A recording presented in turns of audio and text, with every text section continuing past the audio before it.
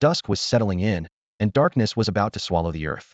Lu Yu stood among the crowd, rising on his tiptoes as he stared intently toward the distant horizon. Fierce beasts roared from time to time in the wilderness, their cries bone-chilling. If the hunting party couldn't return before nightfall, they would face endless darkness and potentially deadly beast attacks. Suddenly, his mother gripped Lu Yu's arm tightly, her face pale as a sheet, her eyes filled with helplessness and panic. Lu Yu whispered comfortingly, "Mom, don't worry. Dad and the others will be here, Sunthiri probably already on their way." His mother nodded but immediately looked up anxiously again. Looking around, the faces of hundreds of people were without exception filled with restlessness and terror. Lu Yu sighed inwardly. His previous life had been nothing but a subway dream, and now his soul had transmigrated to another world. This was already his second day in this realm. 10 years ago, heaven and earth had undergone a catastrophic change, and all living things had gone berserk. Birds, beasts, flowers, and trees had all become enormous, vicious, and bloodthirsty. Among humans, only a rare few awakened ones could control wind, rain, thunder, and lightning, with the most powerful able to destroy cities and towns with a mere gesture. But most ordinary people couldn't even enter cities and could only struggle to build fortified settlements for protection, fighting for survival on the edge of life and death every day. The original owner's father was the leader who had guided everyone in establishing Stone Fort. Yet even so, the lives of ordinary people remained harsh. No electricity, no internet, scarce food and medicine, where even staying alive was a luxury. The original owner had died simply because, unable to bear his hunger, he had stolen and eaten wild fruit, suffered from high fever for 3 days, and perished, which allowed Lu Yu to arrive in this world. While lost in these thoughts, a cry came from the watchtower. "They're coming. The hunting party is back." The crowd instantly erupted, everyone craning their necks to look into the distance. Black dots gradually approached, but when the group drew near, everyone's smiles froze on their faces. A dozen men carrying spears and bows, all in terrible condition, several wounded being supported or carried, and even those walking were mostly injured, returning empty-handed. Even more terrifying was that several people were missing from the group. The party stopped before the drawbridge, led by a square-faced man whose right arm was covered in bloodstains, his face full of guilt. He licked his cracked lips, his voice low. "I'm sorry. This time we encountered 2 intermediate-level beasts that attacked suddenly. We lost all our prey, and Xiao Liang, a phone, go Danthi Rial." Before he could finish, someone in the crowd fainted, and chaos immediately erupted. Those who had collapsed were carried home, while the hunting party members hung their heads in silence, overwhelmed with guilt. Lu Yu's body trembled involuntarily. People had died. 3 at once, making this the most tragic incident in recent years. The man leading them was none other than the original owner's father, Lu Guahao, who was also the trusted leader of the community. The crowd lamented, some wept quietly, others comforted the hunting party members. The group entered Stone Fort. The drawbridge slowly rose, and the walls over 3 meters high shut out the outside world, providing the only sense of security. Family members of the injured surrounded them, some grateful that their men had returned safely, others quietly shedding tears in corners. Night fell completely, leaving only dim firelight and the crackling sounds of burning in Stone Fort. Lu Guahao's wife grabbed his injured arm, tears streaming down her face. Lu Yu approached, his voice low. "Dad, let's go home first. Your younger son is still waiting for you." Lu Guahao was stunned for a moment, then nodded. The camp fell deathly silent, with only occasional flickering firelight and hushed conversations. In the neighboring house, a child cried from hunger while his mother helplessly coaxed. "You won't be hungry once you fall asleep." Lu Yu witnessed this scene, sighing in his heart. Though the original owner's father was the village chief, he always distributed prey to everyone, making his own family's life tight, which caused some people to harbor resentment. But recently, prey had become scarce, and the village's food supplies were nearly exhausted, leaving everyone starving. With winter approaching, if there was no breakthrough, a terrible tragedy might truly unfold. The 3 of them quietly approached a house glowing with dim yellow light. "Dad, you're finally back." The door burst open from inside, and a skinny boy around 12 or 13 years old rushed out like a young deer, throwing himself into Lu Guahao's arms. This was Lu Yu's younger brother, Lu Jun. Lu Jun looked up, his eyes darting left and right hopefully, searching for any food in his father's belongings. After a moment, his gaze dimmed, and he asked quietly, "Dad, didn't you bring any food back this time?" As soon as he finished speaking, his stomach growled twice, particularly loudly. Lu Guahao looked embarrassed, his face flushing red. Something unexpected happened this time. "Next time, I'll definitely bring something back next time." "But you said the same thing last time."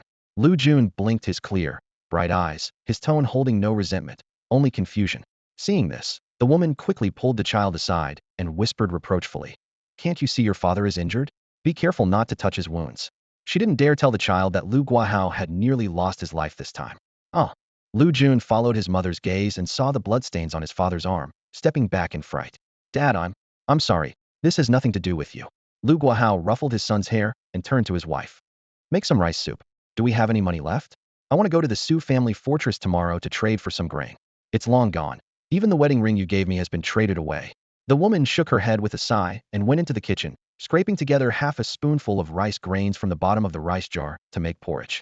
The jar was nearly empty, barely enough to last a week after that. They would truly be out of food. Lu Guahao beckoned to his eldest son, concern in his voice. How are you feeling? I'm fine now, Dad.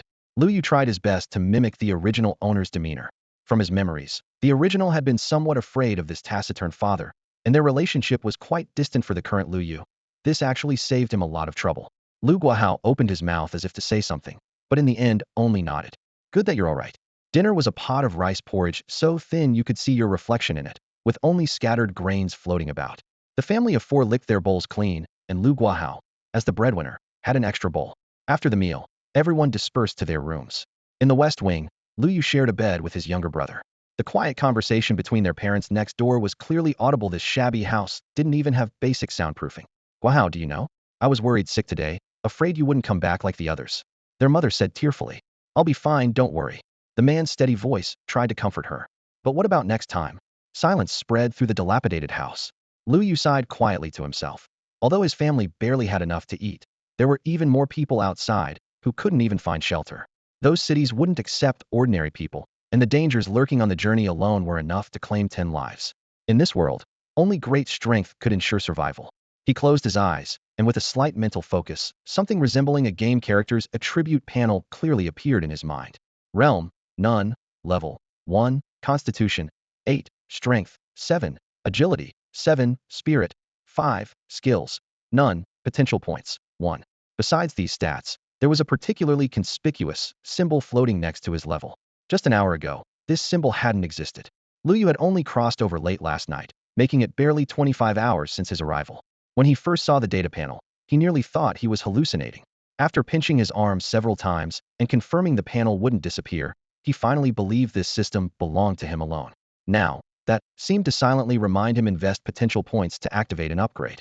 He took a deep breath and mentally commanded, click it. Click. As if some invisible hand pressed the button for him, a scorching wave erupted from his heart, surging through his blood vessels to every corner of his body. Crack, crack. His joints popped in succession, as though someone was tightening every screw in his body. Tingling sensations mixed with exhilaration, and Lu nearly groaned aloud. Was this body enhancement? The thought flashed through his mind as he clearly felt his strength steadily climbing. Seconds later, the heat dissipated, leaving sweat soaking through his clothes, cold and clammy against his skin. If not for the weight of his damp garments, he might have thought it was all imagination. He clenched his fists, feeling an unprecedented sense of vitality that was both reassuring and exciting. System. He quickly pulled up his attributes. Sure enough, the data had changed. Realm, none.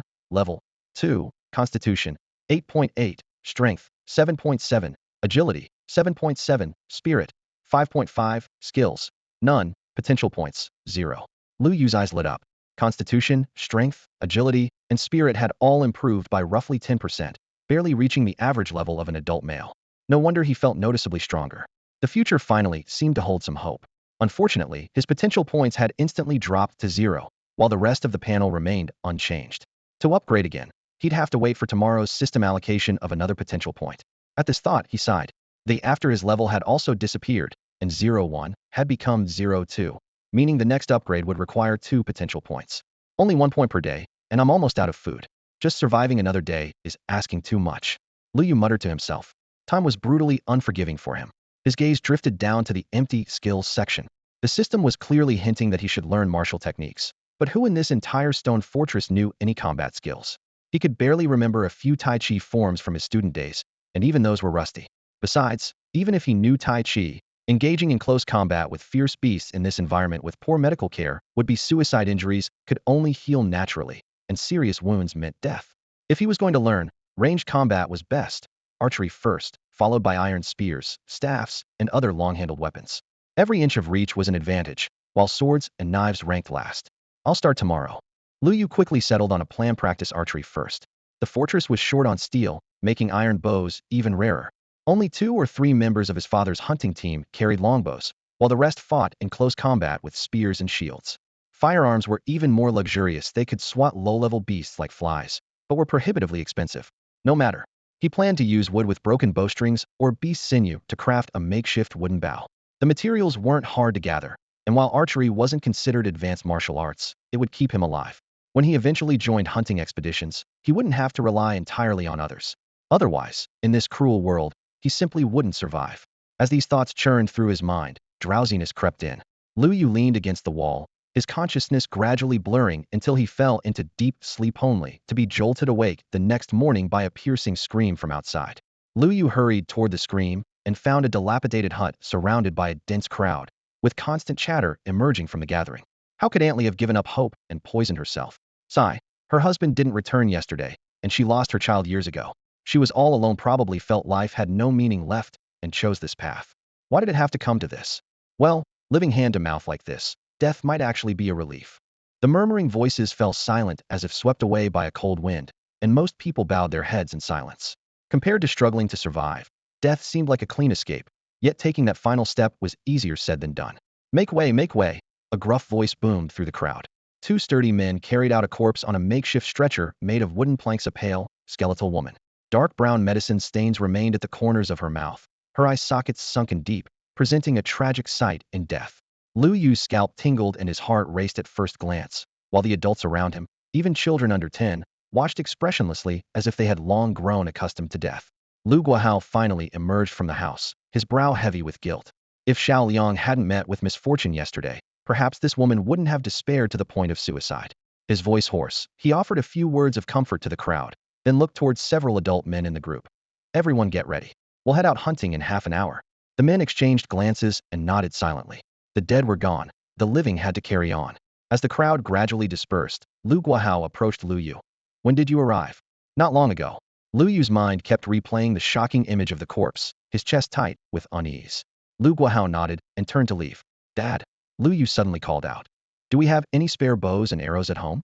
I want to learn archery. Lu Guahao turned back, looking surprised. In his memory, this son of his was introverted and timid. Sending him to fight fierce beasts would be tantamount to a death sentence. What had gotten into him today? I want to become stronger, Lu Yu said with unprecedented determination. I don't want to starve to death, and I don't want anyone close to me to suffer again. A flash of relief crossed Lu Guahao's eyes, brief but caught by Lu Yu. We do have bows. Go find Uncle Wong at the warehouse and tell him I sent you. There are several bows to retry the smallest one. Several bows. Lu Yu was startled. He had assumed iron bows were scarce in the settlement, given that only a few members of the hunting party carried them. From his father's tone, it seemed there were quite a few. Seeing his confusion, Lu Guahao explained in a low voice. Archery isn't as easy as you think. In fact, it's quite difficult. Master it, and you can kill a beast with one arrow from dozens of meters away. Fail to master it, and you'd be better off with a short blade. With that, he turned and left. Waves of unease washed over Lu Yu, sensing that things were far more complicated than he had imagined. But having spoken the words, he could only steel himself and give it a try. The warehouse stood in the northwest corner of the settlement. The path there was deserted with hardly a soul in sight, as everyone was clearly conserving energy indoors. When Lu Yu arrived, he was surprised to discover several young people around his age practicing spear techniques in the open space in front of the warehouse. The so-called spear training was nothing more than mechanically thrusting forward with 6-foot-long spears, over and over again. Dust kicked up by spear tips filled the training ground, and the air reeked of sweat mixed with the metallic scent of iron. The young man Lu Yu stood at the entrance, his gaze sweeping past the formation of spears to settle on a middle-aged man in tattered clothes who walked with a pronounced limp. The man paced back and forth with his hands clasped behind his back, his voice hoarse and urgent as he barked. Withdraw! Withdraw! His shouts cracked like a whip, leaving the spear training youths drenched in sweat. So this is Uncle Wong that father mentioned? Lu Yu's heart tightened as he took a deep breath and strode forward. Before he could get close, the limping man turned around with sharp awareness, his gaze cutting like a blade from Lu Yu's head to his toes. The spear training youths seized the opportunity to pause their practice, secretly sizing up the newcomer. Uncle Wong, my father is. I know who you are. The limping man's lips curved into an enigmatic smile. Lu Guahao's son. Nearly died from eating poisonous wild berries a few days ago, right? Lu Yu scratched his head sheepishly. You here to practice spear work too? I'd like to try archery first. The youths exchanged glances and broke into knowing smiles, as if to say, here comes another one. The limping man nodded slightly, turned, and waved his hand. Follow me. Then he suddenly whipped around and roared at the group of youths. Still slacking off? Sweat more now, bleed less later, understand. As his shout echoed, the startled youths jumped and resumed their frantic thrusting, sending dust flying once more. Lu Yu followed closely behind into the warehouse. The moment the door swung open, he was stunned by the sight before him. Swords, spears, blades, halberds, shields, and axes covered the walls and floor, cold steel gleaming alongside patches of rust, with several weathered cannons standing in the corners. The limping man noticed his stare and smirked. Without gunpowder, they're just scrap metal. Look over there, the bows are hanging on the wall. Pick one yourself. Lu Yu looked where he pointed and saw a row of longbows arranged from left to right in increasing size. The smallest barely 3 feet long, the largest nearly 6 feet as tall as a grown man. He swallowed hard and turned back honestly. Uncle Wong, maybe I should start with the leftmost one? At least you know your limits, kid. The limping man took down that bow, bent his arm slightly, and pulled with forced twang. The bowstring vibrated with a buzzing sound like an angry bee, leaving no doubt it could tear flesh if it struck someone's face. This bow requires at least 60 pounds of draw weight. Within 60 feet, killing a low-level beast shouldn't be a problem. Here, give it a try. He tossed the bow to Lu Yu. Lu Yu hurriedly steadied the bow, gripped the handle with his left hand, drew an arrow with his right, aimed at a nearby target, and slowly pulled the string. Instantly, his entire right arm felt like it was filled with lead, veins bulging as he struggled with all his might to draw the string to full moon, then suddenly released. Snap! The arrow shot through the air as his body swayed, his right arm aching so badly he could barely lift it. At that moment, the attribute panel in his mind flickered slightly. Skill, Basic Archery, LV-01. Lu Yu nearly cried out in excitement, but bit his lip hard to contain himself. Just one draw and release had unlocked Basic Archery, with one progress. If he tried swords or blades, could he activate Basic Blade Work or Basic Swordsmanship? Maybe throwing a few wild punches could unlock Basic Boxing too? At this thought, his blood seemed to ignite, and his previously stiff arm began to burn with heat. The limping man stared at Lu Yu's wide-eyed expression, his brow furrowing deeply. Did young people nowadays have such low standards for themselves? Getting this excited over the most ordinary bow? The key point was Yu only shot one arrow. A series of coughs echoed through the air, pulling Lu Yu back from his excited thoughts to reality. In the makeshift archery range, Wang Liang casually brushed the dust off his sleeves, his gaze settling on the wooden bow in Lu Yu's hands. His tone was casual yet pointed. Kid, that bow you're holding is just basic equipment. Once the range exceeds 30 meters, it's practically useless against low-level beasts, let alone after just one draw. He nodded toward the entrance. See those guys with spears outside? They used to practice archery too. Some of them jumped straight to the second bow with a 60-pound draw weight, but they gave up within 2 or 3 days. Lu Yu followed his gaze to see several young men at the edge of the training ground, swinging spears with heavy breathing and the clash of metal filling the air. Wang Liang looked back at the wooden bow in Lu Yu's hands. I'd advise you to practice spear techniques instead. At least when you encounter beasts in the wild, you'll have a fighting chance. Uncle Wang, thanks for the advice, but I'd still like to try archery. In Lu Yu's mind, the progress bar behind basic archery was slowly blinking, and he was eager to push it to the next level. Wang Liang shrugged. Suit yourself. Young people are all the same, they won't turn back until they hit a wall. Once you draw it a few more times and your arms are too sore to lift, you'll understand. Uncle Wang, could I try the other bows? Lu Yu asked with a smile, calculating in his mind. Would stronger bows make the progress bar fill faster? Wang Liang readily agreed. Sure. The second bow is 60 pounds, the third is 80, the fourth is 100, the fifth is 200, and the sixth is 300 pounds. Take your pick. 300 pounds. Lu Yu's gaze fell on the black longbow on the far right, which stood as tall as his shoulder. A 300-pound draw weight meant you'd need at least 300 pounds of strength in one arm to fully draw the bowstring. Scared already? Wang Liang's lips curved into a smile. Forget 300 pounds, there are people who can draw 500-pound war bows and kill an iron-armored Tyrannosaurus with a single arrow from 1,000 meters away. Iron-armored Tyrannosaurus. Lu Yu repeated in a low voice. That was an extremely fierce mid-level beast from his memories, covered in metal-like scales that supposedly even small-caliber bullets couldn't penetrate. He couldn't help but ask, Uncle Wang, those who can draw 500-pound war bows the reawakeners, right? In this world, awakeners were considered the pinnacle of power. No. Wang Liang shook his head. They're warriors. Warriors. Lu Yu's eyes widened.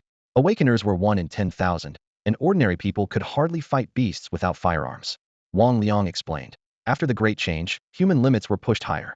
These people temper their bodies and forge their bones, gaining strength far beyond ordinary people. They are warriors.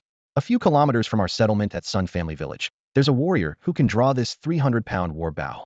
Lu Yu took a deep breath, as if a door to a new world was slowly opening before him. Are there any warriors in our settlement? None as powerful as the one at Li Family Fort. Wang Liang shook his head. But we do have some who are slightly weaker and can draw 100-pound bows, like the Liu brothers. They're skilled archers and the backbone of our hunting team. Unfortunately, they probably won't be staying much longer either. Wang Liang sighed, his face filled with worry. So between warriors and awakened ones, who's stronger? Lu Yu continued asking. There's no comparison. Wang Liang set his teacup down on the corner of the table, his gaze settling on Lu Yu. A newly awakened person might lose to a warrior at first, but once they master their abilities, killing warriors becomes child's play. Take that warrior from the Li family fortress. Can he stop bullets? An awakened one can do it easily. The stronger awakened ones don't even fear large-scale destructive weapons. They can level an entire town with a wave of their hand. It's simply not the same league. Lu Yu's jaw dropped, shock written all over his face. Awakened ones were terrifying to this extent. His heart skipped a beat as he secretly reflected on his own system. It seemed more deeply connected to martial arts. If what Wang Liang said was true, that martial arts was just a helpless choice for ordinary people with pitifully low limits, then what path should he take? All right, you ask way too many questions, kid. Wang Liang frowned and took down a 60-pound draw-weight bow from the wall, tossing it over. Try this one. Lu Yu quickly set down the 40-pound bow in his hands and caught the heavier bow with both hands. Taking a deep breath, he began to draw the string. When the bowstring was barely halfway back, his face flushed red and his right arm trembled slightly. At 2/3 draw, his arm ached so much he couldn't pull another inch, so he gently lowered the bow.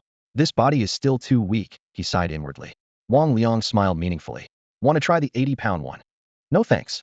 Lu Yu shook his head with a bitter smile. Though his gaze fell on the heavier bows on the rack, just because he couldn't do it now didn't mean he never would. As long as he accumulated enough potential points, someday he'd be able to fully draw the 60-pound bow, or even heavier ones. Wang Liang handed him a quiver of arrows. Come outside with me. The two walked out to the open space by the door. 20 meters away stood a cloth-faced target with a low wall of yellow clay built behind it. Wang Liang knocked an arrow and demonstrated with fluid movements.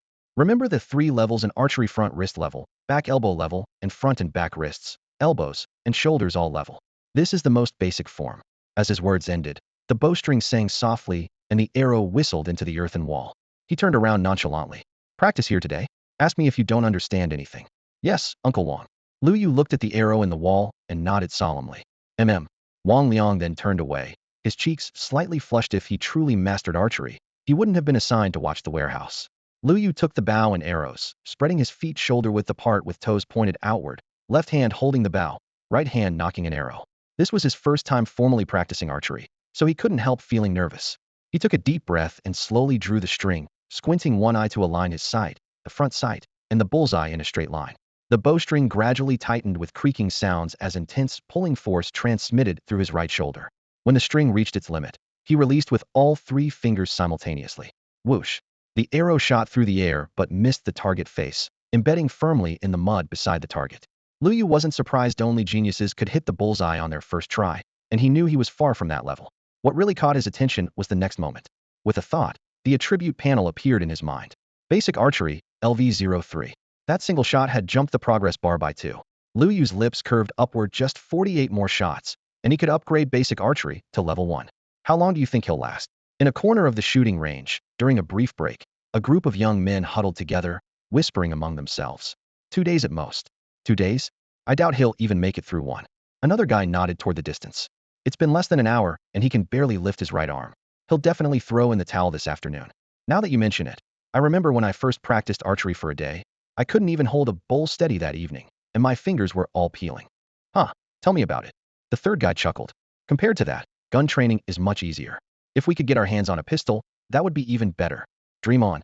Those greedy merchants have driven gun prices through the roof. Even a single bullet costs several pounds of grain in trade. It's highway robbery. The conversation gradually drifted away from Lu Yu as they continued chatting. At that moment, Lu Yu was indeed running on empty. His body was already weak to begin with, and each draw of the bow nearly drained every ounce of his strength. After shooting more than a dozen arrows consecutively, his right arm trembled uncontrollably, feeling like it no longer belonged to him. Fortunately, the data displayed on his system panel offered some consolation. Basic Archery, LV0. 1 arrow had nearly hit the bullseye, causing the progress bar to surge by 5. Lu Yu took a deep breath and raised his numb right arm, struggling to pull back. However, this time the bowstring stubbornly refused to reach full draw, and the arrow flew crooked, landing with a thud in the dirt after traveling only 3 or 4 meters. Are you out of your mind, kid? Don't you know to take a break when you're exhausted? Wang Liang's voice boomed from across the range. Lu Yu turned around awkwardly and smiled sheepishly. You're absolutely right, Uncle Wang. I'll rest now. Internally, he cursed himself for being too impatient. No matter how important skill proficiency was, he still needed his body to support it. Come here, let me massage your arm. Wang Liang's words made the surrounding young men's eyes widen instantly. We never got that kind of treatment during our archery practice. Humph. Wang Liang glanced at them. You call what you're doing archery practice? So half-hearted. Those who know would call it practice, but others might think you're just going through the motions. The group's faces flushed red. While they had indeed slacked off during breaks, it was because their arms were too sore to lift. That's, Uncle Wang, isn't that too much trouble for you? Lu Yu felt a bit embarrassed. If you don't mind not being able to pull up your pants later, that's fine by me. Wang Liang shrugged. Lu Yu sucked in a sharp breath. After hesitating for a moment, he reluctantly extended his arm. Well then, I'll have to trouble you, Uncle Wang. Should have done this from the start instead of making a fuss. Wang Liang grumbled, but still limped over despite his complaints. As those rough hands pressed down, the soreness was gradually kneaded away, and warmth seeped through his muscles into his bones. Lu Yu could almost immediately regain control of his right arm. The massage lasted a full 20 minutes, during which Lu Yu tried several times to pull his arm back, only to be stopped by Wang Liang's stern gaze. After the massage ended, Lu Yu felt increasingly embarrassed and quickly said, Uncle Wang, thank you for all your trouble. Wang Liang shook his sore and swollen wrists, waving his hand dismissively. Compared to what your father has done for the village, this little thing is nothing. Lu Yu was momentarily stunned, then realized what Uncle Wang was referring to: his father's years of effort to ensure food and livelihood for everyone in the village, young and old, keeping them all alive. Son, let me give you some advice. Wang Liang's gaze fell on the bamboo target at the edge of the practice field, his tone steady. Archery isn't something that's easily mastered. You can hit the target with every arrow now, but out there in the real world, prey moves. Hitting a moving target is much harder. He glanced at the longbow Lu Yu had newly carved, speaking with earnest concern. I understand. Lu Yu looked up directly at Wang Liang. But if I give up now, wouldn't all my previous efforts be wasted? He calculated in his mind. The progress bar for basic archery had finally approached 30. If he stopped now and practiced again later, he'd have to start from scratch, making all his previous sweat pointless. Wang Liang looked at the young man's determined expression and finally nodded. You're right. Keep practicing then. With that, he slowly walked away, leaning on his wooden staff. Meanwhile, several other young men of similar age had no such privilege and continued gritting their teeth as they drew their bows, arm muscles trembling, sweat dripping into the dust. Lu Yu watched Uncle Wang's retreating figure and thought to himself. Uncle Wang appeared rough around the edges, but he was actually very thoughtful. If not for that leg injury years ago, he would surely be father's right-hand man now. At this thought, he sighed softly, picked up his bow and arrows again, and walked to the line 20 paces from the target. To others, the repetitive drawing and shooting seemed tediously monotonous, as if it would never end. But for Lu Yu, every movement that followed proper form increased his proficiency bar, and the closer his arrows came to the bullseye, the greater the increase. This immediate feedback energized him and made him forget the soreness in his arms. After walking a dozen steps, Wang Liang couldn't help but look back. The young man stood steadily drawing his bow in the evening light, shoulders relaxed, yet powerful, back straight as a bowstring, eyes locked firmly on the target. The old hunter nodded approvingly to himself. With this determination to make every arrow perfect, there wasn't another like him in the entire village. Perhaps this boy really could persevere. Time passed silently. At noon, Lu Yu hurried home. His so-called lunch was no different from last night's dinner, a small bowl of thin porridge. Learning that he was practicing archery, his mother specially ladled an extra spoonful of the mushy wild vegetable porridge, with a few broken vegetable leaves floating on the surface. Xiao Yu, if it's too hard, just stop practicing, his mother said, holding his red and burning palms, frowning with concern. While she was pleased that her son was so sensible, she worried more about both father and son falling into danger during future hunts, leaving her unable to support the children alone. Lu Yu smiled and shook his head. Hard work? For him, this was exactly the opportunity to become stronger. He finished the thin porridge in a few gulps, turned around, and ran back to the training ground, leaving behind his worried mother and bewildered younger brother. Time is pressing. I must seize every moment, he murmured to himself. The village was already fragile. If it suffered another blow, the consequences would be dire. His previous life's experiences told him that disasters often came one after another, and only by quickly improving his strength could he prepare. His footsteps echoed urgently on the village's dirt road as he called up his attribute panel. After a whole morning of intense training, his basic archery proficiency had climbed to 52. If nothing unexpected happened, he could push this skill to level 1 before dark. When that time came, there would surely be some unexpected changes. When Lu Yu hurried to the open space in front of the warehouse, only Uncle Wang was the no one else in sight. Wang Liang had thought he'd arrived early enough, But when Lu Yu appeared, a flash of surprise crossed his eyes. Lu Yu gave him a slight smile as a greeting. Wang Liang nodded in acknowledgement without saying much. Lu Yu picked up his bow and walked to the spot where he'd practiced that morning. For the first few arrows, he could still draw the bowstring fully, and the arrows flew out with sharp whooshing sounds. But as his arms grew sore and numb, the bowstring felt increasingly heavy. Eventually, even with all his strength, he couldn't draw it back. Reluctantly, he lowered the bow and bent over, gasping for breath. Don't push yourself too hard. Wang Liang approached just as he had that morning, reaching out to massage Lu Yu's biceps and working his way down the arm to the web between his thumb and forefinger. Lu Yu stared at those calloused hands, his heart full of gratitude, yet feeling that a simple thank you would be too inadequate. Wang Liang seemed to read his thoughts and chuckled softly. It's nothing special. I can tell you're really committed to this. Lu Yu managed a weak smile. With his family's livelihood at stake, how could he not be committed? After more than 10 minutes, Wang Liang withdrew his hands, gave Lu Yu's shoulder a pat, then limped away towards several young men nearby, raising his voice to supervise their martial arts practice.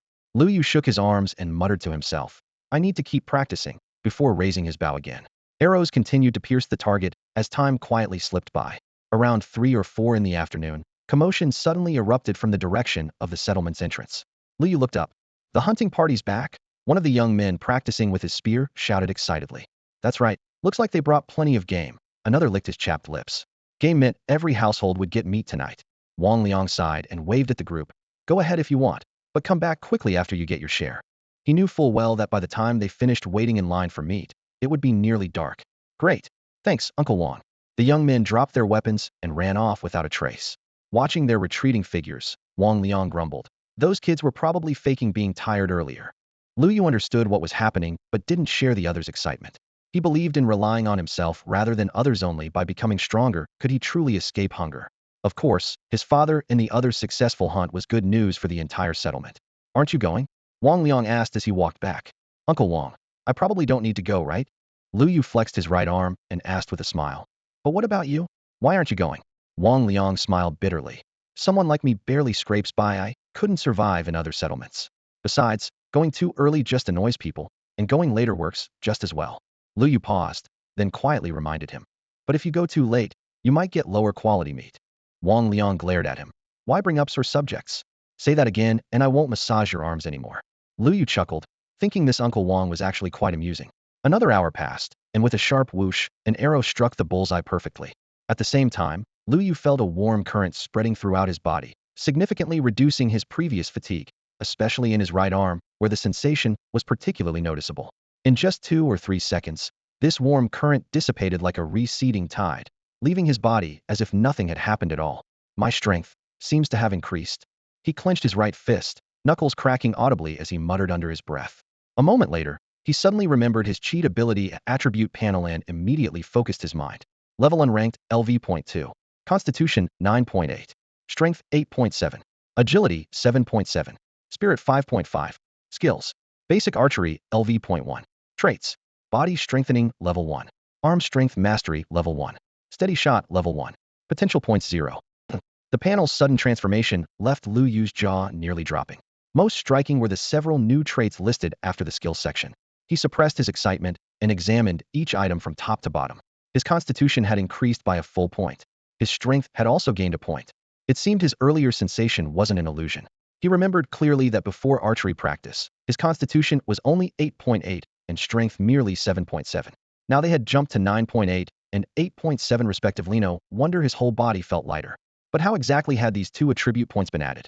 His level remained at 2, unchanged. The answer could only lie in his newly breakthrough basic archery skill. He focused his attention on the skills section. After a full day of tireless practice, basic archery had finally advanced from level 0 to level 1, unlocking 3 traits in the process. What exactly do these traits do? With a thought, he immediately clicked on body strengthening. Instantly, a line of text appeared in his mind. Body strengthening. For every skill level gained, Constitution 1. Next, he examined arm strength mastery. Arm strength mastery. For every skill level gained, strength 1. Hiss. Lu Yu drew in a sharp breath, instantly understanding the reason for his attribute increases. Level 1 arm strength mastery provided 1 point of strength, and body strengthening worked the same way. If he upgraded to level 2, each would add 2 points. Beyond that, the effects would only become more dramatic. What about steady shot? He clicked on the third trait. Steady shot. For every skill level gained, archery accuracy 30. So that's how it works. Lu Yu felt his heart pounding like a drum, the blood rushing so intensely that his eardrums buzzed. These traits were essentially stackable buffs, some enhanced physical attributes, others directly strengthened skill effects. In the future, there would surely be traits that boosted agility and spirit as well. Most importantly, all of them could continue to level up. If basic archery reached level 2, with all 3 traits gaining another level, his constitution and strength would each increase by another point, and his accuracy would jump straight to 60. Even without advancing his overall level, his various stats could reach the average line for adult men. He took a deep breath, forcibly suppressing his excitement, and secretly set a goal for himself. First, push basic archery to level 3. At that point, with an accuracy rate of 90, he'd be nearly infallible. With this as his foundation, it should be enough for him to venture out of the village and explore the world. Just as Uncle Wong had predicted, darkness had already fallen, and those young men were still nowhere to be seen.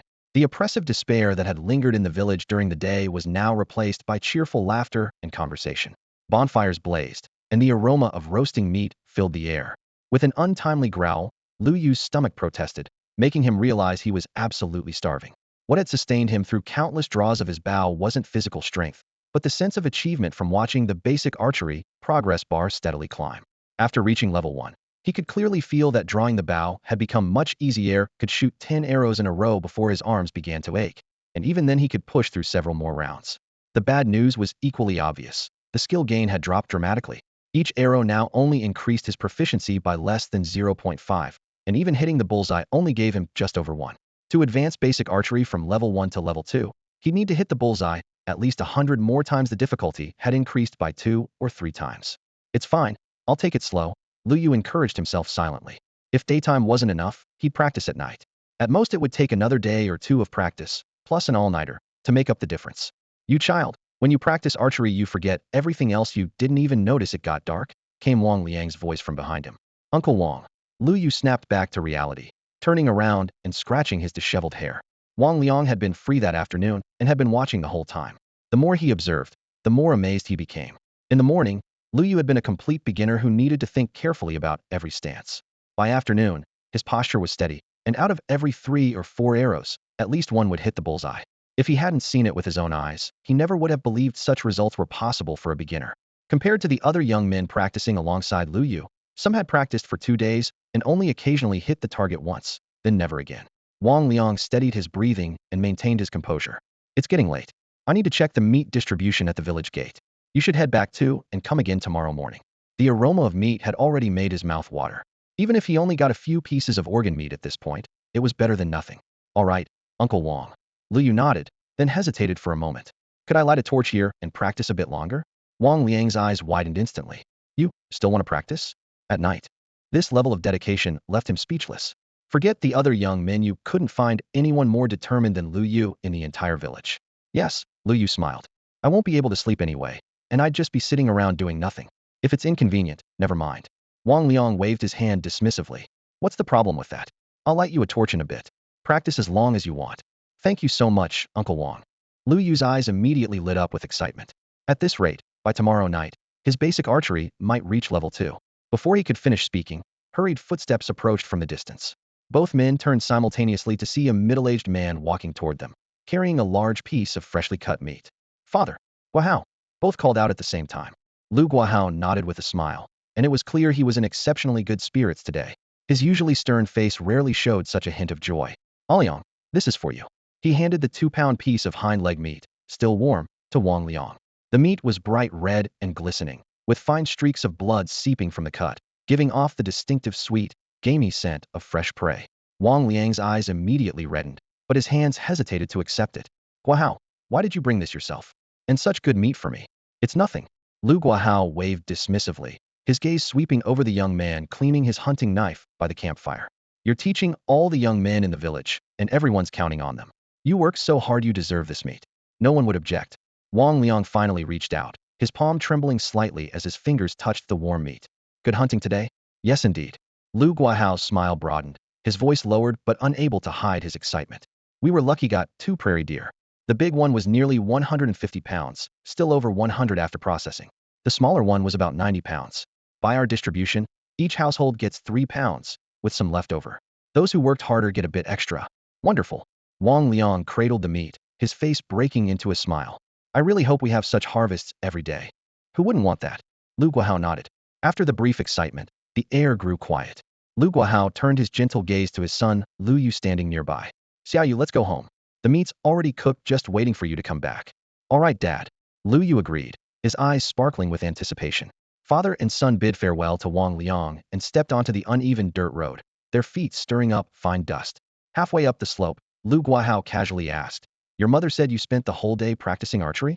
Went over right after lunch. Lu Yu responded softly. He still felt somewhat reserved when alone with his father. How did it feel? It felt pretty good, I guess. He answered tentatively.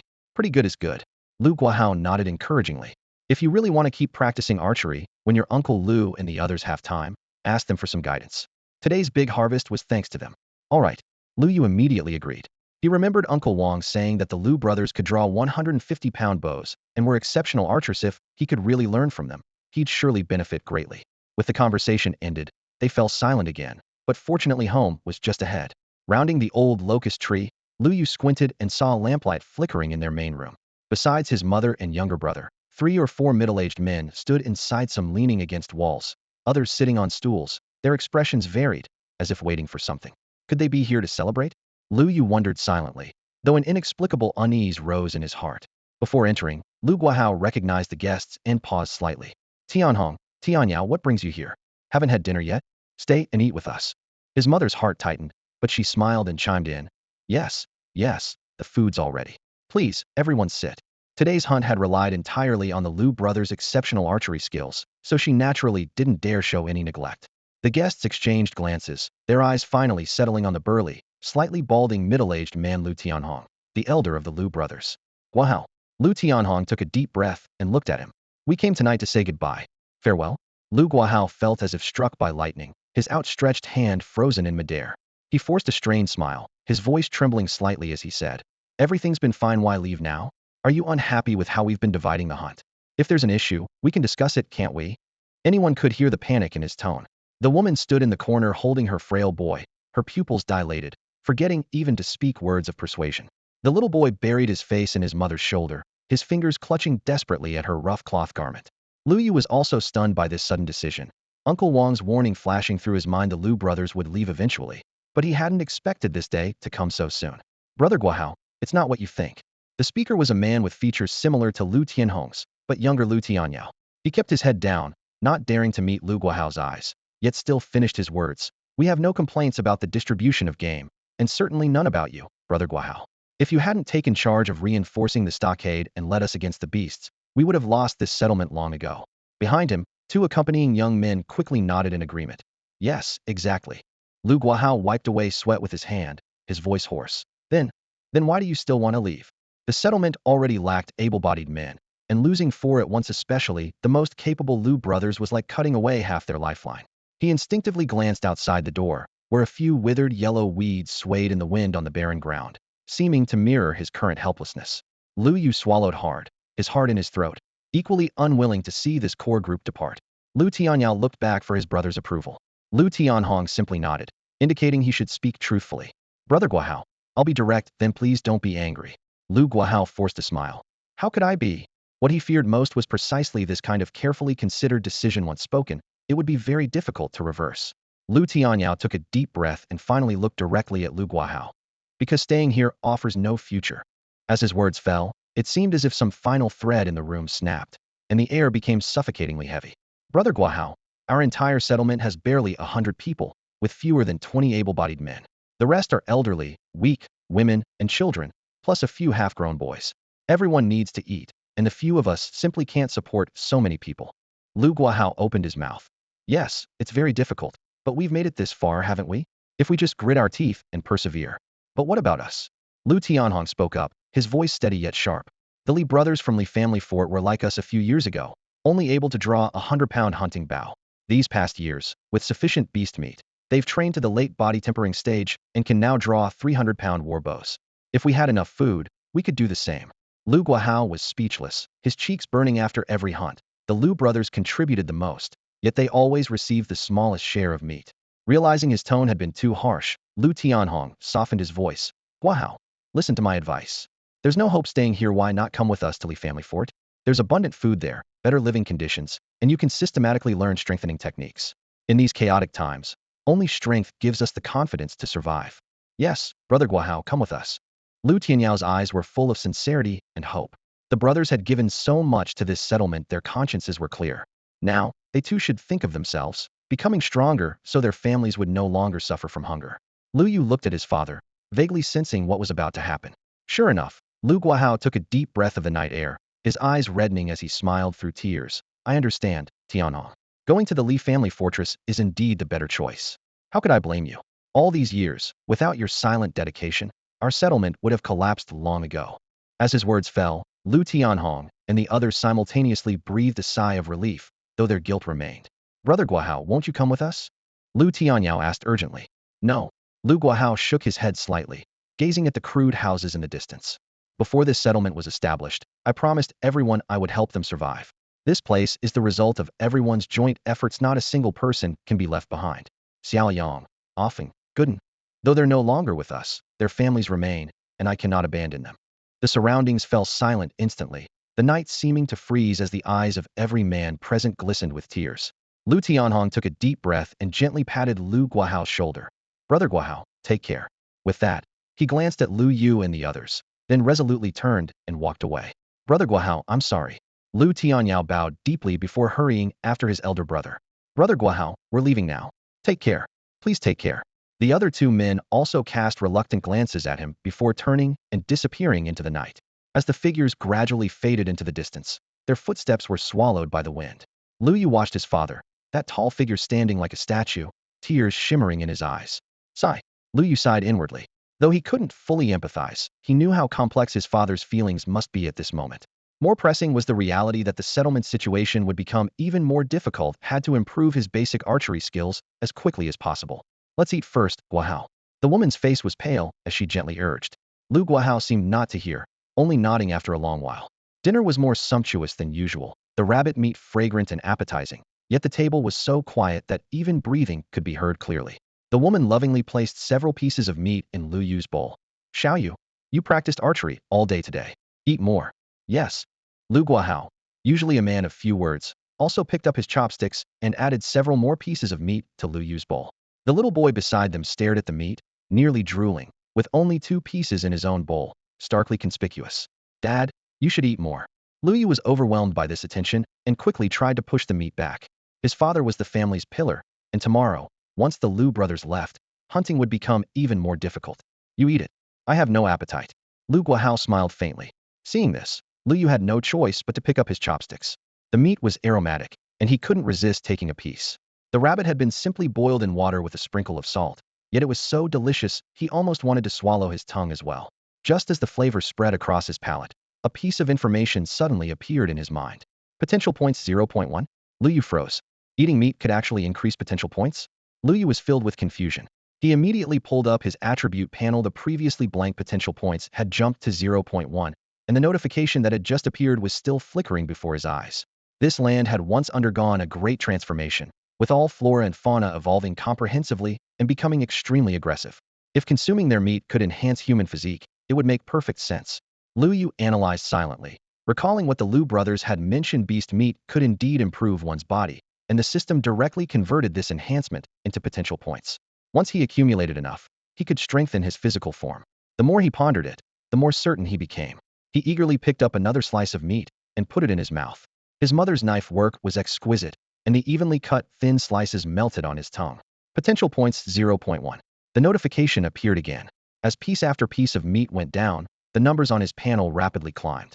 At the dining table, Lu Guahao and his wife exchanged glances. Seeing their son devouring the food ravenously, they couldn't help but smile at each other, thinking the boy must have been truly starved. However, Lu Guahao's brow remained slightly furrowed. Without the Lu brothers, hunting another wasteland deer would depend entirely on traps, and traps relied purely on luck. Exactly 10 pieces of meat earned Lu Yu 1 potential point. Looking at his panel, he couldn't suppress his excitement. He had originally estimated it would take until 7 or 8 tomorrow evening to accumulate the 2 points needed for an upgrade, but now with beast meat, he could advance his body to level 3 tonight. With increased strength, Tamarono, even tonight's archery practice would be much easier. Xiaoyu, you're still not full, are you? His mother lovingly transferred the last 2 pieces of meat from her bowl to his. Lu Yu quickly pushed the meat back and deliberately let out a satisfied burp. Mom, I'm completely stuffed. You keep it for yourself. With that, he stood up and smiled at Lu Guahao. Dad, I'm done eating. I want to go practice archery at Uncle Wang's place. Please leave the door open for me tonight. What? Lu Guahao was stunned. His wife was also taken aback, while the little boy at the table looked completely bewildered. Dad, with the Lu brothers gone, we've lost our archers, making hunting much harder. If I learn to shoot earlier, I can help share your burdens sooner. Lu Yu's tone was sincere. Warmth surged through Lu Guahao's heart, and he nodded with emotion. Having this intention from you is enough. I'm off, Lu Yu said, turning around and disappearing from his family's sight within a few steps. This child seems to have grown up all at once. Lu Guahao murmured softly. His wife's expression was complex, pleased by their son's sense of responsibility, yet worried about the risks he would face hunting with the team in the future. But she understood this was a path Lu Yu would have to take sooner or later. Lu Yu glanced at his Painlin one more hour. His potential points would be sufficient. He wasn't in a hurry and strode quickly along the village path. The night breeze carried the moist scent of vegetation as firelight suddenly appeared ahead. A simple campfire was set up on the ground, flames crackling and dancing, with the fragrant aroma of roasted meat drifting through the air. Wang Liang was turning a whole wasteland deer roasting over the fire, fat dripping down and sparks flying. Hearing footsteps, he said flatly without turning around, "You're here." Then he glanced sideways at Lu Yu. "Want some?" "Uncle Wang, if that's a genuine invitation, I won't hold back." Lu Yu stared at the deer meat, crispy on the outside and tender within, making no attempt to hide his craving. "Never mind then, I was just being polite." Wang Liang waved his hand dismissively, rejecting the offer outright. He shifted his body slightly to the side, deliberately blocking Lu Yu's line of sight, and casually nodded his chin toward the bough leaning against the wall nearby. Lu Yu nearly rolled his eyes audibly, took a quiet breath, and silently walked over to grab the bough. The moment his fingertips touched the weapon, a long-lost yet familiar sensation surged through him, as if he and the bowstring had instantly formed some kind of connection. He made his way to the clearing where he had practiced during the day, his toes lightly touching the dirt as he nocked an arrow, drew the string, and released all in one fluid motion. With each draw, the strength in his arms gathered along the bowstring. With each release, the whistling arrow carried his hopes for the future. Not far away, Wang Liang tore off a piece of glistening roasted meat, wolfed it down in a few bites, smacked his lips, and leaned against the wall to rest. While watching Lu Yu practice archery, after all, he had nothing better to do. For the first dozen or so arrows, Lu Yu was full of energy, having eaten his fill earlier. But before long, the fatigue accumulated from the day came flooding back. His right arm felt like it was filled with lead, aching terribly, and he had to rest for 3 or 4 minutes after each shot. Time ticked by slowly. After a full hour, he had barely managed to loose just over 20 arrows. Basic archery, LV1, traits, body strengthening level 1, arm mastery level 1, steady shot level 1. At this rate, he might reach level 2 by noon tomorrow, assuming his arm didn't give out first. Lu Yu calculated silently. "Kid, why don't you call it a night?" Wang Liang brushed the crumbs off himself, his tone lazy. "If you keep this up, I'm afraid you won't even be able to hold an arrow tomorrow." "I'll practice a bit longer," Lu Yu replied with a smile, turning back. "Suit yourself." Wang Liang stood up and shook out his pants. "Honestly, watching this gets pretty boring after a while. I'm heading in. If the fire starts dying down, just add a few more logs theory right over there." "Got it. Thanks, Uncle Wang," Lu Yu quickly agreed. Wang Liang waved his hand, went inside, and the door slammed shut with a bang. Lu Yu let out a long breath. How could he not want to rest? But time was pressing, and he couldn't afford to slack off even a little. With a thought, he brought up his attribute panel without realizing it. He had accumulated 2 potential points in an hour, and a prominent sign had appeared next to his level. Finally, he could level up. The memory of that transformative sensation from his last level up was still vivid in his mind. Without hesitation, he clicked the. Instantly, scorching heat erupted from deep within his heart, rushing through his bloodstream to every corner of his body. His joints cracked softly, his muscles felt like taut leather being rewoven, and even his skin became firm and resilient. The heat quickly dissipated, but Lu Yu was left wanting more. Realm, none. Level, 3. Constitution, 9.80.98. Strength, 8.70.87. Agility, 7.70.77. Spirit, 5.50.55. Potential points, 0. A 10% increase across all attributes. My physical condition is now comparable to an adult man's. He nodded with satisfaction. What delighted him even more was that all the soreness from a day of practice had completely vanished, and his mind felt clearer than ever. So enhancement also repairs fatigue. Realizing this, Lu Yu was overjoyed. If he used this wisely, he could practice archery from dawn to dusk like a tireless machine. Of course, there was another troublesome situation. Upgrading his physical enhancement from level 3 to level 4 would require a whopping 4 potential points. At his current rate of gaining only 1 potential point per day, he'd need to save up for 4 whole days. Lu Yu muttered to himself, thinking that if he could eat a few more pieces of cooked venison, he might be able to gather enough in just 2 days. But deep down, he knew that even if the hunting party returned with a full haul today, the meat that would end up in his family's pot would be limited to pounds would be a blessing. Last night, he alone had consumed nearly half of their share, while his father, the family's breadwinner, had only gnawed on a few pieces. This distribution filled him with guilt. Given the circumstances, it would be better to upgrade his basic archery first and postpone the physical enhancement. His father's constitution wasn't much different from an ordinary person. She couldn't keep letting the old man take risks. With this thought, he took a deep breath of the damp night air and drew his bowstring's strength was indeed more abundant than the previous night, a direct benefit of his physical enhancement. He released his fingers, and with a whoosh, the arrow struck the bullseye. He steadied his breathing and shot the second arrow, then the third, each arrowhead embedding itself in the center of the target. In the distant wilderness, occasional beast roars pierced the night before quickly fading back into deathly silence. After practicing for an unknown duration, drowsiness crept in, and his arms ached so much he could barely lift the bow. Liu had no choice but to stop. He let out a long yawn, his gaze falling on the panel, Basic Archery, LV1. Faster than I expected. Relief washed over him. At this pace, if he practiced for another 2 or 3 hours in the morning, his archery could reach level 2. With additional practice during the day and night, it might even advance to level 3. If that happened, he could join the hunting party the day after tomorrow. As long as they caught prey, he could not only survive but also grow stronger. The next day, as night gradually retreated and a pale dawn appeared on the horizon, the sky soon brightened completely. The village entrance was crowded with the elderly, weak, women, and children. Their gaunt faces bore complex expressions as they gazed at the dozen or so figures outside the Lu family. Brothers were preparing to leave with their families.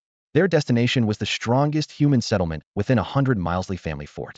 Rumors claimed that life there was comfortable and all residents lived happily. However, gaining entry wasn't easy. Strong, able-bodied men could bring their families into the fort, as could women under 40, but weak men, the elderly, and children shouldn't harbor such hopes. If the Lu family brothers truly left, the already scarce food supplies in the village would become even more limited. Lu Guahao stood at the front, his eyes red-rimmed. After today's farewell, unless they met in the wilderness, they would no longer be friends but competitors in the hunting grounds. Take care. He firmly patted Lu Tianhong's shoulder, his gaze sweeping over the familiar faces. Take care, Guahao. Lu Tianhong patted him back.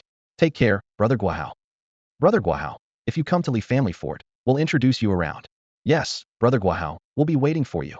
Lu Guahao gently shook his head. Since he had chosen to stay, he wouldn't change his mind. Everyone take care. The wives and children behind them were equally reluctant, waving goodbye to familiar faces in the crowd. If not for being at their wits' end, they wouldn't want to leave their homeland either, but staying offered no hope whatsoever. For a moment, the sound of weeping rose and fell throughout the crowd. Under everyone's watchful gaze, Lu Tianhong's group gradually disappeared into the distance, becoming a dozen tiny black dots before vanishing completely. Dust lingered in the air as a crew-cut man stared blankly into the distance, his mouth turned downward, his eyes filled with confusion and worry. Lu Guahao cleared his throat, suppressing his emotions, then turned to address the crowd. Everyone should head back for now. The rest of you, get ready, we'll set out hunting shortly. Though Tianhong and his group have left, I believe we can survive on our own. People hung their heads and dispersed in small groups. Once the elderly, weak, women, and children departed, the hunting team of over a dozen was instantly reduced by nearly half, leaving only 8, including Lu Guahao. Haha, not bad, still got 8 of us. The bald man forced a laugh, though his smile lasted barely a moment. The round-faced man rolled his eyes. You're quite the optimist. With the Lu brothers gone, we don't even have an archer left. Catching prey is going to be incredibly difficult now. The bald man sheepishly scratched his head. Well, we can always set more traps. Everyone fell silent. Lu Guahao sighed and pointed toward the forest. Today we hunt, as usual. When we return, we'll focus on archery practice. Without ranged capabilities, we'll be at a disadvantage sooner or later. Everyone clear? Let's move out. At the village gate, Wang Liang limped back and spotted a young figure by the training ground, drawing his bow and shooting repeatedly. The whooshing sound of arrows cutting through air echoed across the open space. That kid's really determined, just finished the send-off, and he's already here practicing archery, Wang Liang muttered. Then Frowned hadn't seen this young man in the crowd earlier. Growing more curious, he hobbled closer and couldn't help asking, weren't you at the gate just now? Lu Yu lowered his bow, turned with a smile, and said, no, I came straight here to practice after breakfast. Wang Liang's eyes widened. You know about the Liu brothers leaving? They came to see my father last night, and I was there. This morning my father went to see them off. Whether I went or not wouldn't have made any difference. Liu Yu finished speaking, drew his bow again, and sent an arrow flying steadily into the outer ring of the target. Wang Liang nodded, thinking that since the Liu brothers had made up their minds, further words would be pointless. Watching Liu Yu's focused expression, he felt a spark of hope. If this young man could fill the Liu brothers' role, perhaps the village still had a chance. Then he shook his head self-mockingly. It couldn't be that simple. You lot, pay attention, he called out as he walked toward the other side, raising his voice to scold several distracted young men. Liu Yu grinned and refocused his attention on the target. The bowstring sang softly, one arrow, then another. As the morning approached 9 o'clock, the blazing sun grew increasingly scorching. Liu Yu was deeply absorbed in his archery practice when suddenly, something like lightning flashed through his mind, followed by a gentle, warm current that instantly spread throughout his entire body. This warm flow wasn't as turbulent as during his previous physical enhancement, yet it completely swept away the accumulated soreness from days of practice. His muscles and bones felt as if they were being carefully massaged, while his strength and agility quietly increased. Liu Yu was certain he had broken through to level 2. He exhaled a long breath of hot air and immediately summoned his status panel in his mind. Realm, none. Level, 304. Constitution, 11.78. Strength, 10.57. Basic Archery, LV20. Traits, Physical Enhancement Level 2, Arm Strength Mastery Level 2, Steady Shot Level 2. The panel data was crystal clear. Both Constitution and Strength had increased by 1 point, with Constitution just 1 step away from the crucial 12-point mark.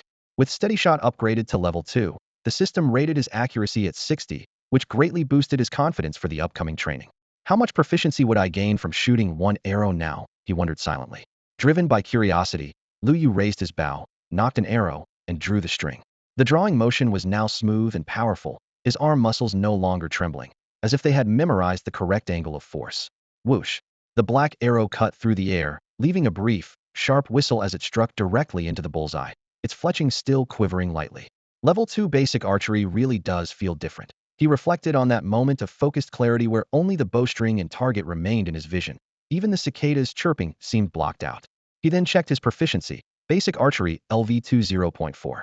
At level 1, hitting the bullseye once would increase proficiency by about 1.2. Now it was only 1/3 of that. To reach level 3 would require 250 precise hits. Liu Yu quickly calculated. With his current stamina, he could complete 1 full cycle of drawing, aiming, and releasing in 2 minutes. That meant 30 arrows per hour, so 10 hours would suffice. At this thought, the corners of his mouth lifted, and his fighting spirit surged. Time quickly advanced to noon. Liu Yu put away his bow and headed home, where his mother had already prepared the meal. Seeing sweat still beading on his forehead, she lovingly added several extra pieces of meat to his bowl. His potential points had only increased to 0.3, still far from the 4-point goal, but his mother's care warmed his heart and lightened his fatigue considerably. After hastily finishing lunch, he didn't linger and rushed back to the open space in front of the warehouse to continue practicing archery. Perhaps his dedication had inspired others. Those few young men gradually arrived and leaned against the wall to watch. When they looked at Liu Yu now, their gazes carried respect. They had once doubted Wang Liang's words, unable to believe anyone could be so obsessed with archery practice, even persisting relentlessly into the night. After observing for this entire morning and the whole day yesterday, they had to admit that Liu Yu's dedication and focus far exceeded that of ordinary people. The villagers stood outside the training ground, watching the young man draw his bow again and again. Each breath, each drop of sweat served as a piercing reminder the Liu brothers had left. The village's future remained uncertain, and if they didn't rise to the occasion, they would not only disappoint everyone's expectations, but also fail to face their own hearts. An hour later, Wang Liang walked over, wiping the sweat from his forehead, simply sat down on the ground, and began massaging Liu Yu's sore arms. His calloused hands rubbed against the young man's skin, yet carried the warmth of an elder. You little rascal, you've really got talent. Wang Liang grinned. Hitting 6 or 7 out of 10 arrows now, no one would believe you've only been practicing for such a short time. Liu Yu scratched the back of his head somewhat embarrassedly. He knew the system had provided tremendous assistance, but without his countless hours of drawing the bow and aiming through tedious repetition, today's results would have been impossible. With sweat soaking through his clothes, he still gritted his teeth to correct each breathing rhythm and temper his will, gradually grasping the essence of archery. However, Wang Liang suddenly dropped his smile, his tone becoming serious. If you keep practicing like this, your improvement won't be as noticeable. Liu Yu's heart tightened as he quickly asked, Uncle Wang, what do you mean by that? Your accuracy is indeed high, but you've only been shooting at stationary targets. Wang Liang looked up toward the distant green mountains. Wild beasts won't stand still and let you shoot them. They're fast and have quick reflexes unless you can get close without making a sound. It's very difficult to hit them. These words struck like a thunderbolt, and Lu Yu suddenly realized he had been obsessed with numerical improvements while neglecting real combat needs. Uncle Wang, you mean? I should practice with moving targets? Exactly. Wang Liang nodded with satisfaction. My archery skills are mediocre, but anyone can understand this principle. Your rapid progress is commendable, but to become a true archer, you're still far from ready. Lu Yu took a deep breath and looked up to ask, but where can I find moving targets? Wang Liang paused, pondered for a moment, then gritted his teeth decisively. I'll help you. Thus, a peculiar scene unfolded on the training ground. Wang Liang gripped the heavy target with both hands and hurled it into the air. The wooden target traced a graceful arc, with sunlight flashing coldly along its edges. Lu Yu planted his feet firmly, instantly drew the bowstring to a full moon. His pupils locked onto the flight trajectory release. The first arrow grazed the bottom of the target, leaving a soft whistle in the air. The target crashed into the muddy ground, raising a cloud of dust. Don't rush, take your time. Wang Liang encouraged. This time I'll throw it slower, concentrate. The second throw. The moment the target left his hands, Wang Liang's arm muscles bulged, creating a more stable arc. Lu Yu squinted slightly, suppressed his breathing to the minimum, and quickly calculated speed and position in his mind. When the target reached the optimal height, he released without hesitation. Whoosh! The arrow embedded into the target's edge, causing the wooden target to shake violently before spinning to the ground. Lu Yu looked down to check his attribute panel. Basic Archery, LV, 225. It had just been 23, and this single arrow increased it by 2. If he had hit the bullseye, it might have jumped by 4 or more. The progress that would have taken 5 shots at a stationary target was now achieved in one attempt. It was all worth it. What are you thinking about? Focus and continue. Wang Liang's voice interrupted Lu Yu's train of thought. All right, Uncle Wang. Lu Yu looked up and shot Wang Liang a grateful glance in his mind. This old soldier had always been a helpful and kind person. At this pace, he not only had a good chance of quickly reaching level 3, but with a bit more effort, level 4 was within reach too. An hour passed. After repeating the target throwing motion with his right arm until it went numb, Wang Liang felt his muscles were like lead, terrifyingly heavy. Each time he raised his hand, it felt like pulling a rusty chain. He wanted to suggest taking a break, but when his eyes met Lu Yu's bright gaze that seemed ready to spark with fire, he swallowed his words. I'll use my left hand to throw next. I might not control the force as well, so watch out. Wang Liang warned through gritted teeth. Hearing this, Lu Yu snapped out of his excitement and said with concern, Uncle Wang, why don't we take a break first? We can continue practicing once your arm recovers. Just practice when I tell you to practice. Why all the chatter? Wang Liang feigned annoyance and glared at him, but secretly encouraged himself. I'm a grown man. I can't lose to this kid. Throw target, shoot arrow, throw target, shoot arrow. The targets traced arc after arc through the air as arrows whistled through the wind. Another hour passed, and Wang Liang finally couldn't hold on. His shoulder ached terribly, and a fine layer of sweat beaded on his forehead. Uncle Wang, let's take a break. Lu Yu spoke up again, his tone more urgent than before. In those 2 hours, he had successfully hit the target about 12 times. Although he hadn't hit the bullseye once, the progress bar on his interface had crossed the 50 mark. What was even more remarkable was that he was barely winded after his physical enhancement. His stamina and recovery had improved dramatically. Wang Liang could see his condition and felt half surprised, half pleased. You can still continue? Lu Yu hesitated for a moment. You come here. Wang Liang suddenly waved at a young man not far away. I've seen you resting for ages, and you keep staring over here. Fine, here's your chance, come take my place. The young man who'd been called out looked helpless, groaning inwardly. I just sat down and only glanced over twice. How did it become my turn? After Wang Liang promised to let him rest for an extra 2 hours, the buzz-cut young man, named Li Yang, ran over with anticipation written all over his face. Hey there, brother you. Li Yang greeted with a bright grin, then unconsciously scratched his head, worried about being impolite. Since they were about the same age, Lu Yu felt a bit embarrassed by such enthusiasm and quickly waved his hand. Don't be so formal, just call me Lu Yu. By the way, what's your name? I'm Li Yang, Li as in the character for wood, Yang as in sunshine. Li Yang chuckled cheerfully. Stop dawdling and get started. Wang Liang frowned and urged from the side. You saw how I did it just now, just follow that. You got it, Uncle Wang. Don't worry, I'll get the job done. Li Yang patted his chest, then turned to Lu Yu. Brother you, leave this small task to me. Thank you so much. Lu Yu expressed his sincere gratitude. Without someone to help throw targets, his basic archery proficiency would improve much more slowly. Time was precious now, he couldn't afford to waste a single second. He secretly resolved that once his archery skills improved and he successfully hunted game, he would properly thank Li Yang. No problem, brother you. You're Uncle Guahao's son.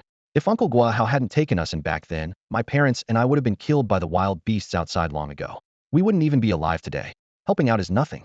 Realizing he was talking too much, Liang quickly stopped himself, bent down to pick up the target, and walked to Wang Liang's previous position. Brother Yu, I'm going to start now. Lu Yu took a deep breath, nodded in acknowledgement, and instantly tensed up.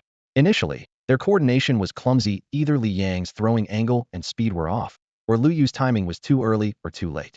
The target would either fly off course or the arrow would barely graze past it.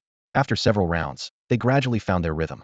Li Yang's throwing arc became increasingly steady, and Lu Yu's movements of drawing and releasing the bowstring grew more precise, causing his basic archery proficiency to climb steadily. After more than an hour, the targets Li Yang threw began to wobble, and he was clearly struggling. Lu Yu put down his bow and arrow and said sincerely, Li Yang, thank you for your hard work. Brother Yu, I'm sorry, I really can't hold on anymore. Li Yang smiled bitterly and lifted his arms, shaking them. These two arms feel like they don't belong to me. Seeing this, Wang Liang prepared to take over. Although his arms had recovered somewhat, he wasn't confident about lasting another hour either. Let me do it. A young man who had been sitting and resting stood up.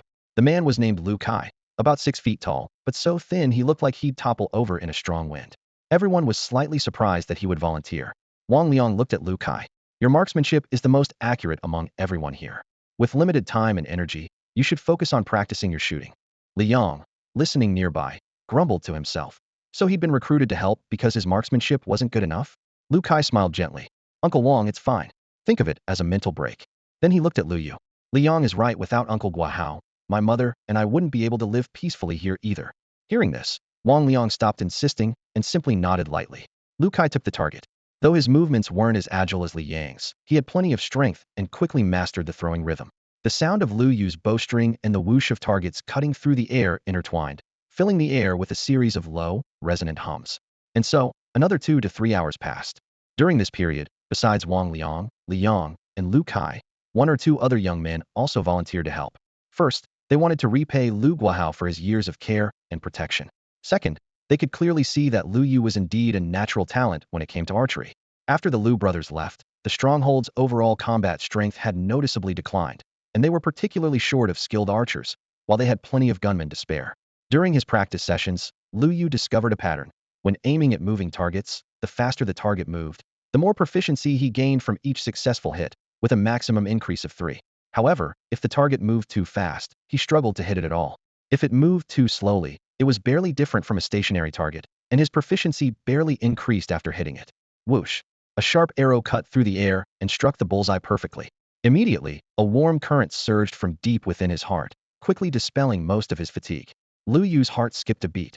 Was his basic archery about to level up? Here it comes, Wang Liang shouted as he threw the target into the air once again.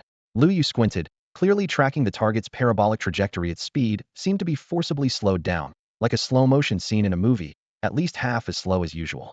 Though surprised, his hands never stopped moving, drawing the bow, releasing the string, all in one fluid motion. Thud! The arrow hit the bullseye dead center. Beautiful shot, Wang Liang exclaimed, then realized his loss of composure and put on a stern face, snorting coldly. That shot was probably just dumb luck, kid. Lu Yu simply smiled, his gaze fixed on the data panel that appeared before his eyes. His basic archery had indeed leveled up and unlocked a new trait. Level 3. Constitution, 12.78. Strength, 11.57. Basic archery, LV3. Traits. 1. Body strengthening level 3. 2. Arm strength mastery level 3. 3. Steady shot level 3. 4. Rapid shot level 1. Rapid shot. Each level increases shooting speed by 30 and reduces accuracy loss during consecutive shots by 10. No wonder the target seemed to slow down earlier. The rapid shot trait had activated. The first 3 traits had all reached level 3 as he expected, with steady shot guaranteeing a 90 hit rate against stationary targets, making him nearly infallible. With my current abilities, I should be ready to join the hunting party, right? Lu Yu calculated silently. Of course, if he could upgrade basic archery to level 5 and stack rapid shot to level 3, bringing his accuracy up to 90, that would be even better. But that last bullseye had only increased his proficiency by 1, meaning he'd need to hit moving targets 100 times consecutively to reach level 4. And the jump from level 4 to level 5 would be even harder. Conservatively, it would take 2 days. However, he didn't have 2 days to spare. On the second day after his transmigration, 3 people in the stronghold had died, and those bloody scenes were still vivid in his memory. If he delayed any longer, the hunting party might suffer more casualties, and he couldn't gamble that it wouldn't be his father. At the same time, he desperately needed beast meat to convert into potential points to strengthen his physical attributes. To survive, he had to take risks. The adult men in the stronghold weren't much stronger than him physically, yet they went hunting in the mountains every day. Of course, if he could push basic archery to level 4 between this afternoon and evening, both his safety and hunting success rate would improve significantly. What are you daydreaming about, kid? Wang Liang's displeased voice snapped him back to reality. How dare you lose focus during archery practice? Uncle Wang, I was thinking maybe it's time I switched to a more powerful bow. Lu Yu grinned and shared his thoughts. Wang Liang froze upon hearing Lu Yu's words, his expression momentarily stunned. Then his gaze locked onto Lu Yu with scrutinizing intensity before he slowly asked, "Are you certain you want to use that 60-pound draw bow?" A flash of barely concealed astonishment crossed his face. Just yesterday afternoon, this kid had turned beet red, straining with all his might, only managing to pull the bowstring back a fraction. Lu Yu met his gaze directly, nodding firmly with a steady, resolute voice. "Uncle Wang, after 2 days and nights of relentless practice, I'm confident I can draw it now." 2 days ago, his strength attribute hadn't even reached 8 points, barely allowing him to handle a 30-pound bow. Now, after consecutive improvements, his stats were approaching 12 points. With this physique, even an 80-pound bow might not be impossible, but such a weapon would be too taxing to never sustain continuous shooting. The 60-pound bow was the most practical choice. Wang Liang remained skeptical, yet was moved by the determination in the young man's eyes, finally nodding slightly. "Then follow me." With permission granted, Lu Yu's face broke into a smile as he immediately fell and stepped behind him. Outside the door, Li Yang and his group had heard every word of their conversation clearly. 60-pound stats, double the difficulty. Can Lu Yu really handle it? Someone muttered under their breath. Li Yang directed his question to the tall Lu Kai beside him. "You've tried the 60-pound bow before, right? How was it?" Lu Kai shook his head with a bitter smile. "The first few arrows were manageable, but after that, each draw required 10 minutes of rest, and eventually, I needed half an hour between shots. It's truly exhausting." Li Yang frowned but remained hopeful. Since Brother Lu dared to ask for it, he must have confidence. The group chattered among themselves. If he could truly master the 60-pound bow, he'd have a real chance of taking down ordinary intermediate-level beasts with a single arrow, their eyes growing brighter with excitement. In the warehouse, the iron door rolled open, releasing a sharp metallic scent. Bows and crossbows lined the shelves in neat rows, with the 60-pound draw longbow standing out prominently. Lu Yu walked straight toward it, lifting it steadily with both hands. The substantial weight pressed against his palms as he felt the bow's rigid frame and tension. The thick bowstring looked formidable at first glance. "Give it a try." Wang Liang stepped aside, his tone casual, yet prepared for the young man's potential failure. "Right," Lu Yu responded, his heart brimming with excitement, eager to test this bow. He picked up an arrow and steadily nocked it on the string, gripping the bow firmly with his left hand and raising it in front of him, while his right hand slowly grasped the bowstring and began drawing it back gradually. Wang Liang, who had been somewhat nonchalant moments before, froze as his gaze locked onto Lu Yu's movements, his pupils dilating in shock that was written all over his face. The longbow that few could draw was being pulled open effortlessly by Lu Yu. He actually drew it? This kid really pulled the bow open? He screamed internally, even wondering if he was dreaming. Lu Yu felt satisfied with the bow's response, a pleased smile curving his lips as he relaxed his 3 fingers slightly. Whoosh. The arrow transformed into a black meteor, tearing through the air toward the distance. "Uncle Wang, I'll use this bow," he said, looking up at Wang Liang. Wang Liang cleared his throat to mask his embarrassment. "Ahem, if you can draw it, that's naturally best. This bow's killing power at around 50 meters is comparable to your previous one at 30 meters. If you shorten the distance to 30 meters, the power is even more devastating, definitely sufficient for dealing with ordinary low-level fierce beasts." 50 meters. Lu Yu nodded, though privately he felt the distance was still too far. His gaze swept across several bows in the warehouse, finally settling on the massive bow in the corner with 300 pounds of draw weight, thinking to himself, "When will I be able to draw that one?" Wang Liang caught every nuance of his expression, silently assessing. This kid has quite the ambition, but judging by his performance these past 2 days, he might actually achieve it. With that fleeting thought, he rehung the old 30-pound bow on the wall and gestured for Lu Yu to follow as they left the warehouse one after the other. Arriving at their usual practice spot, Wang Liang stopped and asked, "Ready?" Lu Yu licked his lips, full of anticipation. With this longbow that demanded greater strength, would his skill proficiency increase dramatically? Before the words had fully settled, Wang Liang raised his hand and hurled the target high into the sky. The familiar sensation returned instantly as Lu Yu drew his bow. Whoosh. The arrow shot out like black lightning, driving deep into the bullseye. The tremendous impact sent the target reeling back several meters before it crashed to the ground. Good heavens! Wang Liang glanced at the target face, inwardly stunned.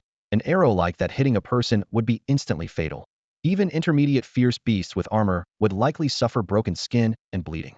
Lu Yu immediately called up his system panel, seeing basic archery. LV-334, his smile growing brighter. That single arrow had directly increased his proficiency by 3. This way, he had even better chances of upgrading his archery to LV-4 before tomorrow's departure. His heart raced with excitement, and he almost wanted to try the 80-pound longbow, but he quickly came to his senses. He needed to ensure continuous practice and couldn't exhaust his strength too early, so he suppressed the urge. For the remainder of the time, he practiced archery repeatedly. When Wang Liang grew tired of throwing targets, Li Yang volunteered to take over. After Li Yang's arms became numb and sore, Lu Kai stepped in to replace him. By the time Lu Kai was also gasping for breath from exhaustion, the sky had gradually darkened. A commotion erupted from the entrance of the nearby camp, but it quickly died down. People began trickling back in 2s and 3s, all hanging their heads in dejection. Their hunting bows hung loose, their quivers empty, clear signs that today's hunting party had returned empty-handed. In the clearing, Li Yang, Lu Kai, and the others' expressions darkened in unison. They could survive one day without a catch, but if this streak continued for several more days, the entire settlement would face a food shortage. All right, it's getting late. You all should head back. Wang Liang broke the silence, his weary but steady gaze sweeping across each face. Then he turned to Lu Yu and asked, "Still training tonight?" "Yes." Lu Yu nodded without hesitation. Night shooting at moving targets was several times harder than daytime practice, but he no longer had the luxury of taking the easy path. Every moment had to be spent improving himself. Wang Liang nodded in understanding. Xiao Li and the others exchanged glances, a hint of determination flickering in their eyes. Lu Kai spoke up first. "How about we help out tonight too?" "Yeah, we can practice shooting together and give Lu Yu a hand," the others chimed in. Warmth surged through Lu Yu's chest. Without refusing their offer, he clasped his fists in gratitude. "Thank you all for the trouble." The group smiled at each other, already contemplating whether they should really join the hunting party and do their part for the settlement. After a brief discussion, everyone dispersed, and Lu Yu headed home alone. As he reached the alley entrance, the aroma of meat mixed with anger hit his nostrils. From inside the house came his mother's voice, barely containing her fury. "Those people from Wang family village are completely unreasonable. It was clearly prey that fell into our trap. What gives them the right to just take it away without leaving us even a scrap of meat? They're way too overbearing." "How can they justify that?" someone agreed. "They're just bullying us because we're few in number. When the Lu brothers were still around, would they have dared to be so arrogant?" Another person fumed indignantly. The atmosphere inside grew increasingly tense until suddenly, a deep male voice steadily cut through the chaotic complaints. "Enough. Since it's already happened, there's no point dwelling on it now." Lu Guahao's low voice carried through, heavy with resignation. Inside the house, Mother's face was flushed with anger while Lu Guahao sat nearby, his brow deeply furrowed, an expression heavy with worry. The dim oil lamp stretched their shadows long across the room, creating such a suffocating atmosphere that even his younger brother didn't dare breathe too loudly. The little boy glanced around nervously, completely at a loss. The door creaked open with a groan, and Lu Yu's silhouette appeared in the doorway. His brother's eyes immediately lit up, and like a young deer, he rushed over and threw his arms around Lu Yu's legs. "Brother, you're finally home." Lu Yu bent down to ruffle his brother's hair, casually closed the door behind him, then turned to face his parents with obvious confusion in his voice. "Dad, Mom, what's going on? I could hear you mentioning Wangjia village before I even came in. Did someone from our village get into a conflict with them? Is anyone hurt?" "Don't worry, no one's hurt." Lu Guahao shook his head, though his voice sounded weary. "How can you say nothing's wrong?" Mother couldn't help but raise her voice. "They stole our prey. Those people are nothing but bandits." "Enough, let's not dwell on what's already done." Lu Guahao frowned and shot his wife a meaningful look. Their younger son was too young to understand, but Lu Yu was different. Hearing about this would only add to his troubles. Mother opened her mouth to speak, then finally said in a muffled tone, "Let's eat first." Lu Yu looked from his father to his mother, his frown deepening. "How can you leave me hanging like that? This sounds serious." "Dad, Mom, what really happened? I'm part of this village too. Besides, if Mom knows about it, plenty of other people must have heard by now. I could just ask someone else and get the same story, couldn't I?" Mother looked helplessly at Lu Guahao. After a few seconds of silence, he finally sighed. "Fine, I'll tell you, but don't do anything rash after you hear it." Lu Yu pulled up a stool and sat down, quietly listening as his father recounted the day's events. At dawn, Lu Guahao had led the hunting party out of the village. They checked several traps along the way but came up empty-handed. Just as they reached the final trap, the ground began to tremble, and a panicked giant horned rhinoceros came charging out of the forest. The beast stood 8 feet tall with bulging muscles and a massive, gleaming black horn protruding from its head. Among low-level fierce beasts, its size was virtually unmatched. The hunters were initially thrilled, but when they looked at each other, their excitement quickly faded. Facing a giant horned rhinoceros at full strength without any ranged weapons, they could only watch helplessly. The rhinoceros was equally startled by them, changed direction, and with a thunderous crash, tumbled right into their trap. A gift from heaven, someone cheered, but Lu Guahao felt a sinking feeling in his chest. The beast seemed to be fleeing from pursuers, and those pursuers were likely close behind, just slower than their quarry. He immediately urged his team, "Hurry up, let's get the rhinoceros out first." Everyone busied themselves with ropes and preparing to descend into the pit, but they were only halfway done when 16 hunters from Wangjia village emerged through the tall grass. The people from Wangjia village immediately claimed they had been tracking the giant horned rhinoceros first and demanded to split the prey. How could their own hunters agree to that? Both sides faced off at the edge of the trap as tension steadily mounted. During the standoff, the Wangjia village hunters quickly realized that Lu Guahao's group only had 8 men, and notably, the Lu brothers who usually held their own in confrontations hadn't come along. In contrast, they had nearly twice the numbers, and even brought archers. The advantage was crystal clear. So Wangjia village brazenly showed their true colors. "Forget splitting it, prey belongs entirely to us now. No one else is taking anything." In the past, when both villages were evenly matched, any major dispute would result in splitting things 50-50 at most. But now, without the Lu brothers, and with fewer people on their side, if a real fight broke out against opponents who even had archers, their village would definitely come out worse. By then, not only would they fail to catch any prey, but someone would also get hurt. Lu Guahao understood this better than anyone. In these chaotic times, getting injured was practically a death sentence. Everyone in the stronghold knew this all too well. So they could only watch helplessly as that group of outsiders destroyed their traps, carried off the prey they had worked so hard to catch, and even mocked them with cold sneers before leaving.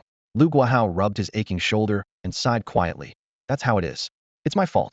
He hadn't wanted to bring this humiliating experience back to the stronghold, hoping to avoid damaging morale.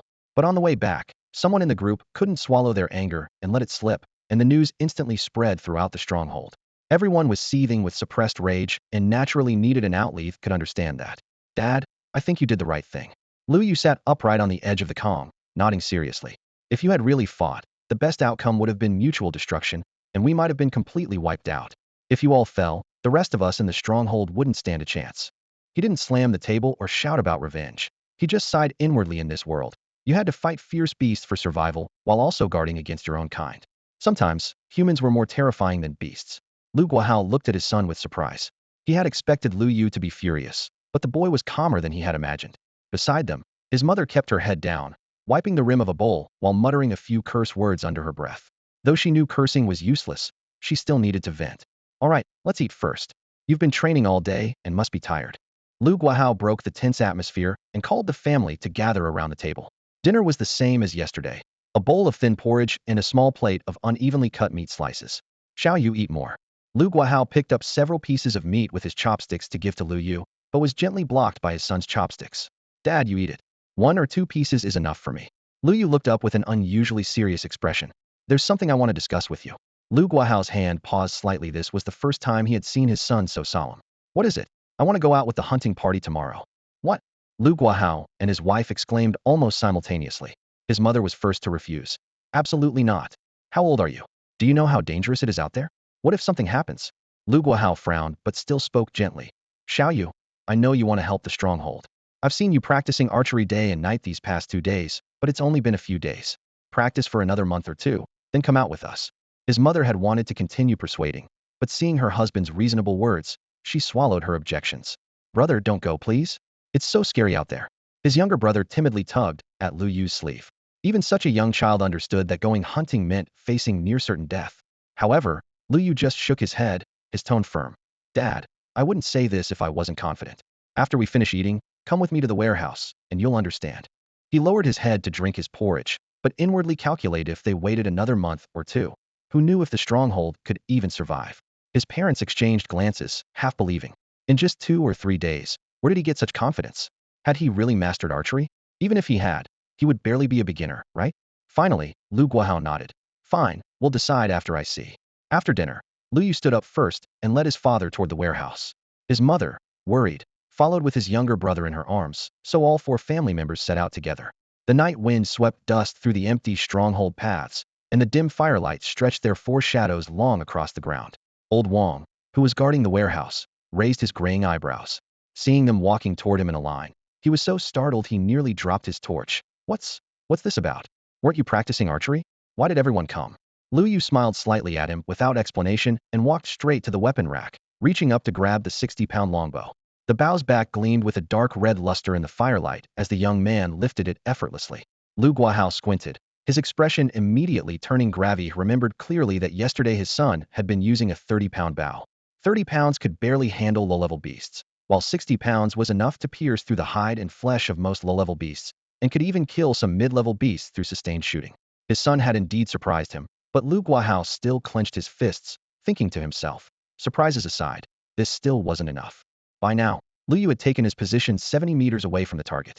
The night breeze carried a hint of coolness as it swept past, gently lifting the strands of his hair. He reached back with his right hand, steadily drawing a feathered arrow from the quiver on his back, knocking it to the string, and drawing the bow with crisp, composed movements. What? Lu Guahao's heart lurched, his eyes widening in disbelief. His son intended to shoot at such a distance? Whoosh! The dark arrowhead cut through the moonlight with a flash of cold steel. In the next instant, the distant target shuddered violently, a dull thud rolling back through the night air as the arrow struck dead center. Lu Guahao's eyes nearly bulged out of their sockets, while his wife stood equally speechless, her mouth agape. Lu Yu remained perfectly calm, as if that shot had been merely a warm-up. Without haste, he reached back again, drawing another arrow and knocking it to the string. Whoosh! Thunk! The second arrow embedded itself right beside the first in the bullseye, its fletching still quivering as if showing off its master's skill. Lu Guahao was completely stunned. Once might be luck, but twice? And Lu Yu clearly wasn't finished yet. He silently drew a third arrow, pulling the bowstring to full draw. Whoosh! Thunk! The third arrow found the bullseye again. Then came the fourth, the fifth. Cold flashes of steel formed a continuous line, the dull impacts echoing one after another as the target quickly became bristling with arrows. Lu Guahao and his wife progressed from initial shock to wide-eyed amazement, and finally to near numbness. The scene before them completely exceeded their comprehension. Li Yang and the others had arrived at some point, and seeing the target packed with arrows, they all stood frozen in place with their mouths hanging open.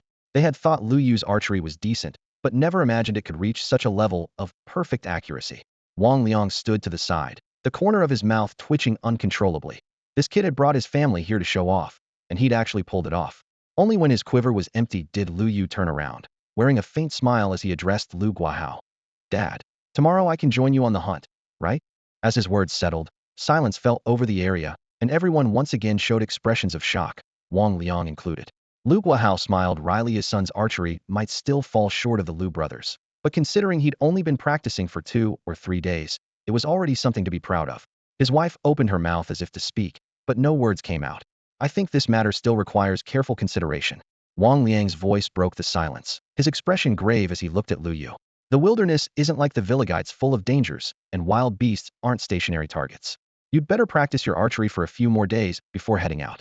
Yes, exactly. His mother nodded repeatedly. Lu Yu's sudden idea to go hunting caught her completely off guard, filling her mind with worry. As Wang Liang spoke, Lu Guahao's eyes flickered, clearly agreeing. But Lu Yu just shook his head firmly. Uncle Wang, I understand your good intentions. But if I really want to improve my archery, the wilderness is the best training ground, isn't it? Wang Liang was stumped and momentarily speechless. Real combat was the fastest way to improve any skill, whether archery or marksmanship. Everyone knew that. As for danger, where in this world was truly safe? Lu Yu turned to Lu Guahao, his gaze burning bright, as if saying, Dad, you have no reason to stop me this time, do you? Fine. Lu Guahao seemed to make a tremendous decision, uttering just one word. Tomorrow morning, you'll come with us. Guahao, his mother cried out, her face full of worry. Lu Guahao shook his head and looked at Lu Yu. If you're going out tomorrow, don't practice too late tonight. Get some rest. Okay. Lu Yu smiled with anticipation. On the way back to the village, his mother finally couldn't hold back. How could you agree to this? He's not even an adult yet. What if something happens to him out there? Lu Guahao sighed. He'll have to take this path sooner or later. You saw his archery skills. If he can really bring down 1 or 2 prey, it would ease the village's burden considerably. His mother remained silent for a long time before whispering. Then you must guarantee his safety. Don't worry, Lu Guahao said firmly. Not unless I'm gone. Though his words were resolute, he felt uncertain inside. Wang Liang's reminder was spot on. In the wild, fierce beasts were extremely alert. Once they sensed danger, they'd bolt, and ordinary people couldn't possibly catch up. Even more terrifying were those that didn't flee but would actively attack. Lu Yu could hit a bullseye steadily at 70 meters, but could he still do it when facing a charging beast? Fortunately, even if he missed, no one would blame him. After all, he was just a teenager. Under the night sky on the open ground, the campfire made the bowstring gleam. Wang Liang limped over, his expression complex. You little rascal, planning to go hunting without giving me a heads up? Lu Yu scratched his head, looking somewhat embarrassed. Uncle Wang, I mentioned it to my dad impulsively at dinner. I haven't had a chance to tell you yet. Still too impulsive. Wang Liang shook his head. Practice a few more days. Get more skilled, won't that be safer? Lu Yu smiled bitterly. Uncle Wang, there really isn't time. Wang Liang's gaze dimmed. He certainly knew the village's current predicament, but could only feel helpless. Seeing Wang Liang's furrowed brow, Lu Yu smiled and changed the subject. Uncle Wang, I'll still need your help with training. That's nothing. As soon as he finished speaking, he picked up the bow and walked toward the practice target. For the next 4 or 5 hours, with Wang Liang leading, everyone took turns helping Lu Yu mark targets and retrieve arrows, with no one complaining of fatigue. Some secretly wanted to join Lu Yu on the hunt, but ultimately lacked the courage. Suddenly, there was a dull thud as the arrowhead pierced through the wooden target, sending debris flying from behind it. At the same time, a warm current instantly flooded Lu Yu's entire body. Basic archery had successfully leveled up. Lu Yu's heart leaped with joy as he immediately called up his status panel. Basic archery, level 4. Attributes: body strengthening level 4, arm mastery level 4, steady shot level 4, rapid shot level 2. Level 2 rapid shot meant faster consecutive shooting with smaller accuracy, drops a significant boost in combat effectiveness. But steady shot had reached level 4. The panel showed 120 accuracy when aiming at fixed targets. What could the portion exceeding 100% possibly mean? Could it be that this was just a theoretical value, and aiming at actual prey would be different?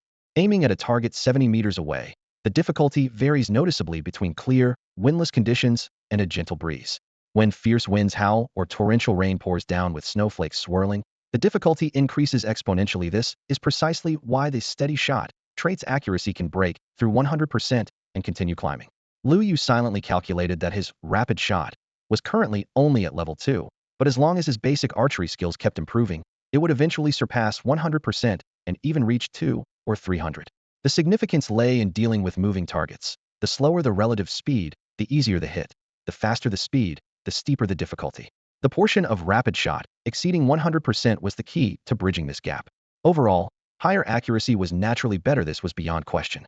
He glanced at the first 2 traits, physical enhancement and arm strength mastery. Needless to say, the higher the level, the greater the benefits.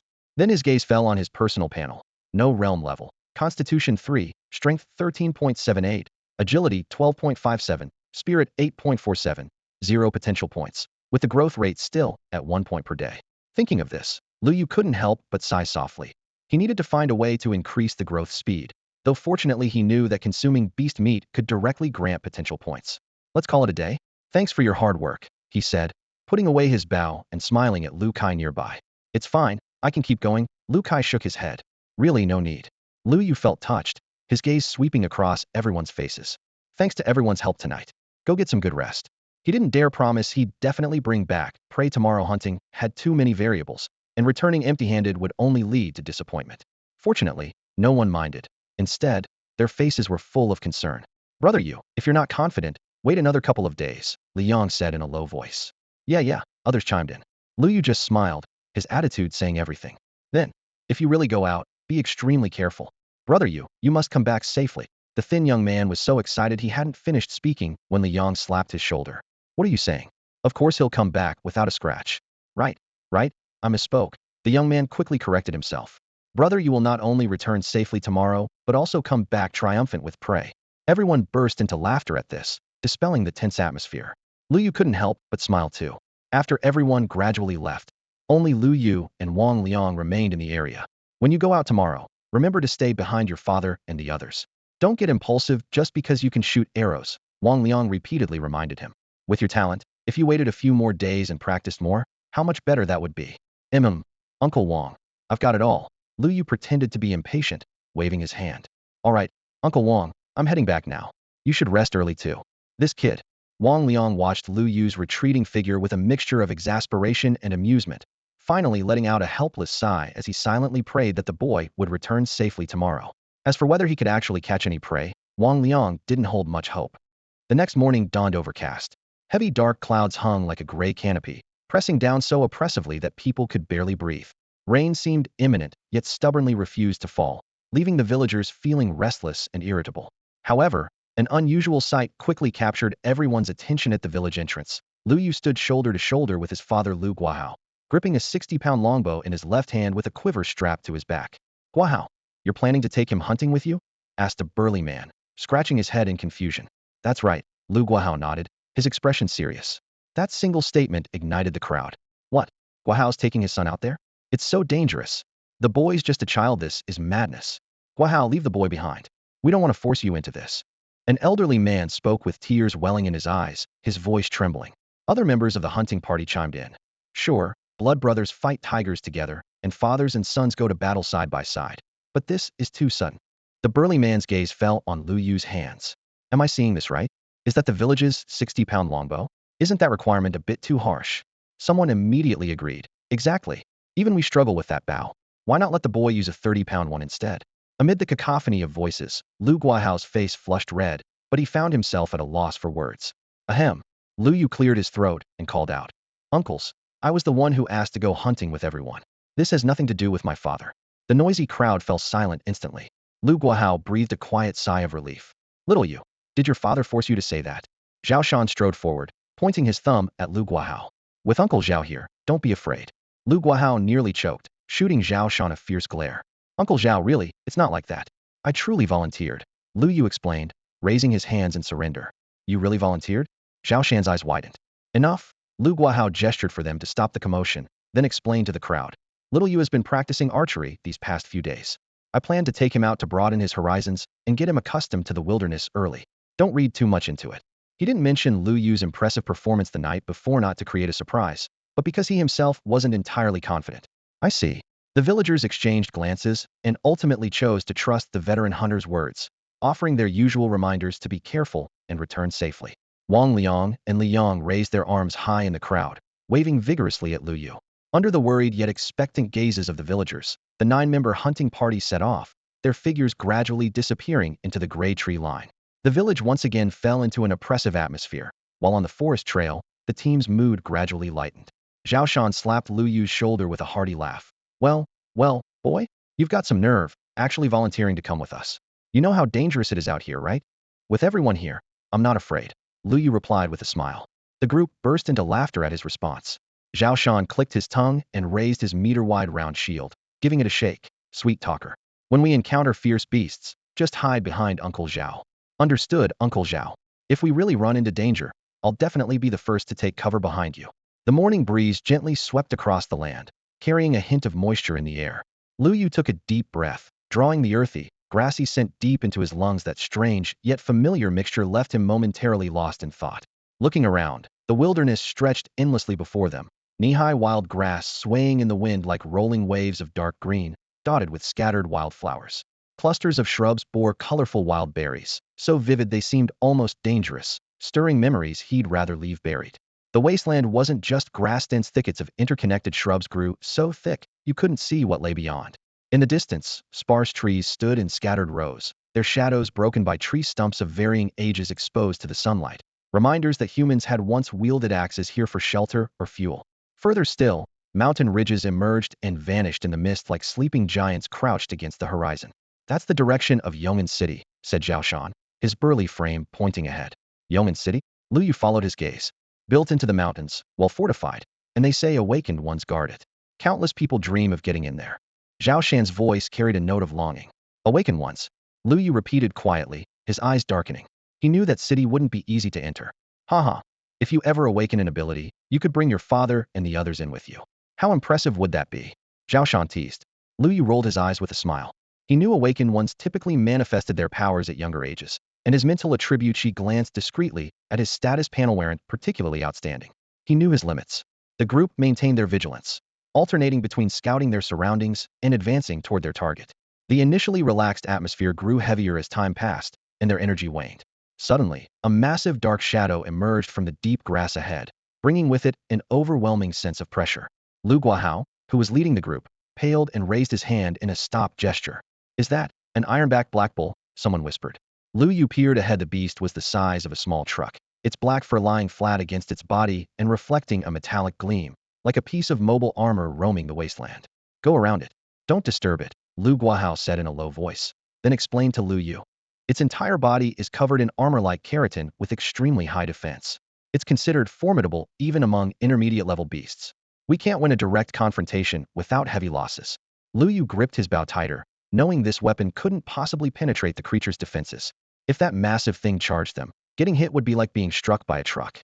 The team immediately changed course, making a wide arc until the dark shadow was no longer visible, and only then did everyone collectively exhale in relief. Remember, Lu Guahao spoke again. When you encounter intermediate-level beasts in the future, avoid provoking them if possible. Take the long way around, because even if we could kill them, we'd pay a terrible price. Lu Yu responded, understanding that intermediate-level ferocious beasts referred to powerful creatures that required multiple grown men working together to kill. While defeating them wasn't impossible, emerging unscathed certainly was. Take the iron-backed black bull. Before them, someone would have to charge forward with a shield to draw its aggro, while others attacked from behind. But whoever went first would likely pay with their life. In contrast, low-level ferocious beasts were much more varied. A single adult man with a weapon had a chance of victory. Their combat abilities differed greatly. The timid ones would flee at the slightest sound, while the fierce ones might fight to mutual destruction. You'll get used to it. Once you've seen more, it won't seem so extraordinary, Zhao Shan said with a smile, patting Lu Yu's shoulder.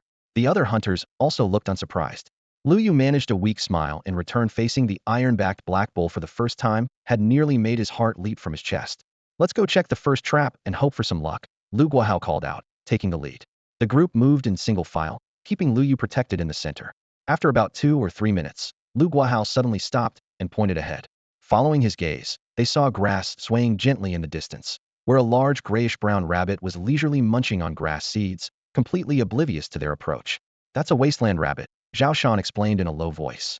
It has poor eyesight, can't see clearly beyond 10 or 20 meters, but its hearing is incredibly sharp.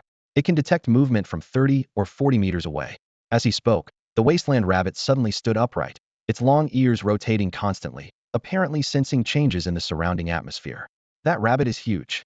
Lu Yu whispered in amazement. It was the size of a medium dog from his previous life, its plump appearance almost comical. Give me the arrow. Zhao Shan extended his hand toward Lu Yu. Huh? Uncle Zhao, you know archery? Lu Yu was momentarily stunned. No, but when else will I get to try? One more step closer and it'll vanish without a trace, Zhao Shan grinned. Lu Guahao also looked at his son with both anticipation and cautious hope. Uncle Zhao, let me do it. Lu Yu took a deep breath. All right. Zhao Shan hesitated briefly before nodding in agreement. Lu Yu held the bow in his left hand and carefully nocked an arrow, his heartbeat suddenly accelerating. This was his first real wilderness hunt. The prey meant food for the village and could potentially earn him precious ability points. If he missed, not only would the opportunity slip away, but he'd also disappoint his father. Various thoughts flooded his mind, making his right arm tremble slightly as he gripped the arrow. The others noticed and silently shook their heads. First-time nerves were perfectly normal. Lu Guahao sighed inwardly, thinking this shot would serve as practice. Experience would improve things eventually. However, the moment the arrow was nocked, Lu Yu's mind went blank. With the arrowhead aimed at his prey, he slowly drew the bowstring to full tension, his movements flowing as smoothly as if carved into muscle memory. The string reached its limit with a soft vibration, then, whoosh, the arrow cut through the air. The wasteland rabbit's ears twitched as its hind legs prepared to flee. The good news was that it did indeed jump. The bad news was that it had barely left the ground when the arrow struck it right between the eyes. The tremendous force carried it 3 or 4 meters away before it crashed to the ground. Its hind legs twitched twice, then fell completely still. For a moment, everyone stood frozen in place, utterly silent, mouths agape as if paralyzed, their eyes filled with shock and disbelief. Zhao Shan's voice trembled as he broke the silence first. Did I see that right? This isn't a dream, is it? It can't be a dream. That big wild rabbit is really dead from a single arrow. His companions instinctively swallowed hard, their eyes filled with disbelief.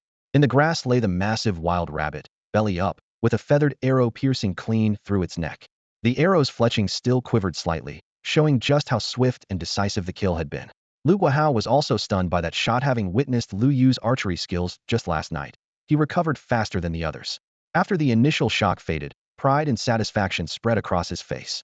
Someone from the group couldn't help but rush forward, wrapping both arms around the rabbit and straining with all his might to carry the heavy prey back, panting as he exclaimed, "Good Lord, this one's almost as big as the last Oni, at least 40 pounds. The 40-plus pound weight drew everyone's gaze to Lu Yu in unison. Xiao Yu, how on earth did you do that? Zhao Shan pressed.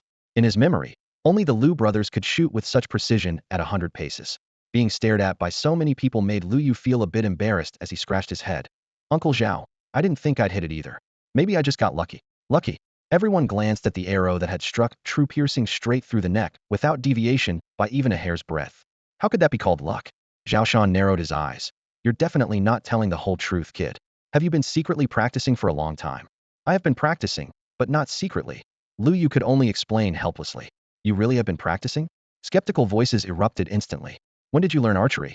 How come we had no idea? At that distance, killing with one shot, you must have practiced for at least 2 or 3 years, right? If you hadn't shown off today, we'd still be completely in the dark. Old Zhao was bragging earlier about taking the shot himself. Good thing we didn't let him, or the rabbit would have been long gone. The rapid-fire teasing made Zhao Shan blush to his ears as he awkwardly rubbed his bald head. If he'd known Lu Yu's archery skills were this incredible, he never would have boasted so shamelessly.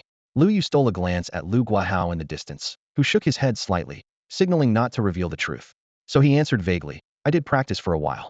I knew it. Xiaoyu, you're amazing. Back at the village gate, we really underestimated you. The group chatted and laughed while securing the rabbit again, genuinely happy for Lu Yu. The usually taciturn Lu Guahao now showed a rare smile. That earlier head shake was to prevent his son from revealing he'd only practiced for 2 or 3 days. If word of that got out, who knew what kind of sensation it would cause? Beyond his amazement, curiosity also stirred in his heart. This world was never short of geniuses. Perhaps his son was naturally gifted in archery, like those awakened ones who seemed ordinary until their awakening brought explosive growth and power and abilities beyond normal people. Thinking this way, Lu Yu's displayed talent became easier to accept. All right, let's keep moving forward, Lu Guahao called out. Right. Everyone responded in unison, finally snapping out of their excitement. While catching one piece of game was certainly cause for celebration, it was far from enough to feed the entire village. Still, no matter how you looked at it, this was a good start. More importantly, having witnessed Lu Yu's archery skills, if they encountered a few more wild rabbits ahead, their harvest would be substantial. The team's atmosphere visibly grew more enthusiastic, with everyone naturally surrounding Lu Yu in the center, posting guards in all directions like a formation protecting a key archer in a game. Taking advantage of the brief moment while the team adjusted their formation, he focused his attention on the message that had just appeared in his mind. Experience points 3. Experience points? Lu Yu wondered to himself. Could this be a system reward for killing the wild rabbit? Though puzzled, he immediately called up his attribute panel. Below the potential points, a new line of small text appeared. Experience points 3. At the same time, a plus sign he had never seen before lit up next to basic archery. Lu Yu's eyes widened as a flash of insight struck him. Experience points were probably used to improve skill proficiency, but immediately after, he noticed something even more unusual. A proficiency of basic archery had also increased. He clearly remembered that after upgrading basic archery to level 4, he had stopped practicing, so the proficiency should have remained at 0. Yet now on the panel, the number had clearly changed to 3. He knew that at level 3, even hitting every shot barely pushed proficiency past 1. But now a single real combat encounter had brought it to 3. The implications were staggering. Lu Yu took a deep breath and quickly organized his thoughts, reaching 3 conclusions. 1. Real combat improved skill proficiency far more efficiently than daily practice. 2. Killing fierce beasts yielded experience points. 3. While experience points couldn't replace potential points for body enhancement, they could most likely directly boost skill proficiency. The first 2 had been verified. The third could be tested immediately. With a thought, he clicked the plus sign next to basic archery. Instantly, his experience points dropped from 3 to 2, while proficiency climbed from 3 to 4. Exactly. Lu Yu's breathing unconsciously quickened. Gaining experience points by killing fierce beasts, then using those points to boost proficiency, this was undoubtedly a completely new shortcut to growth. However, judging from the recent data, experience points didn't boost proficiency very efficiently, far less than the leap from a successful shot, probably because basic archery was already at a high level. If he invested experience points in other skills he might learn later, the effects should be much more significant. Human energy was limited, and daily practice could only increase proficiency so much, with bottlenecks becoming harder to break through in later stages. But with sufficient experience points, these limitations would disappear, allowing him to level up any number of skills. Wild rabbits were low-level fierce beasts with limited threat. If he faced more vicious or even mid-level fierce beasts, the experience points would surely be more substantial. Thinking of this, Lu Yu couldn't help but recall the ironback black bull they had encountered not long ago. If he could actually kill such a fierce beast, the experience points would be even greater. Xiaoyu? Xiaoyu? A low call suddenly reached his ears. Lu Yu snapped back to reality, and before he could speak, Zhao Shan made a silencing gesture, then pointed gently toward the southeast. Following his direction, Lu Yu saw a completely black rat the size of a wash basin, with half its body poking out of a hole, vigilantly scanning the surrounding sub-blackthorn rat. A low-level fierce beast with weak aggression, but exceptional burrowing skills, making it extremely difficult to catch. Are you confident? Zhao Shan asked in a low voice. Not only him, but everyone else's gaze was focused on Lu Yu, filled with expectation. Lu Yu took a deep breath and reached into his quiver, drawing out an arrow. He knew this was an excellent opportunity to test the experience point acquisition mechanism, provided he could hit his target. His previous combat experience had given him confidence. With relaxed shoulders and steady arms, he entered a state of complete focus the moment he knocked the arrow. The wind fell silent, and only the target and bowstring remained in his world. Whoosh! The arrow sliced through the air like a black streak across the grass. The black-thorn rat didn't even have time to turn before the arrowhead pierced its skull, pinning it firmly to the ground. Its limbs twitched twice before going still. Another clean kill, swift and decisive. Incredible! Exclamations erupted from all around. At the same time, a message flashed in Lu Yu's mind. Experience 1. Indeed, killing fierce beasts yielded experience points. Though modest, it confirmed his theory. Immediately after, his basic archery proficiency jumped from 4 to 6, a 2 increase. Along with claiming prey, his skills were advancing remarkably fast. Someone jogged over and picked up the black-thorn rat by its tail. Look at this fur so sleek and glossy. It's bound to taste delicious. He looked up at Lu Yu with loud praise. Xiao Yu, your archery is simply divine. Absolutely. Another perfect headshot. Even if the Lu family brothers were here, they couldn't outshoot Xiao Yu. That's right, that's right. Everyone chimed in with continuous laughter. Lu Yu smiled slightly, knowing they were being generous with their praise, but he didn't let it go to his head. All right, let's keep moving, Lu Guahao said, his gaze sweeping over Lu Yu with satisfaction and relief. In less than an hour, they had bagged 2 fierce beasts. If they had been on their own, such results would have been nearly impossible. The team resumed their journey. Along the way, they encountered several more low-level fierce beasts. The alert ones fled at the first sound, while the slower ones were spotted by team members who immediately signaled Lu Yu. Under his nearly flawless barrage of arrows, they added 3 more kills in under an hour: 2 black thorn rats and 1 wild rabbit. All this together must weigh about 200 pounds, right? I can't even remember the last time we had such a bountiful harvest.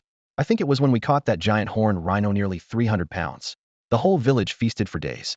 If the Wang family village people hadn't stolen our prey yesterday, we could have brought that giant horned rhino back too. As those words fell, the air suddenly grew heavy. Zhao Shan frowned. Don't bring up the past. Today's harvest is just as good as yesterday's. Right? It really is just as good, thanks to Xiao Yu. Everyone quickly steered the conversation back to positive territory. Though they were smiling, the faint worry in their expressions didn't escape Lu Yu's notice. He thought to himself, if they encountered the Wang family village people again, they would likely try to steal their prey once more. To protect their catch, he needed to become stronger. With this realization, Lu Yu's earlier joy gradually faded. To be honest, if he really encountered such a situation, aside from handing over the prey or fighting to the death, he couldn't think of any other options at the moment. All right, let's call it a day. We've got enough prey already. If the smell of blood attracts wasteland wolves, we'll be in real trouble. Lu Guahao sheathed his curved blade and looked around. Absolutely. Those creatures are tough to deal with and come in large numbers. What a headache. Someone quickly agreed. Let's head back then. Another hunter breathed a sigh of relief, his voice carrying the ease of having survived a close call. Honestly, I never thought we'd be heading home this early. It feels like a dream, haha. The laughter was contagious, and everyone joined in. Lu Yu felt somewhat reluctant to leave, but still nodded. He knew that while his constitution was stronger than ordinary people, he was far from invincible. To continue improving, he first had to stay alive. Besides, with this heavy load of beast meat on his back, he could definitely exchange it for plenty of potential points. Once he strengthened his body, his next hunting expedition would yield even greater rewards. Let's go. He put away his longbow and set off on the journey home alongside his companions. Well done, Xiao Yu. Zhao Shan gave him a thumbs up as they walked. We owe today's success to you. Otherwise, we'd be returning empty-handed again. Uncle Zhao, you're too kind. Lu Yu waved his hand dismissively, responding cheerfully. If everyone hadn't been sharp-eyed enough to spot the prey's locations for me, I wouldn't have been able to hit them. This wasn't mere politeness. Those beasts had been so well hidden that without the experienced hunter's expertise, they would never have been discovered. You really know how to talk, kid. Zhao Shan laughed heartily, and the team's spirits lifted. They had initially worried that Lu Yu might become arrogant due to his exceptional archery skills, but now they realized their concerns were completely unfounded. Amid cheerful laughter and conversation, the group moved forward with their prey. After about half an hour, a massive figure emerged from the grass ahead. It's a giant horned rhino. The most alert member of the team whispered a warning. About 30 meters away, a single horned rhinoceros stood with its head raised, staring coldly at them. It spotted us. Obviously, that rhino's gaze is crystal clear. This beast has some nerve. It knows we can't catch up, so it's just standing there. Once we get closer, it'll bolt. The team members chattered among themselves, their voices filled with frustration. How about I try shooting an arrow at it? Lu Yu gripped his longbow tightly, unable to suppress his fighting spirit. Since missing wouldn't cost them anything, hitting would be an unexpected bonus. Give it a shot then, Xiaoyu. Show us what you've got. Everyone immediately perked up. Lu Yu took a deep breath, knocked an arrow, drew the string, aimed at the giant horn rhino's head, and released. Whoosh! The arrow cut through the air. Just as it was about to strike, the giant horn rhino suddenly turned, dodging by the narrowest of margins. So close. Even Lu Guahao couldn't help but sigh. This beast reacts too quickly. It truly deserves its reputation as the fastest among low-level fierce beasts. Just as the giant horn rhino was about to accelerate its escape, a second sharp whistling sound suddenly rang out. Thud! A black shadow flashed like lightning, piercing through its neck from the side. The giant horn rhino staggered 2 steps before crashing to its knees with a thunderous impact, its agonized roar tearing through the air.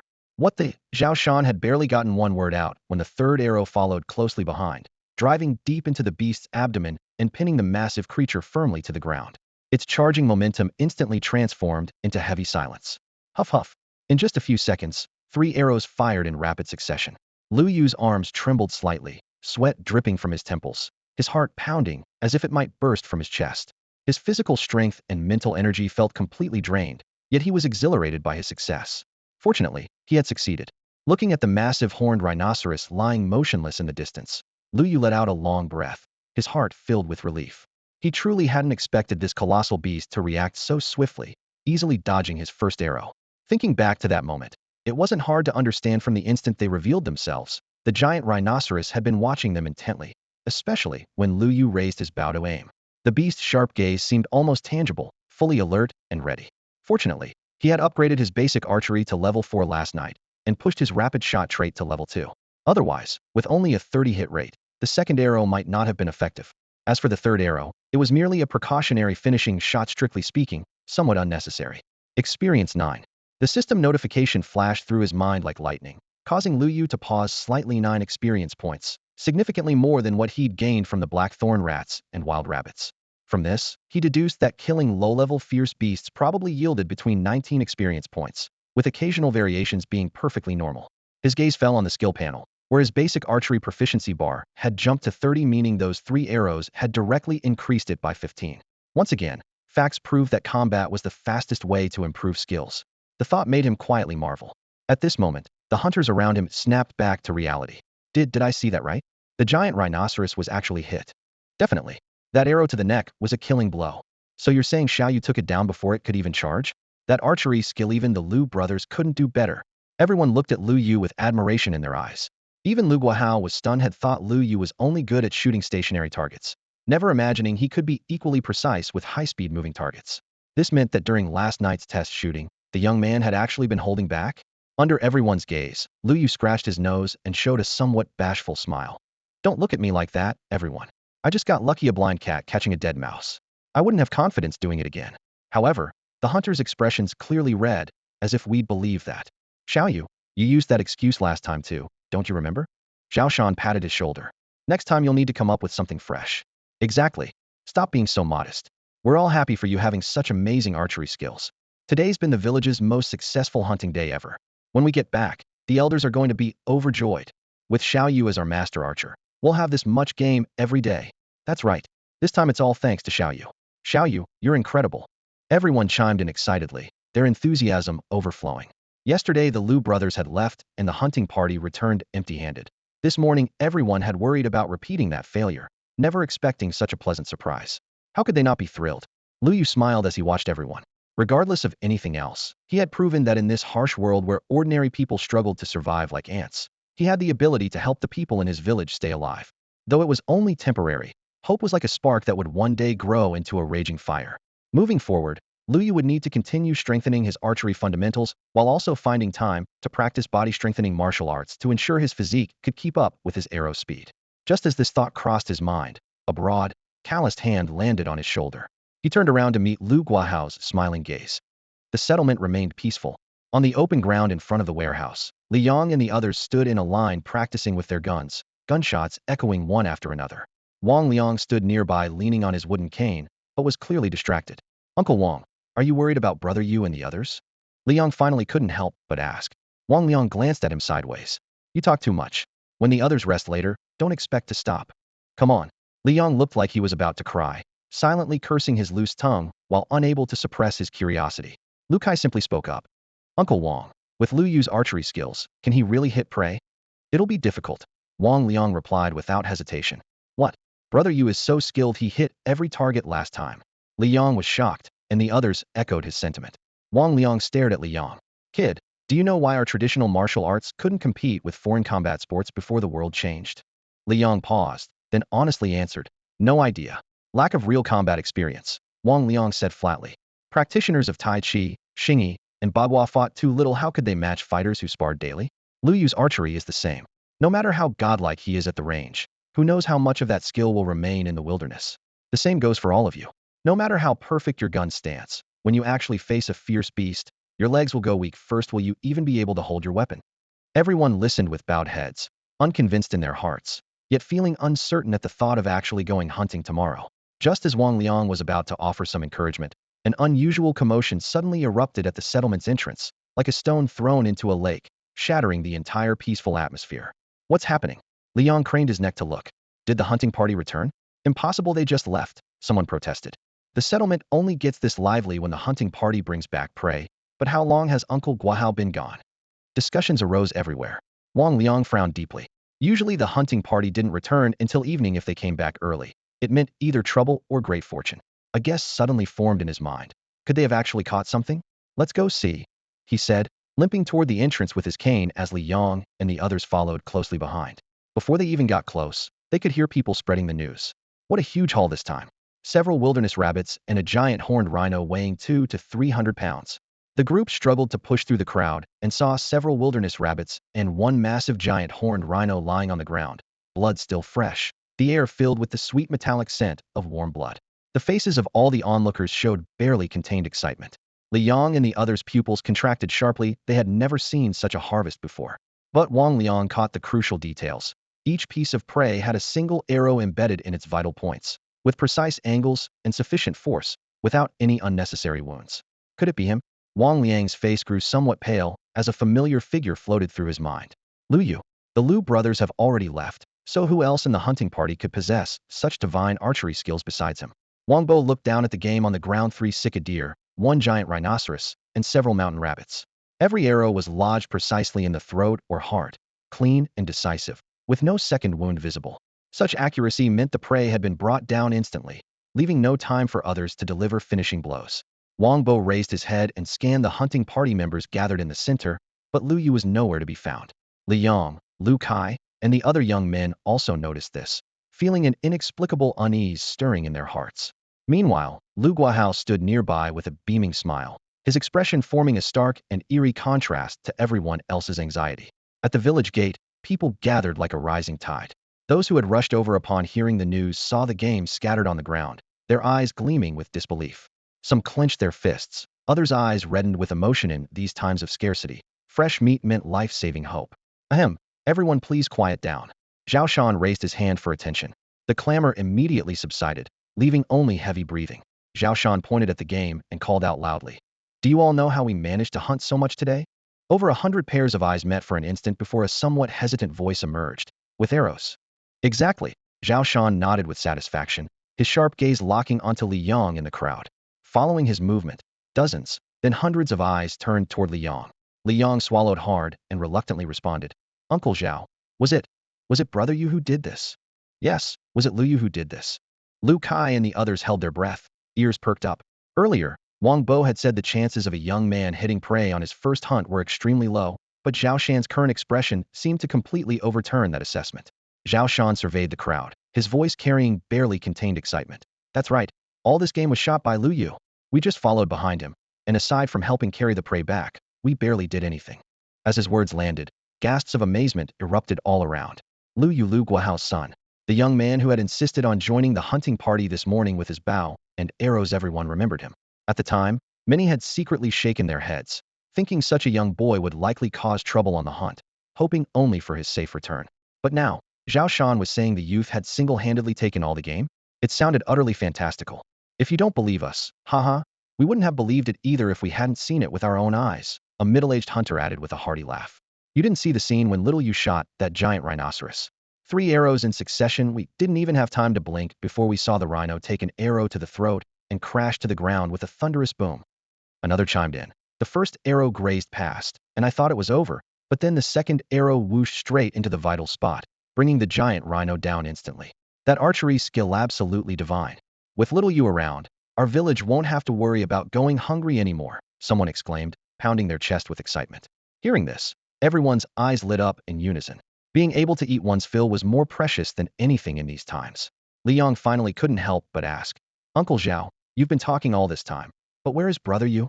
He swept his gaze back and forth through the surrounding crowd, but still couldn't find Lu Yu anywhere. Yes, where is he? We really should thank him properly. Voices from the crowd echoed one after another. Zhao Shan rubbed his nose with a smile. Ah, he's shy and already went home. But don't worry, everyone will have plenty of chances to see him in the future. With that, he waved his hand and shouted, Come on, form a line, let's distribute the meat. In an instant, the atmosphere reached its peak. At that moment, Lu Yu was at home, looking somewhat helplessly at his mother. Mom, I'm really fine, not hurt at all. After saying this, he spun around in place several times, showing his arms and legs to his mother. Really nothing wrong? His mother still looked worried, her eyes scanning him up and down. His younger brother nodded from the side, but still wore a doubtful expression. Brother, you really don't look injured? Really, I'm fine. Lu Yu sighed and grabbed the wooden cup from the table, gulping down some cold water. The village was short on clothing and food, but there was plenty of well water. When thirsty, it could quench your thirst, and when extremely hungry, you could use it to fill your stomach. If you were really worried about it, you could always boil it before drinking. Seeing her son safe and sound, his mother finally breathed a sigh of relief. Every time you and your father go out, I can't sit still at home, worried something might happen to you. Thank goodness you both came back safely. By the way, she suddenly noticed something odd. How come you're back so early? Yeah, brother. It's so lively at the village gate. Did you catch some prey? His brother moved closer, eyes sparkling with excitement. Lu Yu ruffled his brother's hair and smiled. Yes, we not only caught prey, but it was a huge haul. A huge haul. His brother swallowed hard, almost drooling. His mother was also stunned. A huge haul. Lu Yu simply pulled up a stool and sat down, recounting the entire story in detail. Mother and son listened with their mouths agape. So you're saying all that prey was shot down by you alone with your bow and arrows? His mother lowered her voice, amazement evident in her tone. I wouldn't put it that way. Lu Yu shook his head. Everyone contributed. Some people kept watch, others helped carry the prey at the end. Many hands make light work. If I had gone alone, it would be hard to say whether I could have made it back alive. His mother gave him a look. But you still did the most work. When the Lu brothers were here, they also did the most during hunts, and everyone was fine with how the prey was distributed. Now that it's you, of course I won't complain. But if only they could have left one day later. Yeah, just one day off. Thinking about this, Lu Yu also felt some regret. Near noon, Lu Guahao came through the door carrying about 30 pounds of fresh meat, and the house was immediately filled with joyful laughter. I didn't want to take this much, but everyone insisted. Lu Guahao put the meat on the table with a mixture of tears and laughter. Because there was enough prey this time, everyone else in the village also got at least 5 or 6 pounds of meat, which would last a week if eaten sparingly. His mother picked out a piece weighing 2 or 3 pounds, beaming with joy. I'll go cook the meat. The remaining meat was wrapped in coarse cloth and hung in a ventilated area. With autumn setting in, the meat could keep for a while, but it would eventually spoil if not eaten soon, unless it was salted. However, salt was more precious than grain in the village. They only dared sprinkle a tiny bit when cooking, so using it to cure meat would be far too extravagant. Lu Yu's heart was full of anticipation. Last time when he ate the wild rabbit meat, just 10 thin slices had given him 1 potential point, which was only about 1 or 2 ounces. He calculated that eating a pound himself later wouldn't be unreasonable, right? That should give him at least 5 potential points. If this meat really was from a giant horned rhinoceros, there would be even more potential points, enough for him to strengthen his body once more. There was still some time before the meal, so he looked at Lu Guahao and suddenly asked, Dad, do you know anyone in the village who knows martial arts like Tai Chi? You want to learn Tai Chi? Lu Guahao had just settled down at the low wooden table, his chopsticks barely steady in his hand, when Lu Yu's sudden question caught him completely off guard. He raised an eyebrow, his gaze sweeping over his son as if trying to detect any hint of jest on the young man's face. Yes. Lu Yu nodded earnestly, ladling a bowl of meat soup for his father while explaining. I heard Tai Chi can strengthen the body. I want to build a solid foundation first, so I'll be able to draw heavier bows in the future. As he spoke, he was secretly confident that since even basic archery could improve his constitution and strength, the renowned internal martial art would surely have its effects. I see. Lu Guahao nodded in understanding, squinting as he searched his memory for a moment before shaking his head. In our village, I don't think anyone knows Tai Chi. No one. Lu Yu's expression visibly dimmed. His father quickly consoled him. Maybe there is someone, and we just haven't discovered it. How about this after lunch? I'll go ask around. We might actually find someone. Suddenly, he slapped his thigh with a sharp sound, muttering to himself, maybe Liang knows? Lu Yu was startled, but after thinking it over, he realized it wasn't impossible. Since Uncle Wang could teach the village youth marksmanship, his martial arts foundation must be solid. How could he not know a traditional boxing style like Tai Chi? I remember now, Lu Guahao added. When Wang Liang first arrived at the village, he did want to teach us some body-strengthening methods. But back then, everyone was starving, thinking only about hunting outside the village. Who had the mind for stance training and boxing practice? So the matter was dropped. Really? That's wonderful. Lu Yu's eyes lit up like flames. When the Lu brothers were still here, they often went to see Wang Liang, probably to learn martial arts too. Lu Guahao reminisced, his fingers mimicking drawing a bowstring tightening slightly. They started with 60-pound bows like you, but after 2 or 3 years, they switched to 80-pound bows, and later could handle 100-pound bows with ease. That was mostly thanks to their martial arts training. I also heard that before the Lu brothers left, they approached Wang Liang, wanting him to leave with them, but he politely declined. Liu took a deep breath. No wonder Uncle Wang had mentioned a few days ago that the Lu brothers probably wouldn't stay long. It all made sense now. If Uncle Wang's leg hadn't been crippled, he would definitely be the backbone of the hunting team. Dad, who exactly is Uncle Wang? How did you meet him? Liu couldn't help but ask. Well, Lu Guahao's expression became slightly awkward. He's actually not from our village. What? It goes back 3 years. Uncle Zhao, the Lu brothers, and I were returning from a hunt when we saw a man covered in blood lying in the grass. The smell of blood had attracted several wasteland wolves that were eyeing him menacingly. I thought he was dead, but when Uncle Zhao went to check, he found the man was still breathing, so he carried him back. The man had incredible physical constitution despite such severe gunshot wounds. He managed to survive. Gunshot wounds. Lu Yu gasped. That's right. Lu Guahao said with lingering fear. I've never seen anyone with more than a dozen bullets in their body. This incident divided everyone's opinions, with some believing they shouldn't keep him around. In the end, we decided to let him stay. Lu Yu chimed in. Lu Guahao smiled bitterly as he recalled those days. Yes, we had already saved him, so we couldn't just throw him back out. I found him lying by the roadside with no one around, so I took it upon myself to carry him back to the village. Fortunately, he was tough enough to survive. After he woke up, he stayed, and he's been here ever since. We were cautious around him at first, but later it became clear was worthy of our trust. I see. Lu Yu nodded, finally understanding why the Lu brothers wanted to take Uncle Wang with them, yet Uncle Wang insisted on staying. His father's management style couldn't retain ambitious people, but it could gather a group of loyal companions. What are you two talking about so intently? Mother approached, carrying a plate of steaming wild rabbit meat. Simply seasoned with salt, the aromatic meat filled the room with its savory fragrance. Let's eat first, Lu Guahao said with a smile. Shall you? Thanks to you this time. Eat as much as you want. Lu Yu grinned, but didn't immediately pick up his chopsticks. Instead, he first served several pieces to his younger brother, whose eyes lit up with hunger, nearly drooling onto the table. Wow. Thank you, big brother, his little brother shouted excitedly. Lu Guahao and his wife exchanged glances and smiled knowingly. Only then did Lu Yu put a piece of meat in his mouth, chewing slowly. Though he was eager to accumulate potential points through beast meat, enjoying the eating process was equally important. As soon as the meat entered his mouth, information appeared in his mind. Potential points 0.1. Time passed gradually, and after eating about a pound of meat, he felt 70% full. Dad, Mom, I'm full. He set down his chopsticks, contentedly patting his stomach.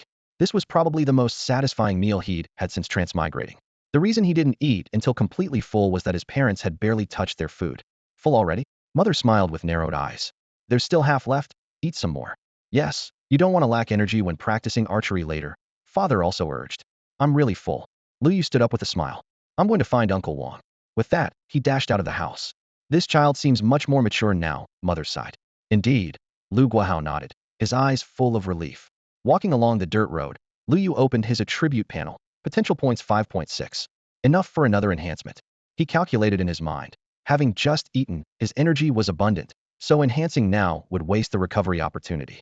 Better to wait until he was exhausted from archery practice, then enhance for greater benefits. Of course, not just archery practice. As soon as he appeared at the open space in front of the warehouse, it caused a small commotion.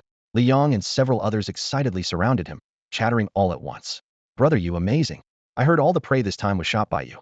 I knew Brother Yu's archery was invincible, showing those beasts what we're made of. Brother Yu, you're my idol. Take me along to practice from now on. Brother Yu, if I were a girl, I'd definitely have your babies. All right. All right. Lu Yu nearly spat out the meat he'd just eaten and quickly asked, Where's Uncle Wang? Uncle Wang? He's over there. Li Yong and the others turned around at the sound, several fingers pointing simultaneously toward a middle-aged man with a slightly hunched back and a disabled leg not far away, answering in unison. Wang Liang remained calm, his gaze passing over the crowd to settle on Lu Yu. You're back? You did well this time. But don't get cocky, a giant horn rhino is just a low-level beast. If you really encounter a mid-level beast, that bow of yours won't even scratch their hide. Well, Li Yong and the others exchanged glances, silently grumbling. Brother Yu was the hero of this hunt, praised by everyone in the village. Couldn't the old man start with something nice? Lu Yu didn't mind, nodding with a smile. Uncle Wang is right. We actually encountered an iron-backed black bull out there. Iron-backed black bull. Good heavens! Exclamations erupted almost simultaneously. Li Yong and the others' eyes widened, and even Wang Liang's eyelids twitched sharply. We avoided it and didn't dare disturb it, Lu Yu added. Hearing this, everyone breathed a sigh of relief. Li Yong patted his chest. Brother Yu, you scare me to death. Those things are not to be messed with. Another person chimed in. Yeah, I heard a village provoked a few iron-backed black bulls, and they chased them all the way to the village walls, even broke through the barriers. The bulls only left after they'd vented enough. Lu Yu nodded, his gaze returning to Wang Liang. So, Uncle Wang, I'd like to learn some martial techniques that can increase strength. In case we encounter iron-backed black bulls or even fiercer beasts again, at least we'd have some way to protect ourselves. Martial techniques that increase strength? Li Yong and the others gaped, looking first at Lu Yu, then at Wang Liang. Completely bewildered, how did the conversation suddenly turn to this? A flash of surprise crossed Wang Liang's eyes, then he asked in a low voice. You know about this? Yes. Lu Yu nodded. Uncle Lu and the others, they must have practiced these techniques to go from only being able to draw a 60-pound bow to pulling a 100-pound one, right?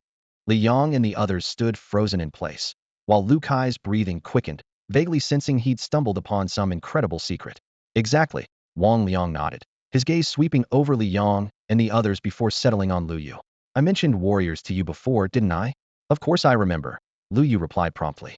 Wang Liang's tone grew serious. After the Great Change, awakened individuals appeared among humans, their combat power rivals that of firearms. But ordinary people aren't left defenseless. Before the change, exercise could strengthen the body. After the change, human limits were shattered. Common people can now temper their bodies, making muscles and bones stronger and greatly increasing their strength. This process is called body tempering. Body tempering. Body tempering. Everyone, including Lu Yu, couldn't help but whisper in excitement. For Li Yong and the others, this term was completely new. Lu Yu had been mentally prepared, thinking of how the realm section in his system still showed none. If he could activate it, it would probably be the body tempering Uncle Wang spoke of. Wang Liang's expression grew solemn. Body tempering is divided into 3 levels based on muscle strength, or you could call them early, middle, and late stages. Generally speaking, an ordinary person's muscle strength per punch won't exceed 50 kilograms. Most people in our village are at this level. If you can reach 100 kilograms, you'll achieve the first level of body tempering and be called a warrior. The Lu brothers who left were at this level. Their raw strength could draw a 200-pound bow, though they'd be completely exhausted after just one shot. A 100-pound bow suits them perfectly, but you might not understand what this means. Wang Liang swept his gaze across everyone, finally settling on Lu Yu as he pointed toward the war bow hanging on the courtyard wall. A bow with a 100-pound draw weight can pierce leather armor at 200 meters. Even the finest chainmail can't stop the arrowhead. Aim for an iron-backed black bull's forehead, and one arrow will kill it. As soon as he finished speaking, Lu Yu instinctively gasped. He could only draw a 60-pound bow, at most still far from that threshold. Going higher, when your body weight reaches 150 kilograms, that's the second level of body tempering. At the third level, muscle strength approaches 200 kilograms, with punching power rivaling premutation human boxing champions.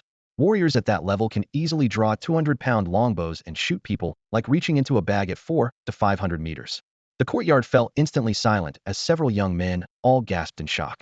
Lu Yu suddenly thought of the 300-pound giant bow in the corner of the warehouse and couldn't help asking, Uncle Wang, is body tempering just the beginning? Li Yang's mouth gaped wide enough to fit several eggs. Listening to these incredible realm divisions, he couldn't keep up at all. Wang Liang nodded definitively, his gaze carrying some approval. Exactly. After body tempering comes flesh refinement. At that stage, muscles throughout the body become hard as refined steel, delivering 1,000-pound punches and single-handedly drawing 500-pound warbows. Iron-backed black bulls would be nothing but living targets to such people. Everyone gasped again. Lu Yu's curiosity was further aroused as he pressed on. What comes above flesh refinement? Force mastery. Wang Liang pondered for a moment, as if returning to his past military years. It's divided into 3 layers: manifest force, hidden force, and transforming force. Before the mutation, I only witnessed manifest for, say, a full power punch that could make the air explode. Hidden force was occasionally rumored, mostly of questionable authenticity. As for transforming force, even the legends were vague. But now that the mutation has arrived, Lu Yu listened with bright eyes, yet seemed to hesitate to speak. Wang Liang continued. 100 kilometers from here in Yeoman City, someone has already stepped into transforming force unfathomably deep. Even more incredible is True Qi, which once existed only in martial arts novels, but now supposedly some have actually cultivated it. True Qi. Li Yang and the others couldn't help but exclaim, their faces showing disbelief yet unable to hide their excitement. Lu Yu recalled his father's scattered words, then looked at the mysterious Wang Liang before him, vaguely suspecting he might come from Yong'an City and could even be a force mastery expert being hunted. Seeing everyone's fascination, Wang Liang snorted coldly. Don't get ahead of yourselves. Force mastery can't stop bullets, and awakeners are beyond your imagination. He tapped his temple. Take a bullet to the head, and you're still dead. Even if you cultivate true qi, you might not withstand modern weapons. Lu Yu, however, showed a faint smile. But even just the first level of body tempering is far stronger than ordinary people, at least enough for self-protection in chaotic times. Wang Liang paused, then nodded. Exactly. At this point, he narrowed his eyes and stared at Lu Yu. So, are you certain you want to learn martial arts from me? Lu Yu was about to answer when Wang Liang waved his hand. Let me finish speaking first. No matter what martial art form it is, mastering it is never an overnight achievement. On the open ground with morning mist still lingering, Wang Liang stood with his hands clasped behind his back, his tone calm, yet carrying an undeniable edge. Especially you, Lu Yu. Apart from archery, you're a complete blank slate when it comes to other martial arts. If you want to learn boxing, you must first master the fundamentals. Only when your foundation is solid will I teach you techniques. This process is extremely tedious, more boring than practicing archery. It could take years at minimum, or even a lifetime. Are you prepared? Lu Yu took a deep breath of the cold mist, raised his head to meet Wang Liang's gaze directly, his eyes filled with determination. Yes. I hope you'll keep your word when the time comes. Wang Liang spoke casually, but inwardly he was sizing up the young man before him with both talent and perseverance. Perhaps he could truly bring some surprises. Uncle Wang. Lu Kai on the side clenched his fists and mustered his courage. I'd also like to learn martial arts from you. Me too. Uncle Wang, count me in. In a rush, several young people voiced their agreement. Who wouldn't want to gain power and improve their lives? Wang Liang wasn't surprised and didn't even raise an eyebrow. Teaching one is teaching a group is also teaching. I just worry you won't be able to stick with it. Everyone's blood boiled with excitement as they beat their chests and made vows. In contrast, Lu Kai simply nodded steadily, his eyes burning with fierce determination. Fine. Wang Liang waved his hand. Since you all want to learn, let's start now. Gulp. Lu Yu's Adam's apple bobbed as nervousness and excitement intertwined. It was really about to begin. The first step in martial arts training is stance practice. Wang Liang pointed to the ground. If your leg foundation isn't stable, your boxing form will be distorted, making your efforts twice as hard for half the results. To enhance your power and stabilize your lower body, stance practice is essential. Everyone nodded repeatedly like pecking chickens, their eyes full of anticipation. Stance practice also has levels. What I'll teach you first is the foundation of all stances, the Hunyuan stance. After you see results with the Hunyuan stance, you'll practice the Taiji stance. Once you're proficient in the Taiji stance, you can formally learn Taiji boxing. If you're still not satisfied, you'll learn the Sani stance. All stance variations stem from the Sani form. Once you've mastered the Sani stance, Xingyi boxing becomes accessible. Extending further, you can learn the 5 animal frolics and Bagua Palm by drawing parallels. As his words fell, the group exchanged glances, their earlier enthusiasm dampened like cold water poured over fire. After the Hunyuan stance came the Taiji stance, and only then Taiji boxing. To learn Xingyi boxing required additional practice of the Sani stance. How much time would all this take? What? Finding it too difficult? Wang Liang snorted coldly. This is internal cultivation, the most crucial aspect. Training forms without cultivating internal power leaves you empty-handed in old age. Not to mention basic hand positions, leg techniques, and footwork all must be learned from scratch. It's not too late to back out. His gaze swept over everyone. Those who want to continue, step forward. Lu Yu was the first to step out, smiling brilliantly. Lu Kai followed closely, his steps firm and resolute. Li Yang and the others exchanged glances before gritting their teeth and following suit. Hee. Wang Liang chuckled meaningfully. No one's backing out? Very good. Good. Then let's start with 1 hour of Hunyuan stance practice. After you finish, I'll teach you the basic hand positions. The Hunyuan stance isn't complicated. Practitioners stand with feet shoulder-width apart, knees slightly bent, arms embracing in front of the chest with palms facing each other, as if holding an invisible sphere. Keep the head upright, spine straight, chin slightly tucked, and breathe naturally and deeply. Lu Yu followed the instructions, closing his eyes and imagining himself merging with the mountain winds and the breath of vegetation around him. In the moment he closed his eyes, he quietly pulled up his attribute panel. Sure enough, a new line appeared in the skills section, Hunyuan Style, LV0. Lu Yu felt a surge of secret joy. Another skill acquired, and who knows what magical properties might emerge when it reaches level 1. As soon as the thought arose, he immediately reminded himself stay calm and don't let your mind wander. Just then, Wang Liang brushed past him, his sharp gaze sweeping across Lu Yu's face. Lu Yu awkwardly reined in his emotions, silently lamenting. This man's eyes are too keen, he can't hide even the smallest thought. The surroundings were eerily quiet. Occasionally, passers-by would stop and stare at several people standing rigidly in place, casting puzzled looks completely unable to understand what they were doing. Time crawled by slowly. Initially, the students joked to themselves, isn't Hunyuan's stance just standing at attention? Within a few minutes, it became my legs are so sore, and my scalp is itchy, are there bugs? Later it turned into complete desperation. Help me, I can't hold on. How long is an hour anyway? In less than 10 minutes, someone's legs were shaking uncontrollably. Wang Liang snorted coldly. If you can't handle it, quit. Not everyone can become a martial artist. Face reality. His words weren't loud, but they stung worse than a slap. Lu Yu's mouth twitched as he listened. Wang Liang was sharp-eyed and sharp-tongued. However, his physical condition was slightly better, and aside from some soreness in his arms from holding them in position too long, he could still endure it. After another 10 minutes, someone finally left with a flushed face in embarrassment. Wang Liang waved his hand. Go rest. He surveyed the remaining group. Anyone who can't continue, step out. No one responded. Everyone gritted their teeth and persevered. A few minutes later, a second batch of students gradually withdrew. After another while, Liang also covered his knees and stood aside with a red face. Now only Lu Yu and Lu Kai remained. Lu Kai gritted his teeth with determination.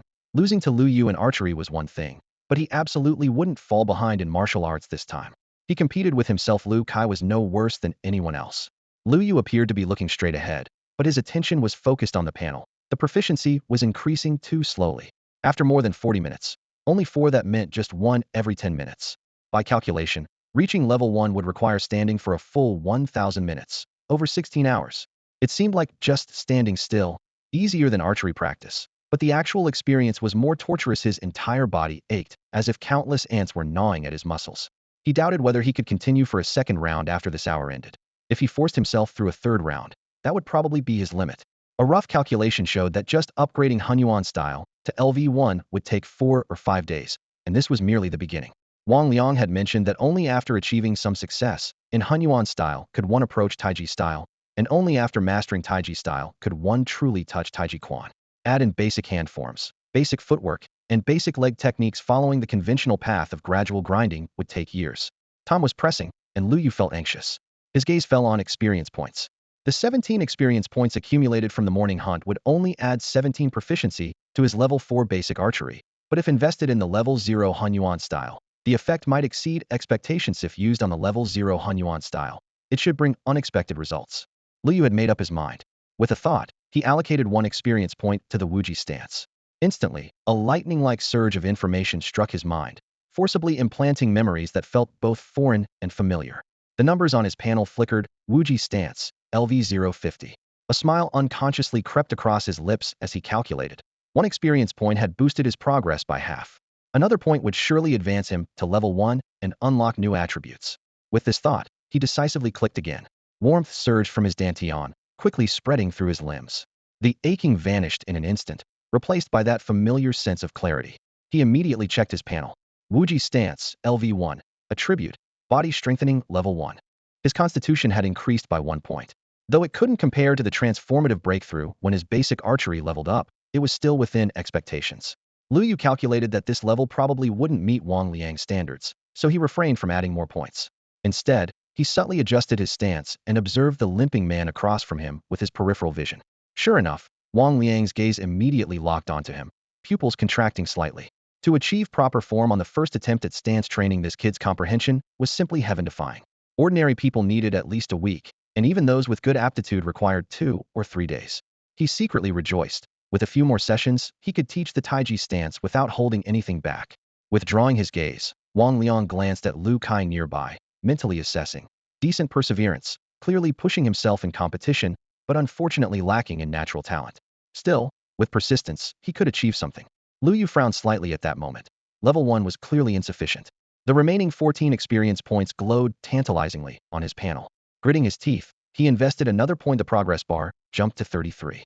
Might as well go all out, and clicked twice more. The third wave of warmth surged forth, completely dispelling his fatigue. His bones felt as if they were being gently polished, and an unprecedented sense of lightness and resilience emerged within his body. The panel changed again. Wuji Stance, LV2, Attribute, Body Strengthening Level 2. His constitution improved once more, and his understanding of the Wuji stance deepened accordingly. The stance training was no longer torturous. Instead, it felt like quietly soaking in a hot spring, his mind settling into tranquility. Wang Liang nearly cried out in shock, his widened eyes filled with disbelief. In the blink of an eye, Lu Yu had leaped from barely grasping the basics to showing real competence. It had taken Wang Liang himself over a month to reach this level back in the day. If others weren't present, he would have rubbed his eyes to confirm he wasn't seeing things. This fellow must be a martial arts prodigy reborn. Wang Ping and the others nearby only noticed Wang Liang staring intently at Lu Yu, unaware of the tumultuous waves crashing in his heart. This should be about right. Good thing he hadn't impulsively continued leveling up. Lu Yu snapped back to reality and noticed Wang Liang's shocked expression. He deliberately put on a bewildered look and asked, "Uncle Wang, what's wrong? Is there something on my face?" Ahem, ahem. Wang Liang cleared his throat twice, forcibly averting his gaze and waving his hand dismissively. "Nothing, just focus on your stance." "Oh." Lu Yu nodded and maintained the Wuji stance, shoulders relaxed and sunk, breathing deep and steady, feeling as comfortable as if he were soaking in warm water. He secretly calculated in his mind, "From now on, after archery practice when I'm tired, I can just do an hour of Wuji stance. Wouldn't that be perfect for relaxation?" Time crawled by as everyone's muscles ached and burned. A full hour passed.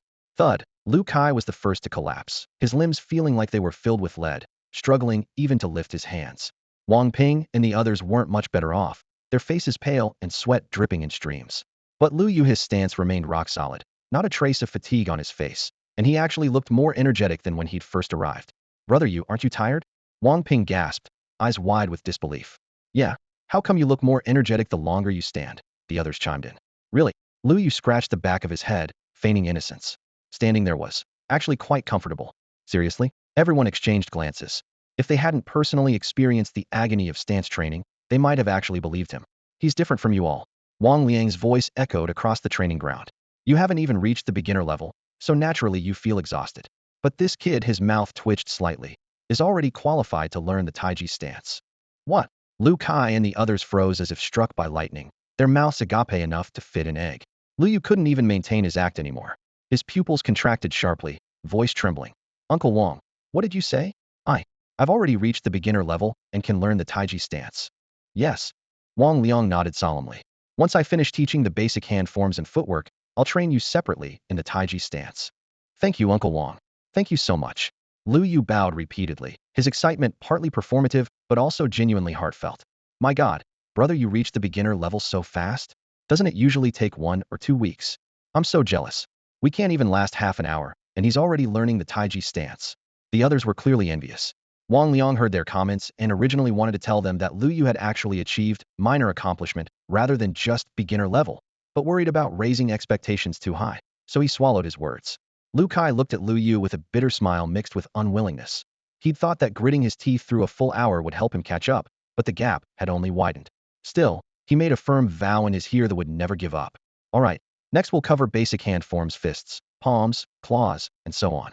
You need to master these to the point of reflex before you can practice fist techniques, palm techniques, and eventually Taiji boxing." Wang Liang spoke while unconsciously glancing at Lu Yu. Surely this kid won't memorize everything after seeing it just once? Everyone lined up again. Compared to stance training, learning hand forms was marginally more interesting. But before long, the tongue-twisting terminology had everyone's head spinning. Yang palm, yin palm, upright palm, reverse palm, horizontal palm. Just for palms there are 5 types, and upright palm has 2 subcategories? Lu Kai scratched his head frantically. Even Lu Yu felt overwhelmed. Mastering these through repetition alone would take at least a week. He quietly opened his system panel, where a new line of small text appeared at the bottom of the skills section. Basic hand forms, LV0. Lu Yu pressed his lips together. Maybe I should try adding points again? After about an hour or two, Lu Yu gazed at his skill panel with complete satisfaction. On the screen-like pale blue interface, rows of text appeared clearly. 1. Wuji style, LV2, trait, body strengthening level 2. 2. Basic hand techniques, LV1. 3. Basic leg techniques, LV1, trait, power level 1. 4. Basic footwork, LV1, trait, agility level 1. The power trait worked similarly to extraordinary arm strength, adding 1 point of strength per level. The agility trait added 1 point of agility per level. Although basic hand techniques didn't gain any traits after leveling up, it filled his mind with countless details about hand seals and energy circulation, making him feel as if he had lived an entire additional lifetime. Moreover, upgrading it was exceptionally cost-effective, requiring only 1 experience point per level, while Wuji style, basic leg techniques, and basic footwork all required 2 experience points to advance from level 0 to 1. By his calculations, he had spent a total of 10 experience points in exchange for vast memories and gains of 2 constitution points, 1 strength point, and 1 agility point, such abundant rewards that even he was secretly amazed. Looking at his panel, Lu Yu conceived an even bolder idea. These basic skills might have no level cap, allowing infinite advancement as long as he had sufficient experience. Correspondingly, their attribute bonuses might also be limitless.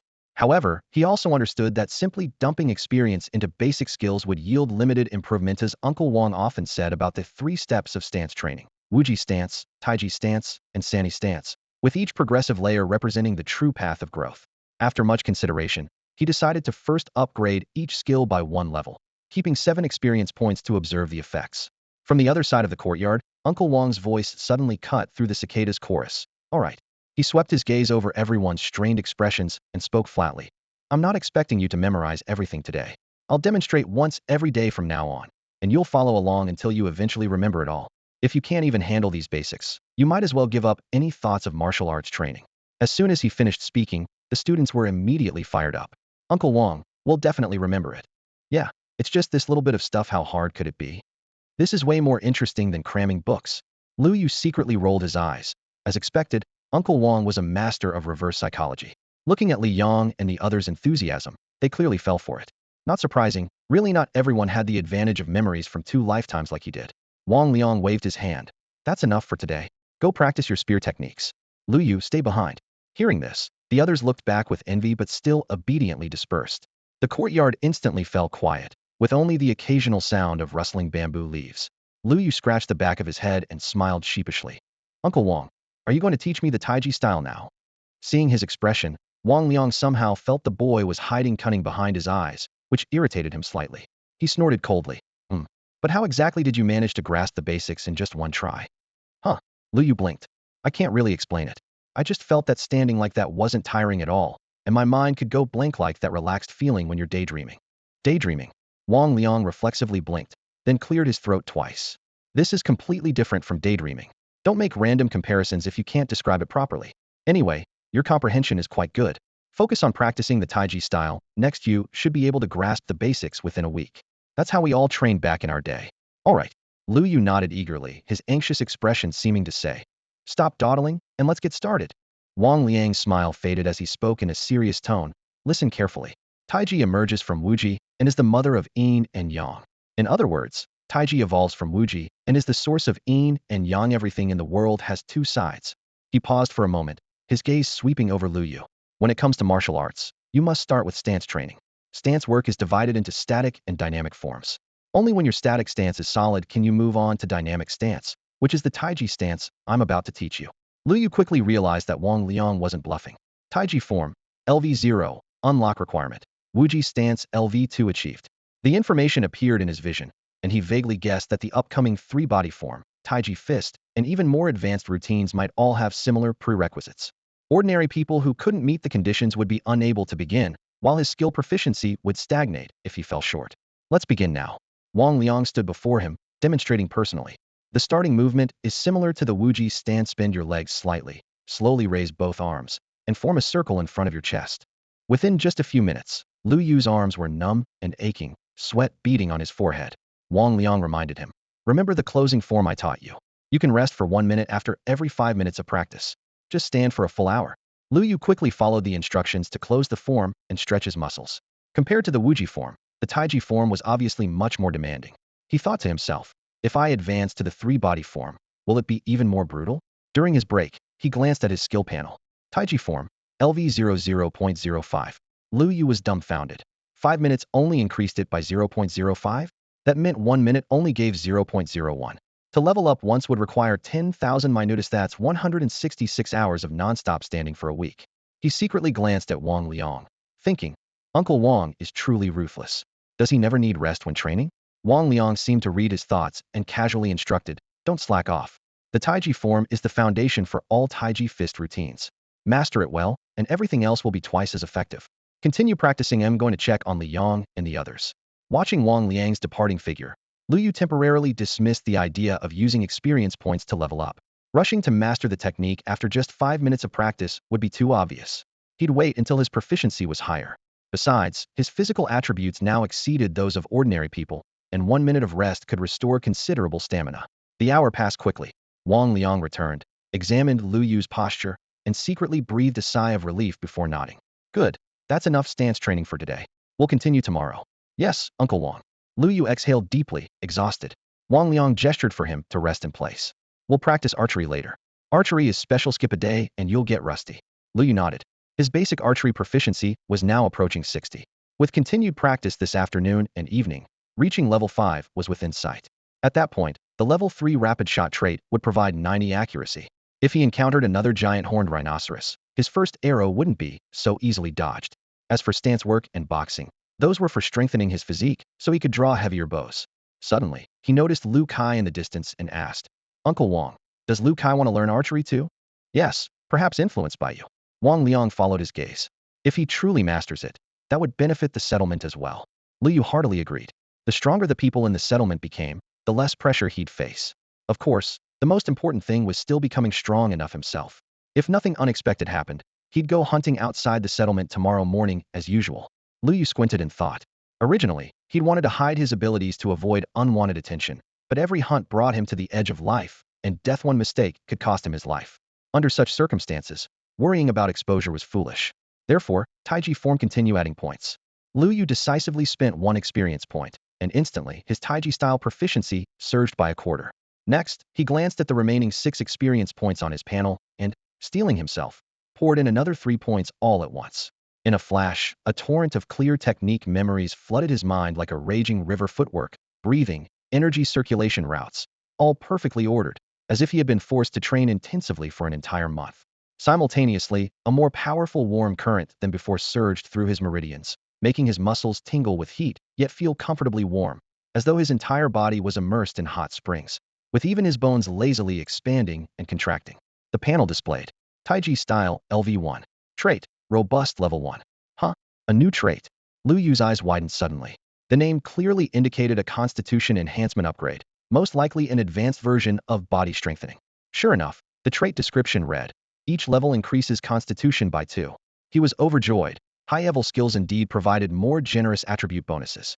However, his excitement was short-lived, quickly dampened by cold reality. The experience required to upgrade Taiji style had skyrocketed, making it more cost-effective to invest the same experience in Wuji style. Perhaps Taiji style has hidden benefits yet to be revealed. He mused silently. Finally reaching a conclusion when experience became abundant, he would upgrade both, as constitution was always beneficial. Only children make choices. Adults want everything. With only 2 experience points remaining, unable to accomplish anything significant, he dismissed his wandering thoughts and pulled up his attribute panel. Realm, no grade 3. Constitution, 17.78. Strength, 13.57. Agility, 9.47. Spirit, 6.05. Potential points, 5. In just a few minutes, his constitution had increased by a full 4 points, the largest jump among all attributes. Strength and agility each increased by 1 point, while spirit and realm remained unchanged. Still far from enough? Lu Yu frowned. Uncle Wang had said that the first level of body tempering required muscle strength capable of lifting 100 kilograms, meaning at least 20 points in the strength attribute. Currently at 13.57, the gap was obvious.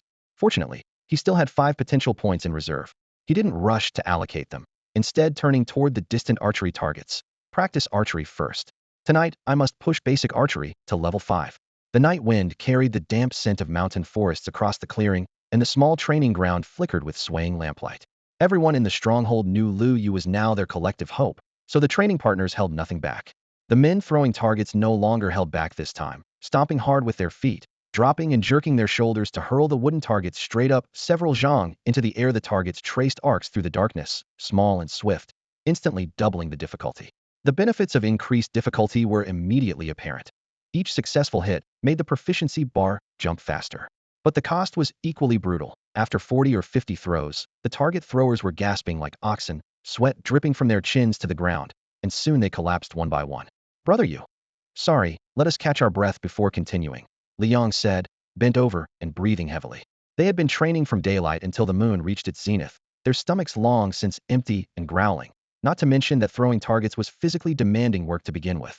It's fine, don't push yourselves, Lu Yu waved his hand, signaling them to rest easy. About 2 hours had passed, and basic archery's proficiency had only increased by 20. This meant completing the remaining 20 tonight wouldn't be easy. He looked up at the night sky, calculating. Even if he reached level 5, continuing to rely on manually thrown targets probably wouldn't keep pace. It seemed he would need to leave the stronghold for hunting. Real combat would yield faster progress. At that moment, Uncle Wang Liang, who was equally exhausted, spoke up. You might want to try practicing rapid shooting. Rapid shooting? Lu Yu raised an eyebrow, looking puzzled. Firing multiple arrows in quick succession within an extremely short time. Wang Liang gestured toward the bow in his hands. Your accuracy with moving targets is already quite high, so conventional practice will only yield limited improvement. If you can shoot 2 or 3 arrows consecutively within a few seconds, your hit rate will increase dramatically. Lu Yu suddenly recalled shooting 3 arrows in one breath at the giant horned rhinoceros that morning, which had boosted his proficiency by nearly 10. Hitting moving targets alone only gave him 6 at most. That extra 4 came precisely from rapid shooting. Uncle Wang, I understand. His spirits lifted as he locked his gaze on the target not far away. The first arrow whistled through the air and struck the bullseye solidly, but his proficiency barely budged less than 1/1000%. What's he doing? Lu Kai watched Lu Yu standing motionless and couldn't help muttering under his breath. Probably getting a feel for it. Let's keep watching. Wang Liang shook his head. Before he finished speaking, a sudden whoosh echoed across the field as an arrow shot like lightning into the bullseye. Immediately after, a second whistling sound erupted, followed closely by a third shriek. Li Yang and the others saw only blurred movements. The moment the first arrow left the string, Lu Yu's right hand instantly reached for the quiver, knocking the second and third arrows in succession without even confirming whether the previous arrow had hit its mark. Thud, thud, thud. 3 crisp sounds. All 3 arrows struck the bullseye. After releasing the third arrow, Lu Yu felt his heart pounding like war drums, very similar to the sensation when shooting the giant horned rhinoceros that morning, yet he still hadn't reached his limit. He drew a 4th arrow, his face flushing red, veins bulging on his forehead. At the moment of full draw, he seemed to break free from some constraint and release the string. Bang! The 4th arrow also hit the bullseye dead center. Li Yang and the others were dumbstruck, barely able to catch Lu Yu's movements. From the first arrow's release to the 4th arrow's impact took less than 10 seconds. Is that this kid's limit? Wang Liang was equally astonished. Although the Lu brothers could draw 100-pound bows, they couldn't manage for consecutive shots in such a short time. Even 3 arrows would be quite challenging. In terms of archery skill, Lu Yu had already left them far behind. This is the benefit of enhanced physical constitution. Wang Liang marveled inwardly. Even practicing just basic stance work could yield tremendous results. Lu Yu's chest felt as if it were on fire. His right arm ached unbearably, and he was breathing heavily. However, he was delighted to discover that he had progressed from triple shots to quadruple shots. He immediately checked his skill panel. Basic archery, LV4, proficiency increased by 5 directly. Lu Yu's face broke into a brilliant smile. If he used rapid shooting on moving targets, the gains would surely be even greater. He had finally found a method to quickly improve his proficiency. The cost was significant. After 1 round of rapid shooting, his right arm was sore and swollen, his whole body was burning hot, and his lungs felt like they were on fire. Can you still hold up? Wang Liang approached with a bowl of water and handed it over helplessly. I told you to try it, not to push yourself to the limit. Lu Yu chuckled sheepishly and accepted the water bowl. Push himself to the limit? Actually, it wasn't too bad. He could still enhance his body once more. After the enhancement, performing quadruple shots shouldn't be so taxing. While everyone's attention was focused elsewhere, Lu Yu quietly took a deep breath and clicked the plus sign next to his level. In an instant, it felt as though a torrent of scalding spring water erupted from his heart, surging through his meridians to every limb and bone. Warmth enveloped his entire body, instantly washing away all the soreness and fatigue accumulated from archery practice. Within mere seconds, the heat flow subsided without a trace, and Lu Yu immediately pulled up his attribute panel. Realm, none. Level 4. Constitution, 19.5, 520. Strength, 14.92. Agility, 10.41. Spirit, 6.65. Potential points, 1. All attributes had increased by 10%, with Constitution alone approaching twice that of an ordinary person. However, his strength was still under 15 points, making it far from possible to handle a bow with 100 pounds of draw weight. Even an 80-pound bow would be a struggle. His agility was barely average, and his spirit remained weak. For now, aside from physical enhancement, He hadn't found any method to rapidly improve his spirit attribute. To upgrade his physical enhancement to level 5 would require a full 8 potential points if he were willing to feast freely on beast meat. Perhaps one meal could provide enough. Lu Yu calculated the time silently. At this pace, completing his goal today was highly possible. He encouraged himself quietly and threw himself back into archery training. After his body was enhanced, his abilities had indeed undergone a qualitative change. When performing quadruple shot for the second time, he no longer felt completely drained as before, though he still needed a quarter-hour rest to recover. After completing the third quadruple shot, his rest time extended to half an hour. With his right arm so sore and numb, he could barely lift it. Fortunately, as the evening twilight descended, his basic archery finally leveled up. The renewed improvement in constitution and strength brought an exhilarating sense of lightness. Just as he prepared to check his attribute panel again, an unexpected message surfaced in his mind. Constitution attribute has reached 20 points. Breakthrough available? Success rate, 100. What? Lu Yu nearly exclaimed aloud, his heart pounding. With a 100 success rate, what was there to hesitate about? He decisively chose yes. Instantly, a crisp crack echoed from within his body, as if some invisible shackle had been shattered. The familiar yet more turbulent heat flow once again coursed through his flesh and blood. Wherever it passed, there was a slight itch and tremor, as if some mysterious force was repairing and reshaping his bones and fascia.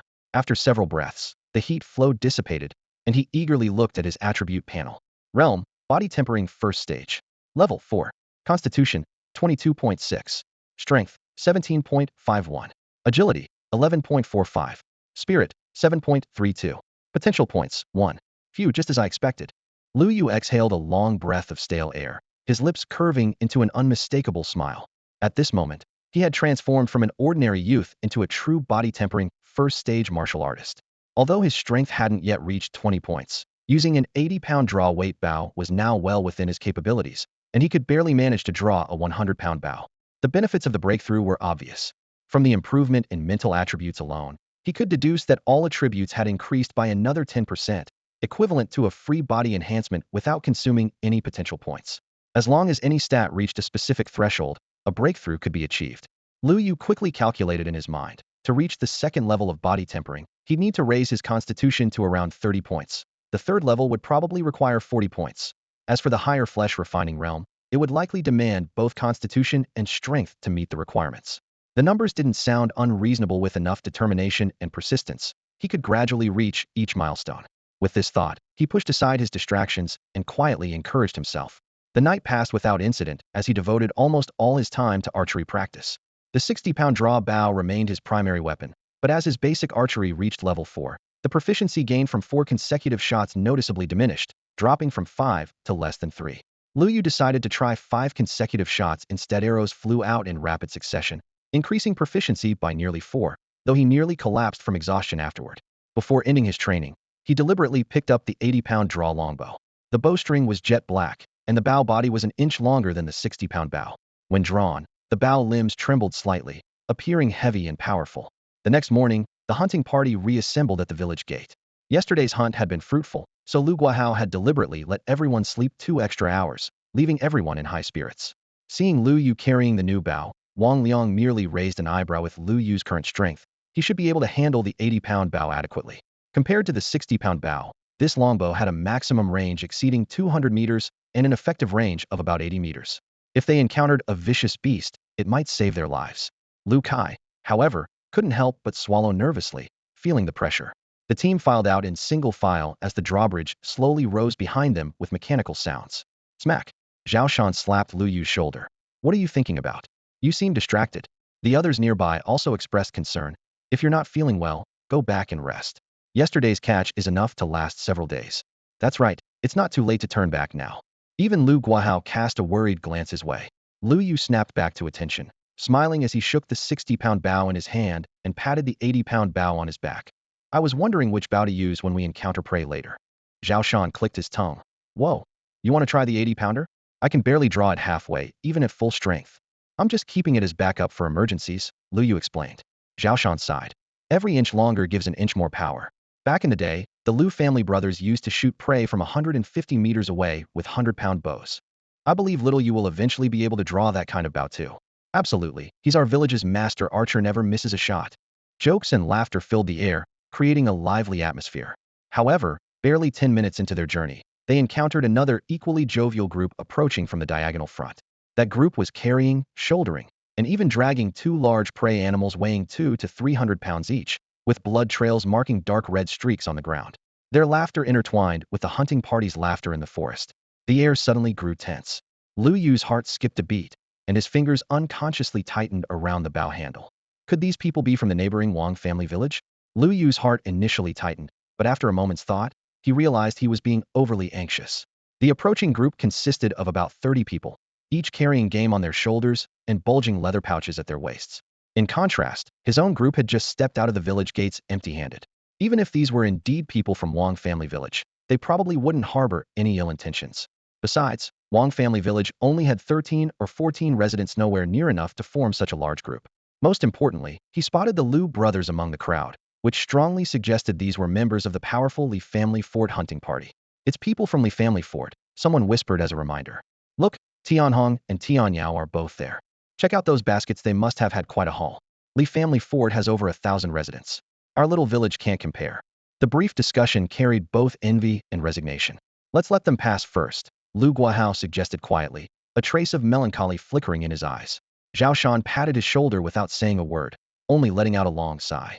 100 meters away, the Li family Fort group had also noticed them, whispering among themselves in small clusters. Their words were scattered by the wind and couldn't be heard clearly. The Lu brothers blended inconspicuously into the crowd. Just as both groups were sizing each other up, Lu Tianyao suddenly pushed past his companions, rushed to the front of the formation, whispered something to those nearby, then did something that left Lu Guahao's group utterly stunned, broke into a sprint toward them, his right hand carrying a plump wild rabbit that was practically dripping with fat, weighing at least 20 or 30 pounds. Lu Yu couldn't help but gasp. Could he possibly be? In less than half a minute, Lu Tianyao had rushed over, breathing heavily. Brother Hao, this is for you all. Before he finished speaking, he had already placed the wild rabbit in Lu Guahao's hands. Lu Guahao instinctively accepted it, then immediately pushed it back as if burned. Lu Tianyao, what are you doing? Take it back quickly, I can't accept this rabbit. Yeah, do you know what you're doing? If they see this, won't they get the wrong idea? Zhao Shan, usually cheerful and carefree, now wore a stern expression. In the distance, the Li family Fort group stopped and watched curiously. Don't worry, I cleared it with Brother Liha has no objections. Lu Tianyao waved dismissively. Brother Hao, just take it. I can't delay too long. As he spoke, he unconsciously glanced at Lu Yu, who carried a longbow with a bulging quiver, and his eyes suddenly welled up. This child wasn't even an adult yet, but already had to venture out like this. If they encountered danger, he didn't dare continue the thought. Tianyao, Lu Guahao had just begun when Lu Tianyao cut him off. All right, it's settled. I need to get back, can't keep my brother and the others waiting. Brother Hao, everyone, take care. With that, he turned and hurried away. Reaching the front of his group, he bowed deeply to a burly man. Brotherly. Thank you. Thank me for what? The man snorted coldly. The game you gave away will be deducted from you and your brother's share when we return to the fort. I understand, brother. Lu Tianyao replied with a forced smile, then retreated to the back of the group. Humph. The burly man's face showed nothing but disdain as he let out another cold snort. Others witnessed this scene with varying reactions, some secretly snickered with schadenfreude. Others wore mocking expressions with cold sneers, while still others shook their heads helplessly and sighed inwardly. This newcomer really doesn't know the rules, someone in the crowd muttered quietly. Making such a request in front of so many people, how could brotherly refuse? Otherwise, wouldn't he look petty? And talking about pity, how ridiculous, another person scoffed. There are countless pitiful people in this world. Aren't those who are homeless or devoured by fierce beasts pitiful too? Do only the people from Lu family village think they're precious? Murmurs rose and fell, arriving at Li family fort, and being so presumptuous right away, everyone unanimously agreed that the man truly didn't know his place. Brother, Lu Tianyao returned to the group and stood beside Lu Tianhong, scratching the back of his head somewhat awkwardly. Lu Tianhong shook his head slightly. His gaze complex, his younger brother still couldn't keep his composure. For something like this, he should have at least consulted with him first. That said, what was done, and it was too late to say anything now. He looked up and caught sight of Lu Yu's figure in the crowd, his heart suddenly sinking. This child had actually started hunting outside the village too. If the two brothers hadn't left, perhaps things wouldn't have come to this. Thinking of old bonds, he ultimately couldn't stand by and watch, though as for the consequences this might bring, he could only make amends slowly in the future. Li family fort's procession moved majestically forward, kicking up clouds of dust as it gradually disappeared into the distant wasteland. Lu Guahao and the others remained standing in place until the last figure vanished, then snapped back to reality in unison. So Lu Tianyao came specifically to give us prey? someone said with a choked voice. He still cares about us in his heart. Yes, he must think our lives are difficult. The person beside him nodded, but Lu Guahao frowned deeply. But this matter might not necessarily be a good thing. The air suddenly grew heavy. The wild rabbit was nice, and who wouldn't want free benefits? But thinking from Li family fort's perspective, Lu Tianyao's performance today was indeed problematic. Even the most magnanimous person would inevitably harbor resentment. Lu Yu also furrowed his brow. The Lu brothers already had a delicate position in Li family fort, and now they were even more likely to be suspected. Uncle Tianyao was still too impulsive. It's my fault. Lu Guahao looked down at the wild rabbit in his hands and sighed with self-reproach. I should have chased after him and returned the prey. It wouldn't have helped. Zhao Shan shook his head. The moment he ran over, the situation was already set. Even if we had returned the prey, the result would have been the same. We can only hope we're overthinking this. Suddenly, Zhao Shan slapped his forehead. Oh no, we should have told them about Xiao Yu's situation. Now that the village's circumstances have improved and everyone has food and drink, if they could come back. Halfway through his words, he couldn't continue. Li family fort wasn't a place you could come and go as you pleased. All right, what's done is done. There's no point discussing it further. Lu Guahao waved his hand with a helpless expression. If they're ever truly willing to return someday, I'll be the first to welcome them.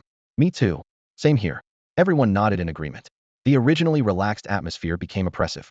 What made matters worse was that for the next full hour, they didn't see even a trace of prey, and the traps they had set along the way were all empty.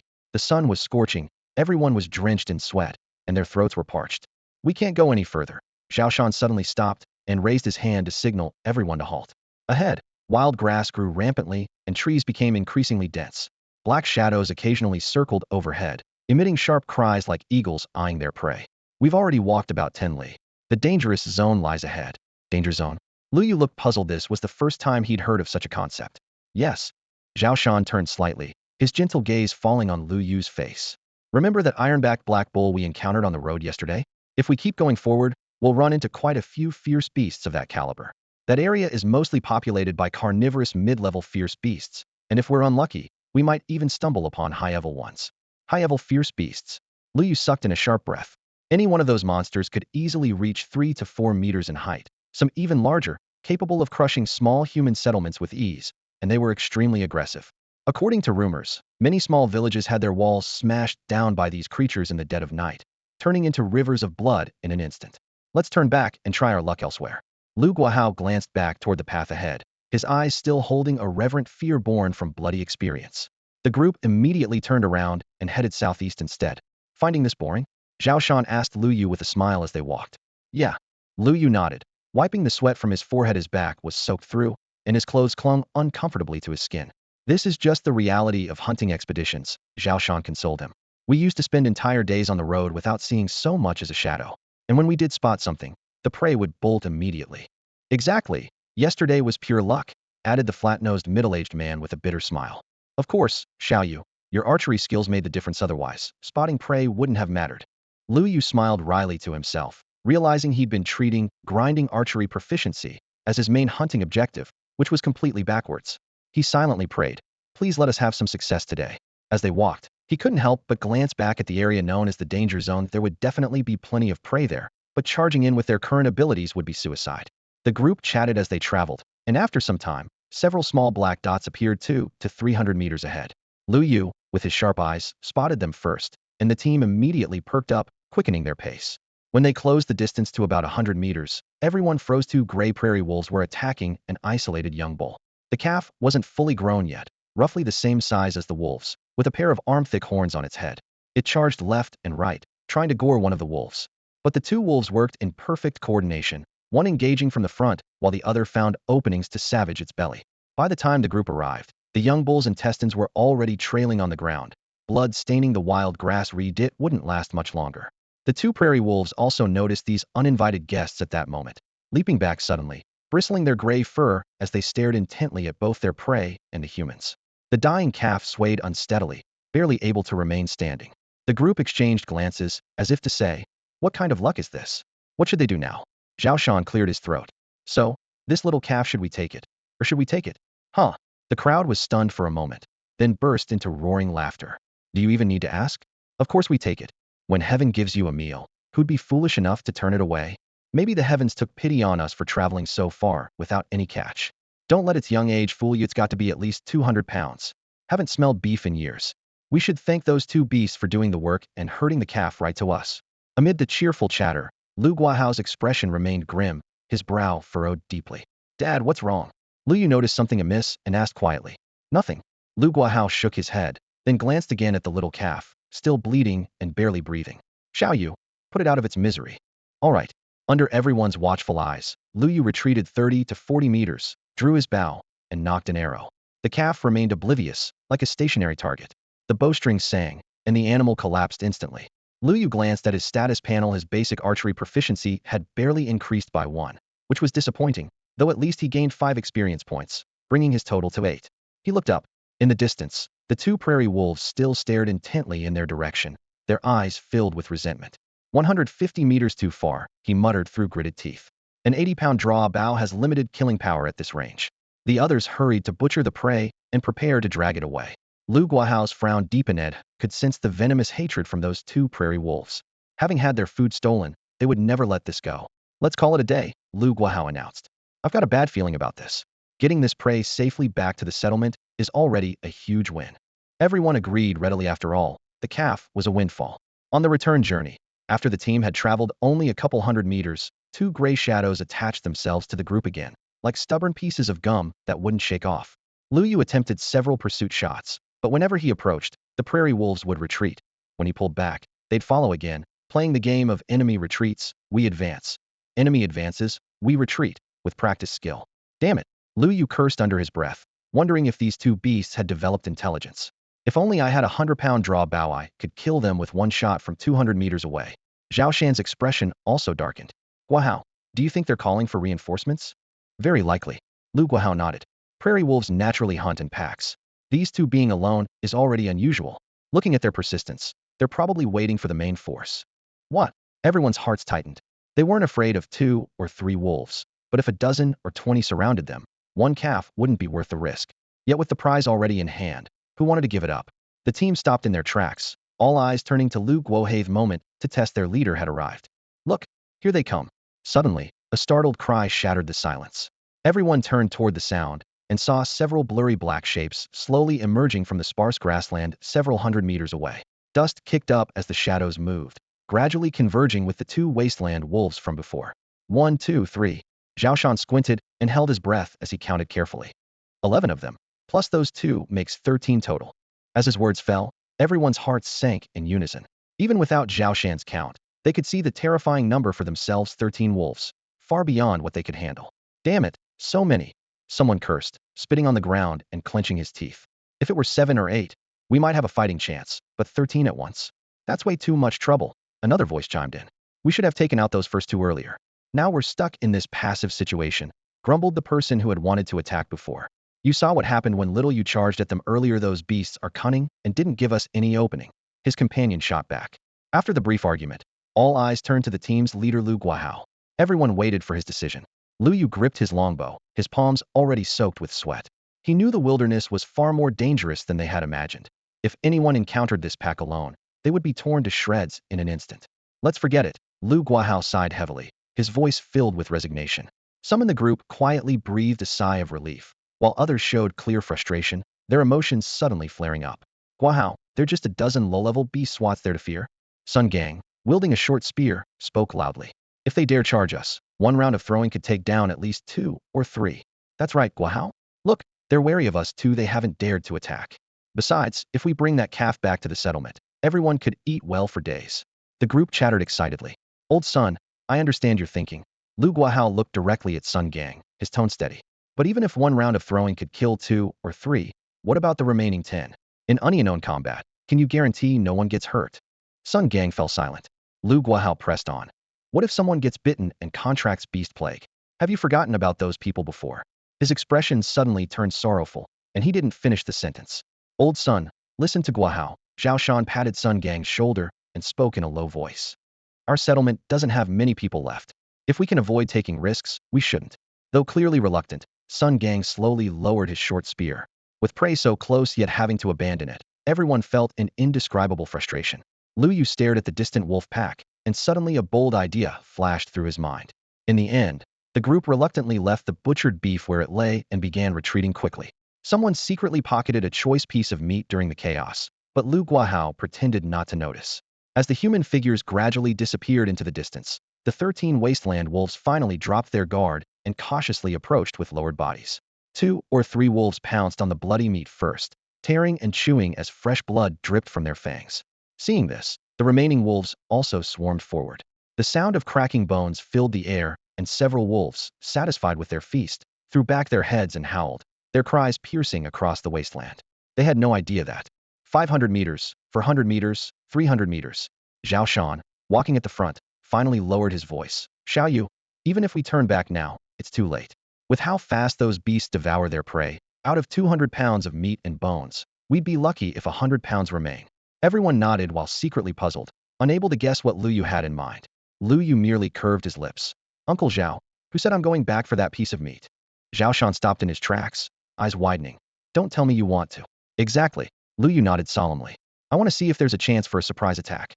Wolf meat can be brought back too, can it? Hiss. Even Lu Guahao drew a sharp breath. The idea was bold yet clever. Not only would the pack of wasteland wolves never expect it, even humans would hardly think they'd double back.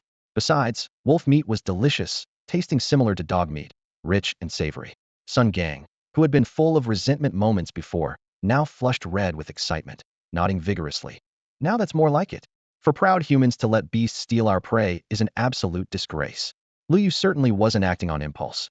He signaled everyone to lighten their steps, and with less than 200 meters remaining, whispered, the wind is blowing from the wolf pack toward us, so they can't catch our scent. As long as we get within 100 meters, I'm confident I can instantly kill at least 4 wasteland wolves. The remaining 9 will be up to you all. Can you guarantee no injuries? Absolutely. Sun Gang immediately responded. If they dare charge at us, within 20 meters we can launch a volley and hit at least 2 or 3.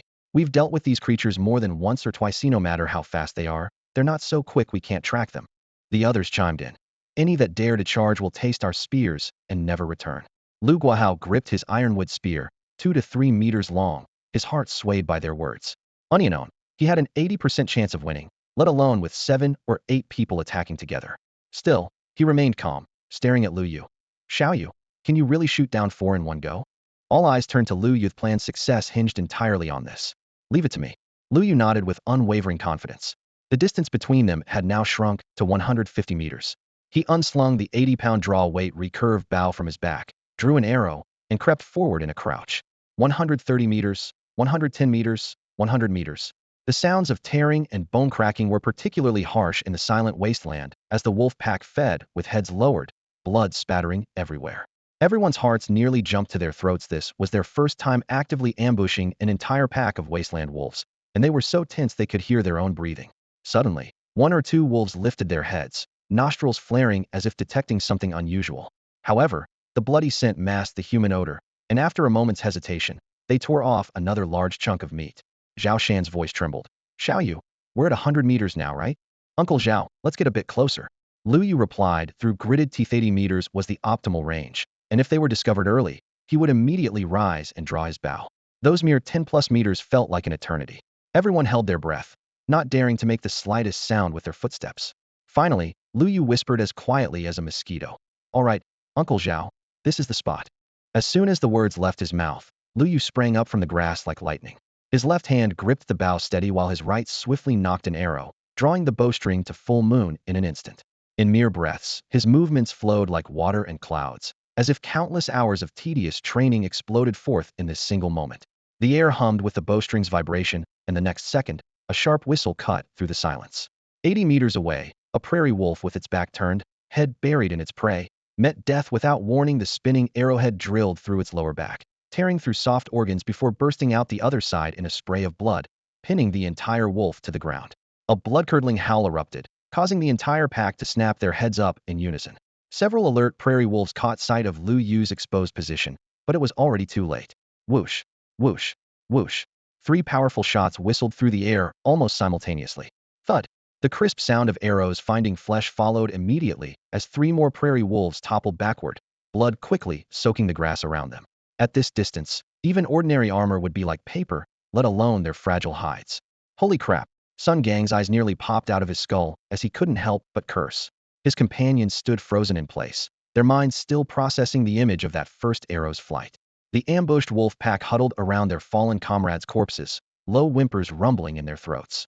Lu Yu was now breathing heavily, beads of sweat the size of beans dripping from his chin, his left arm trembling uncontrollably as if it no longer belonged to him. The heavy bow with its 80-pound draw weight had pushed him nearly to his limit after 4 consecutive shots, but since he had devised this battle plan, he absolutely could not let this crucial moment fall apart. 40 experience points acquired. With a thought, he commanded, "Allocate points." 8 experience points burned instantly, and a warm current spread through his body. His fatigue immediately lessened by nearly half, his numb arms began to warm up, and his heartbeat gradually steadied. Not enough. He spent another 16 experience points, and an even more powerful warm current surged through his limbs. The lingering soreness was almost completely erased, and his muscles became firm and strong. Both constitution and strength increased dramatically, but Lu Yu had no time to examine the details, nor to notice his basic archery proficiency skyrocketing. He nocked another arrow, drew the string into position, and aimed the arrowhead at another prairie wolf that was hesitating and backing away. The beast was driven by instinct to flee, but in the blink of an eye, the sharp arrow had pierced through its skull, half the shaft buried deep within. The wolf pack erupted in piercing howls, savage light glinting between their fangs, as every gaze locked onto this lone human with his bow. "Watch out! They're about to charge!" Lu Guahao shouted a warning as he became the second to spring up from the grass. Swish, swish, swish. 7 or 8 more burly men rose in succession, their long spears like a forest of deadly points, gleaming with cold light under the sun. Seeing this, the remaining prairie wolves instinctively took a step back. If they could speak, they would surely be demanding answers right now. When exactly did this group of humans sneak up on them? But the nightmare was far from over. Whoosh! The sound of an arrow cutting through air came almost simultaneously with the splash of blood, as another wasteland wolf took an arrow to the head and collapsed into the muddy, blood-soaked ground. Of the original 13 wolves, only 6 remained. The surviving 5 exchanged glances, tucked their tails between their legs, and bolted, sending gravel flying beneath their claws. The expressions on the faces of the men who had been braced for battle instantly became priceless. Gripping their short spears, they had expected a desperate fight, yet could only watch helplessly as the wolf pack retreated in disgrace. Lu Yu exhaled deeply, his right arm hanging limply at his side, numb and powerless. His stamina had reached its limit, but even if those remaining wolves had charged at him, he wouldn't have backed down. Including the 2 he had just killed, his experience points had risen to 36, enough to upgrade his Taiji style by another level with plenty left over. The wasteland wolves lacked intelligence, but their instincts drove them to seek advantage and avoid harm. He was thoroughly satisfied with the outcome of this hunt. Hiss! Zhao Shan sucked in a sharp breath and turned his head mechanically like a puppet. "Xiaoyu, this is what you called killing for at most? Your uncle's son may not be highly educated, but I can still tell the difference between 4 and 6, Sun Gang added dryly, secretly sighing that all his earlier tension had been completely unnecessary, hadn't even gotten a chance to act. "Xiaoyu, you're incredible. Taking down half the pack single-handedly. If we'd known, why did we bother abandoning the calf and coming back? Yeah, wasn't that just a waste of effort?" Lu Yu smiled wryly as he explained, "Not really. If we had charged them directly, I could have shot maybe 2 more within 100 meters, then would have had to fight them hand-to-hand. The risk would have been too great." "That makes sense." The others finally understood. "Guahao, looks like your family has a worthy successor." Zhao Shan looked toward Lu Yu's father, his voice tinged with envy. Lu Guahao remained silent, but his eyes were filled with pride. Lu Yu's archery skills were exceptional, he had tactical sense, and he stayed calm under pressure. His only weakness was lack of experience. Given time, he might be better suited to lead the hunting team. Lu Guahao had also noticed that the team's trust in Lu Yu was growing. "Stop standing around, save the talk for when we get back. Hurry up and collect the wolf carcasses, and check on that calf to see how much meat we can salvage. In times like these, having meat to eat is good enough. Who cares if wolves gnawed on it?" Everyone immediately sprang into action, worried that the escaped wolves might return or that the smell of blood would attract other predators. Lu Yu remained where he was, breathing heavily, sweat dripping from his chin. "Xiaoyu, can you hold up? Do you want Dad to carry you back later?" Lu Guahao asked with concern. "Dad, I'm fine. I just need to rest for a bit." Lu Yu didn't know whether to laugh or cry. Lu Guahao looked slightly embarrassed and took a couple of steps away before turning back with a rare smile. "You did well." With that, he quickly joined the team collecting the carcasses. "Heh." Lu Yu chuckled softly. His father had always been a man of few words, making this single compliment all the more precious. Speaking of which, what had his Taiji style improved to now? He eagerly turned his attention to the skills section of his attribute panel. Taiji style, level 3, traits, robust level 3, mighty level 1. After 2 upgrades, Taiji style had reached level 3, which was the fundamental reason Lu Yu could fire 2 more arrows even after exhausting his strength. No wonder my grip felt much steadier when drawing the bow this time. He suddenly understood, his gaze falling on the newly acquired, mighty, trait. Unfortunately, level 1 only increased strength by 1 point, while robust provided 2 constitution points per level, which left him slightly disappointed. He checked his attribute panel. Realm, body tempering first stage. Level 4. Constitution, 26.64. Strength, 18.511. Agility, 11.45. Spirit, 7.32. Potential points, 6. In just one day, his constitution had increased by 4 points, strength by 1 point, and he had accumulated 6 potential points. Since breaking through to body tempering first stage, potential points were accumulating noticeably faster. Less than 24 hours had passed since his last gain. At this rate, if he returned to the village for a hearty meal and some practice, he might level up again before evening. With my current strength, using a 100-pound draw bow would definitely be no problem. At this thought, excitement surged through him. When hunting outside, wielding a 100-pound bow, he could pierce through troublesome fierce beasts from 15 to 20 meters away. Against low-level fierce beasts like prairie rats, he could deliver a killing blow from 200 meters away without worrying about alerting their companions. If he could one day master 200 or 300-pound heavy bows, that scene. Lu Yu's blood boiled just imagining it. Right? How's my basic archery doing? He quickly opened his skill panel. Basic archery, level 5, proficiency 26. Incredible. Before setting out, it was less than 10, and now it had jumped to 26. Excluding the one gained from shooting the calf, it had actually increased by a full 15. At this rate, a few more similar battles might send his level skyrocketing, but thinking about that kind of exhausting combat, he shook his head. A few more fights like that, and he'd probably be bedridden for days. Real combat was fast, but too dangerous. Practicing in the village was slow, but safe. Indeed, nothing in this world came without trade-off, she sighed inwardly. In the afternoon, villagers gathered in small groups throughout the settlement, some leaning against fences basking in the sun, others chatting in hushed tones, creating an atmosphere of peaceful leisure. On a nearby clearing, children played in clusters, thoroughly enjoying themselves. Sister G, Sister G. A 6 or 7-year-old girl with pigtails bounced up to a young woman standing alone, tugging gently at her sleeve and saying in a sweet, childish voice, "Come play with us." The woman was about 20 years old, with delicate features and soft hair cascading over her shoulders. She had been gazing toward the village gate, lost in thought, but when pulled, she bent down with a gentle smile. "Kiki, you all go play. Sister will join you in a little while." "No," the little girl whined, shaking her sleeve playfully. "Sister G, play with us, play with us." Several other children swarmed over, all chiming in agreement. The woman sighed helplessly with a bitter smile. All right, I'll play with you for a little while, just a short while." The children immediately burst into cheers, their shrill laughter echoing across the morning village.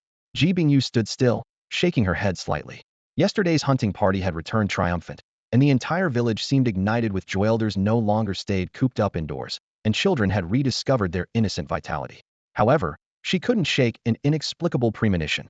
What if the hunting party returned this evening with only a large chunk of beef and a prairie rabbit? Such meager game wouldn't be enough to share. Yet everyone seemed to be celebrating too early. Just then, a figure came rushing from the distance, running breathlessly but still excitedly waving and shouting. "The hunting party is back. Guahao and the others have returned. So much game. So much game." Those words exploded like firecrackers, instantly setting the village ablaze with excitement. Children dropped their wooden sticks. Elders quickened their pace despite leaning on walking sticks, all rushing toward the village gate. Ji Bingyu froze, her face filled with disbelief. How could this be possible? In the blink of an eye, the village gate was packed solid. Li Yong and the others, hearing the news, came running at full speed. Even more surprising was the arrival of Wang Liang, who was usually so aloof. Before they could push through to the front, they heard continuous exclamations from the crowd. "My goodness, 1, 2, 3, 4, 5, 6. 6 prairie wolves. Prairie wolves are no joke, one bite could be fatal, and they always hunt in packs. How on earth did Guahao and the others take them down?" Zhao Shan laughed heartily. "With arrows, of course. We pulled out all the arrows for easier transport, so people couldn't tell at first." Everyone bent down for a closer look, and indeed, the wounds were small and straight, unlike those left by spears. "Arrows? Wait, don't tell me, brother, you did this." Li Yang's eyes nearly popped out of his head, and the others turned in unison toward Lu Yu, their expressions quickly shifting from surprise to awe. In their eyes, Lu Yu's killing of the giant horned rhinoceros yesterday was already remarkable. Today he had slain 6 even more ferocious prairie wolves. Such skill was simply extraordinary. Feeling embarrassed under their stares, Lu Yu cleared his throat. This was everyone's achievement together. "I couldn't have done it alone." "Look at you being modest," someone from the hunting party teased with a laugh. "All we did was stand around and watch. We didn't really help much." "Exactly. Without your courage, accurate archery, and the idea to circle back, How could we have had such a harvest? Everyone chimed in, and soon they had pieced together the story. Lu Yu had led the team in circles right under the wolf pack's noses, then launched a surprise arrow assault, taking down all 6 prairie wolves in one strike. The tale was both thrilling and deeply impressive. Li Yang and his companions were completely awestruck what incredible courage and composure that must have required. Lu Yu waved his hands frantically, wishing he could find a crack in the ground to hide in. Standing at the edge of the crowd, Wang Liang's lips curved slightly as he murmured to himself, that might work against low-level beasts, but it won't be so easy with mid or high-level ones. With that, he quietly turned and walked away. That's Uncle Wang. Lu Yu caught sight of the familiar figure and was about to follow when he suddenly felt a strange sensation. He shifted slightly and found his gaze meeting that of a long-haired woman. The long-haired woman's cheeks instantly flushed crimson as she quickly lowered her head. Not far beside her, a woman dressed in purple robes confidently lifted her gaze toward Lu Yu, a faint smile playing at the corners of her lips. Lu Yu noticed that look and felt an inexplicable strangeness in his heart. Everyone around was watching him. Yet this particular gaze was different from the rest, as if secretly appraising him, or perhaps harboring some ulterior motive. Could it be his imagination? He wondered silently. The enthusiastic crowd made him feel somewhat overwhelmed. After hastily greeting Lu Guahao, he quickly strode off in the direction Wang Liang had gone. Huh? Why did brother you leave? Liang scratched his head in confusion. Probably too thin-skinned to handle this kind of scene. Lu Kai said half-jokingly, unable to hide the envy in his voice. He thought to himself how wonderful it would be if he could become a hero in the village like Lu Yu. But mere envy was useless. It required real, solid effort. I think he went to find Uncle Wang, heading in the same direction, someone reminded them. Then what are we waiting for? Let's catch up. The crowd hurried after him. Someone looked down at the prey on the ground with reluctance in their eyes. But these wolf carcasses haven't been dealt with yet. You won't miss out on your share. Let's go. A companion grabbed him. Processing these will take time anyway. We can handle it when we get back. Meanwhile, Ji Bingyu's heart was pounding fiercely, the blush on her face refusing to fade. She tried to suppress those inexplicable emotions, but couldn't manage it. What disturbed her even more was that reality had deviated from her dream. In the dream, the hunting party should have returned at dusk with very little prey, yet the wolf carcasses before her were piled like a small mountain. This was the first time in 7 or 8 years that her dreams had been wrong. Even stranger was that she had never seen Lu Yu's figure in her dreams. There should have been only 8 people on that expedition, but now there were 9. Cold sweat silently trickled down her forehead. Lu Yu. Could he really be the one to break the predetermined fate? But her sister had never mentioned such a possibility. What could all this mean? At the edge of the wasteland, Wang Liang limped along when his ears suddenly perked up.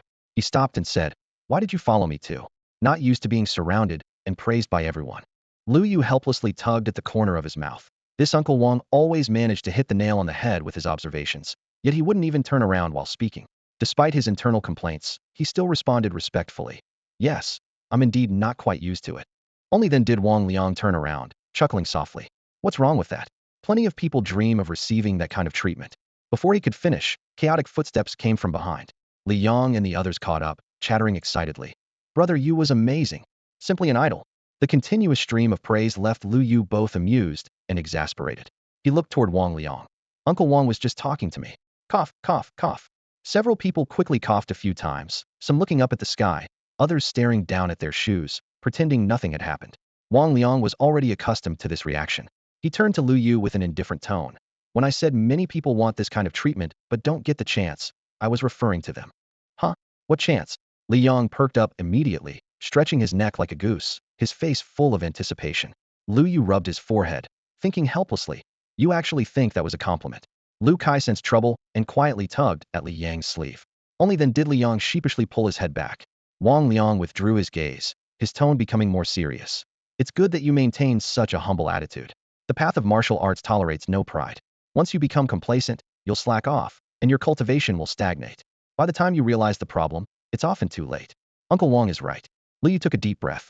He indeed didn't dare to slack off, but the saying correct mistakes if you have them, and guard against them if you don't, was always sound advice. Wang Liang then brought up the morning's events. Your performance today was excellent. If it were me, I might have chosen to give up rather than think of a flanking attack. In that regard, you've already surpassed me. Behind them, Li Yang and the others held their breath. Uncle Wang actually knows how to praise people? Lu Yu's pupils contracted slightly, but he understood that good words were usually followed by a but. Sure enough, Wang Liang's expression turned serious. However, next time you encounter a similar situation, I hope you won't be so reckless. You never know what might happen. If you hadn't been able to kill enough prairie wolves quickly, the consequences would have been unthinkable. Yes, Lu Yu nodded solemnly. Uncle Wang, I'll be more cautious next time. Good that you remember. Wang Liang's tone softened. At all times, preserving your life is most important. If prey is lost, so be it. As long as the green hills remain, there's no need to worry about firewood. As Lu Yu listened, he sighed inwardly. He took risks not just for prey without hunting fierce beasts. He couldn't gain experience points. Without sufficient experience, even though his skills leveled up faster than ordinary people, it still took days or even weeks. And this wilderness outpost, surrounded by nothing but a 3 or 4 meter high earthen wall, couldn't give him a true sense of security. Wang Liang looked at him, feeling helpless. This kid still hasn't taken my words to heart. Back in my day, I was even more rebellious than him, thinking I was invincible with just a little skill.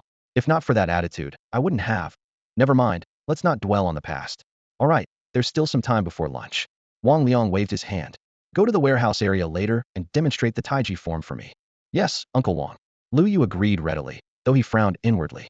His Taiji form had reached level 3, and if he performed normally, it would surely be astonishing. Moreover, once the Taiji form was mastered, one could learn Taiji Quan. There was no need to expose his true level now, so he'd have to deliberately hold back. However, when the two arrived at the open space beside the warehouse, even with Lu Yu's deliberate restraint, his movements were still fluid and graceful, with dense and continuous internal energy. Wang Liang stared with wide eyes. Even with a master's personal instruction, it would take an ordinary person a month to grasp the basics. Those with exceptional talent might manage it in half a month, but this kid had grasped it in just one day? In the martial arts world of over a decade ago, such speed was unheard of. Could it be that after the Great Change, not only did the upper limits of strength increase, but comprehension ability was enhanced as well? He instinctively glanced at Li Yang and the others in the distance. They were still clumsy as ever, clearly unchanged. Uncle Wang, Lu Yu's voice carried a hint of unease. Is there something I'm not doing well enough? Upon hearing this, Wang Liang nearly choked, inwardly ranting in disbelief. What more do you want? You mastered the Taiji stance in just one day, and you still think it's not enough? He suspected Lu Yu was playing dumb, but he had no proof. Not far away, Li Yang and the others, who were practicing horse stance, stole glances with eyes full of curiosity. Not bad. Wang Liang frowned and squeezed out these words. Can I learn Taiji boxing now? Lu Yu finally asked the question he'd been holding back all day. The air instantly fell silent. Pretty much. Wang Liang nodded. What? Li Yang and the others exploded as expected. Brother, you can already learn Taiji boxing? So fast. Didn't Uncle Wang say it takes at least a month to master the Taiji stance? Yeah, you can only learn Taiji boxing after mastering the stance, which means, Brother Yu has already. The speaker's mouth gaped wide enough to fit a fist. Really? Lu Yu's eyes lit up with delight. Uncle Wang, thank you so much.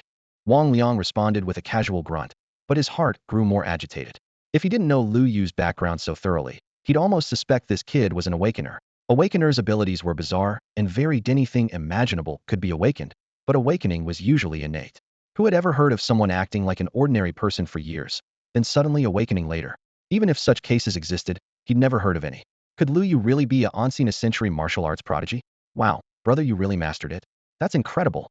So jealous. Brother Yu's already learning Taiji boxing while we're still practicing the basics. Sai? Shut up. Wang Liang spun around sharply. Horse stance extended by 10 minutes.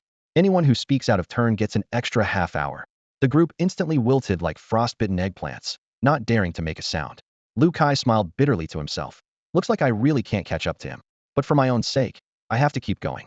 An hour later, Lu Yu finished his Taiji stance, winked at Li Yang and the others, then looked at Wang Liang with a beaming smile. Uncle Wang, what's next? Wang Liang first closed his eyes to suppress his emotions, then opened them and said, I had you start with the Wuji stance because footwork is the foundation of Taiji. Taiji emphasizes that power originates from the heel, travels through the legs, is controlled by the waist, and flows to the fingertips coordinated from top to bottom in one seamless motion. A stable lower body prevents the upper body from swaying. Lu Yu nodded repeatedly.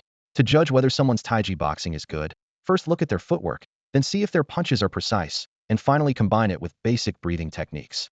That's what makes a complete set of Taiji boxing. Footwork, boxing techniques, and breathing methods? Lu Yu's eyes brightened. Breathing methods?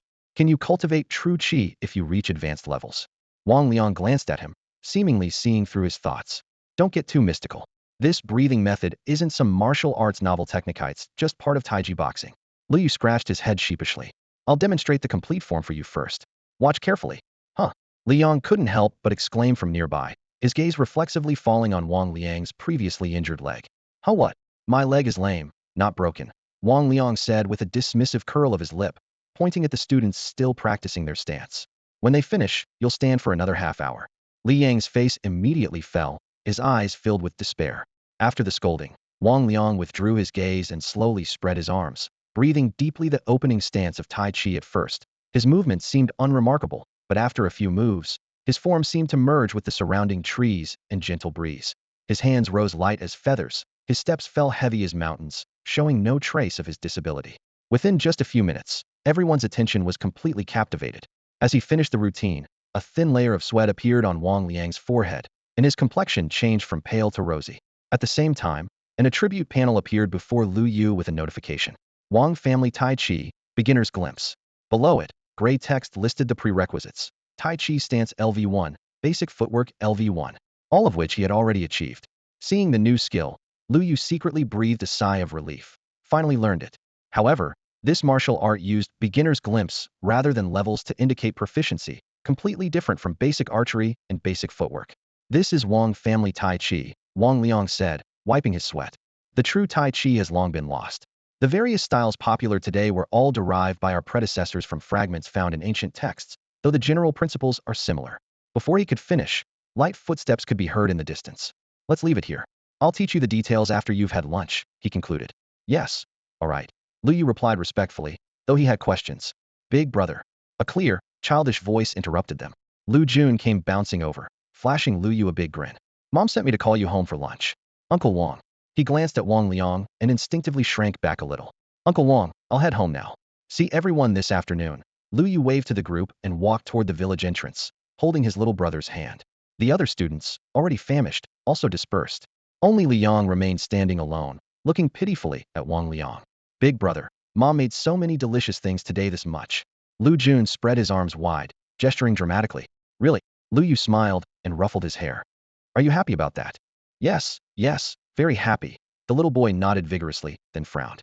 But Mom said it's all for Big brother. Big brother works very hard and needs to eat more. It's okay, we'll all eat together, Lu Yu comforted him.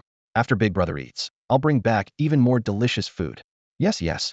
Before they even reached the front door, the rich aroma of meat wafted toward them.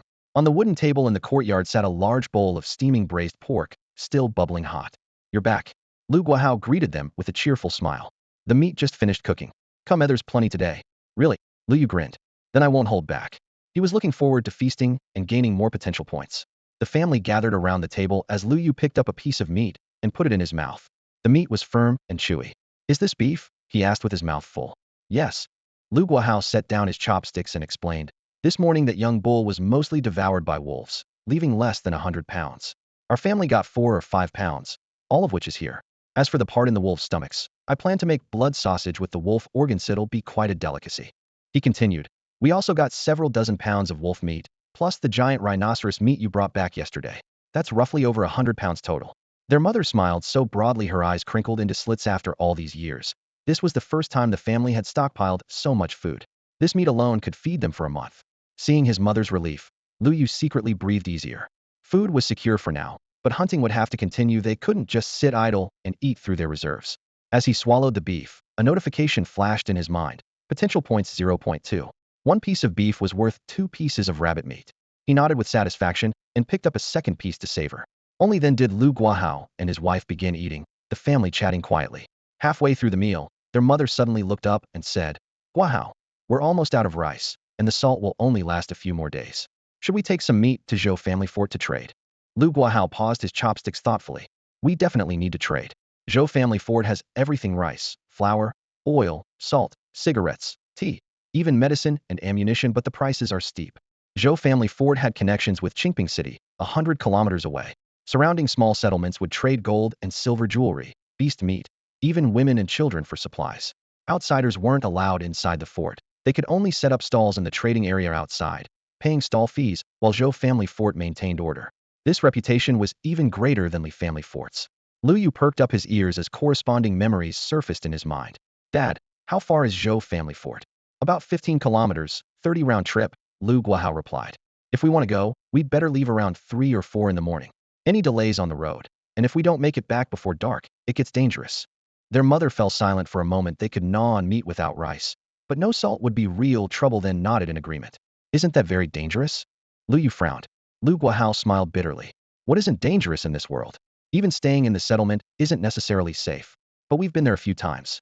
As long as we follow the rules, it's usually fine. I'll come with you then. Lu Yu set down his chopsticks, his tone calm but firm. Lu Guahao hesitated.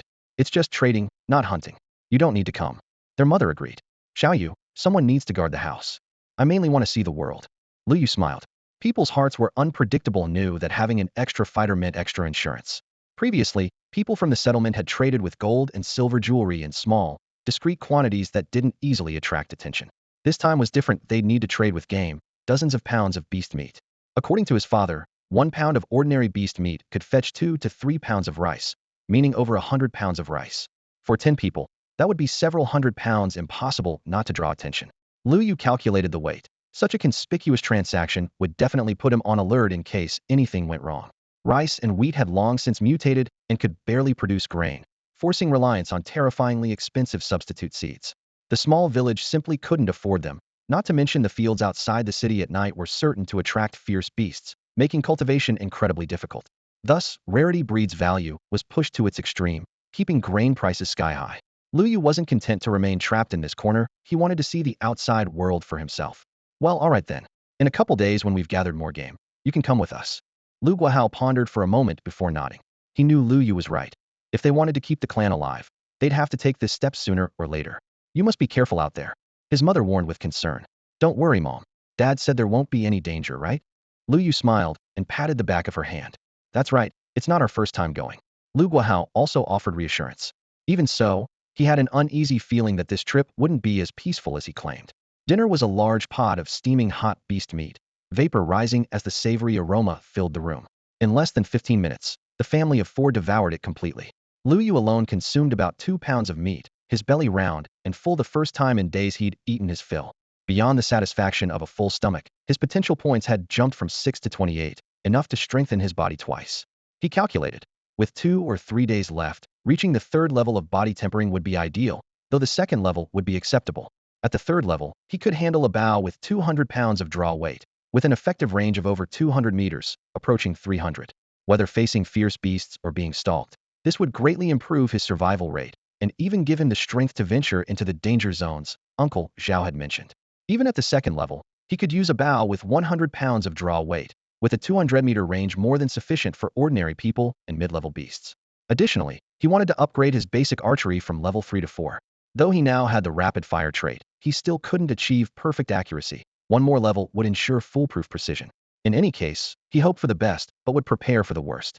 Dad, I'm going to practice martial arts with Uncle Wang. Huh? Lu Guahao looked up to find the doorway empty, only an echoing voice remaining. He shook his head with a wry smile. He works so hard. His mother looked toward the door with sympathy. Yes, he does. Lu Guahao sighed softly. The entire village now depended on Lu Yu's archery skills for survival, himself included. Night winds swept across the dirt road under the cool moonlight. Lu Yu walked on the soft earth and called up his attribute panel. Strength 18.51. Just a bit more to reach 20. His original plan was to wait until his stamina was depleted before strengthening, but now it seemed better to act early. With strength at 20 points, he could properly use a bow with 100 pounds of draw weight, and practicing archery with such a bow should increase his proficiency much faster. Lu Yu steeled his resolve and decisively tapped the sign next to level. Instantly, a familiar yet scorching energy burst from his heart, surging through his bloodstream like a torrent to every corner of his body. Within just a few breaths, the heat gradually subsided. He exhaled deeply and wiped the sweat from his brow. Perhaps because he had just eaten, this enhancement felt particularly intense. His body felt like it was stuffed with raging flames, yet it was also filled with unprecedented strength. He immediately pulled up his attribute panel. Level 5. Constitution, 29.26. Strength, 20.36. Agility, 12.59. Spirit, 8.05. Potential points, 20. Experience, 36. Not bad. Drawing a 100-pound bow should be much easier now. Lu Yu's lips curved into a smile, but his gaze lingered on the remaining 20 potential points as he pondered. He could enhance once more, but should he use it for archery practice this afternoon or save it for tomorrow's hunt when his stamina ran low? After all, enhancement not only boosted all attributes by 10, but also instantly restored his stamina to full. Better save it for tomorrow. After careful consideration, he made his decision. Even with another enhancement, his strength would only reach 22 points, while drawing a 200-pound war bow required at least 40 points of strength, still a significant gap. Potential points could be life-saving at critical moments and shouldn't be wasted carelessly. In the warehouse, most people had already gathered. You're here. Wang Liang heard footsteps and turned to look him over. I'm here. Lu Yu nodded. I'll be counting on you from now on, Uncle Wang. Wang Liang waved dismissively, indicating there was no need for formalities. You've mastered the basic Taiji stance, but that's just the foundation for learning Taiji boxing. The training ahead will be tough. You need to be mentally prepared. Understood. Lu Yu responded, though he couldn't help feeling nervous. When he began formally mimicking Wang Liang's movements, he was surprised to find that his legs weren't as heavy as he'd expected. He even felt quite comfortable. However, his movements between poses appeared stiff, lacking the fluid yet steady rhythm that Wang Liang possessed. After completing one set of Taiji boxing, he eagerly opened his skill panel. Wang Family Taiji Boxing glimpsing the threshold progress, 0.01. What? His eyes widened in disbelief as he checked repeatedly 1/10th progress. At 5 minutes per set, he'd need to practice 10,000 times, totaling 50,000 minutes, roughly 833 hours, or 34.7 full days. Do I really need to practice non-stop for a month just to reach the entry level? But mastering the Taiji stance only took 7 days. This is ridiculous. How do you feel? Wang Liang asked. His boxing style demanded tremendous leg strength, requiring repeated lowering and raising of one's center of gravity, completely different from the gentle Taiji that elderly people practiced in parks before the mutation. Young men would be gasping for breath after seriously performing one complete set, and elderly practitioners might risk their lives. Yet Lu Yu was only slightly sweating, which surprised him considerably. Uncle Wang, I feel all right, just that my movements are too clumsy. Lu Yu quickly replied. Everyone starts that way. You'll improve with practice. Come, show me another set. All right. So one focused on boxing while the other observed carefully, occasionally offering guidance. After another set, fatigue washed over him like a tide, and Lu Yu was drenched in sweat, his clothes clinging to his skin. Wang Liang nodded slightly. This kid truly deserves to draw an 80-pound war bow. His constitution is indeed exceptional. Rest for a bit, then continue practicing. Lu Yu nodded in agreement and glanced at his skill panel again, a flash of surprise crossing his eyes. The number after Wang Family Taijiquan first glimpse had jumped to 0.025, a full 0.015 increase from before. Though the gain was small, it made his heart race with excitement. The more precise his movements, the faster his proficiency grew. This needed no verification, but witnessing the growth curve firsthand was still thrilling. After calming down, he realized clearly that as his movements approached perfection, each improvement would eventually stabilize at a limit, perhaps 0.02 or 0.03. Even calculating at 0.03, reaching the beginner level through pure practice would require 10 days of non-stop training without eating or sleeping. The accumulation in martial arts was painfully slow, and he sighed inwardly. In comparison, basic archery was much easier. Switching to a stronger bow or increasing the rate of fire would send proficiency soaring. Add real combat to the mix, and the progress bar would visibly skyrocket. But how could he accelerate Taijiquan beyond repetitive practice? Sparring with others? Fighting fierce beasts barehanded? None of it seemed practical, so ultimately he'd have to rely on attribute points. Before long, Wang Liang approached to continue correcting his form. Reality quickly confirmed Lu Yu's hypothesis. After several rounds of practice, completing one full Taijiquan sequence consistently yielded a 0.02 increase. By his calculations, even with relentless practice, it would take half a month to reach the beginner threshold. Quite presentable. Wang Liang nodded approvingly. Keep practicing like this, and you'll reach beginner level in 3 years. Li Yang and the others nearby nearly dropped their jaws simultaneously, feeling as if they'd been punched in the gut. 3 years to reach beginner level? That seemed absurd. Compared to Wuji style taking a week and Taiji style taking a month to master, it was like comparing heaven and earth. Wang Liang caught their expressions from the corner of his eye and smiled mockingly. 3 years is for those with good talent. Those with poor talent might need 5 years. Can't handle it? Go learn something else. You can reach beginner level in a year. 1 year. Their eyes lit up instantly as they all turned to stare at him. Wang Liang rubbed his forehead helplessly.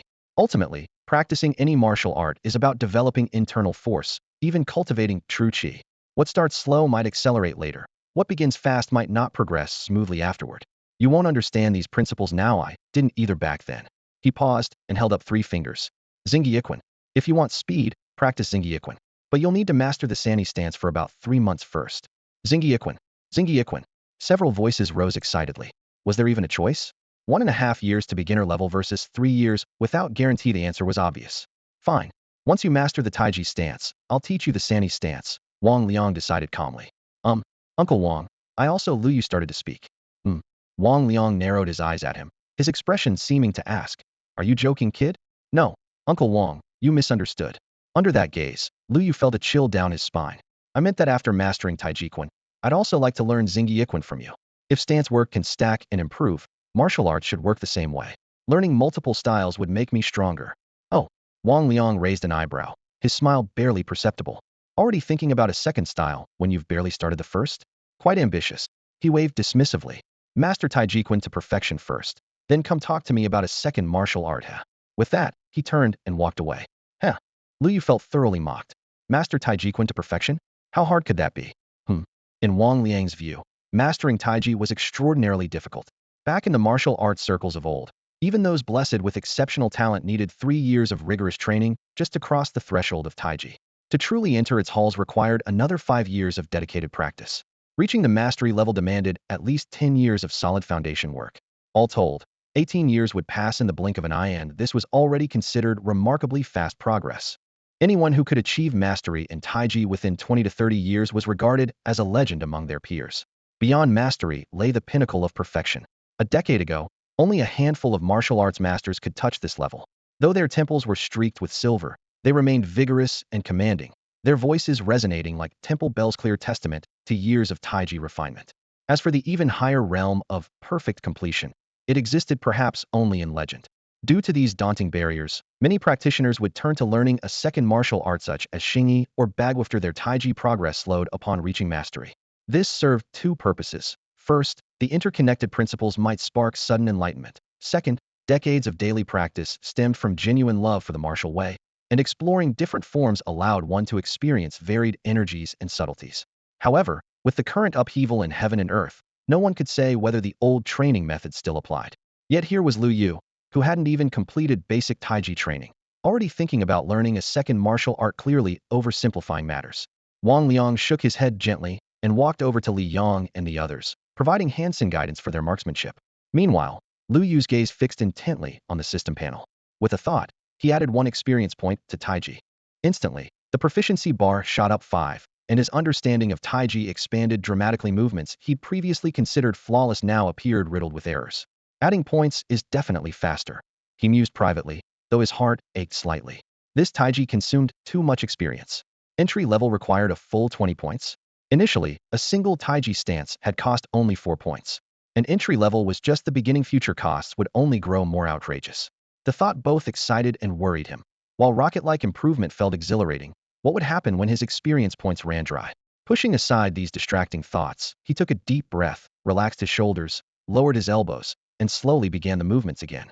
After completing the entire form, his proficiency increased by a mere 0.03. Seems I don't necessarily need 3 years to reach entry level. The more precise the movements, the faster the progress. Still, I prefer adding points. He invested another experience point, and proficiency jumped another 5. This cycle continued as time silently flowed by. Hiss.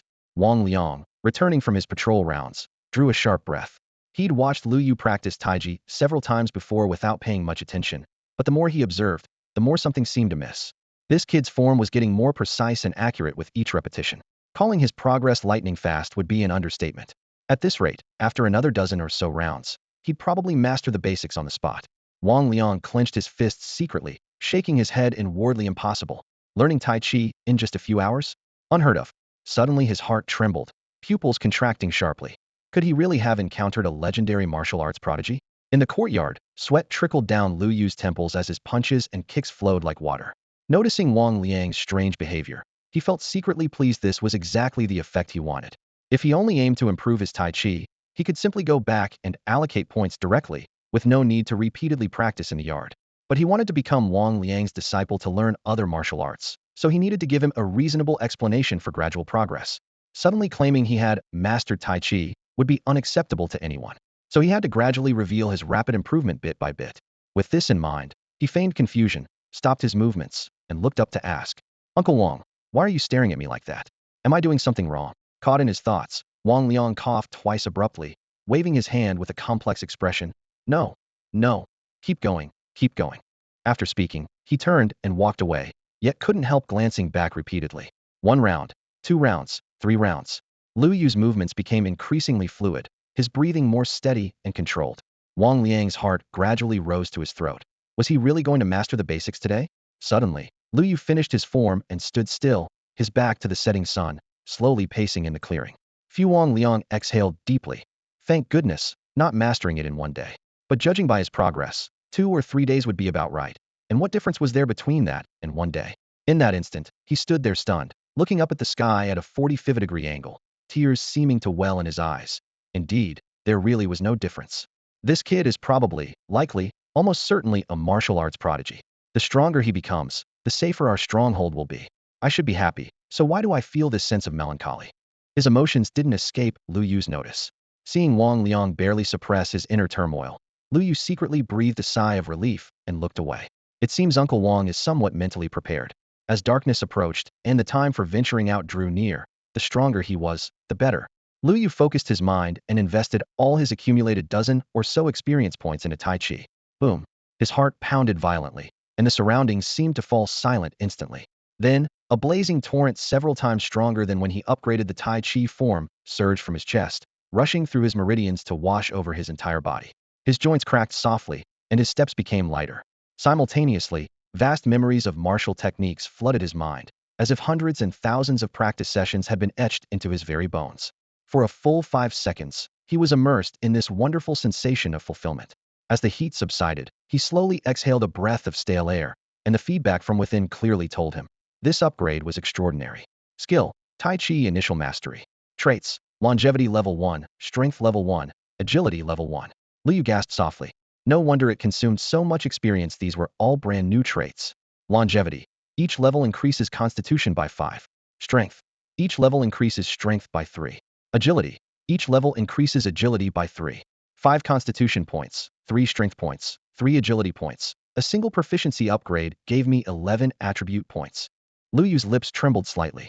Compared to the Tai Chi form, this was like heaven and earth. There was simply no comparison. The 20 experience points consumed was indeed quite substantial, considering that entry-level skills required several times more experience than basic martial arts.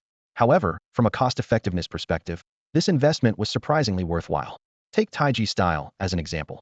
Upgrading from level 2 to 3 cost 16 experience points, but only provided 2 Constitution and 1 Strength, totaling 3 attribute points, averaging nearly 5 experience points per attribute point. In contrast, Taiji Quan offered 11 attribute points for the same 20 experience, averaging less than 2 experience points per attribute point. The difference was staggering. Clearly, basic martial arts were far inferior in their upper limits compared to what Lu Yu temporarily classified as advanced martial arts. With this realization, he glanced at his remaining 16 experience points. Feeling somewhat dejected, he couldn't help but regret his earlier decision. If only he hadn't rushed to upgrade Taiji Style to level 3, those 16 points could have been directly invested in Taiji Quan instead. Unfortunately, circumstances had left him with no choice at the time. Lu Yu shook his head helplessly and refocused his attention on Taiji Quan. He knew perfectly well that 16 experience points wouldn't be enough for the next level, yet he couldn't resist the urge to test the waters and at least determine the exact amount needed for advancement. Cautiously, he invested 1 experience point. The proficiency bar grudgingly jumped 1 notch before stopping 2. Seeing this number, he exhaled softly. By calculation, approximately 50 experience points would be needed in total, leaving him 34 points short. Based on his recent hunting efficiency, 2 or 3 hunts would suffice to gather enough, or perhaps even just 1 with good luck. Having finished his martial arts practice, he eagerly opened his attribute panel. Realm, Body Tempering First Layer Level, 5016.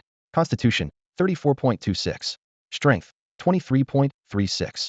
Agility, 15.59. Spirit, 8.05. Potential points, 203 points. 1 day. Experience, 16. As expected, a symbol appeared prominently after Body Tempering First Layer, with a clear prompt beside it. Breakthrough available? Success probability, 100. Still 100%. Lu Yu's heart rate suddenly accelerated.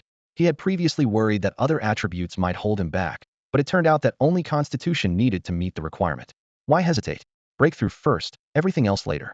He decisively clicked confirm. Instantly, a sound like shattering glass echoed in his mind, and a torrent of scorching energy surged from his dantian like a tidal wave, coursing through his limbs and bones in the blink of an eye. His skeleton responded with soft, crackling sounds. Immediately after, his vision, hearing, and sense of smell all became unprecedentedly sharp, and his mind seemed more focused, clearly the result of increased spirit attributes. Lu Yu speculated silently, his consciousness becoming extraordinarily clear due to this expansion of power. After several breaths, everything returned to tranquility. Realm, Body Tempering Second Level. Level, 5016. Constitution, 37.68. Strength, 25.69. Agility, 17.14. Spirit, 8.85. Potential points, 205 points day. Experience, 16. Lu Yu gazed at his attribute panel, a smile unconsciously spreading across his face. His constitution was approaching 38 points, just 3 more points, and he could break through again. In comparison, his strength seemed somewhat lacking, though the 25 points displayed were still respectable. After all, 20 points was enough to draw a 100-pound bow, and his extra 5 points would be more than sufficient. A few minutes later, a sudden exclamation erupted from nearby. What? Wang Liang gripped his spear and spun around sharply, his voice so loud that Li Yang and the others practicing their spear work instinctively flinched. Seeing everyone staring at him in confusion, he waved dismissively and barked, "Mind your own business. Keep practicing." After the crowd dispersed, Wang Liang fixed his gaze on Lu Yu, his voice trembling with excitement. "Kid, were you serious just now? Are you certain you heard a sound like breaking glass in your head?" "Yes, I'm absolutely certain." Lu Yu recalled that crisp crack and nodded emphatically. "And my body definitely feels much stronger. Uncle Wang, what's happening to me?" Wang Liang's pupils contracted slightly, then slowly relaxed as he exhaled deeply. "You've broken through. You've become a martial artist." "Broken through?" Lu Yu's voice quavered. "I'm body tempering second level." Li Yang and Lu Kai could no longer hold their spears steady and crowded around. "A martial artist? Brother Yu is on the same level as Uncle Zhao and the others now. Reaching body tempering second level means he can draw a 100-pound bow, right?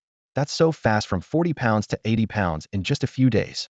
Wang Liang looked at Lu Yu with a complex expression. Someone who can master Tai Chi basics in 2 or 3 days will naturally advance quickly in cultivation. Martial prodigies can't be measured by common standards. The good news left Lu Yu momentarily dazed. He asked cautiously, "Uncle Wang, can I really draw a 100-pound bow now?" "Follow me." Wang Liang headed toward the warehouse, secretly suspecting that the 200 and 300-pound war bows wouldn't stay hidden much longer. In the warehouse, he pressed a dark, heavy bow into Lu Yu's hands.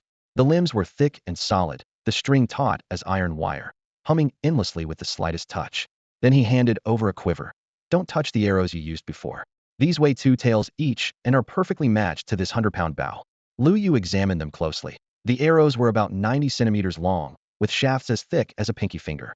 The arrowheads were 5 centimeters long and 2 centimeters wide, gleaming with cold menace. Imagining them shot from a 100-pound bow, he could already envision their fierce power tearing through the air. "Uncle Wang, I'm going to test it." Wang Liang remained concerned. "Even though you're a martial artist now, you just broke through. Don't push yourself too hard." "Don't worry, I know my limits." Lu Yu couldn't suppress the smile spreading across his face. With this bow, he dared to snipe fierce beasts from 200 meters away. Even if he encountered a mid-level monster like an iron-backed black bull, he could take it on. Of course, this would also help him advance his basic archery to level 6 much faster. If he truly succeeded, he wondered what new and extraordinary abilities would unlock this time. The target was set 200 meters away. Lu Yu positioned himself, steadily raising the bow with his left hand and smoothly knocking an arrow with his right. His thumb and index finger gradually applied force, slowly drawing back the bowstring. Creaked bow frame trembled lightly, and the heavy tension seemed to tighten the very air around it. Wang Liang, Li Yang, and the others held their breath, their hearts racing. Could he really draw this 100-pound bow to full capacity? This wasn't just any ordinary standard bow. The next second, the bowstring was drawn into a perfect crescent moon. The onlookers' eyes widened in shock, amazement written across their faces. Snap! A sharp crack like a firecracker exploding. Whoosh! The arrow moved so fast its shadow was invisible, striking deep into the bullseye. The fletching vibrated violently, humming in the air. That's incredible." Li Yang stammered, his voice trembling. He actually drew it fully. That sound, that power. How many arrows could a fierce beast withstand from a 100-pound bow like that? Lu Kai's shock reached its peak, followed by a helpless, bitter smile. He had always known he couldn't match Lu Yu, but he never imagined the gap would be so vast that he could barely see his back. The difference between people could really be this enormous. Wang Liang felt equally stirred. The Lu family brothers could also draw a 100-pound bow, but their accuracy was questionable. Hitting the 5-ring twice out of 3 shots would be a blessing, and 10-ring hits were virtually non-existent. Yet Lu Yu, handling this bow for the first time, had nailed the bullseye. How could he not feel envious? Lu Yu, however, was completely unaware of their thoughts, his attention already drifting to his skill panel. Basic archery, level 5. 1 arrow increased proficiency by 0.5. He squinted. 2 arrows would be 1. Currently at 74, meaning 148 arrows would level him up. The number seemed high, but it was much faster than practicing Tai Chi, of course. Archery was more physically demanding with the 100-pound threshold. You simply couldn't draw it without sufficient strength. Tai Chi required more from stance work and footwork, but didn't rely on brute force. If I could do triple or quadruple shots directly, proficiency would increase even faster, he calculated mentally, drawing his second arrow. Snap! Another sharp crack as the arrow struck the same hole, immediately followed by a third explosive sound. Triple shot. 3 arrows clustered together in the bullseye. Li Yong and the others' heads buzzed, their gaping mouths unable to produce even half a syllable. 100-pound bow capable of triple shots? Just as they were still processing this, a fourth arrow appeared in Lu Yu's hand. Their jaws nearly hit the ground, thinking, does this guy have bottomless stamina? Fortunately, Lu Yu returned the arrow to his quiver and turned to smile at them. Looks like I've hit my limit. Li Yong exhaled deeply. Brother Yu, thank goodness you finally know your limits. To think you could draw it 3 times in a row struggle just to draw it once. More than that, we figure we'd give up halfway through trying to draw it back. Brother Yu, you're incredible, seriously. Several voices chimed in, all expressing genuine admiration. Lu Yu waved his hand dismissively, joking.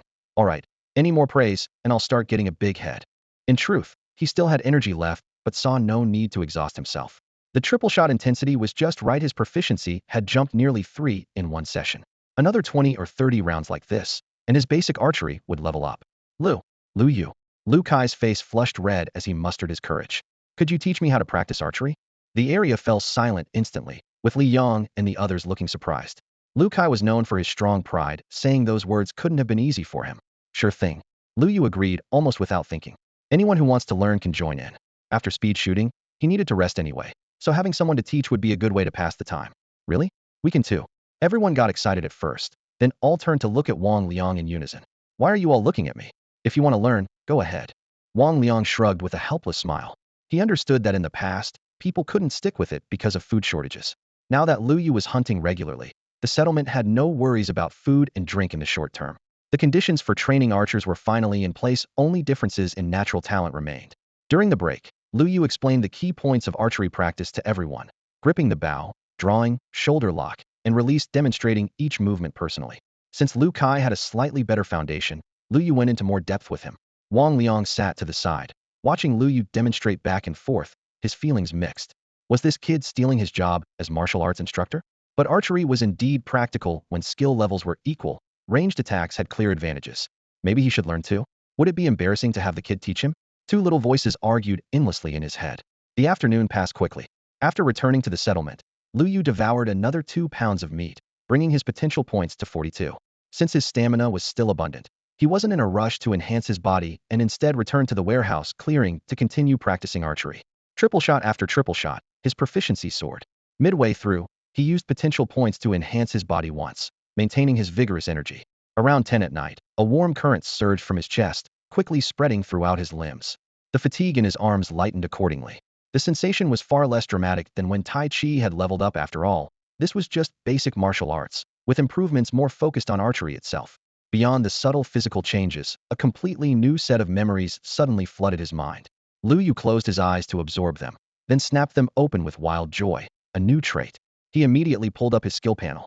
Basic archery, LV6, traits, body strengthening level 6, power draw mastery level 6, steady shot level 6, speed shot level 4, rapid fire level 1. Rapid fire. Rapid fire.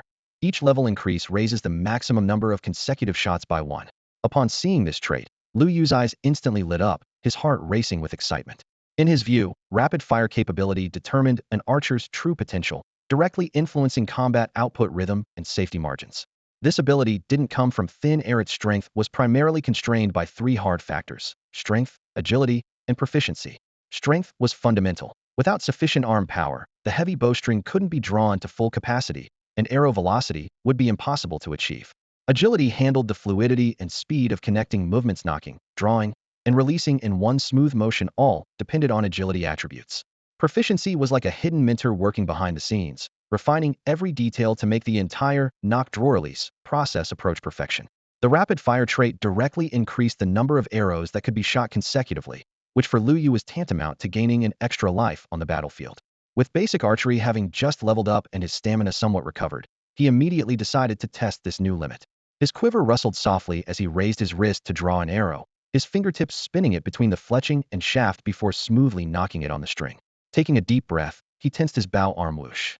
The first arrow shot through the air, immediately followed by the second, then the third. 3 arrows in one fluid motion, he exclaimed excitedly under his breath. Previously, wielding a bow with 100 pounds of draw weight, shooting even 2 consecutive arrows required gritting his teeth, but now he could easily lose 3 arrows. The difference was crystal clear. In actual combat, one additional shot meant one more chance at survival. When facing a swarm of fierce beasts, that extra arrow often became the key to turning the tide. This was only level 1. What about advancing to level 2 or 3? 4 arrows, 5 arrows, or even more possibilities flashed through his mind, making his blood surge with excitement.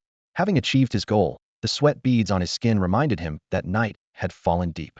Lu Yu yawned and looked around. Wang Liang had returned to his quarters at some point, leaving him alone in the vast training ground. Before departing, he couldn't resist pulling up his attribute panel, a slight smile playing at the corners of his mouth. Realm, Body Tempering 2nd Stage. Level, 6. Constitution, 42.44. Strength, 29.25. Agility, 18.85. Spirit, 9.75. Potential points, 30. Experience, 16. He had previously enhanced his body once, and his current body enhancement level had risen to 6. His potential points were only 2 short of what was needed for the next enhancement. A bowl of meat porridge in the morning would make up the difference. He planned to save this enhancement opportunity as a trump card. Using it to restore his condition at crucial moments would be more prudent. What was even more delightful was the conspicuous that had appeared next to Realm. Actually, this plus sign had emerged when body enhancement upgraded from level 5 to 6. At the time, he had excitedly thought he could immediately break through to body tempering 3rd stage. Breaking through 2 realms in one day might have been incredibly thrilling. However, when he clicked it, his smile instantly froze. The breakthrough probability wasn't 100%, but 98%. Though nearly guaranteed, he hadn't dared risk it. According to the system explanation, failed breakthroughs would randomly deduct several attribute points, which was reasonable enough. To achieve a 100 breakthrough probability, the average of Constitution, Strength, and Agility attributes needed to reach 30 points. When the enhancement ended that night, his average for the 3 attributes was only just over 29 points. But as his basic archery skill leveled up, that tiny gap was filled, finally settling at exactly 30.18 points. Just right. Lu Yu chose to break through without hesitation. Crack. A clearer shattering sound than the previous 2 times echoed in his mind, and a surge of scorching warmth instantly flooded through his limbs and body. The fatigue and drowsiness from moments before evaporated in an instant, replaced by surging power and alertness. Realm, Body Tempering 3rd Layer. Level, 6. Constitution, 46.68. Strength, 32.17. Agility, 20.73. Spirit, 10.72. Potential points, 30. Experience, 16. Lu Yu exhaled deeply. Breaking through 2 layers in one day had finally done it. With 46 points in Constitution, his 5 consecutive shots were nearly rock steady. With 32 points in Strength, he was only 8 points away from drawing a 200-pound bow, and a 100-pound bow would be effortless. His only weaknesses were Agility and Spirit. As for what conditions were needed to advance from Body Tempering to the Flesh-Refining Realm, he had no way of knowing for now. It surely wouldn't be simple, so he could only progress step by step. With such significant improvement today, his safety would certainly be much higher when going to the Zhou family fortress to trade supplies. Lu Yu looked up at the night sky where the full moon hung high, silently praying. May tomorrow bring explosive luck and many prey to haunt. The next morning, as dawn broke and thin mist covered the mountains, distant roars of fierce beasts could be faintly heard. People in the village rose early, busily preparing for the hunt. Women lit fires at their stoves to cook, smoke mixed with the fragrance of firewood drifting away, their gazes filled with both anticipation and worry. The first golden ray of sunlight pierced through the clouds, shining on the village walls, and the hunting party had already assembled at the drawbridge. The village gate was crowded with people. Seeing them off this had become almost a daily routine. Be careful on the road. Stay safe. Come back early. Words of concern rose one after another. Wang Liang stood in the crowd, silently watching Lu Yu. With Lu Yu's current strength, as long as he wasn't reckless, the danger wouldn't be great. However, in this chaotic world, people were sometimes more unpredictable than fierce beasts. Brother, you go for it. I believe in you. Liang shouted at the top of his lungs, his voice echoing at the village gate, inspiring others to join in the cheering. Lu Kai quietly shuffled a few steps to the side, afraid of being deafened by Li Yang's volume. Got it. Lu Yu didn't know whether to laugh or cry. Li Yang's shout had drawn everyone's attention, including his own. Lu Yu's gaze swept toward a corner of the crowd, where a long-haired woman was looking at him. When their eyes met, she immediately lowered her head. Was she looking at me? Lu Yu wondered to himself. Could she really be interested in me? But now wasn't the time for romance. Though Body Tempering 3rd Layer was strong, it was far from being fearless of danger. Under countless watching eyes, the hunting party stepped out of the village gate, following the small path swallowed by morning mist. Ji Bingyu quietly raised her head, thinking of how she had almost been discovered earlier, a faint blush coloring her cheeks. I hope they all return safely. She prayed silently in her heart. Little Yu, Confess honestly, have you taken a fancy to some girl in the village? The team had barely gone far when Zhao Shan approached Lu Yu with a suggestive expression. Huh. Lu Yu looked completely bewildered. Don't play dumb with your uncle Zhao. I saw everything. Zhao Shan snorted proudly. It's that long-haired one, right? This unexpected conversation instantly caught everyone's attention. Brother Zhao, what did you just say? What girl with black hair? Someone couldn't help but ask. Yeah, I didn't quite catch that. I think I heard Brother Zhao asking if Xiao Yu likes someone. Another person leaned in and lowered his voice. Xiao Yu looked completely confused, and Brother Zhao said he saw everything, the one with black hair. No way. Really? Several exclamations erupted simultaneously, and even Lu Guahao, who was walking at the front of the group, turned around. Uncle Zhao, please don't say things like that. Lu Yu didn't know whether to laugh or cry. Before he could speak, Zhao Shan snorted. Still pretending, keep it up. I saw everything. Yesterday you kept staring at that girl, and again when we set out today. You made the poor girl blush. Whoa. Everyone's hearts skipped a beat as their gazes fell on Lu Yu in unison, their smiles suddenly becoming meaningful. It's really not what you think. Lu Yu spread his hands and shrugged helplessly, thinking that the more he explained now, the worse it would get. Right. It's not what we think. Someone immediately chimed in, deliberately drawing out their tone. What exactly do we think? Exactly. Xiao Yu, we didn't say anything. Don't worry, we'll definitely keep it secret. Everyone wore knowing expressions. Someone in the group quietly nudged Zhao Shan with their elbow and whispered, what does she look like? Is she pretty? Zhao Shan just blinked and kept them in suspense, making the gossip burn even brighter. Lu Yu could only shake his head with a bitter smile. Life in the wilderness lacked entertainment, so this little episode was right up everyone's alley. He simply couldn't be bothered to argue anymore. The commotion lasted a few minutes before dying down. To conserve energy, everyone fell silent as they trudged forward through wild grass and scattered stones. The merciless sun blazed down, making the earth as hot as an iron plate. After 1 hour, then 2 hours, sweat trickled down their necks in streams. Lu Yu's brow gradually furrowed. Surely their luck wouldn't be as bad as yesterday again. They'd walked so far without encountering a single decent prey. Suddenly, the grass swayed gently in the distance, 300 to 400 meters away, as a dark shadow flashed by. Prey. The first person to spot it had a trembling voice. Over there. Everyone's spirits instantly lifted, looking up like people spotting water in a desert. Looks like a saber-toothed boar, Lu Yu said, but couldn't help smiling bitterly. What? A saber-toothed boar? Really? Their newly kindled enthusiasm immediately deflated like a punctured balloon. The group still walked forward several dozen meters, using the terrain to confirm it was indeed a saber-toothed boar. A massive black shadow moved through the brush, its tusks curved, occasionally rooting at the ground and sending dry earth flying. Worthy of our master archer. Xiao Yu, you really have sharp eyes. Zhao Shan gave a thumbs up, his tone full of admiration. Lu Yu's heart stirred slightly. His third-level body tempering had greatly enhanced his vision and hearing, making it easy to see the boar's markings at this distance. He gripped his longbow, his arm muscles quietly tensing as he pictured an arrow piercing its throat. With his current strength, he might actually be able to kill it with one shot. That would be substantial experience points, and enough meat to feed the settlement for several days. But then he thought of another consideration. Saber-toothed boars had thick hide and solid flesh, were powerful and vicious. Even if hit by an arrow, it might not die immediately. If it went berserk and charged, the entire team would be in danger. Let's go around it. Lu Guahao's voice was low and helpless. Better not provoke something like that if we can avoid it. Lu Yu released the bowstring and let out a soft breath of hot air. Once he reached the flesh-refining realm and had absolute confidence in a killing blow, it wouldn't be too late to deal with it. Say, is this the same saber-toothed boar from last time? Someone muttered quietly. Who can tell? Sun Gang curled his lip. These beasts all look the same. Yeah, good thing we spotted it early this time. That was a close call. Let's walk for another hour or so. If we still don't find any game, we'll take a break and eat something, Lu Guahao arranged. Sounds good. Everyone responded in unison, though their pace didn't slow down at all. Zhao Shan moved to the back of the group and asked Lu Yu in a lowered voice, Xiao Yu, are you tired? If you can't keep up, we can rest for a bit. I'm fine, Uncle Zhao. Let's keep going. Lu Yu replied with a smile and a shake of his head. With his constitution at 46 points, this trek was barely even a warm-up for him. The mountain path was rugged, with weeds slapping against their calves, and the air carried the damp scent of earth. After walking for about another hour, 2 grayish rabbits darted out from the bushes. Finally, some results, Sun Gang said as he drew his bow and nocked an arrow. One after another, both rabbits were quickly taken down. Lu Yu looked at the game on the ground, feeling somewhat troubled. This small amount wouldn't be nearly enough to trade for supplies. Lu Guahao patted his shoulder. 2 rabbits isn't bad. It's enough to sustain the people in our settlement for a day or two. Let's have lunch here first. We need to fill our stomachs to have strength. We'll search again this afternoon. Maybe our luck will turn around. Everyone sat down in a circle, each pulling out dried meat and water pouches from their canvas bags, chewing with loud crunching sounds.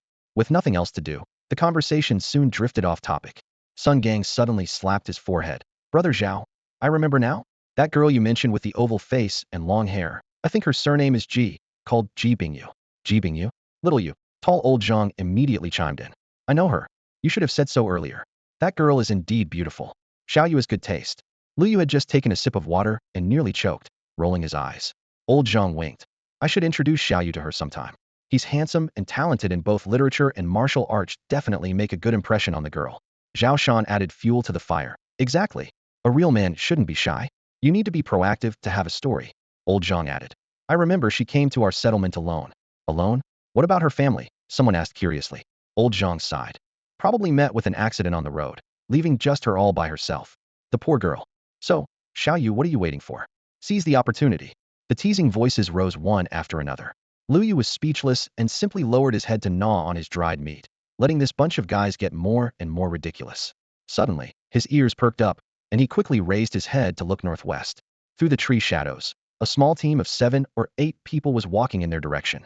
Someone's coming, Lu Yu warned in a low voice. The joking immediately stopped, and everyone grabbed their spears and bows that had been leaning against their feet, their faces tense. After seeing who it was, their tense shoulders finally relaxed. It's people from Qin family settlement, Lu Guahao explained in a lowered voice. Small settlement, 30 or 40 people. Their leader is called Qin Lianjin is quite honest. The other group also spotted them and waved from dozens of meters away, then changed direction to go around and continue on their way. The two groups were merely acquaintances, and in the wilderness, no one dared to let their guard down. As the group dispersed, Lu Yu's gaze fell on a young man carrying a bow among them about his age, with steady steps. The young man seemed to sense something and made eye contact with Lu Yu across the distance for a moment before turning to catch up with his team. That guy is interesting, Lu Yu mused to himself. The reason was simple. He was the only archer in their team, which strongly suggested that this young man possessed exceptional archery skills. The black-striped rat the person behind him was carrying served as the best proof of this. Lu Yu was filled with curiosity about the draw weight of the bow he used. Xiao Yu, you noticed too? Zhao Shan smiled and whispered a reminder, while glancing at Lu Yu and Lu Guahao from the corner of his eye. That's Qin Lianjun's son, Qin Hai. Ah. Lu Yu's eyes widened in surprise at such an unexpected coincidence. Lu Guahao cleared his throat twice and said in a steady tone, just as your uncle Zhao mentioned, that Qin Hai has considerable strength. I heard he can draw an 80-pound bow. Thinking about this still made him feel somewhat envious. Before he finished speaking, several scornful sounds came from nearby. What's so impressive about that? Our Xiao Yu is using a 100-pound bow now. Exactly. If we're really comparing archery skills, that kid is nowhere close. Sun Gang and the others looked indignant. Not to mention anything else. Just consider how Lu Yu single-handedly shot 6 gray wolves in succession. Could that Qin Hai do that? Lu Yu felt both amused and touched by everyone's support. He could tell they were genuinely standing up for him. Looking in the direction where Qin Hai and his group had departed, he suddenly understood. No wonder these few people could support an entire small settlement. Qin Hai indeed had some real skills. If only his own settlement could produce a few talents like this, the figures of Lu Kai and Li Yong involuntarily surfaced in his mind. After lunch, everyone rested briefly before setting out on the hunting trail again. Perhaps their luck had truly turned, as within just half an hour, a group of prey came into view. Looks like a herd of deer, Lu Yu blurted out. With his current eyesight, he could clearly see movements 500 meters away, while Lu Guahao and the others could only manage 300 meters at most. Beyond that, they could only make out blurry shadows. More than 10 deer, each about half the size larger than ordinary deer, displayed robust antlers with dense branches. Their tan fur was dotted with white spots, their limbs were long and graceful, and their movements agile, clearly indicating remarkable running speed. Most were grazing with heads down, except for one that stood alert with raised head, its gaze fixed intently on their direction, obviously having spotted the group. Deer? Those must be spirit-horned deer, right? Zhao Shan muttered under his breath. Looks like it. This could be quite tricky. The smiles on everyone's faces instantly vanished. Lu Guahao explained. Spirit-horned deer are also low-level fierce beasts. Their attack power isn't strong, but they're naturally cautious. When grazing, they specifically assign one to stand guard, and once danger is detected, it immediately alerts the others. What's more troublesome is their extreme speed. Even cheetahs can't catch them. Indeed. Lu Yu nodded. He noticed that the sentinel deer had been watching them for some time. Given their level of vigilance, we'd startle the entire herd if we approached within 300 to 400 meters. Sigh. And here I thought we'd have a big harvest. Looks like we got excited for nothing. Let's go. Sun Gang's enthusiasm immediately deflated. The others also showed expressions of resignation. They had learned their lesson from previous encounters with spirit horned deer. Rather than waste effort, it was better to pretend they hadn't seen them. Hearing this, Lu Yu felt somewhat unwilling to give up. After finally encountering a herd of prey, if only he could close the distance to 200 meters, or even 250 meters, he was confident he could take down at least 2 of them. But his father and the others weren't wrong either. That spirit antler deer was exceptionally alert. Nothing escaped its watchful eyes, and it had clearly detected their presence. Once they entered its warning perimeter, the entire herd would bolt. Was there really no way? There might be a solution if he had a 200-pound draw weight bow in his hands. This distance wouldn't be a problem at all. With a 300-pound draw weight, it would be even easier.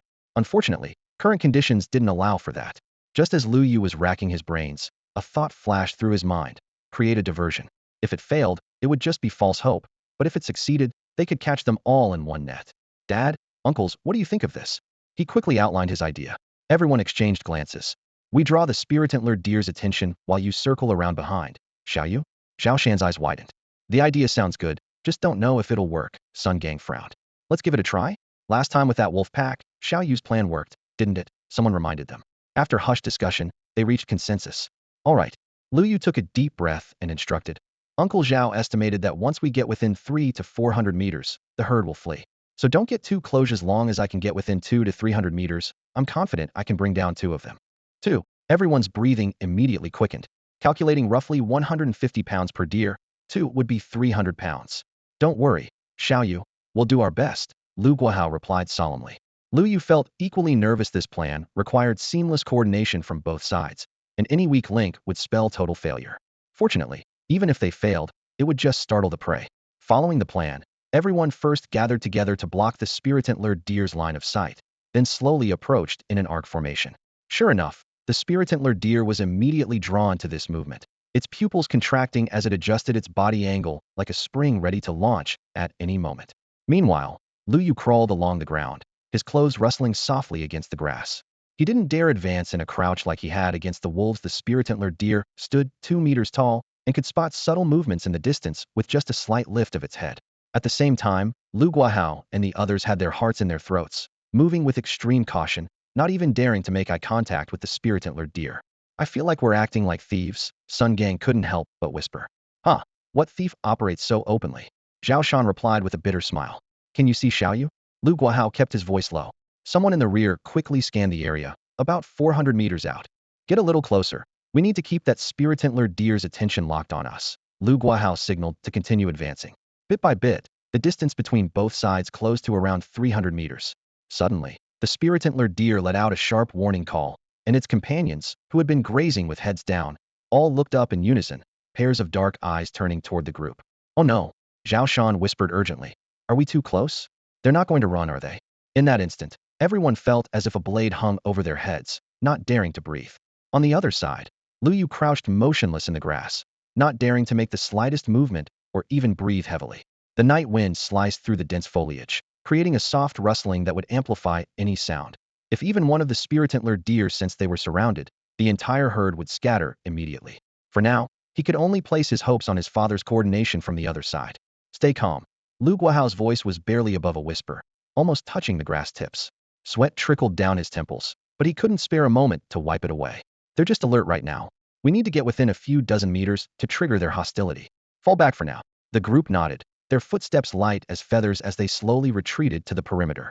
The spirit antler deer watched their every move, and only after several minutes did they lower their heads to graze again. This tender grassland was too precious to waste even a second. Only the sentinel deer remained fixed on the group. They seemed to be relaxing. Sun Gang whispered, feeling like he'd just returned from death's door. Maintain this distance and circle around, Lu Guahao instructed, finally allowing himself to breathe easier. They had done everything they could. Now it was up to little Yu. Lu Yu didn't disappoint. While the herd's attention was diverted, he crawled forward with minimal movement, 300 meters, 280 meters, 260 meters, 240 meters officially entering bow range. A little closer, he calculated silently. The shorter the distance, the more confident his shot would be. Suddenly, the sentinel deer spun around a full 180 degrees, its gaze piercing straight through the grass. Lu Yu's heart clenched as he immediately pressed his head down, not daring to even flutter an eyelash. Had he been spotted? Logically, it shouldn't be possible. Perhaps it had heard a faint sound or caught an unfamiliar scent. Should he rise and shoot immediately, or continue hiding? He held his breath, watching the herd through the gaps, ready to draw his bowstring the moment they turned to flee. Meanwhile, Lu Guahao's group tensed up as well. Has Little Yu been exposed? Someone asked in a hushed voice. Probably not. If it had really spotted him, it would have sounded the alarm by now. Lu Guahao shook his head. Keep drawing its attention. For Lu Yu, those brief 10 seconds felt stretched into an entire hour. Fortunately, the sentinel deer eventually looked away, perhaps mistaking him for deadwood in the grass. As Lu Guahao's group approached again, it redirected its attention back to them. Lu Yu took a deep breath and continued his slow advance. 220 meters, 200 meters, until 180 meters. The sentinel deer suddenly pawed the ground, its hooves flying as it let out a low warning call. The other dozen spirit-antler deer lifted their heads in confusion. In a flash, a figure burst from the sea of grass. Lu Yu charged straight at the herd, drawing his bow while running. In just a second or two, he had closed another 10 meters. The dozen or so spirit-antler deer seemed frozen in place, unable to comprehend what was happening before their eyes. In that split second before they could react, whoosh, the sharp whistle of an arrow cutting through air rang out first, covering over 100 meters in an instant. The nearest sentry deer only had time to widen its eyes before it toppled over with a thud, its hooves twitching a few times before falling still. An arrow as thick as a pinky finger pierced straight through the center of its neck, blood gushing forth, and the arrow even flew several dozen meters further before embedding itself deep in the soft earth. Lu Yu didn't pause for even a moment. The instant his first arrow left the string, the second was already knocked. He deliberately didn't draw the bow to full strength, prioritizing speed instead. Swish! The second spirit-antler deer fell just as quickly. Only then did the remaining deer let out sharp cries of alarm and collectively turned to flee in panic. Lu Yu's movements remained unceasing. With his constitution exceeding 40 points and his rapid-fire ability, he could complete 4 consecutive shots within 5 seconds, and the last 2 shots were fired without drawing the bowstring to full capacity, making them even faster. Swish! Swish! 2 more cold gleams streaked through the air. The 2 spirit-antler deer bringing up the rear were both struck by arrows, tumbling over 10 meters from their momentum before coming to a stop. In less than 2 seconds, the herd of spirit-antler deer had already charged nearly 100 meters away. Keep in mind that even a cheetah from his previous life would need over 3 seconds to sprint 100 meters from a standing start. Lu Guahao and his group, watching from a distance, were already too stunned to speak. When they first saw Lu Yu bring down 2 deer, they had excitedly shouted in celebration. Such abundant prey made all their earlier efforts to lure the creatures worthwhile, especially since it was much safer than fighting fierce beasts hidden. But before their cheers could even fade, 2 more deer had perished, 4 in total. Never since the establishment of their settlement had there been such a bountiful harvest. However, it wasn't over yet. Amid the swirling dust, the spirit-antler deer fled desperately for their lives. Lu Yu locked onto the last one and suddenly drew his bowstring to full moon. In that moment, he felt his blood and chi surging within, all his strength seeming to be instantly drawn and concentrated into his right arm. Crack! The string snapped like thunder, the arrow transforming into a shooting star that screamed across nearly 300 meters, piercing clean through the deer's lower back. The deer collapsed with a wail, gazing desperately as its companions shrank to black dots in the distance before being swallowed by the dust and mist. Few after releasing that arrow, Lu Yu breathed heavily. Strangely, his arms didn't feel sore. Instead, his entire body was suddenly overcome by a wave of exhaustion, and he nearly stumbled as his legs gave way. He wondered to himself. Logically, the arms that drew the bow should have been tired first. Thinking back to that final arrow, he recalled the miraculous sensation of his blood and chi being instantly mobilized throughout his body, his vision seeming to slow down. But now he couldn't recapture that feeling no matter how hard he tried. Though uncomfortable, he was already accustomed to this kind of exhaustion, and since there was no immediate danger, he decided to save his attribute point for later. It might prove more useful then. At this moment, Lu Guahao and the others rushed over from the distance, staring in stunned silence at the several spirit-antler deer scattered across the ground at various distances. Zhao Shan looked around in a daze, his voice trembling. Xiao Yu, I'm not dreaming, am I? Five kills. Zhao Shan's face was filled with disbelief, his eyes wide as copper bells, mouth agape, and unable to close for a long moment. The others stood frozen in place as if under a spell, completely stunned by this unexpected windfall. Originally, they had planned to consider themselves blessed if they could hunt 4 spirit-antler deer, but who would have thought that Lu Yu would land another precise shot from 300 meters away? 5 prey in total. Those spirit-antler deer weren't as massive as large ferocious beasts. Each weighed nearly 200 pounds, making 5 of them 1,000 pounds of meat. If converted to grain, that would be enough for 3,000 to 4,000 pounds, sufficient to feed everyone in the village for more than half a month. Thinking of the jubilant scene when the village saw this harvest, everyone felt both shocked and delighted. Ahem, Uncle Zhao, you're not dreaming, this is all real. Lu Yu's lips curved slightly upward as he flexed his aching arm, a hint of lingering regret flashing in his eyes. Too bad they ran so fast, otherwise I could have shot another one. Enough, enough. Zhao Shan waved his hands repeatedly. Just these 5 spirit-antler deer would be challenging enough for their small group. To drag back one more would leave them completely overwhelmed. He chuckled to himself. When had he ever worried about having too much prey? The others finally snapped out of their shock, their faces beaming with joy. Lu Guahao couldn't celebrate just yet, his brow furrowed with concern. Xiaoyu, is your arm alright? That's 100-pound draw weight Bao pulling it 5 times in a row is something even the Lu brothers couldn't manage. Sun Gang and the others chimed in. That's right. Xiaoyu, 2 deer would have been plenty, no need to push yourself so hard. In everyone's eyes, Lu Yu had become the team's main force. If something happened to him, even the best spoils of war would become a burden. Lu Yu raised his arm and flexed it, his muscle definition showing no trace of trembling. I'm really fine. Since we have plenty of food now, I'd actually like to discuss martial arts training with everyone. He looked around at the group with a serious expression. Dad, uncles, I'm now a second-stage body-tempering martial artist, and among the top tier of this realm.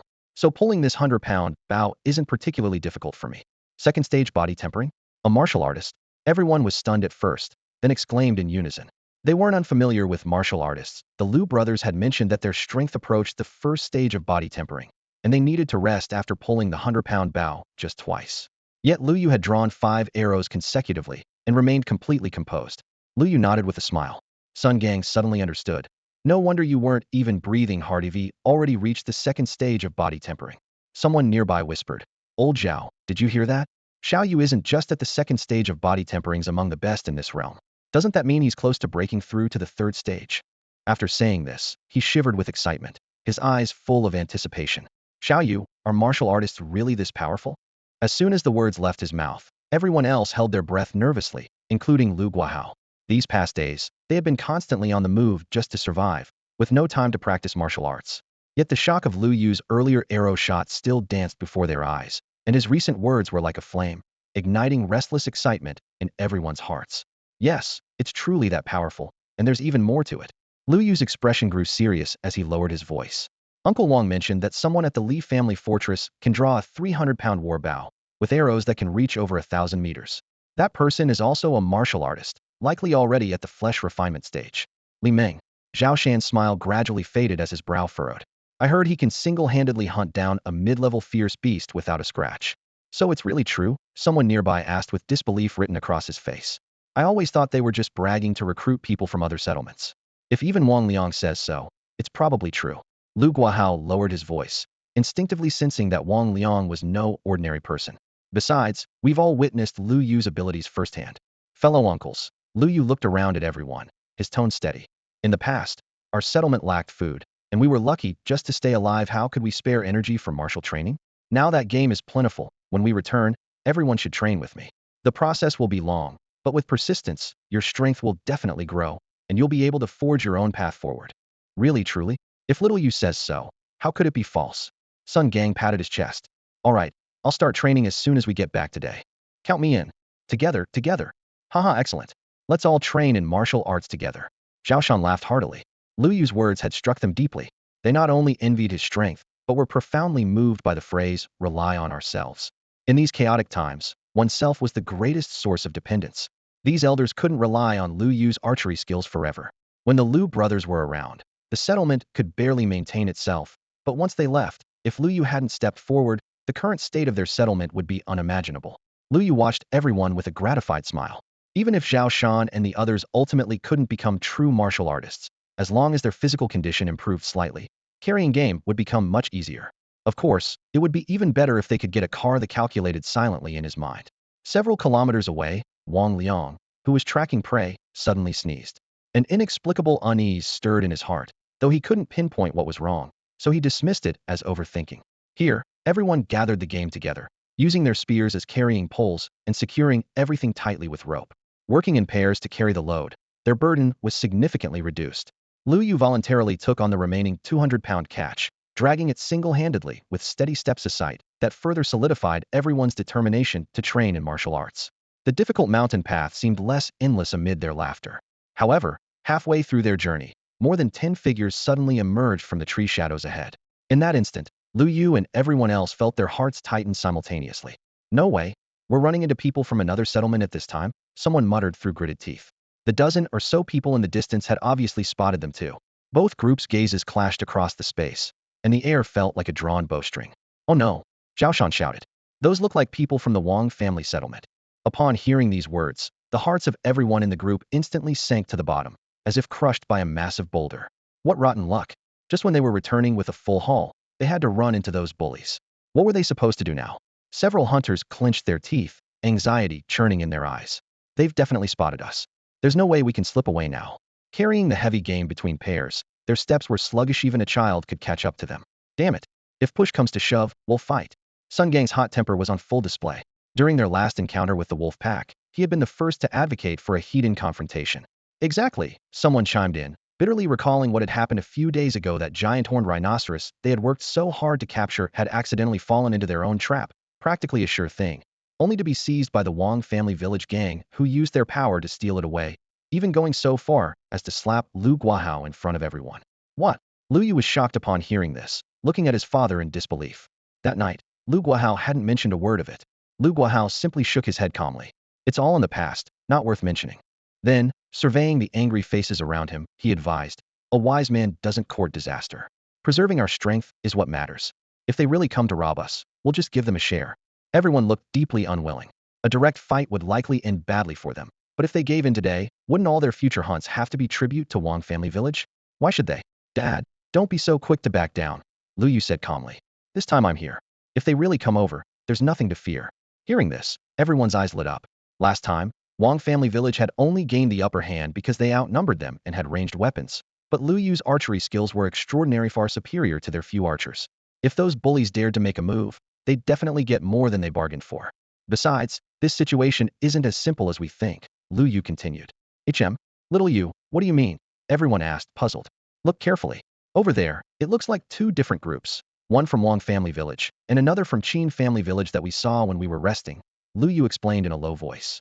The group moved forward a few more steps, squinting into the distance. They could vaguely make out Wang family village people blocking several thin figures, tugging at something. It was indeed two separate groups. I'm guessing Qin family village was carrying their game back home when they happened to run into Wang family village, who are now trying to rob them.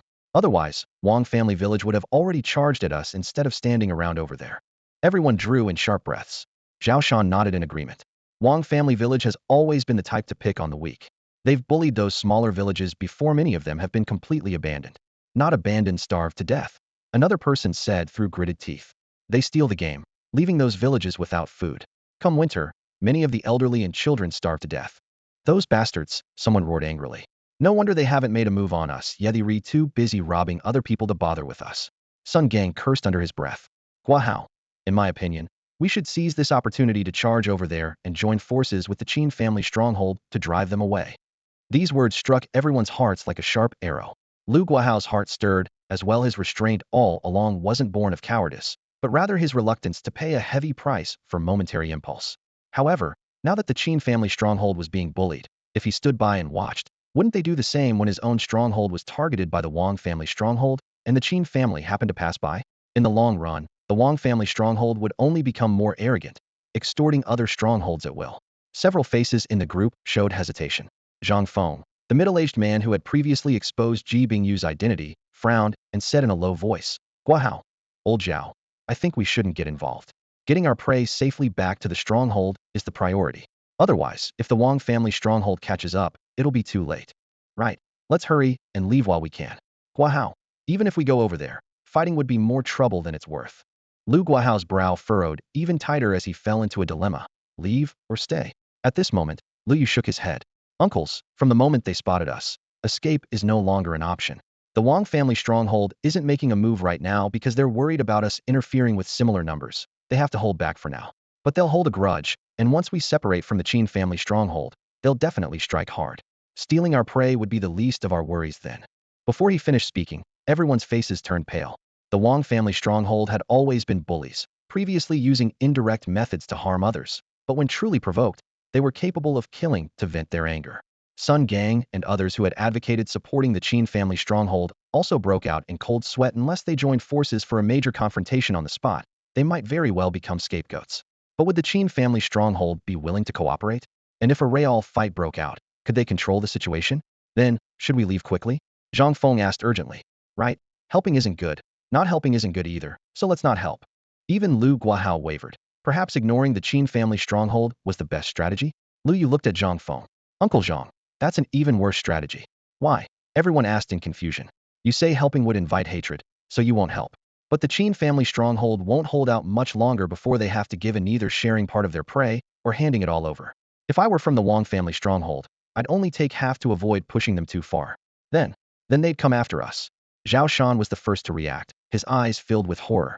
By then, the Qin family stronghold would naturally stand by and watch, just as we want to do now.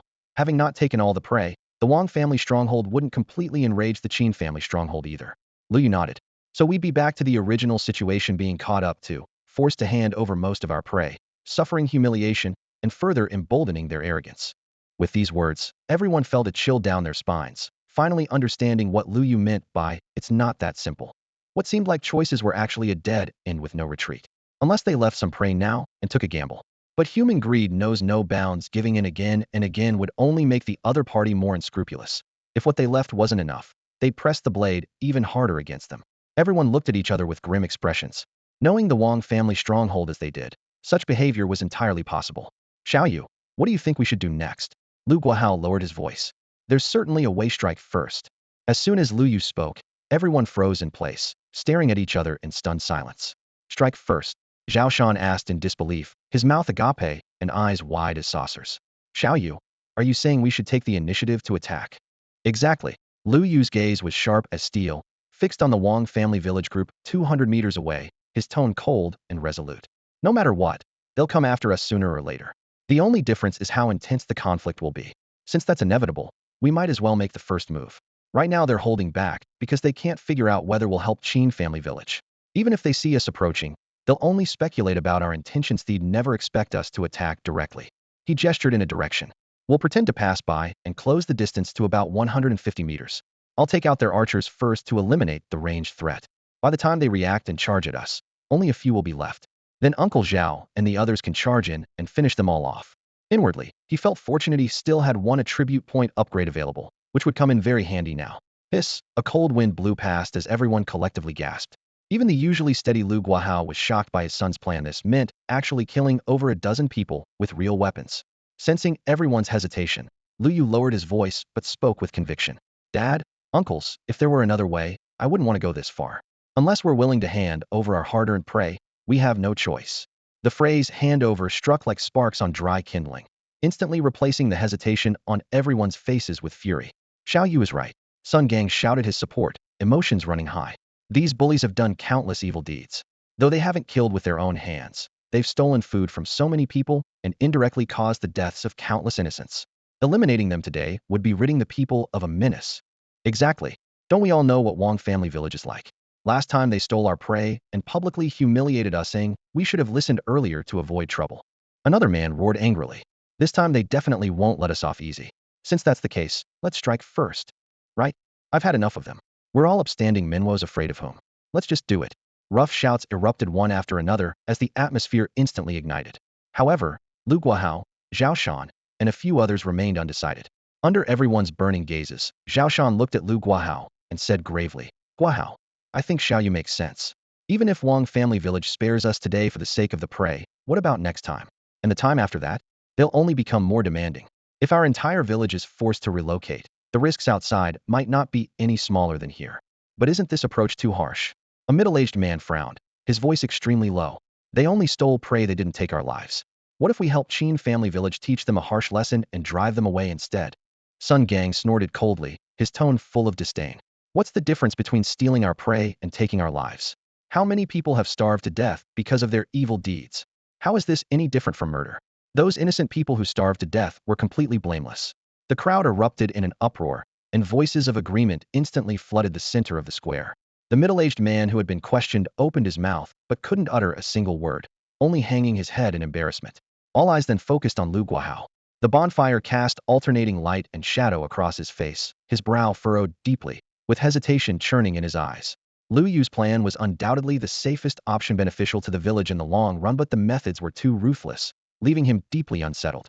Moreover, Wang family village also had over 100 lives, with elderly parents, wives, and children behind them.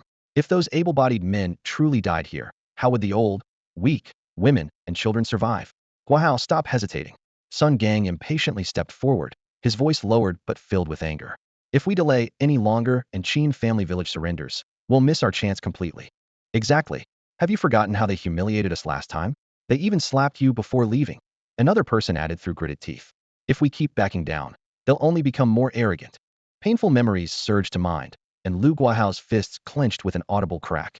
Lu Yu saw through his father's inner conflict and patted his shoulder, saying patiently, "Dad, I understand your concern for the families in Wang family village. I've thought about it too, but this is a matter of life and death. If we bring back less game, people will go hungry. If we bring back half as much, half the people will starve. If we can't even protect our own people, what's the point of talking about righteousness and morality?" As his words fell, they struck Lu Guahao's chest like a heavy hammer. He suddenly froze. Hadn't his goal all along been to lead the villagers to survival? If the current crisis wasn't handled properly, what future was there to speak of? All right. He raised his head with a firm nod, determination blazing in his eyes. Seeing Lu Guahao set aside his concerns, everyone finally breathed a sigh of relief. If father and son had disagreed, they truly wouldn't have known whom to follow, but now they had unified their stance. Thinking of Lu Yu's exceptional martial prowess, everyone felt more confident.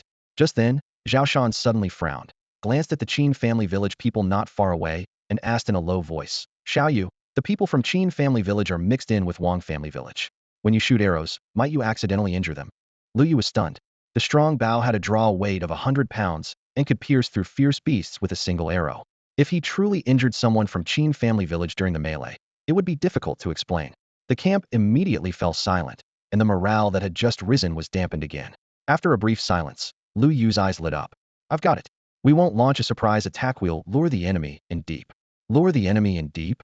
How exactly? Everyone immediately perked up their ears. "It's simple. We temporarily leave Qin family village alone." Lu Yu slowed his speech, his gaze sweeping over everyone before lingering on Lu Guahao's face. "We'll carry the game and pretend to move slowly, enticing Wang family village to catch up. Then we'll pretend to flee in panic, making them lower their guard. Once they're all within my shooting range, we'll concentrate our firepower to finish them off. This way we can eliminate Wang family village's bullies without accidentally injuring Qin family village. Afterward, we'll return their lost game and explain the situation clearly. They should understand." In the firelight, his smile was confident and assured. "That's a good idea." Lu Guahao let out a long breath, as if a huge weight had been lifted from his heart. While he might have agreed to completely ignoring Qin family village, he would have felt troubled about it later. Now with this compromise, he felt much better. "I think it's feasible too," Zhao Shan responded, with Sun Gang nodding repeatedly beside him. "Let's do it this way." Zhao Shan, Sun Gang, and several others nodded in agreement. A few minutes earlier, when both sides' gazes met, "Are those people from Lu family village?" In the Wang family village group, a burly man with broad shoulders gripping a long spear suddenly brightened up, his voice filled with surprise. "Looks like it really is them." Another big man carrying a long blade squinted his eyes, staring at the person leading the opposite group. "The one walking in front, wearing that coarse cloth robe, isn't that Lu Guahao? Let me see. It really is him, that weakling." The bald man with a scarred face recalled past events and burst into loud laughter. "Last time when we took their prey, he tried to reason with us. I gave him one slap, and he immediately wilted, didn't dare make a peep. Ha ha."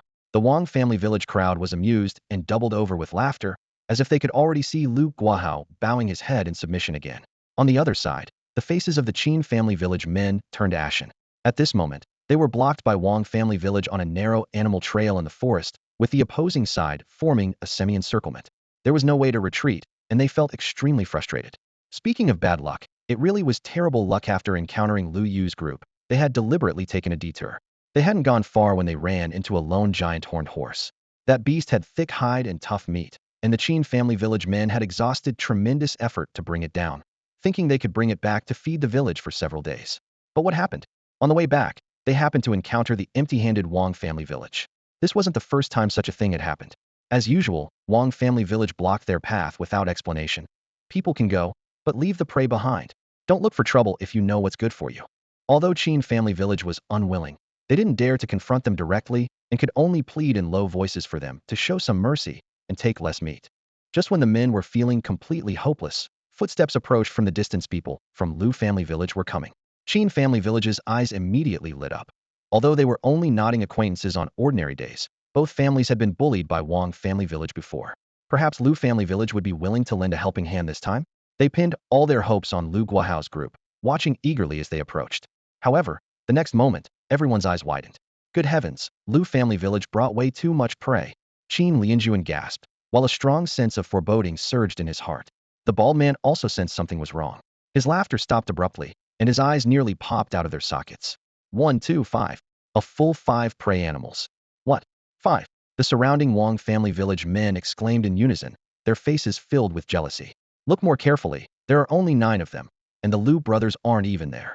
Someone hurriedly counted the people. So how on earth did they get all this? They must have had dumb luck. 5 prey animals just fell into their traps by themselves. Someone said through gritted teeth. A weasel-faced man fawningly sidled up to the bald man and lowered his voice. Big brother, we've been wandering around all day and caught nothing. Now someone's delivering themselves right to our doorstep. The bald man licked his cracked lips, his eyes gleaming with malicious intent. The people nearby nodded repeatedly. That's right, and there's quite a lot too. Big brother, it would be too foolish not to take advantage of this gift that's been delivered right to us. That's right, let's go after them quickly. With all that game they're carrying, they definitely can't move fast. The dozen or so men from Wang village practically had greed dripping from their faces upon hearing this. Some cracked their knuckles, others gripped their machetes tighter, and in their eager anticipation, the prey already seemed to be in their grasp. In comparison, the giant horned horse tied to the wooden frame from Qin village suddenly lost all its appeal. The people from Qin village felt a flicker of relief upon hearing these words. If Wang village really shifted their target to Lu village, it might not be such a bad thing for them. Though this thought was somewhat unfair to Lu village, in these dog-eat-dog times, they couldn't afford to worry about others. However, a young man from Qin village gripped his spear tightly, his eyes filled with resentment and unwillingness. Why were they always the unlucky ones? Don't rush, the bald man from Wang village sneered coldly. They can't escape. Then he turned to stare at Qin Lianjuan. Old Qin, give me a straight answer, are you handing over the game or not? I don't have time to waste on you. The bald man's calculation was simple. Steal from Lu village, but don't let Qin village off either. No one ever complained about having too much money or grain, and the same went for game. The other men from Wang village, understanding their leader's intentions, exchanged glances and cruel smiles crept across their faces. There was no reason to spit out meat that was already in their mouths. Brother Wang. Qin Lianjuan forced a smile, his voice full of pleading. Let's leave ourselves some room for future encounters. That giant horned horse cost us dearly, risked our lives for it. And our people have been starving for days. If we return empty-handed, people will really die. Yes, yes, brothers, please give us a way to live. The other men from Qin village nodded repeatedly, though their eyes kept stealing glances at Lu Guahao's group in the distance, hoping they would notice the commotion. If they could even the numbers, Wang village wouldn't dare act so brazenly. Wang Ba hated haggling most of all. He clicked his tongue, his expression darkening like storm clouds.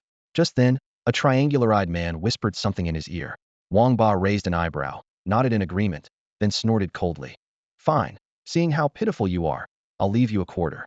What? Qin Lianjuan's mouth gaped wide enough to fit an egg. He was about to continue pleading. Brother Wang, please give us more. The whole village is counting on this food. Qin, don't refuse a toast only to drink a forfeit. Wang Ba's eyes turned fierce, his voice low and menacing. Leaving you a quarter is already showing you face. Annoy me further, and I'll take everything. What can you do about it? The triangular-eyed man glanced at the Qin village group and sneered. Don't think delaying will bring Lu Guahao to help you. Luke Thierry already far away. The hearts of the Qin village men sank as they all turned to look toward the forest path. Indeed, Lu Guahao and his group were carrying their game and walking briskly, their figures growing smaller and smaller. Qin Lianjuan's legs gave out, and he collapsed to the ground, his face full of bitterness.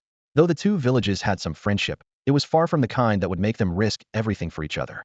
Besides, Lu village had an astonishing amount of game. Naturally, they wouldn't want trouble and would take advantage of Wang village being occupied to slip away first, which was perfectly reasonable. Haha, do they really think they can escape?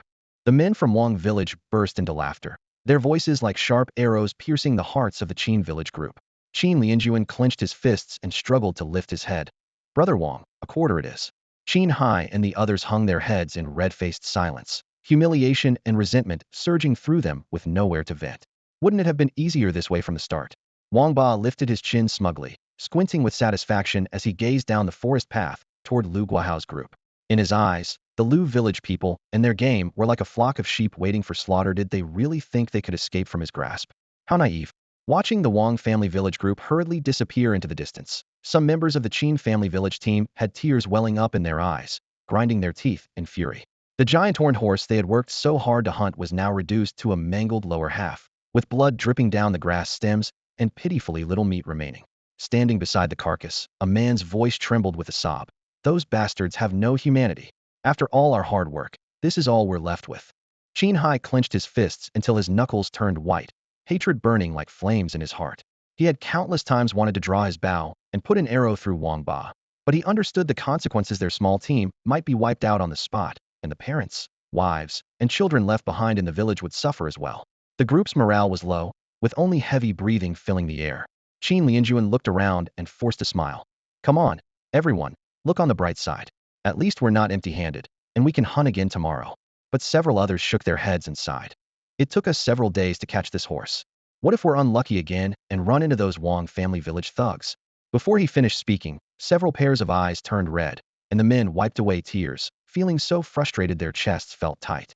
At that moment, a flat-nosed, thick-lipped man snorted coldly twice, staring in the direction where Wang family village had departed. The Lu family village folks refuse to help us. Know they're going to be in trouble.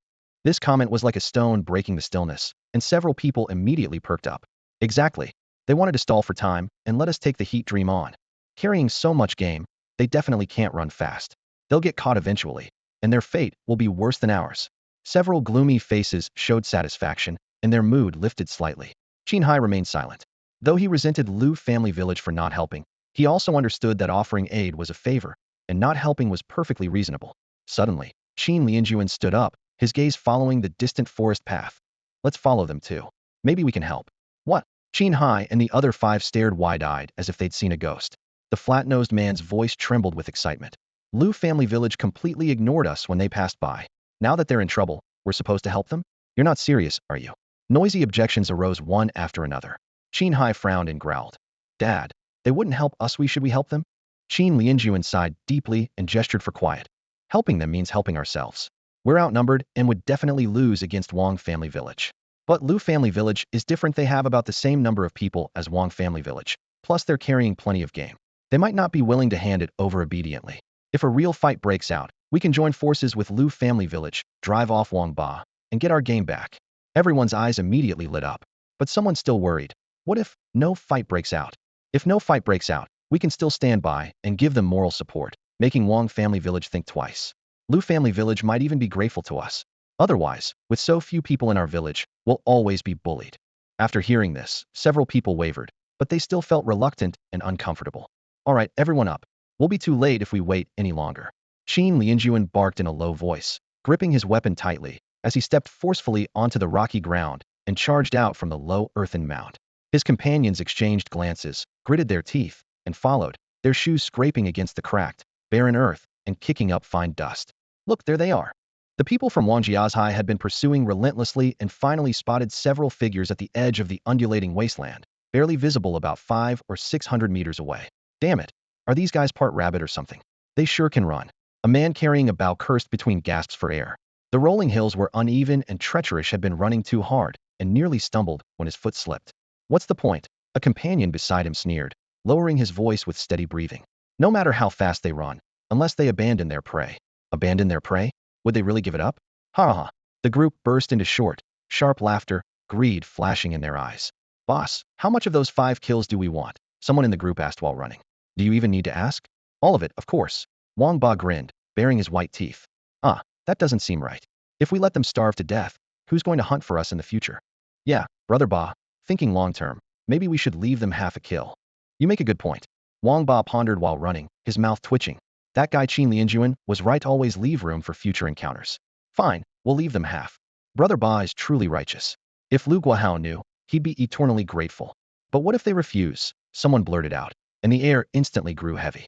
Everyone turned to stare at the man, who nervously stepped back twice and muttered sheepishly. Brother Ba, they refused last time, so they'll probably be even less willing this time. Unwilling? Wang Ba snorted coldly. Do they have a choice? He then turned to the 2 archers. Listen up, when we catch up to them, shoot a couple arrows first to show them who's boss and save me the trouble of arguing. No problem, boss. Shoot that kid. The archer thought of Lu Yu, his lips curling with disdain. Little brat thinks he can intimidate people with a 100-pound draw bow? If I don't teach you a lesson, you won't know who you're dealing with. With the command given, the group accelerated again, their footsteps making the wild grass rustle. In moments, the distance between the 2 groups had shrunk to less than 400 meters and was closing rapidly. Xiao Yu there, they're catching up. Sun Gang glanced back, his face pale and breathing heavily. The prolonged run while carrying weight had made his steps unsteady, and his voice trembled as he spoke. The others were equally drenched in sweat. Xiaoyu, should we stop? Lu Guahao asked urgently. Don't stop. Lu Yu gripped his bow while dragging the prey, steadily bringing up the rear of the group, his voice low and calm. Keep running forward, preferably faster. Let them think we're scared. The group exchanged glances, clenched their teeth, and picked up the pace again. Lu Yu glanced back at their pursuers from the corner of his eye, then looked ahead again, a cold smile playing at the corners of his mouth. Excellent. Since you're seeking your own destruction, don't blame me for being ruthless. Seeing Lu Guahao and his group fleeing ahead like a herd of panicked deer, the Wang family village crew laughed with increasing arrogance. Haha, looks like they've spotted us too. The spearman at the front sneered. So what?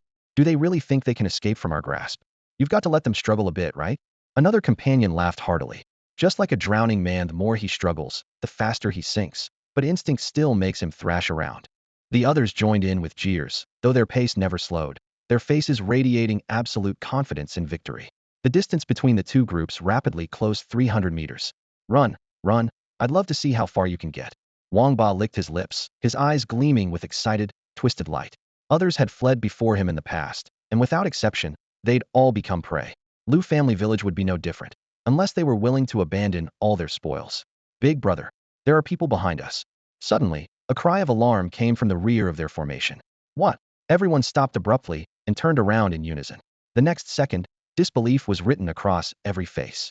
Is that Qin Lianjuan and his crew? Damn it, they dare to follow us. They're asking for death. Realizing they were being tailed, fury surged through the group, especially considering they had just robbed Qin Lianjuan's group of most of their game. Brother Ba, this doesn't look good. Triangle Eyes warned in a low voice. That day when Wang Ba wanted to seize all of Qin Lianjuan's haul, he was the one who advised leaving some room to avoid retaliation.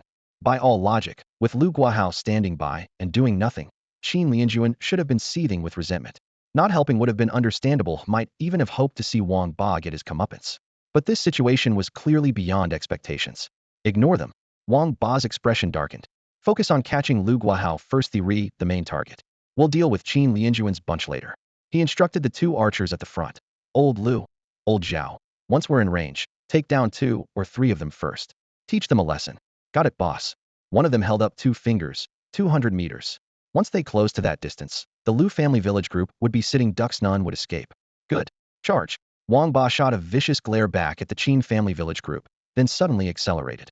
That glare was like ice water poured over them, making the Qin family village members shudder. Dahai, they've spotted us. Wang Ba's look was a warning. Someone's voice trembled. Qin Lianjuan gritted his teeth. Being discovered was inevitable. If we retreat now, do you really think Wang Ba will pretend nothing happened? We have no way back. Hearing this, the others finally steeled their resolve. Dad.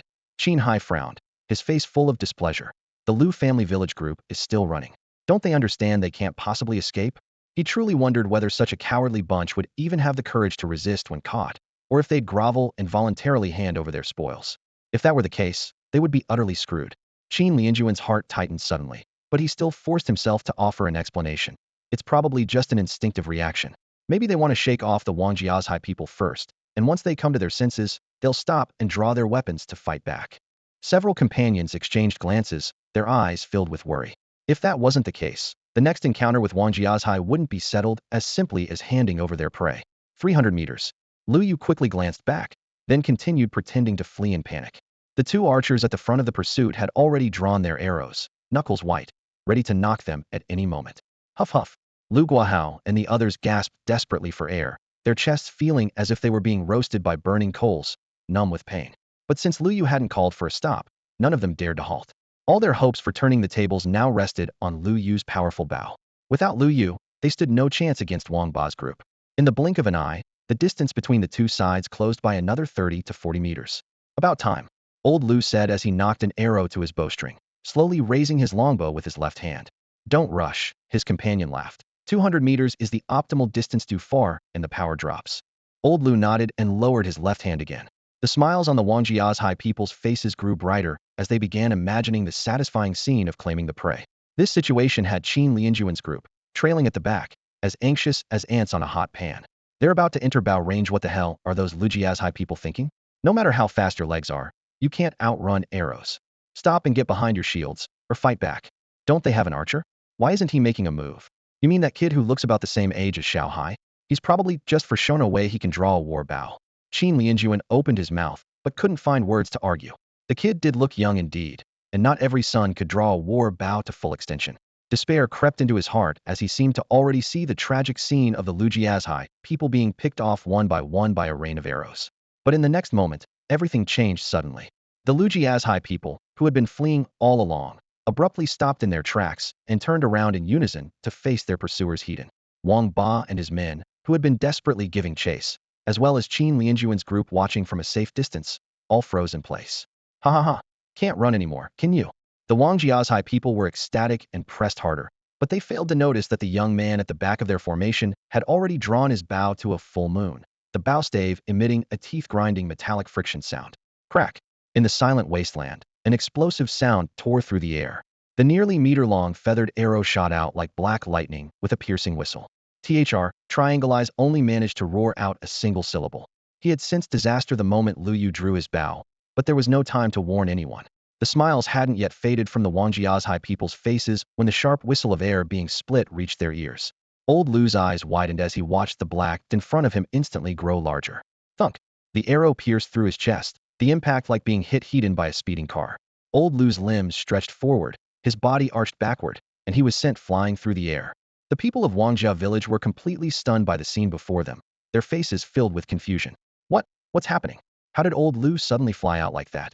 In the midst of bewilderment, everyone looked at each other in confusion, unable to comprehend what had occurred. A sharp whistle tore through the air once again. Before old Zhao could react, an arrow had buried itself deep into his shoulder blade. The excruciating pain sent him flying backward, his bones crackling like they were falling apart. Wang Ba jolted awake with a start. The moment he looked up, he saw a cold gleam cutting through the air. His face turned deathly pale with terror, his mouth half open, but his voice caught in his throat. Thud! The arrow pierced straight through his chest, blood spraying from his back as his agonizing scream shattered the silence. Watch out! Finally, someone snapped back to reality, their heart-wrenching cry cutting through the chaos. Immediately after, 2 more muffled groans followed as 2 more men were struck down by arrows, their hearts already stopped. In the blink of an eye, the original team of 13 had lost nearly half its members. Yet the remaining survivors were still completely bewildered, feeling as though their companions were being struck by some invisible giant hand, one after another flying through the air. On the other side, Qin Lianjuan and his men had long been frozen like wooden statues. They could clearly see the young man at the rear of their formation Lu Yu steadily advancing toward Wangjia village. His pace was unhurried, yet his hands never stopped drawing the bow, knocking arrows, and releasing the string.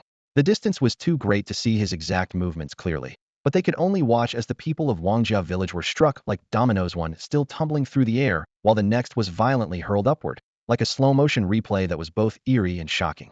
Sweat poured down Qin Hai's forehead along his temples as he screamed internally. How is this possible? This absolutely cannot be possible. He had already noticed that Lu Yu was using a strong bow with a 100-pound draw weight, and the scene before him now confirmed his suspicions. Otherwise, how could those 2 archers from Wangjia village have been so helpless? No, even if they had reacted in time, they wouldn't have been able to defend themselves. Won't his shoulder give out? Qin Hai gritted his teeth silently, thinking Lu Yu had finally stopped. But the next second, he couldn't help but cry out in shock. Lu Yu stepped forward again, his bowstrings singing like rapid-fire explosions. After each twang, a figure ahead would inevitably fly backward, screams echoing across the wilderness. Even a burly man hiding behind a massive shield couldn't escape his fate. The thick wooden shield was pierced by a single arrow, blood spraying as the man collapsed with wide, staring eyes. 1, 2, 3, 4, more and more bodies fell.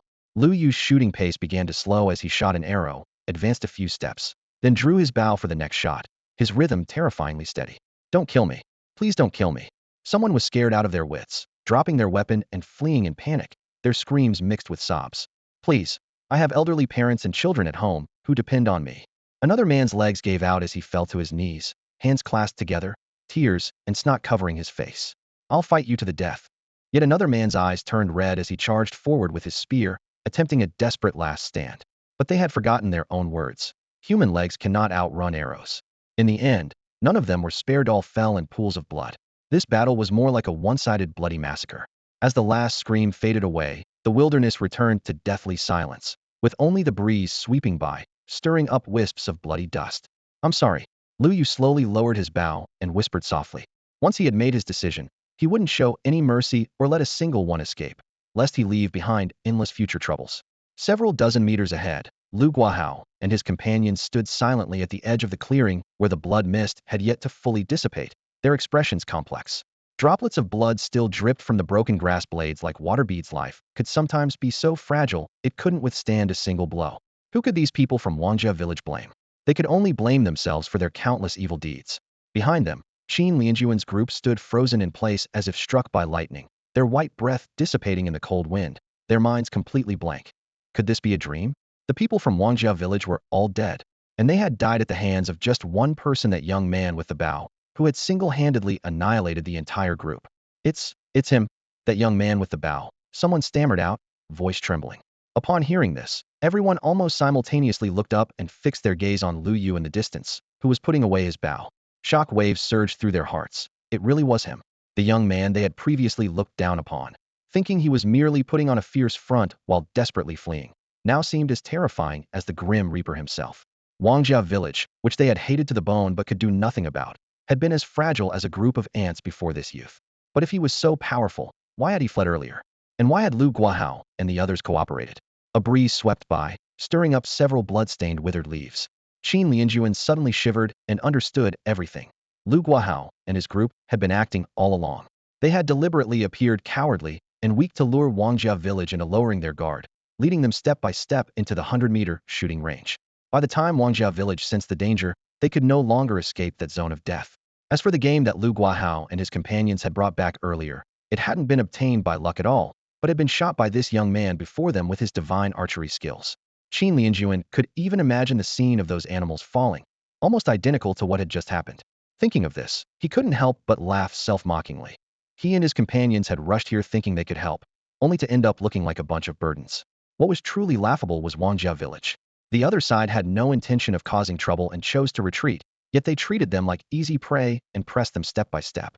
Even now, Lu Guahao and his group were still pretending to flee. Wangjia village had become so carried away with their borrowed authority that they ultimately met with complete destruction. A wheel of karma turns, and retribution is inevitable. Qin Lianjuan turned to his companions with a bitter smile. Let's go. Let's head back.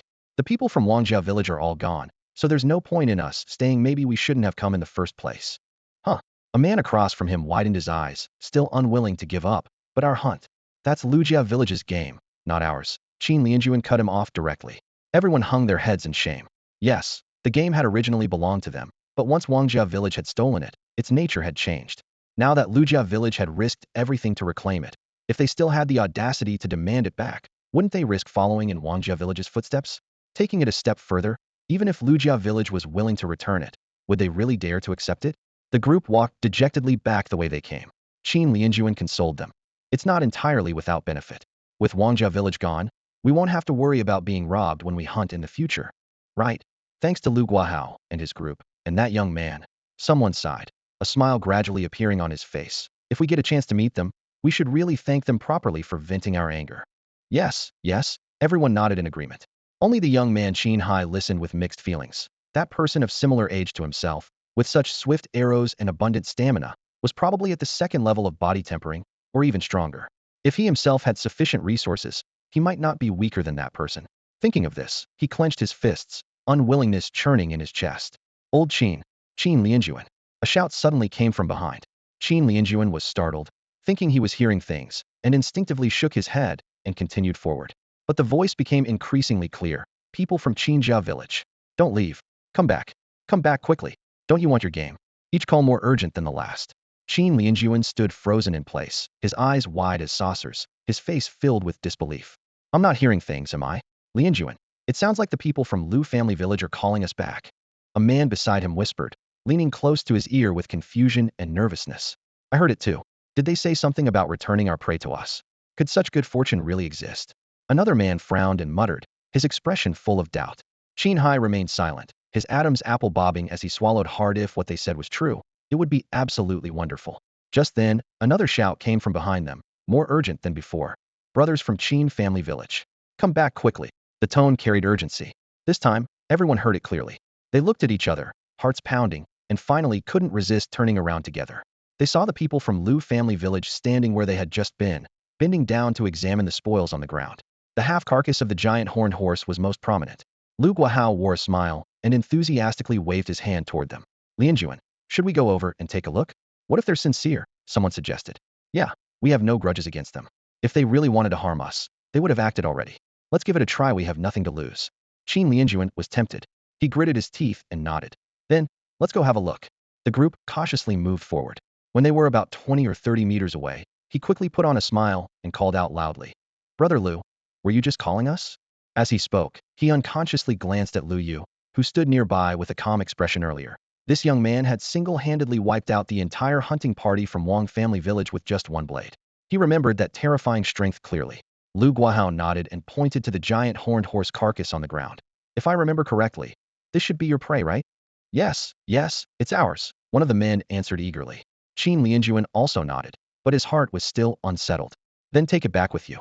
Lu Guahao's tone was straightforward, without the slightest hesitation. The men from Qin family village felt like they had been hit by a pie falling from heaven, momentarily unsure how to react.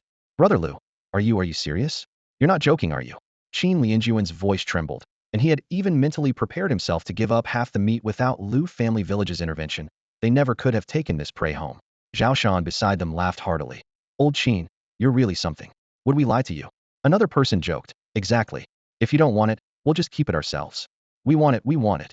Qin Lianjuan nodded frantically, as if he'd been burned. Then what are you waiting for? Carry it away. Lu Guahao clapped his hands and looked at Qin Lianjuan again. Old Qin, I know what you're worried about. Don't worry, there are no other conditions. This prey belongs to whoever it originally belonged to. Upon hearing this, the men's eyes immediately welled up with tears. Lu Guahao's tone carried not a hint of pretense. He genuinely wanted to return the prey to them. Brother Lu, thank you so much, thank you. Without your help, we would have gone back with those little scraps and had no face to show the people in our village. Yes, now everyone will have something to eat. The men spoke while wiping away the moisture from the corners of their eyes. Lu Yu quietly watched this scene, feeling both amused and deeply moved. Adult life has always been filled with hardships, and no one has it easy. Old Qin, don't say that. Lu Guahao waved his hand and sighed softly. If anyone should be grateful, it's me. The men who had been wiping away tears looked up with puzzled expressions. Lu Guahao patiently explained. When they saw Qin village being bullied by Wang village earlier, they weren't afraid of trouble, but worried about accidentally harming innocents in close combat. So they deliberately pretended to flee to lure Wang Ba and his men into pursuit. They knew this might disappoint Qin village and never expected them to follow, yet Qin village still came after them, clearly intending to help at the crucial moment. Zhao Shan and the others nodded slightly, and even Lu Yu was secretly surprised. Qin village actually dared to follow them. Such courage was worth befriending. Everyone from Qin village except Qin Lianjuan felt deeply ashamed. It turned out that Lu village was strong but took the longer route only to avoid harming them, while they had harbored resentment and secretly hoped for Lu village's misfortune. If not for Qin Lianjuan's insistence, they wouldn't have followed at all, let alone safely transport their prey back home, and would have to live in constant fear during future hunts, never understanding Lu Guahao and his men's good intentions. Brother Lu, I'm truly ashamed. Qin Lianjuan's eyes reddened. We didn't help at all, yet you're thanking us? Yes, we were foolish and misunderstood you. Others chimed in agreement. It's all in the past. Lu Guahao shook his head, his gaze gentle. These are difficult times, and we're all trying to make a living. It's only natural to help each other. Right. We should help each other. Qin Lianjuan and his men nodded eagerly. Having said this, Lu Guahao looked around.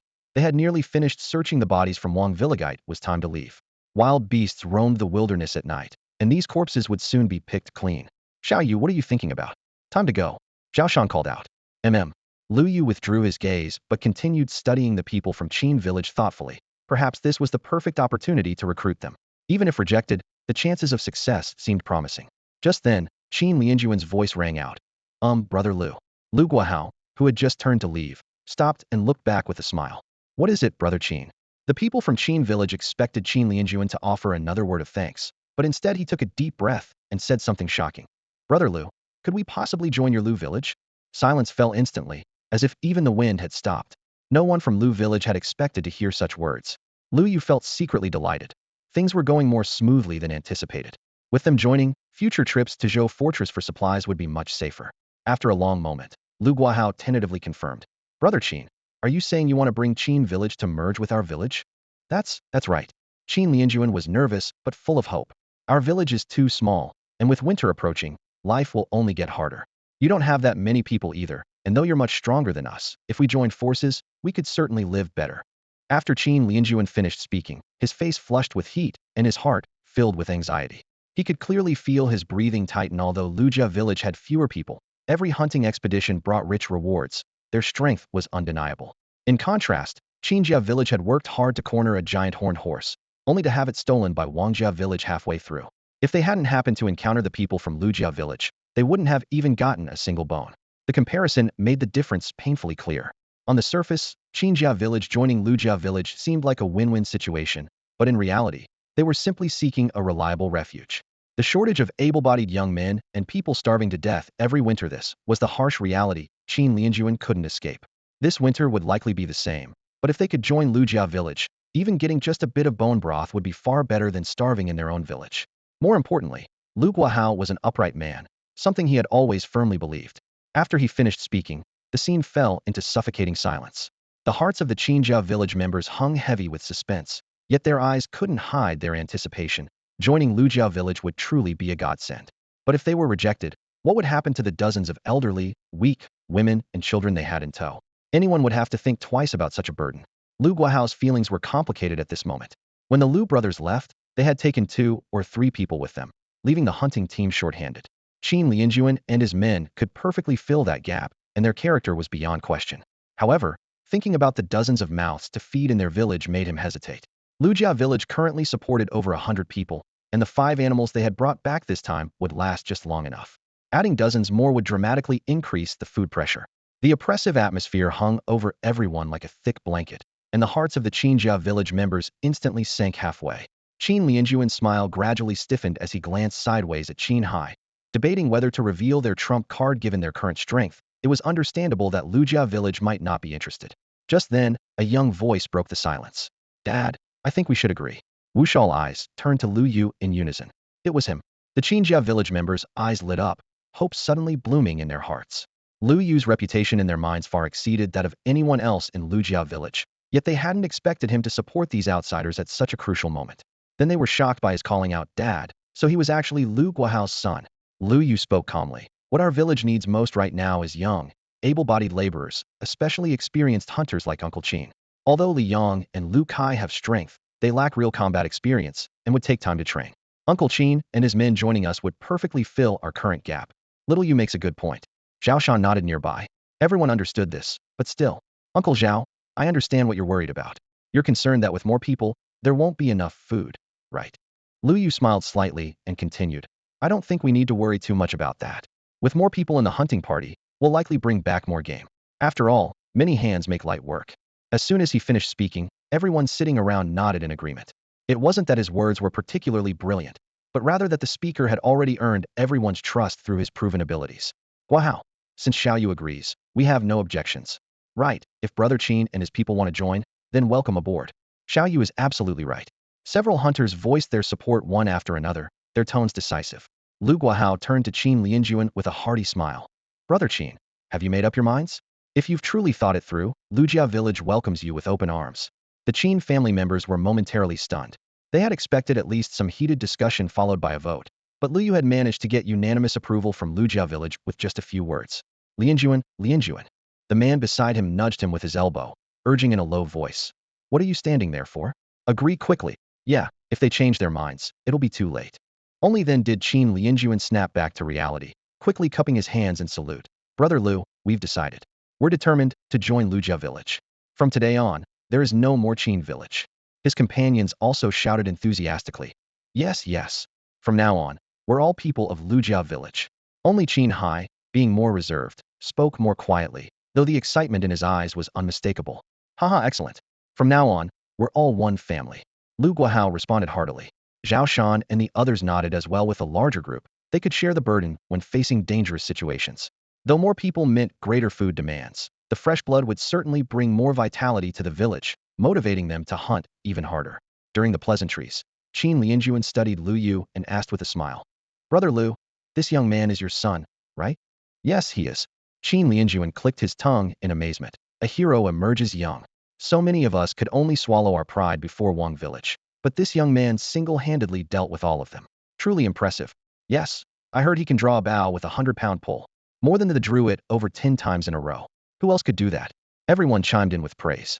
Lu Yu nodded slightly in acknowledgement, but his smile faltered momentarily when his gaze swept to Qin Hai at the back of the group. The young man's expression was defiant, seemingly somewhat unconvinced.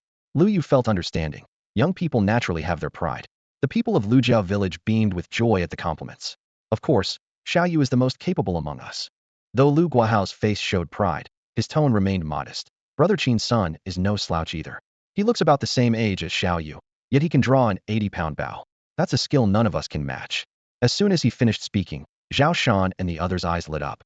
If not for Lu Yu's overwhelming brilliance, they might have overlooked Qin Hai's abilities. Qin village's survival until now was largely thanks to him. With the two villages merged, their days would surely get better and better. Brother Qin, if I'm not mistaken, your son is also a martial artist, right? First level of body tempering? Everyone asked curiously. Suddenly, Qin Lianjuan began stammering, his expression becoming unnatural. Qin Hai lowered his head, as if embarrassed to accept the praise. What's wrong? Lu Guahao looked at him puzzledly. Did I say something wrong? If I've offended you, please don't take it to heart. No, no, no. Qin Lianjuan waved his hands repeatedly. You didn't say anything wrong. It's just that Xiao Hai's ability to draw an 80-pound bow. There's another reason for that. Another reason? Lu Guahao and the others exchanged glances. This answer had piqued their curiosity, and their gazes all focused on Qin Hai. Could this young man be hiding some secret? Lu Yu glanced at Qin Lianjuan and the others, then let his gaze settle on Qin Hai. Being able to draw an 80-caddy bow meant his strength was close to the first stage of body tempering, yet no one was looking at him like a near warrior. Lu Yu frowned to himself. Was there another reason? Brother Lu, I've been meaning to tell you all something. Qin Lianjuan lowered his voice, his eyes sweeping across everyone before stopping on Lu Yu. Xiao Hai is actually an awakened. What? Lu Guahao and the rest shot upright, minds going blank, shock written all over their faces. An awakened prized by every major power, and once grown, capable of earth-shattering might. Qin Hai lifted his chin slightly, a proud curve at the corner of his eye. That's right, he wasn't a warrior, he was a genuine awakened. Catching Lu Yu's calm. So that's how it is expression from the corner of his eye, he felt a twinge of annoyance. So this guy had already guessed? Brother Qin, is that true? Lu Guohao's voice trembled as he locked his gaze on Qin Hai. Absolutely. Qin Lianjuan nodded with a wry smile. He had hesitated to reveal this secret to gain leverage for merging into Lu family village. But since Lu Yu had readily agreed earlier, he decided to lay his cards on the table. Xiao Hai is a reinforcement type awakened. By spending mental energy, he can double his strength for a short time. That's how he managed the 80-caddy bow. A full doubling, even Lu Yu drew a sharp breath. So Qin Hai usually could only pull 40 caddies. Once he used his ability, it jumped to 80 with ease. If he later broke into the first stage of body tempering, wouldn't he be able to draw 200? The thought stirred a pang of envy in Lu Yu. Awakened really were on another level. Zhao Shan and the others were grinning so wide their eyes turned to slits, sneaking a thumbs up at Lu Yu. Who would have thought the Qin village had an awakened hidden away? And since they'd decided to merge into Lu family village, that meant Lu family village had just gained its first awakened. In times like these, an awakened was like a guardian beast for the stronghold, and the village's security rating shot up overnight. Everyone crowded around Qin Hai, showering him with praise, in a scene nearly identical to how they'd lauded Lu Yu earlier. Watching from the side, Lu Yu felt both amused and relieved. With an awakened like this, it was a boon for him and for the village. Qin Hai gave a soft huff, tilted his chin, and spoke with barely concealed pride. This is only the beginning. I've just learned how to use my ability. A single fold boost is just entry level. Everyone froze again. You mean you can push it to twofold? Threefold? Sun Gang's jaw dropped wide enough to fit a fist. Surprise flashed in Lu Yu's eyes as well. Of course. Qin Hai nodded without a second's hesitation. The air seemed to turn a shade colder as everyone sucked in a collective breath. So this was the potential of an awakened? It was downright unbelievable. Ahem. Seeing his son getting a bit carried away, Qin Lianjuan quickly cleared his throat and stepped in to smooth things over.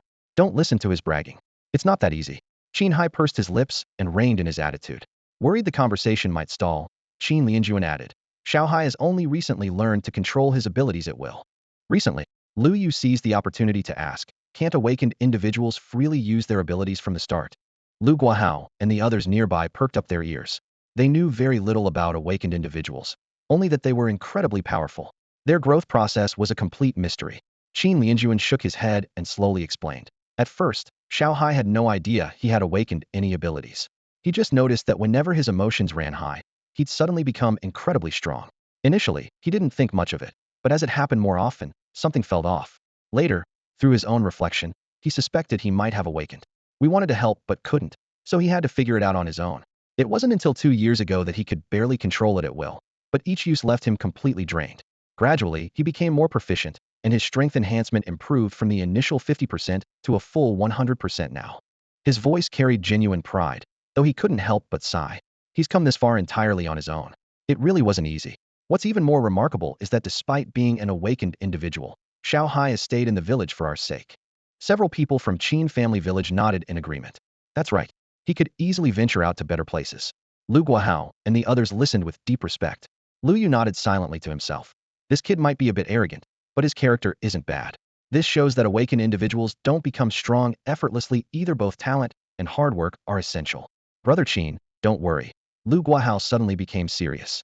Everyone here today won't breathe a word about Xiao Hai being an awakened individual. Absolutely, our lips are sealed. The others chimed in with their assurances. Thank you all very much. Qin Lianjuan cupped his hands in gratitude, his gaze sincere. Lu Yu. Qin Hai suddenly turned to call him. Yeah. Lu Yu raised an eyebrow. I admit you're stronger than me right now. Qin Hai said seriously. But with enough resources, it won't take long before I leave you in the dust. Lu Guahao and the others exchanged glances. Wasn't this a direct challenge? Lu Yu was momentarily stunned, then broke into a grin. Sounds good. I'll be waiting for you to surpass me. Everyone burst into laughter, and the previous tension completely dissolved. As dusk approached, it was time for the families to part ways. They agreed that tomorrow the people from Qin family village would relocate as a group, while Lu family village would prepare housing and food in advance. Then each group set off on their respective journeys home. On the way back, Lu Guahao was in high spirits, discussing Qin Hai's potential with everyone and growing more excited about Lu family village's future prospects. Halfway through their journey, Sun Gang suddenly patted his pocket and exclaimed excitedly, "Oh right, Xiaoyu, take a look at this." He pulled out a palm-sized thin booklet and handed it over. The cover bore only a few large characters, Phantom Archery. Lu Yu stopped in his tracks, staring at the cover, then looked up at Sun Gang with surprise in his eyes. The name looked exactly like a martial arts manual from a wuxia novel. Uncle Sun, where did this come from? Can it actually be practiced? I'm not sure either. I found it on that guy with the bow and arrows. Sun Gang scratched his head, looking somewhat embarrassed. I figured since it's called archery and you're good with arrows, I'd show it to you. Maybe it'll be useful. What the heck is this? Phantom archery? Everyone gathered around and looked down, all frowning. Zhao Shan scratched his buzz cut, trying hard to recall where that familiar feeling came from. Suddenly, he slapped his thigh and raised his voice. I remember now. Someone was selling this stuff at the market in Zujiabayo. The market in Zujiabayo? Lu Yu looked up in surprise. Lu Guahao and the others exchanged glances. They had no recollection of it at all. Yes, I remember too, Sun Gang chimed in. It was an old man with shifty eyes who looked like trouble. Yes, that's him. Zhao Shan grew more excited as he spoke. I watched him several times. He always laid out his stall neatly with a dozen or so of these little booklets stacked in front of him. No wonder it looked so familiar at first glance. A dozen. Lu Yu was genuinely startled. That's right, a dozen. Zhao Shan counted on his fingers as he recalled. Things like Nine Yang Manual, Chaos Teleportation Technique, Spiritual Connection Scripture, Immortality Arts, Void Splitting, 18 Strikes. There were too many. I can't remember them all. Zhao Shan's words became increasingly fantastical, leaving Lu Yu dumbfounded. The Nine Yang Manual? Chaos Teleportation Technique? Weren't these martial arts manuals from fantasy legends? But in this world with awakened individuals and true qi, perhaps it wasn't entirely impossible. Now that you mention it, I remember too. Lu Guahao frowned and added. That old man seemed like a fraud. The time before last when I went to the market, someone was trying to return something to him. The old man refused to give a refund, and they had a huge argument. Right. I saw that too, Sun Gang recalled. In the end, the old man just lay on the ground throwing a tantrum, making such a scene that everyone knew about it, but nothing came of it. Everyone's eyes turned to the booklet in Lu Yu's hands, their expressions instantly becoming complicated. Lu Yu smiled awkwardly. It seemed what he held was most likely a fake, though fortunately, he hadn't gotten his hopes up too much. Sorry about that, Xiaoyu. Sun Gang scratched his head sheepishly. I thought I'd really found a treasure. It's fine, Uncle Sun. Lu Yu waved his hand reassuringly. The group continued forward. Lu Yu remained somewhat curious, so he slung his bow over his back and opened the cover with one hand, planning to take a casual look. As soon as the first page came into view, his brow furrowed deeply. The handwriting was crooked and shaky, with strokes that seemed to tremble with forced flourishes, the self-consciously stylish writing actually appearing particularly garish. Is this thing really reliable? Lu Yu muttered to himself, but still forced himself to finish reading the first page. Strangely enough, the wrinkles between his brows gradually smoothed out. This so-called phantom archery was actually explained quite coherently. The book stated, draw the bow like a full string, release arrows like phantoms. This technique seeks the essence of speed, using a unique method of force generation to increase shooting velocity. It said that when cultivated to advanced levels, one can even mobilize the qi and blood within the body to execute an ultimate technique called the phantom rapid-fire arrows. The phantom chain arrow technique allows for shooting multiple arrows in rapid succession, with each arrow moving faster than the previous one, even enabling later shot arrows to catch up and strike earlier ones mid-flight. The higher the proficiency, the more arrows can be fired, moving so fast they become nearly invisible to the naked eye. The author of this manual seemed worried readers might not understand, thoughtfully adding 2 hand-drawn sketches alongside the text. These diagrams, showing only the bowstring and arrow trajectories, somehow managed to take up 2 full pages. Lu Yu flipped through the thin booklet, his gaze stopping on the 4 characters, stimulate vital energy. The scene of hunting the spirit horned deer flashed through his mind. Drawing the bow had required almost no effort, but after releasing the arrow, his body felt completely drained. He wondered, could this be what the book referred to as stimulating vital energy? The more he thought about it, the more likely it seemed. He made a mental note to ask Uncle Wong about it when he returned to the village. Continuing to flip through the pages, he found 2 pages of practice method simple steps with clear explanations, many key points surprisingly matching his current training insights. Lu Yu's heart skipped a beat. Could this archery technique actually be effective? With the excitement of uncovering treasure, he turned another page, only to freeze in disappointment. The rest was completely blank. Apart from a few basic practice exercises, there was no deeper explanation of stimulating vital energy, let alone the actual phantom chain arrow technique. Comparing the content, those 2 pages of crude illustrations seemed particularly half-hearted. His mouth twitched, and people actually buy this? Despite his thoughts, he casually tucked the booklet into his robes. He hadn't expected much anyway, so there was no real disappointment.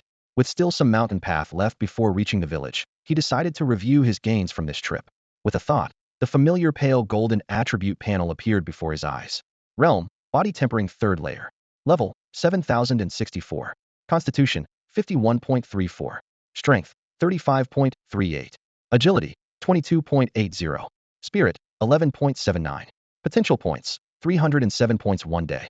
Experience, 162. Since his last enhancement, all attributes had improved by another 10%. Most of the experience came from those desperados at Wong Family Village. Eliminating 1 person provided 7 to 10 experience points, while each spirit horn deer only gave 6 to 7 points. Among the fluctuating numbers, a small plus sign had quietly appeared next to body tempering 3rd layer. I've actually reached the breakthrough threshold? Lu Yu's heart leaped with joy, but his smile froze the moment his finger touched the sign. The breakthrough conditions were indeed triggered. Constitution exceeding 50 points allowed for advancement, but with his current stats, the success rate was less than 30%. For a guaranteed success, the average of his constitution, strength, and agility needed to reach 45 points. While his constitution met the requirement, his strength was only 35 points, and agility merely 22.80. The average fell far short. Lu Yu smiled bitterly. Major realm breakthroughs truly weren't that easy. According to Uncle Wong, even large strongholds like Li Family Fort only had 1 or 2 experts who had entered the muscle refinement realm. It seemed he needed several more enhancements. He even had a vague premonition that future breakthroughs might also consider spirit attributes, and certainly wouldn't be as simple as averaging numbers. Collecting his thoughts, he looked down, preparing to check his basic archery proficiency. After all, he had shot so many arrows earlier, the proficiency should have increased considerably. But the next second, he froze in shock. Something was wrong. In the skills section, Wong Family Taijiquan had always been at the top. But now, there was an additional line of small text above Taijiquan. How was there now an extra line of small text above Taijiquan? Phantom archery incomplete. Completely unknown 0. Upon seeing this line of text, Lu Yu's head buzzed as if struck by a heavy hammer. He was certain that this prompt had absolutely not been on the system interface moments before. Could it be that the Phantom archery manual, which looked like cheap street vendor goods, was actually genuine? At this thought, his mouth unconsciously fell open, disbelief and wild joy intertwining across his face. The system had never recorded a fake cultivation technique, and even the name matched perfectly, only with the addition of incomplete at the end. Lu Yu's gaze swept over the small text, completely unknown 0. The font and color identical to the proficiency indicator after Tai Chi. This meant that despite being incomplete, this archery technique could still be cultivated, proficiency could still be improved, and it might even unlock special effects like Tai Chi. However, incomplete meant that crucial content was missing. The final power would inevitably be diminished, and even the ultimate techniques mentioned in the manual couldn't be activated. Should he use experience points? He wavered, tasteless to consume, yet a pity to discard. Suddenly, he noticed that the word incomplete was a different color, with edges that flickered slightly, as if indicating it could be clicked. Why not give it a try? The moment the thought arose, 3 lines of information instantly appeared. Incomplete cultivation technique detected. Completeness 35. Restore to full version. Restoration requires meeting certain conditions. Restoration conditions. Body tempering 2nd level, basic archery LV6, time consumption 1 day. Restoring cultivation techniques requires a certain amount of time. The higher the condition fulfillment, the shorter the required time. Lu Yu's eyes widened. The system could actually restore incomplete techniques. There were only 2 conditions, body tempering 2nd level and basic archery LV6. He had already reached body tempering 3rd level, and his basic archery was exactly LV6, all requirements met. What was there to hesitate about? He chose yes, without delay. Technique restoration in progress. Current progress 0, estimated time 12 hours. Seeing the progress bar slowly start up, Lu Yu nearly jumped with excitement. This was definitely an advanced archery technique, perfectly filling his current weakness. Since the system could restore incomplete manuals, it meant he wouldn't need to worry about encountering damaged or incomplete text in the future. As long as conditions were met, they could be restored. The restoration requirements were tied to cultivation level and basic martial arts proficiency. Perhaps more restrictions would appear later, but this was already tremendous news. In 12 hours, he would have a complete advanced archery technique. At this thought, his eyes lit up. Uncle Zhao had once mentioned that there was an old man at the Zhou family fortress who specialized in selling various secret manuals that seemed straight out of fantasy novels. Lu Yu had originally thought the man was a complete fraud, but now it seemed that old fellow might actually have genuine goods. This Phantom Archery manual was probably from his collection, just missing too many pages. What appeared as worthless paper to others was treasure to Lu Yu. Incomplete versions could still be recorded and restored. Uncle Zhao? Zhao Shan stopped in his tracks and turned around with a puzzled expression. Xiao Yu, what's wrong? Lu Yu smiled. You mentioned before that old man in Zujiabao who sells martial arts manuals. How exactly does he sell them? Zhao Shan was momentarily confused. I mean, what does it take to exchange for those manuals? Lu Yu patiently clarified. He wasn't sure if just flipping through a few pages would be enough to record the techniques into his system, or if he'd need to study the entire book, so he wanted to understand the cost first. Zhao Shan scratched his head, recalling. I remember he initially wanted 100 pounds of wheat for one manual. 100 pounds of wheat. Lu Yu was shocked. Did anyone actually pay that much for manuals of unknown authenticity? Based on the archery manual he'd seen earlier, even if they were genuine, they were likely abridged versions. Zhao Shan laughed heartily. He claimed to be the 99th generation master of the Kunlun sect, saying that in Anshan City, even ordinary martial arts cost 300 to 400 pounds of wheat. He insisted his were legendary techniques and already priced with great conscience. What happened next? Nobody bought them. People aren't stupid. When we went back later, he dropped the price to 10 pounds of wheat per manual. Zhao Shan shrugged. What a scammer. Lu Yu clicked his tongue. From 100 pounds down to 10, what a dramatic difference. Here's the funny part. Someone actually got fooled and bought one, claiming it could develop internal energy. But when an expert examined it, it turned out to be fake. The buyer was so furious, he brought people to trash the old man's stall. You've heard me mention this before, right? In the end, the old man threw a tantrum and the whole thing just fizzled out. Zhao Shan suddenly realized something was off and stared wide-eyed. Xiao Yu, you're not actually thinking of buying from him, are you? At these words, everyone turned to look at Lu Yu. I just want to take a look, Lu Yu explained. That archery manual did have some useful content. Zhao Shan scratched his head. That old man sets up in Zujiabao's market. We'll be going there in a couple of days, so you'll see him then. But be careful, is quite cunning. Absolutely, he's full of tricks, Sun Gang and the others chimed in with warnings. Lu Yu nodded seriously. Don't worry, I'll be careful. He calculated silently. 10 pounds of wheat would be worth it, even for an incomplete manual. But if it turned out to be completely fake, that would be a huge loss. From current signs, the old man likely had no scruples whatsoever. Maybe he'd need to find a way to get the manuals without paying. Thinking about the upcoming trip to Zujiabao, plus having Qin Hai and the others as escorts, Lu Yu felt a surge of anticipation. The group continued their journey. After about 2 hours, the setting sun was touching the mountain ridge. When the village outline came into view, Lu Guahao turned around with a warning. Once we're back in the village, don't mention that Qin Hai is an awakener. Everyone responded in unison. At that moment, the village entrance was crowded with worried-looking villagers engaged in hushed discussions. When the hunting party appeared, the chatter gradually died down and everyone breathed a collective sigh of relief. But as the group drew closer, all eyes froze simultaneously, and shock instantly spread across every face. 5 prey animals. Someone shouted at the top of their lungs, and the previously noisy, bustling crowd instantly fell silent, so quiet you could hear a pin drop.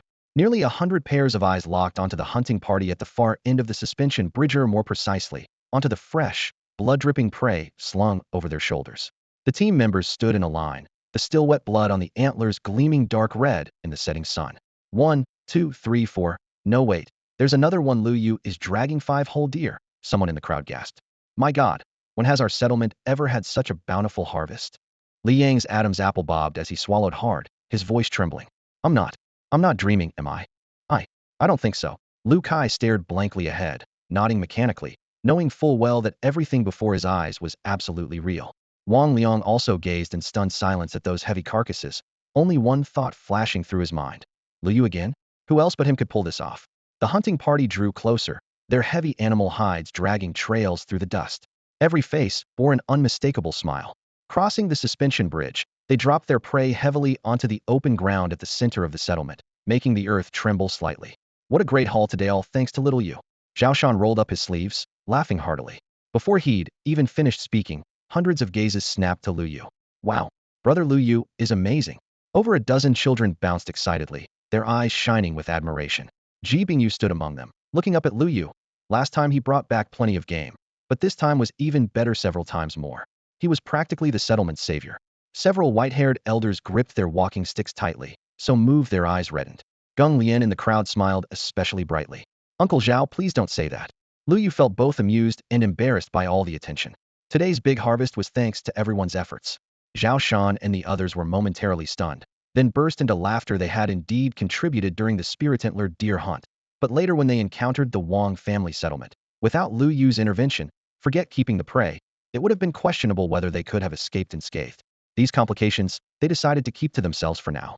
Lu Guahao wiped the sweat from his forehead and spoke up. We plan to take these animals to Zhou family fort to trade for grain and salt, then distribute what we get back to everyone.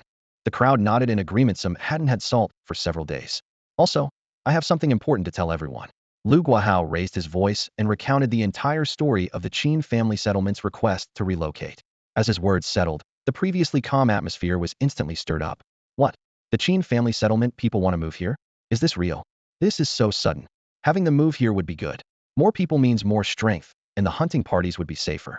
Right, and it would strengthen our defenses.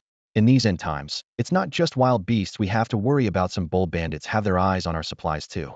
Someone remembered the small settlements that had been completely ransacked in recent years, frowning deeply.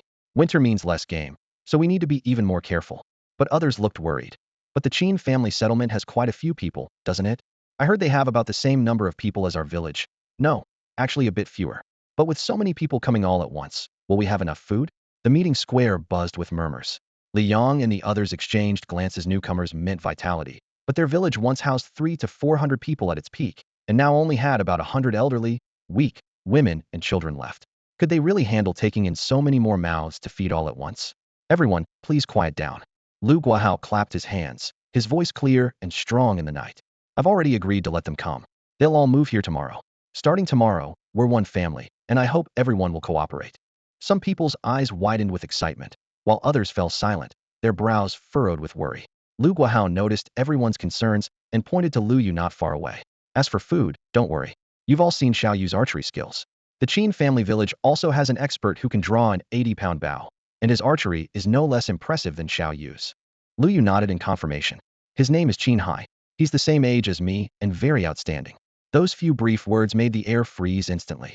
Li Yang and the others held their breath, and Wang Liang was also shocked. They knew Lu Yu's talent better than anyone, so for him to give such praise, Qin Hai must be truly extraordinary. That's right, don't worry. Zhao Shan and others chimed in. Qin Hai is an awakener. Upon hearing the word awakener, the previously anxious crowd finally relaxed. Many people quietly calculated. If they had two Lu Yes, the hunting team would surely bring back more game than today. So how could tomorrow's life be anything but good? Lu Guahao exchanged smiles with several team leaders. The matter was settled, and they only had to wait for Qin Lianjuan and his people to arrive tomorrow. As for housing, the village had once accommodated 300 to 400 people at its peak, and now with only about 100 residents, there were more than enough empty houses. Night fell, bonfires blazed bright, the air filled with the savory aroma of roasted meat, mixed with children's laughter and adults' cheerful conversations. Everyone was looking forward to tomorrow's new faces. Lu Yu was already starving, his stomach practically touching his back, and he devoured 3 to 4 pounds of fierce beast meat in one meal. After breaking through to the third level of body tempering, he clearly felt his appetite surge, but this was a good thing. Currently, he had only 2 ways to increase potential points. First, the system gave him a fixed few points daily, which was better than nothing. Second, eating fierce beast meat. The more he ate, the more potential points he gained, as long as he didn't stuff himself sick. Tonight's nearly 4 pounds of meat brought him 40 potential points. You're not full yet, are you? Gung Lian held an empty wooden bowl, smiling with crescent-shaped eyes. Should I cook some more? This meal of over 10 pounds of meat made her heart ache, but martial arts training and hunting required strength. Lu Yu let out a loud burp. Mom, I'm full. Gung Lian chuckled and turned to look at Lu Jun. The little guy patted his round belly. Dad, Mom, I'm full too. Satisfaction was written all over his face. Dad, what about you? Lu Yu looked at Lu Guahao, who nodded to indicate he was full. Then let's rest for a bit, and later you can come practice martial arts with me. Lu Yu smiled. Practice martial arts? Gung Lian was stunned, her gaze moving between father and son. Lu Guahao was first taken aback, then burst into hearty laughter. I almost forgot. Good, I'll learn martial arts from you later. I'll go call Uncle Zhao and the others. Great, Lu Yu readily agreed. The hunting team went into the mountains during the day. If they returned before evening, that was good, but if they came back late, they could only practice at night. The plan was, first strengthen the hunting team's combat power, then teach the children the basics, and finally teach the women, progressing step by step, striving to make most people in the village become martial artists. Although, this would certainly make things hard for a certain someone. Half an hour later, Wang Liang looked at the group of men standing in a line before him, his mouth twitching involuntarily as he slowly spoke. Guahao, have you all really made up your minds? You all want to learn martial arts? Absolutely. Sun Gang was the first to raise his hand, his face beaming with excitement. I just finished eating, and I'm full of energy. Old Wang, Xiaoyu told us that becoming a martial artist can double your strength. And at the second level of body tempering, it's even twice that. Exactly. Zhao Shan nodded enthusiastically. If we could all become as skilled as Xiaoyu, we'd definitely bring back much more game from our hunts. Old Wang, when you offered to teach us before, we didn't take it seriously. We're truly sorry about that. Lu Guahao straightened his back. This time, we're absolutely determined to learn. Please teach us. Their gazes were earnest, and their tone sincere. Not far away, Li Yong and the others watched in stunned amazement. What's going on? Why did Uncle Guahao and the others suddenly come here, wanting to learn martial arts from Uncle Wang? Li Yong lowered his voice. Does this mean we'll all be doing stance training and practicing forms together? Just thinking about it seems interesting. Wang Liang coughed and stole a glance at Lu Yu from the corner of his eye. As expected, they acted as if they had planned this together. Without Lu Yu pulling the strings behind the scenes, he wouldn't believe it for a second. Lu Yu met his gaze with a faint smile, one that seemed to say, Uncle Wang, you've got this. Wang Liang looked away and his expression grew serious. Guahao, I'm certainly happy to teach you if you want to learn martial arts. But let me be clear from the start, becoming a martial artist isn't easy. It requires unwavering perseverance. Besides, you're not young anymore. Compared to Li Yong and the others, you'll need to put in several times more effort. Are you truly prepared for that? As his words fell, he narrowed his eyes slightly, and an invisible aura spread out, making the air itself seem heavier. The group of middle-aged men swallowed hard, but none backed down. Wang Liang, I'm ready. Lu Guahao took a deep breath, his tone resolute. Me too. No problem. Let's do this. Their responses came one after another, like hammers striking an anvil, crisp and powerful. Good. Wang Liang nodded. Then we'll start now. Form a line with 1 meter between each person.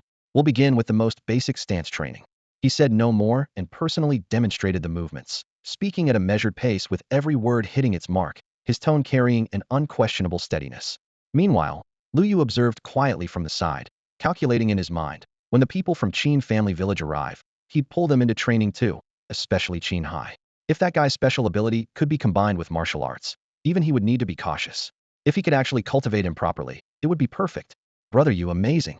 As soon as training began, Li Yong and the others had already gathered around, all giving thumbs up. You actually managed to convince Uncle Guahao and the others to learn martial arts. That's incredible. More than incredible, it's brilliant foresight. Think about it. If our entire hunting team were martial artists, wouldn't hunting be a breeze from now on? Exactly. Lu Yu was both amused and exasperated by their praise. It's not as simple as you think. Even if you become martial artists, hunting won't be easy. Huh. Li Yong and the others' smiles froze on their faces.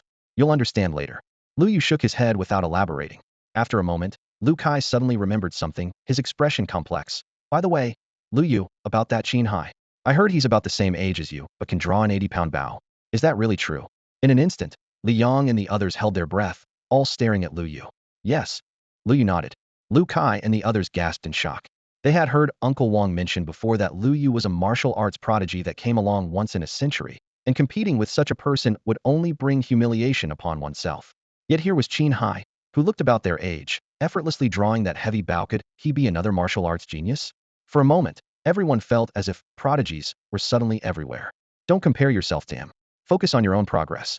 Lu Yu noticed their dejection and spoke calmly, yet his words brought comfort. Lu Kai and the others could only smile bitterly. Indeed, this person was also exceptionally gifted. Now they understood why Uncle Guahao had readily agreed to let Qin family village join Qin Hai alone was enough of a living advertisement to be enticing. By the way, Lu Yu, I had some issues with my archery practice today. Could you give me some guidance? Lu Kai asked sheepishly. Of course. Lu Yu nodded. He had originally wanted to ask Wang Liang about what qi and blood power meant, but seeing Wang Liang busy teaching everyone the standing meditation posture, he suppressed his curiosity and led Lu Kai and the others aside. According to his father's arrangements, the hunting team wouldn't go hunting tomorrow but would instead welcome the people from Qin family village. The day after, everyone would head to Zhou family fort together to trade supplies. This would give him an extra day to accumulate potential points. Lu Yu calculated. It would be best to break through to the flesh refinement realm before departure, or at least improve his strength enough to draw a 200-pound bow. Compared to a 100-pound draw bow, a 200-pound bow could double the range and was much more lethal. Meanwhile, his progress on completing the phantom arrow technique was approaching one-third completion. At this rate, it should be finished by tomorrow morning. With a stronger bow and the new archery technique, this trip to Zhou family fort would give him more confidence. After explaining the key points of archery to Lu Kai and the others, Lu Yu prepared to practice basic archery. He had plenty of experience points but didn't plan to waste them on these fundamental martial arts. First, basic martial arts required enormous amounts to improve proficiency with limited gains, making them better suited for hard practice. Second, advanced martial arts like Tai Chi improved slowly but with greater magnitude, making experience points more worthwhile. As he pondered, a limping figure approached. It was Wang Liang. Good evening, Uncle Wang. Lu Yu respectfully greeted him. Wang Liang stared at him with a complex expression. Lu Yu scratched his head, looking somewhat embarrassed. I came back late today and should have consulted with you before rallying everyone. I made you worry. I'm not blaming you. Wang Liang waved his hand and turned to look at the crowd gritting their teeth through standing meditation practice. It's good that you can persuade them to learn martial arts. But don't let them have overly high expectations. Not everyone can become a martial artist as quickly as you. The Lu brothers also took 2 or 3 years to achieve this.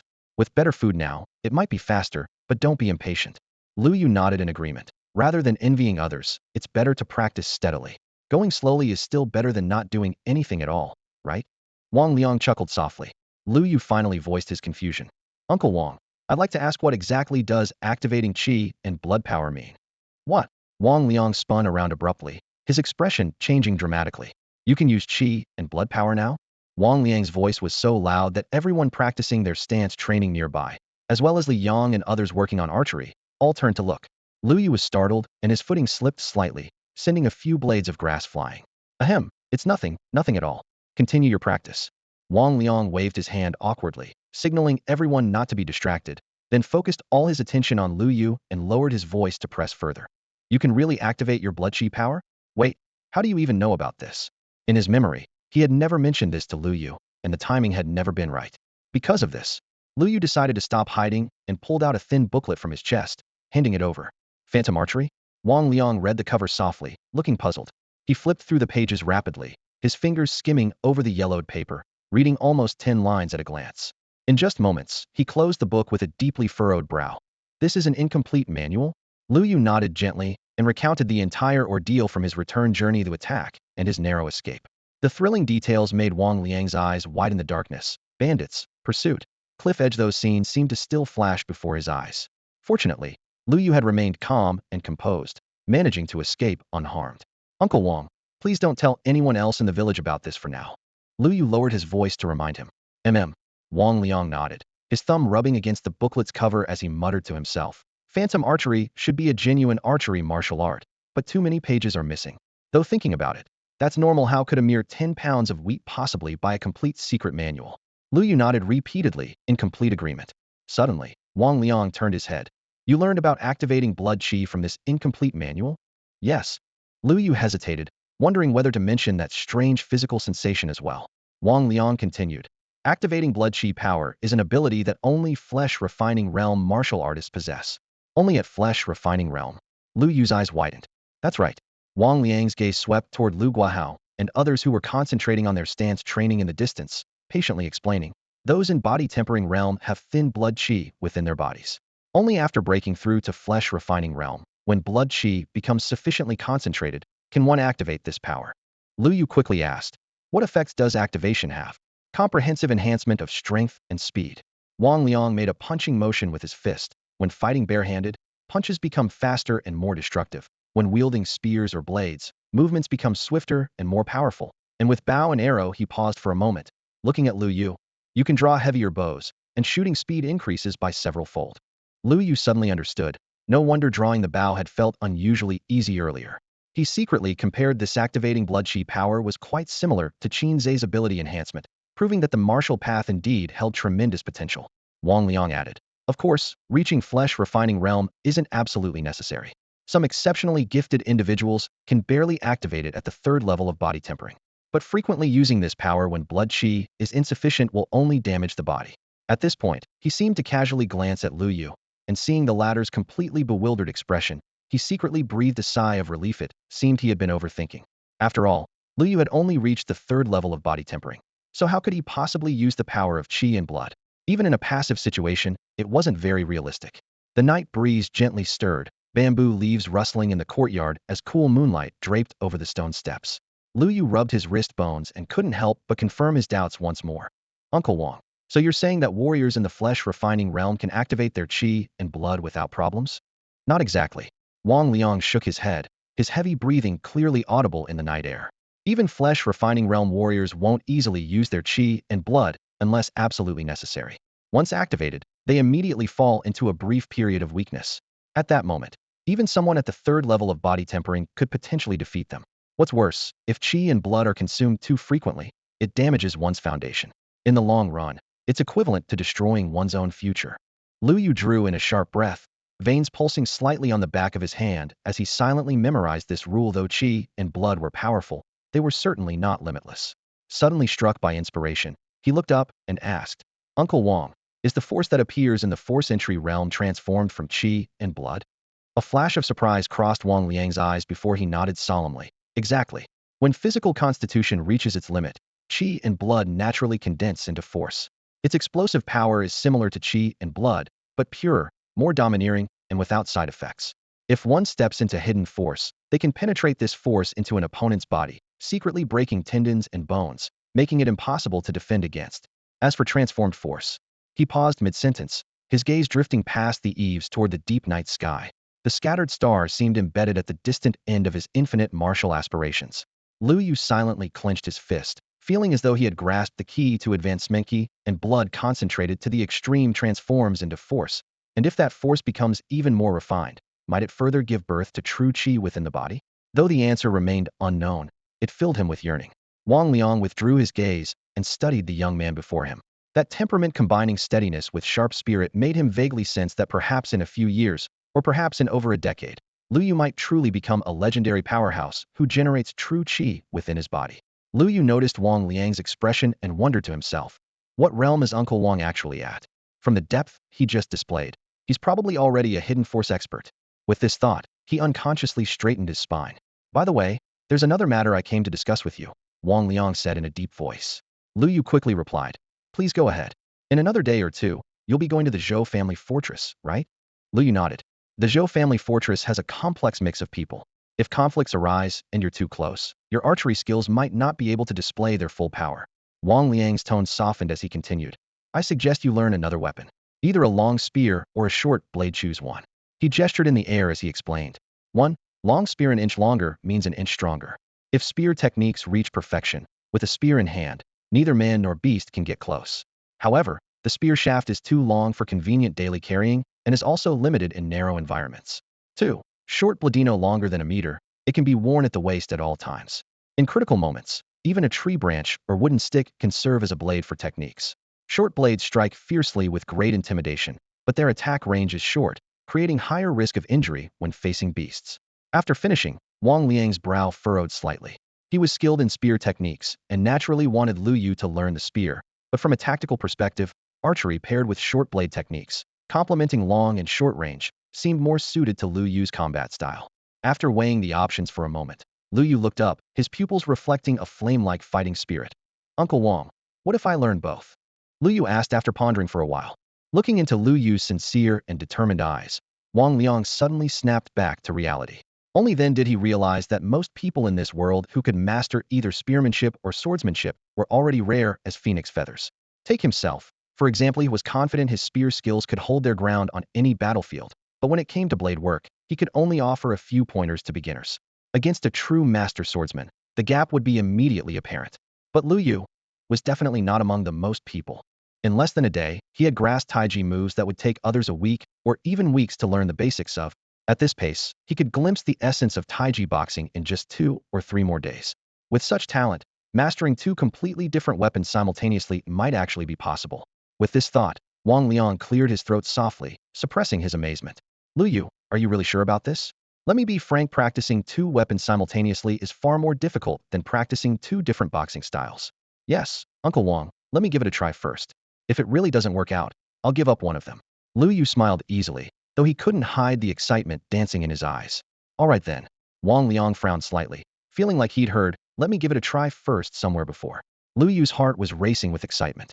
While others worried about mixing up techniques, he had the martial arts panel to assist him. There was nothing to fear. Moreover, different martial arts characteristics could stack together. Who would complain about having too many skills? Uncle Wang, learning spear and blade techniquesto, we also start with the most basic movements? Once the foundation is solid, then learn the more advanced skills. As he spoke, he glanced at the Phantom Archery manual in his mind, certain that Wang Liang must have advanced martial arts techniques for both spear and blade work. Wang Liang looked at him, his expression immediately turning serious. Of course you start with the basics. The fundamental spear moves are blocking, grasping, thrusting, chopping, crushing, and piercing. The basic blade moves are chopping, slashing, stabbing, lifting, and slicing. Only after these movements are carved into your bones can you learn true spear and blade techniques. Understood, Uncle Wang. Lu Yu nodded eagerly. I'm just curious, once I master these basic moves, what are the real spear and blade techniques called? You're asking about names? Wang Liang was taken aback. Lu Yu's eyes lit up as he nodded repeatedly. If Li Yang or the others had dared ask such a question, he would have scolded them long ago. Your foundation isn't solid yet, and you're already thinking about advanced techniques? But Lu Yu was different. After several moments of silence, he finally said, the blade technique is called 8 trigrams blade method, and the spear technique is called 8 extremes great spear art. Lu Yu's eyes widened like saucers. The former sounded fairly modest, but the latter, 8 extremes great spear art, sounded so imposing it was practically explosive. Seeing Wang Liang's slightly reluctant expression, this was probably his most treasured secret technique. Follow me. Wang Liang turned and strode toward the training ground in the front courtyard. The morning breeze swept across the open space, where wooden spears and practice blades stood neatly against the wall. Sunlight poured down from the eaves, and dust particles drifted slowly through the beams of light. Wang Liang's silhouette stretched straight in the interplay of light and shadow as he sighed inwardly. 10 years ago, forget about 8 extremes great spear, or they wouldn't have easily passed down even Taiji boxing. But now that the world had changed so drastically, there was no point in being stubborn about it. Moreover, Lu Guahao had saved his life, and had been looking after him all these years. As long as Lu Yu had the ability to learn it, he wouldn't regret passing down even more powerful techniques. However, now was not yet the time. The two returned to the warehouse, where Lu Yu's gaze fell upon the massive bow with a 200-pound draw weight. Originally, he had planned to first boost his strength attribute before using this bow to hone his archery skills, but now he had to put that plan on hold. Try this. Wang Liang tossed over a wooden spear. The shaft was about 2 meters long with a sharp spearhead and a red tassel tied at the rear. Lu Yu caught it with one hand and tested its weight. Uncle Wang, this seems a bit too light. Light? Wang Liang raised an eyebrow. This spear weighs 10 pounds. Don't judge polearms by your ability to draw a 100-pound bow. Wielding them is completely different. You'll understand soon enough. Lu Yu hesitated for a moment but insisted. Uncle Wang, I've gained quite a bit more strength today. This spear feels weightless in my hands. Could I get something heavier? He understood that while Wang Liang's arrangement was certainly safe, it would slow down his basic spear technique advancement considerably. How heavy do you want? Wang Liang asked helplessly. 20 pounds should do. Lu Yu thought it over. Ordinary people needed rigorous training just to handle a 10-pound spear, but with his strength attribute at 35 points, roughly 3 times that of a normal person, starting with 20 pounds seemed appropriate. Wang Liang fell silent for a moment, then turned to pull a dark, heavy spear from the rack and casually threw it over. Lu Yu caught it, feeling his palm sink under the weight. Exactly twice as heavy as the previous spear. Nearly 3 meters long, the weapon was cold throughout, its spearhead flashing with an intimidating killing intent. Start with spear techniques. Wang Liang spoke, then glanced at the nearby sword and blade rack, silently wondering. After teaching spear work tonight, would Lu Yu still have energy left to learn blade techniques? The two moved to the outdoor training area. Seeing Lu Yu gripping the iron spear, Lu Guahao, Li Yang, and the others all showed surprised expressions. Is Xiao Yu going to learn spear techniques simultaneously? Sun Gang's jaw dropped. Seems like it, Lu Guahao replied. But Xiao Yu's archery is so accurate, hitting the target every single time. Why does he need to learn spear work? Sun Gang couldn't understand. If I had that kind of precision, I wouldn't bother with a long spear. Old son, haven't you heard having many skills never weighs you down? Someone chimed in. What if he runs out of arrows? Then he can grab a spear and keep fighting. Exactly. Ancient archers weren't weak in close combat either. Ordinary people couldn't compare. Everyone marveled at Lu Yu's thoroughness. On the other side, Li Yong, Lu Kai, and their group felt the pressure mounting. Good heavens, Brother Yu is even learning spear work. Li Yong was on the verge of tears. He had originally hoped to master spear techniques so he could assist Lu Yu later. Probably doesn't want to leave any weaknesses, Lu Kai said gravely. Right? If you only know archery, you're in trouble once enemies get close. You can't exactly fight barehanded. Sigh? Brother Yu's archery is already incredible, yet he's still learning new skills. We really need to step up our game. Absolutely. Tomorrow when the people from Qin family village move in, that guy called Qin Hai probably isn't simple either. We can't afford to slack off. On the vast training ground, Lu Yu gripped his spear, and an inexplicable sense of heroism surged within Hima, feeling completely different from drawing a bow and shooting arrows. Morning light cascaded from the eaves, striking the metal tip of the 3-meter spear and casting a cold gleam. Lu Yu raised his arms slightly, tentatively rotating the spear shaft half a turn in his palms as the butt swept across the gravel, stirring up fine dust.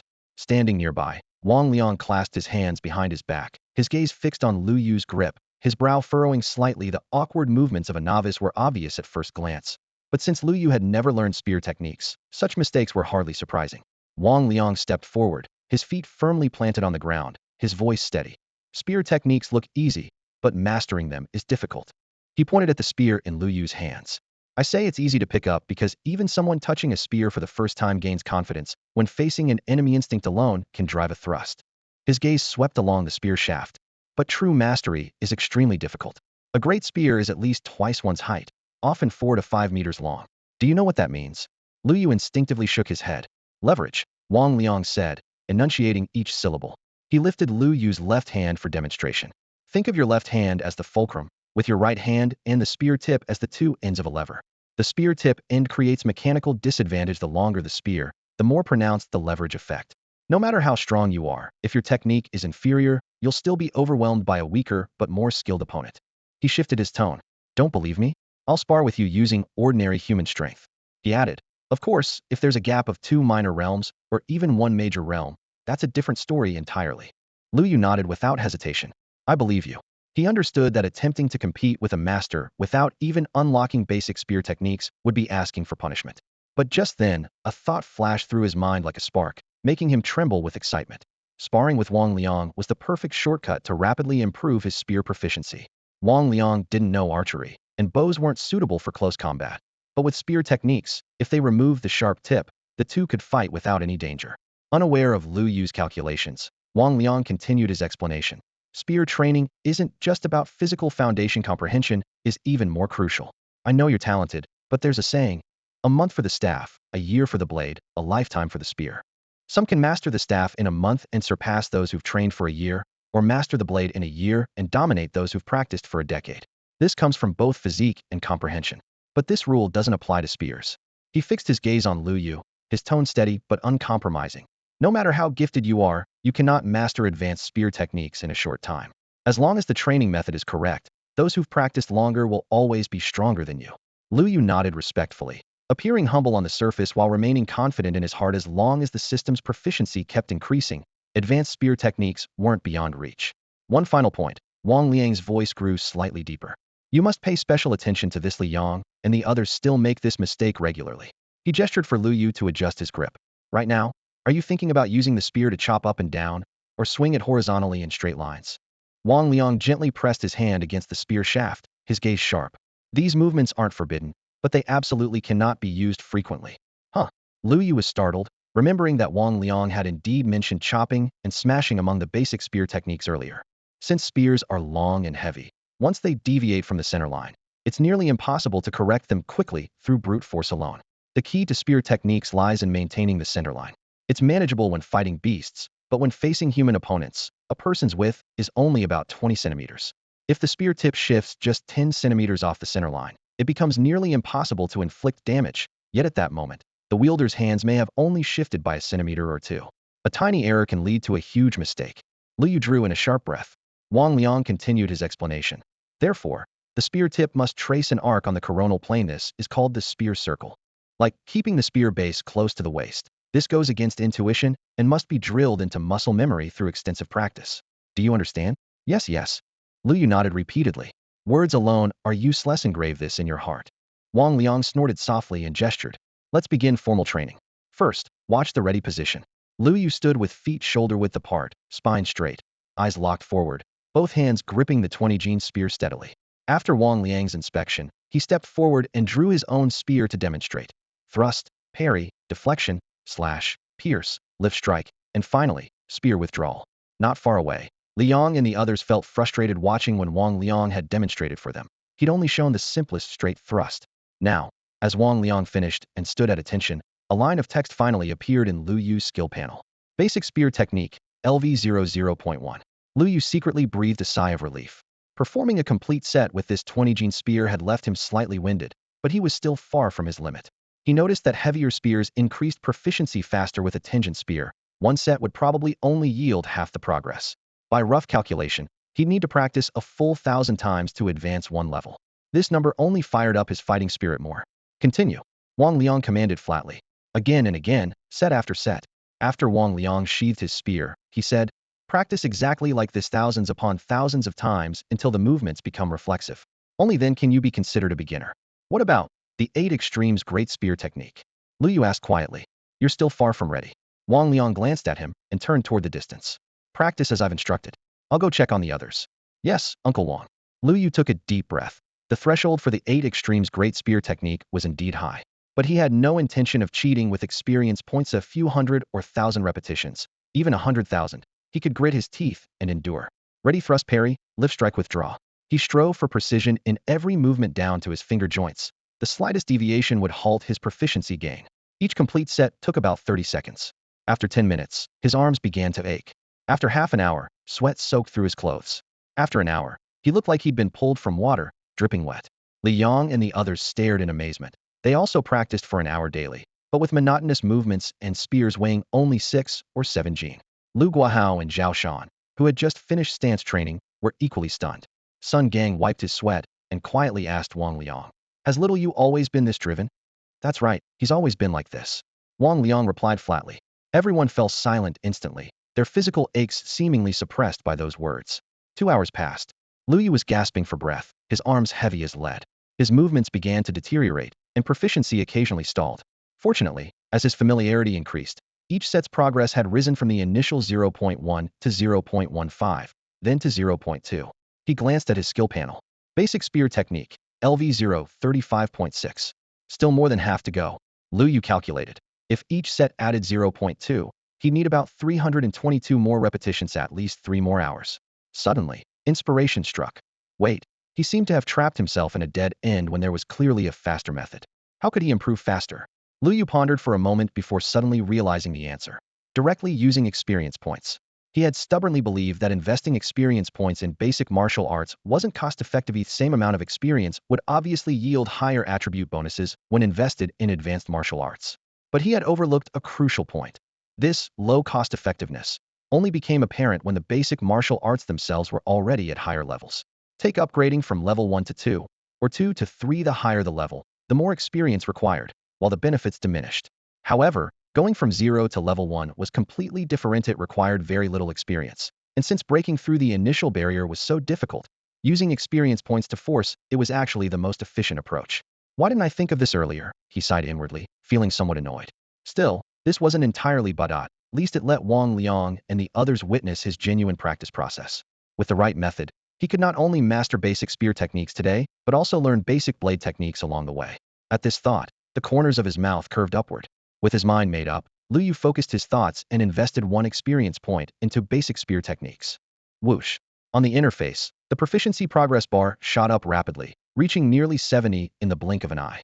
Without his previous tedious practice, he estimated it would take only 3 experience points total to upgrade basic spear techniques from 0 to level 1. Having built a foundation through practice beforehand made the effect even more dramatic. What abilities will unlock after leveling up? His heart burned with anticipation as he invested another experience point.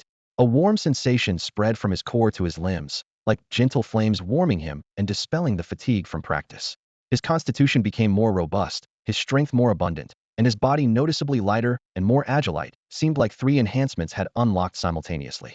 He immediately pulled up the interface. Basic spear techniques, LV1 3.5.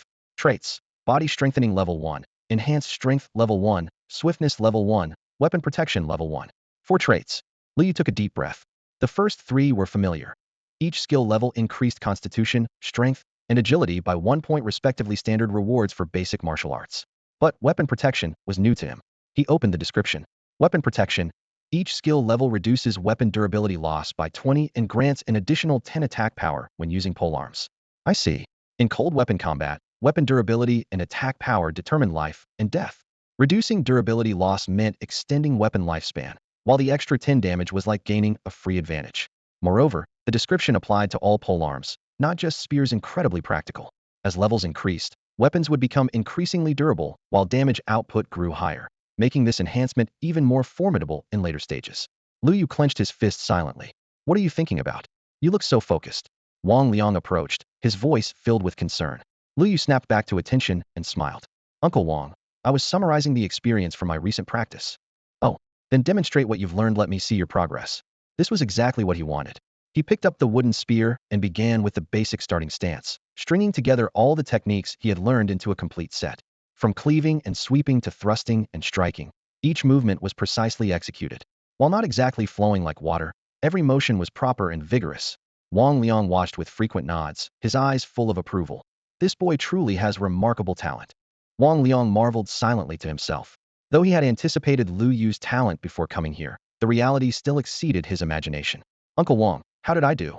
Liu Yu lowered his spear and stood still, sweat beads rolling from his forehead down to his chin. Not bad, Wang Liang replied in a flat tone, his gaze indifferent. However, you're still far from learning the 8 extremes great spear technique. Liu Yu showed no discouragement. Instead, he said excitedly, Uncle Wang, I've thought of a way to improve faster. Wang Liang was slightly taken aback, then revealed an amused expression. Don't tell me you want to spar with me? Yes, yes. Liu Yu nodded vigorously, his eyes full of anticipation. Is that okay, Uncle Wang?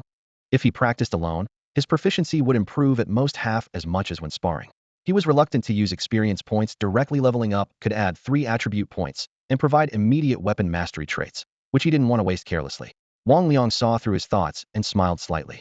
Come to think of it, I haven't sparred with anyone in quite a while. All right then, he agreed readily. In the center of the training ground, the 2 men each held spears with their heads removed, facing each other from 4 or 5 meters apart. Dust swirled lightly as a crowd formed a circle around them. Brother Yu is amazing, Li Chang exclaimed. He's only been learning spear techniques for a short while, and now he wants to spar with Uncle Wang. Yeah, we haven't even mastered the basic thrusting movements yet, others chimed in. Brother Yu probably isn't a match for Uncle Wang, right? Probably not. The crowd's chatter gradually died down, while Lu Guahao and others watched the field quietly. Wang Liang raised his spear, his gaze calm as still water. As long as you can touch me, you win. Come on. Liu Yu took a deep breath, his muscles instantly tensing throughout his body, and thrust his spear out like lightning. Crack! A crisp collision sound rang out. Wang Liang's wrist trembled slightly as he deflected the attack smoothly, the corner of his mouth curving upward. Kid, that's not nearly enough. Liu Yu withdrew his spear, his expression calm, though he quickly checked his status panel mentally. Basic spear technique LV 2 3.6. That last thrust had only increased it by 0.1. It seemed small, but that was just one attack. What if he made 2 or 3 consecutive thrusts? He swallowed and began moving in a circle.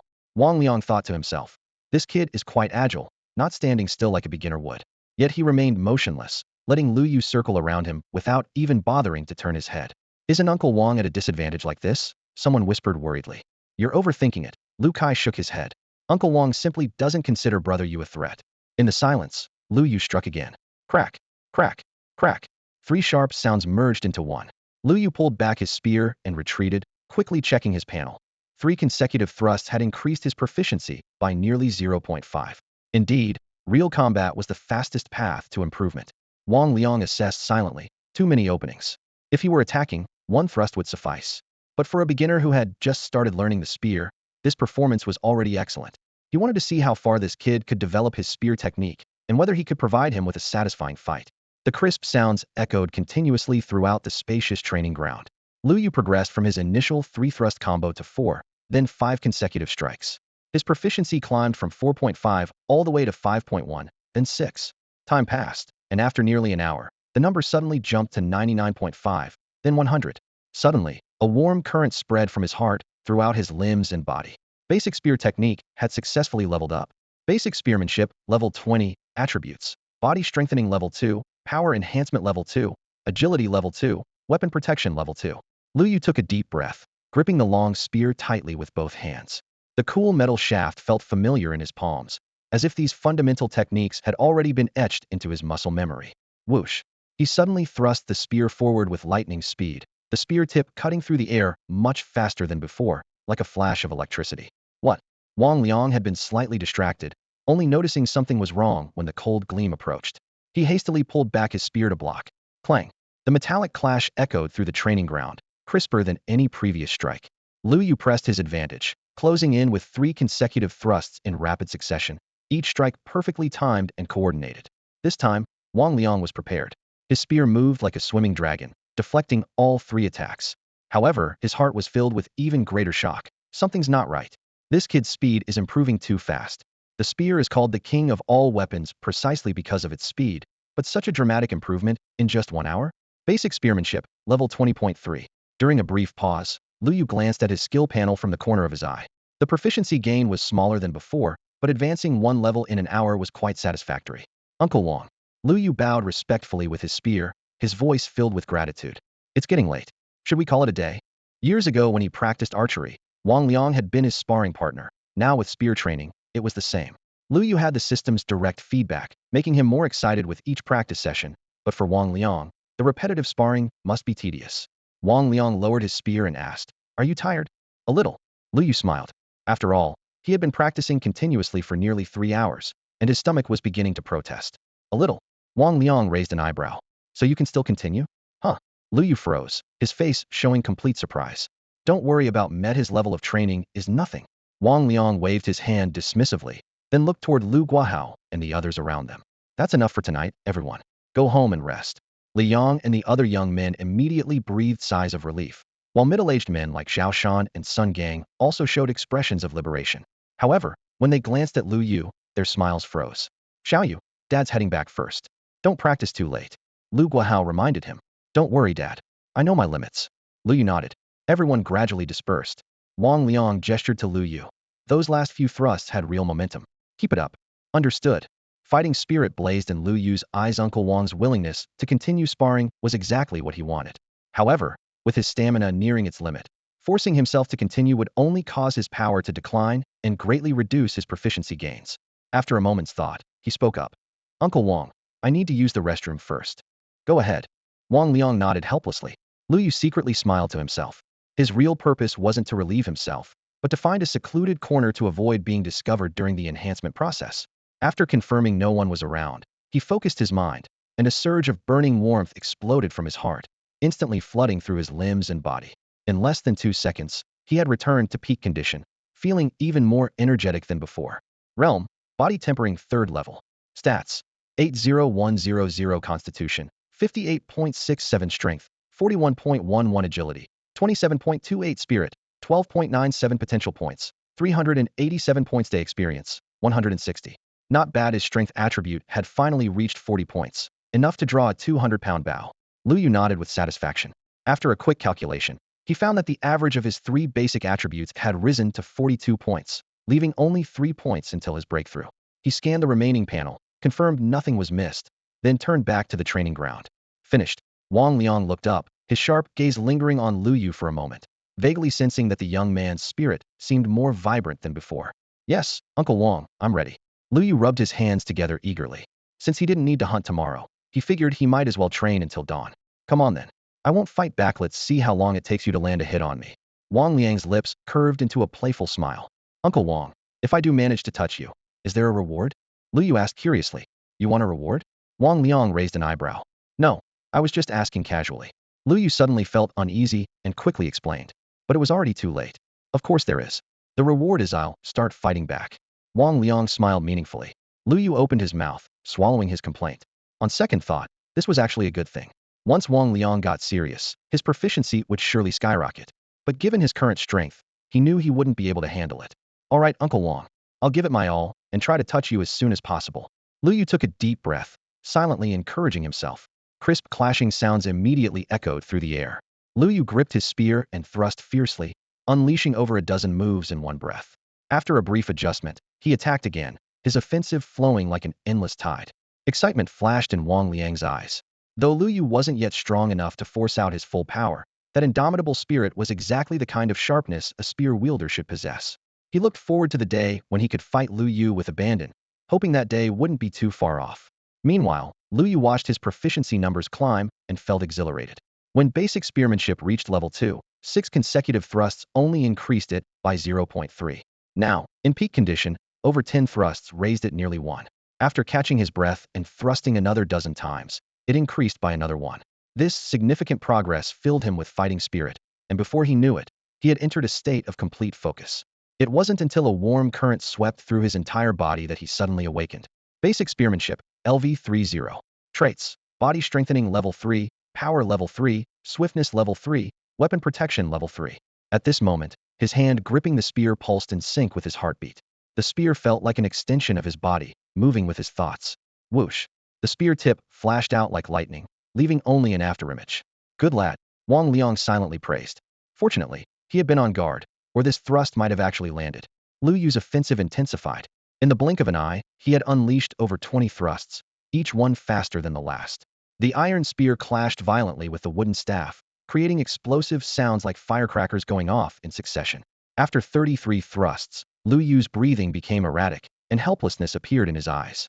Despite giving his all, Wang Liang still deflected his attacks with ease.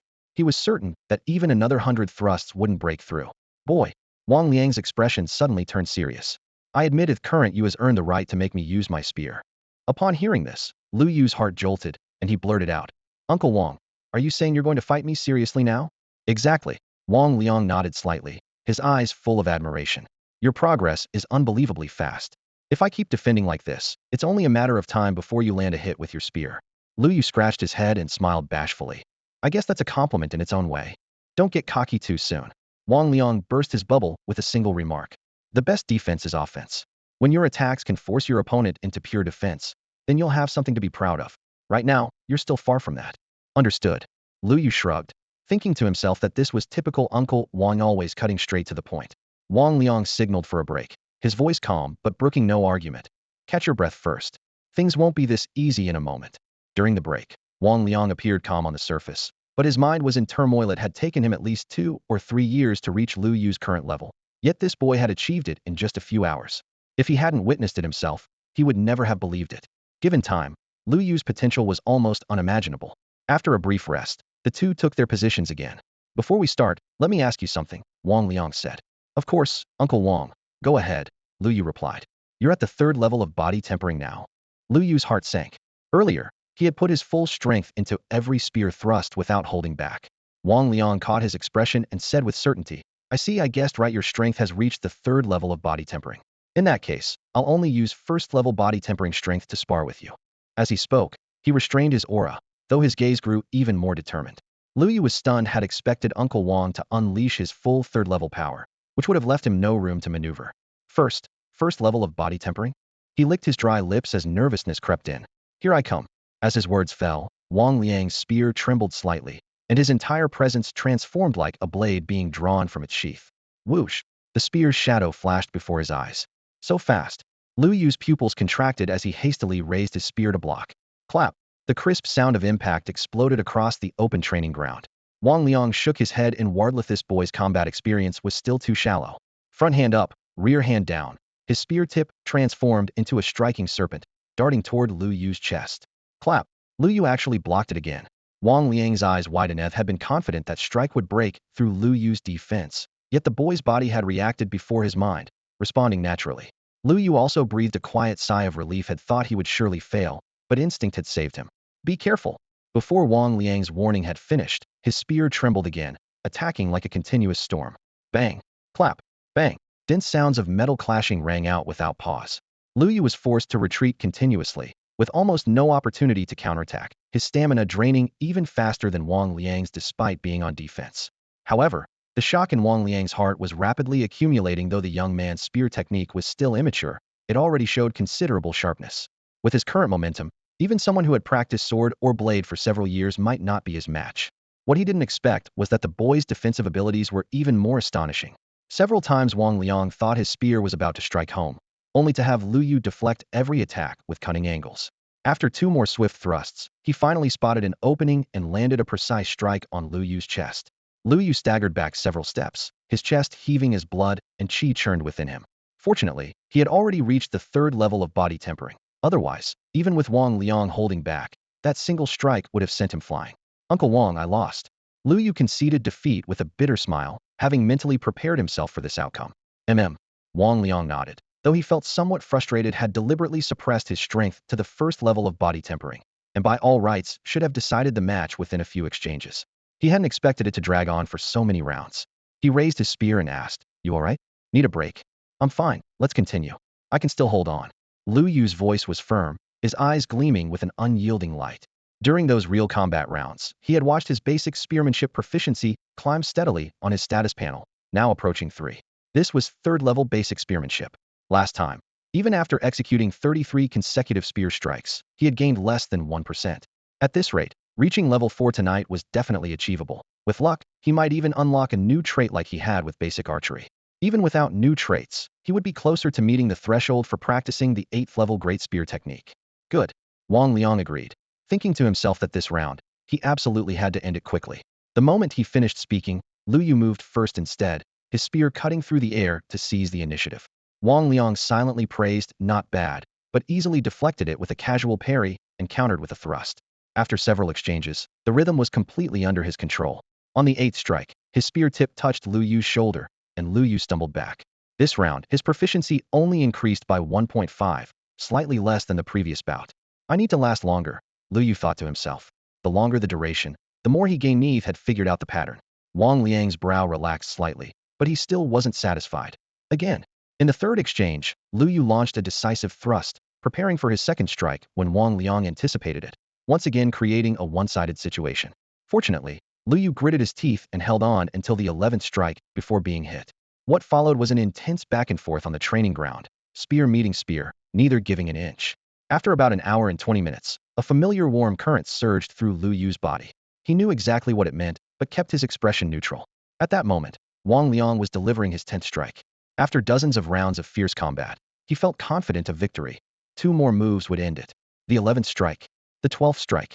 Spear points clashed rapidly, but Wang Liang suddenly started. Lu Yu's blocking speed had clearly increased by half a beat, and it was no illusion. Now's my chance. Lu Yu's eyes flashed as his spear swept upward from below like a dragon emerging from water, powerfully breaking through the defense line and striking precisely against Wang Liang's chest. At that very moment, his skill proficiency on the panel shot up by nearly 2. The arena fell so silent you could hear a pin drop. The spear tip remained pressed against Wang Liang's chest, trembling slightly as its cold gleam cast a chill in the air. Wang Liang, caught off guard, stood frozen in place with rigid shoulders, sweat trickling down his temples, yet he said nothing. Lu Yu's triumphant smile gradually stiffened on his face as doubt crept into his mind. Had he really dealt such a blow to Uncle Wang? Just moments ago, he'd been riddled with holes like a sieve under Wang Liang's assault, and this was his first chance to strike back. If his skill hadn't just leveled up, he never would have landed this hit. He quickly pulled up his personal panel. Basic Spearmanship, LV4 41.8. Activated traits, Body Strengthening Level 4, Power Level 4, Agility Level 4, Weapon Protection Level 4, Piercing Strike Level 1. Piercing Strike. Each level increases armor penetration chance by 20, effective only with polearm weapons. Weapon Protection Level 4, Weapon Durability Loss 80, Attack Power 40. That's right, Piercing Strike, unlocked only after basic spearmanship reached level 4, was the key to breaking through Wang Liang's defense. The weapon protection trait's massive reduction in durability loss and boost to attack power had allowed him to endure several rounds under Wang Liang's storm-like offensive. Well done. A deep, resonant voice broke the silence. Wang Liang cleared his throat, his gaze toward Lu Yu a complex mixture of surprise, approval, and a hint of inexplicable wariness. Though I was indeed careless just now, your ability to seize that moment and strike decisively was quite impressive. Lu Yu scratched his head sheepishly at the praise. While Wang Liang appeared calm on the surface, his mind was in turmoil. How long had it been? This kid had actually trained his basic spearmanship from level 1 to level 4. If he continued at this pace, Wang Liang might truly struggle to suppress him using only ordinary human strength. Uncle Wang, shall we continue? Lu Yu's eyes sparkled with excitement. In just this one evening, his basic spearmanship had shot up to level 4, and his proficiency had increased by nearly 2 from that single strike. He roughly calculated 50 more hits on Uncle Wong, and his skill could level up again. It's getting late. Let's call it a day. Wang Liang shouldered his spear and headed toward the warehouse, his steps somewhat unsteady. His enthusiasm dampened like cold water on fire. Lu Yu could only respond with an "oh" and follow. He could understand, though, after his body cultivation, his stamina recovered quickly, but Uncle Wong was still flesh and blood. They couldn't really train until midnight. Uncle Wong, can I learn the 8 Extremes Great Spear technique now? Lu Yu asked tentatively. He'd at least trained his basic spearmanship to level 4 surely, he was qualified now. You want to learn the 8 Extremes Great Spear technique? Wang Liang stopped, the corner of his mouth curving into a meaningful smile. Yes, what's wrong? Lu Yu suddenly felt an ominous premonition. You're still far from ready. Wang Liang gripped his spear shaft with one hand and continued limping forward. Wait until you've mastered Tai Chi to the transformation realm. What? Lu Yu was utterly dumbfounded. What did the 8 Extremes Great Spear technique have to do with mastering Tai Chi? The 8 Extremes Great Spear technique has no direct connection to Tai Chi itself, but it shares blood ties with 8 Extremes boxing. Internal martial arts have Tai Chi pacifies the world, while external arts have 8 Extremes stabilizes heaven and earth. 8 Extremes boxing emphasizes sincerity of mind within and physical form without simple movements with explosive power. If you want to learn the 8 Extremes Great Spear technique, you must at least achieve minor mastery in 8 Extremes boxing. As I mentioned before, you'll need to master Taiji to the transcendent level before I can teach you a second martial art. Do you understand now? Wang Liang's voice echoed across the training ground. I see. Lu Yu scratched his head. So to learn the Baji Great Spear technique, he'd first need to master Taiji to the transcendent level, then advance Baji Fist to the minor achievement stage layer upon layer of progression that would surely require substantial experience points. But just from the name alone, he could tell Baji Fist was extraordinary, so learning it would definitely be worthwhile. Seeing his slightly dejected expression, Wang Liang consoled him, don't rush. Focus on solidifying your foundation in basic spear techniques during this period, and learning the Baji Great Spear technique will be twice as effective later. Yes, thank you, Uncle Wang. Lu Yu immediately bowed in gratitude. Without Wang Liang's daily sparring sessions, his basic spear techniques couldn't have improved so rapidly far more efficiently than when he practiced archery.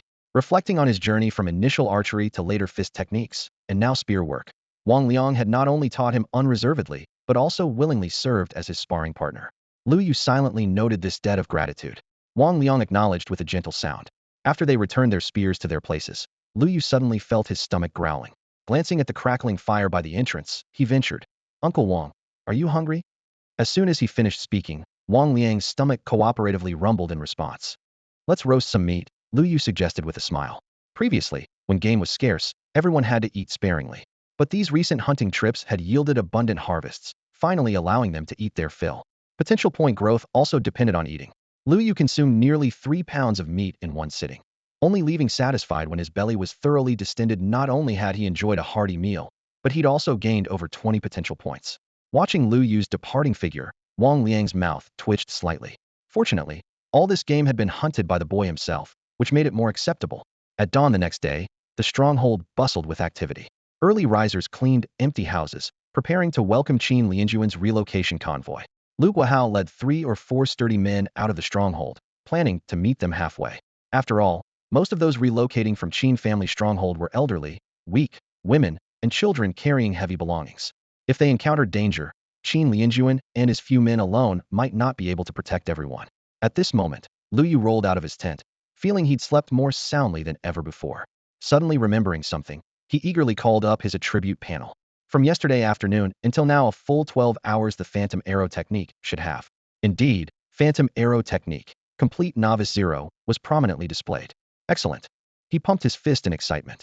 Now, besides Wang family Taiji fist, he possessed another advanced martial art Phantom Arrow technique. Adding the Suntoba learned Baji fist and Baji Great Spear technique, that made 4 total. When the time came, he could kill enemies from 200 to 300 meters away, yet not fear close combat either. Even if unarmed, he could rely on his fist techniques to hold his own, though he'd rather not find himself in such a situation, since flesh and blood ultimately couldn't match blades and swords. At this thought, his brow furrowed slightly.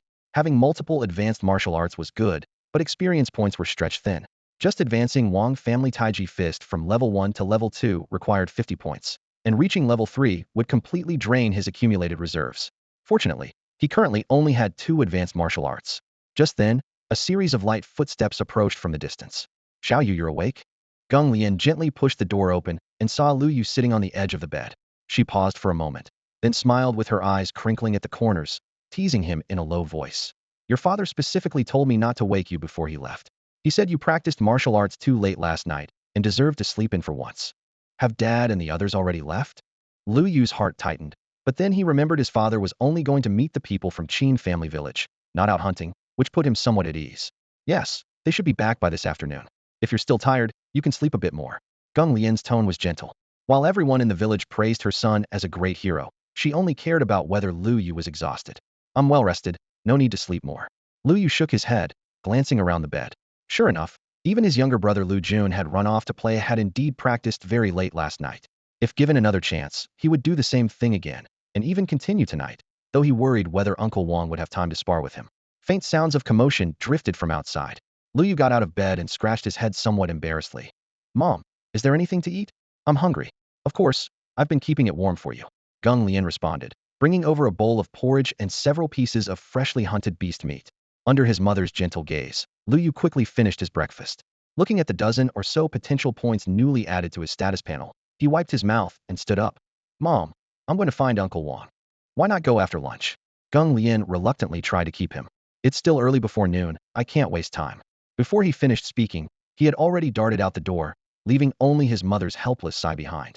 Walking along the village path, Lu Yu quickened his pace while planning today's training. 1. First practice Tai Chi, striving to push his proficiency to minor achievement. Tai Chi not only provided substantial attribute points, but was also a prerequisite for learning other boxing techniques and even spear techniques. 2. Then practice archery and phantom arrow technique. His strength had already exceeded 40 points, allowing him to draw a 200-pound hard bow. If he really went hunting in the mountains, his effective range could reach 4 to 500 meters. As an advanced archery technique, phantom arrow technique was said to contain unique secrets, and he was eager to verify whether it was truly as mystical as the manual described. 3. Practice basic spear techniques in the evening. Although each session yielded fewer attribute points, they accumulated over time. More importantly, there was the weapon protection, traded both reduced weapon durability loss and increased attack power. Lu Yu even boldly speculated that this enhancement applied to any long-handled weapon. If spear techniques reached profound levels, even wielding an ordinary long staff could produce astonishing power. Before long, he had arrived at the open space in the center of the village. Li Chong and others had arrived early, along with 2 or 3 adult men who hadn't gone with the team to provide support, all practicing with spears. Xiao Yu's here? Are you well rested? I heard you practiced until after midnight last night. Everyone greeted him warmly with smiling faces. Yes, Uncle Li, I'm well rested. Lu Yu smiled as he responded to the eldest man in the group. You're here. Wang Liang strode over with booming voice. Yes, Uncle Wang, sorry I'm late. Lu Yu scratched his head with an honest smile, then blurted out his plans for the day. I'll practice Tai Chi first, then archery, and tonight, I'd like to learn spear techniques from you. All right. Wang Liang nodded. Come ask me anytime if you don't understand something. With that, he walked toward the distant training ground with his hands clasped behind his back. Lu Yu took a deep breath and focused on his status panel. Wang Family Tai Chi, Beginner Level 1.2. Attributes, Body Strengthening Level 1, Power Enhancement Level 1, Agility Level 1. After Beginner comes Minor Mastery, then Perfection, and finally Transcendence. 3 levels to go. He recalled Wang Liang's explanation and glanced at his experience bar, 160 points. Definitely enough for Minor Mastery, maybe even a shot at Perfection. Transcendence? Still far off. Having made his calculations, he dropped his shoulders, lowered his elbows, and slowly began the opening stance. First round, smooth movements, already at beginner level. Second round, transitions more fluid. Third round, the rhythm of rises and falls quickened by half a beat. Not far away, Wang Liang raised his eyebrows in quiet amazement. Indeed, he's reached beginner level. He remembered his own childhood practicing hard for 2 or 3 years at age 6 or 7 just to touch the threshold, and couldn't help but feel moved. But going from beginner to minor mastery wasn't something you could just talk your way through. The next moment, however, he witnessed a scene all too familiar with each practice round. Lu Yu's movements became slightly more refined than the last. The improvements were so subtle that others might miss them, but Wang Liang saw them clearly. After a dozen rounds, the techniques had transformed dramatically. How is this possible? Could it be? Wang Liang's eyes suddenly sharpened. As another set concluded, Lu Yu quietly invested a point of experience into his skill, watching the proficiency jump to 2. He nodded with satisfaction. Good. At this rate, 50 rounds should get me to minor mastery. And by investing just 1 experience point each time, it would appear completely natural. Time flowed by amid the dancing fist shadows. Wang Liang watched from afar, sighing silently. Archery was like this, stance training was like this, and now fist techniques were the same. Perhaps this child truly was an ancient century martial arts prodigy. Finally, the last experience point flowed into Tai Chi. Whoosh! A warm current surged from his dantian, instantly rushing through all his limbs. Crack, crack, crack. His bones popped like beans, sweeping away all previous fatigue. Lu Yu felt his understanding of Tai Chi elevate significantly. The principle of intention leading Qi, Qi leading force, with the whole body moving in harmony and fluid continuity though still vague, he could now dimly grasp it. I feel much stronger again, he murmured to himself, refocusing on his status panel. Wang Family Tai Chi, Minor Mastery 0.2. Attributes, Body Strengthening Level 2, Power Enhancement Level 2, Agility Level 2, Meridian Opening Level 1. Huh? There's a new attribute. Lu Yu's eyes widened with delight. Then he touched his chest in confusion. Strange, there's a new attribute, but I don't feel anything special. Could it be that this attribute's effects aren't obvious? Meridian circulation. Each skill level increases energy recovery rate by 25 and strengthens the body's meridian resilience, reducing injury risk. Not only does it restore energy, but it also fortifies the meridians? A flash of surprise crossed Lu Yu's eyes. He recalled Uncle Wang once saying that warriors who entered the inner force realm could manipulate true Qi, multiplying their combat power exponentially. However, wielding true Qi was extremely draining, and once depleted, one would instantly become weak and vulnerable. It seemed this meridian circulation trait was designed precisely for such critical moments. What appeared simple on the surface actually held profound significance. Only those in the inner force realm could freely circulate true Qi, while he remained in the body tempering stage, relying primarily on pure physical strength. When practicing archery, his power originated from muscle force, consuming both stamina and energy. Since meridian circulation could significantly accelerate energy recovery, it couldn't possibly have no benefit for physical strength. He would be able to verify this during his next archery practice. This advancement in Tai Chi mastery not only unlocked a new trait, but also brought substantial attribute bonuses. Combined with the gains from his basic spearmanship's multiple level increases, his overall strength had visibly skyrocketed. Realm, Body Tempering 3rd Layer. Level, 80,100. Constitution, 65.67. Strength, 46.11. Agility, 32.28. Spirit, 12.97. Potential points, 887 points 1 day. Experience, 111. With his constitution breaking through 65, he estimated that even warriors who had just entered the inner force realm were probably around this level. His strength at 46 and agility approaching 33 gave him an average of 47.6 across the 3 attributes, already surpassing the 45-point threshold required for breakthrough. His heartbeat suddenly accelerated as his fingertip lightly touched the plus sign next to Realm on the interface. Success rate 100. With just one more confirmation, he could step into the inner force realm. Lu Yu licked his dry lips. Previously, he thought he would need to strengthen his body 2 or 3 times to reach 45 points, but unexpectedly, with just one enhancement and the rest achieved through martial arts practice, he had met the requirements. Should I break through now, or wait a bit longer? The question circled in his mind, and he quickly arrived at an answer. Wait a bit longer. He still had over 100 experience points, which could easily push other martial arts proficiency up another level. His basic spearmanship also had room for improvement even if each level only added 3 attribute points. The additional 10 to all attributes upon breakthrough would earn him an extra 0.3 points. Lost in thought, he decided to first study the phantom arrow technique. However, before that, he needed to get a stronger bow. Lu Yu looked up toward the weapons storage room and stepped forward. Just then, commotion erupted from the stronghold's entrance, even livelier than when hunting parties usually returned. Gua Hao and the others are back. A middle-aged man's shout echoed throughout the entire stronghold. They're back much faster than expected. Yeah, it's quite a distance from Qin village to here, and they brought along many elderly folks and children. I didn't expect them to arrive by noon. Should we go take a look?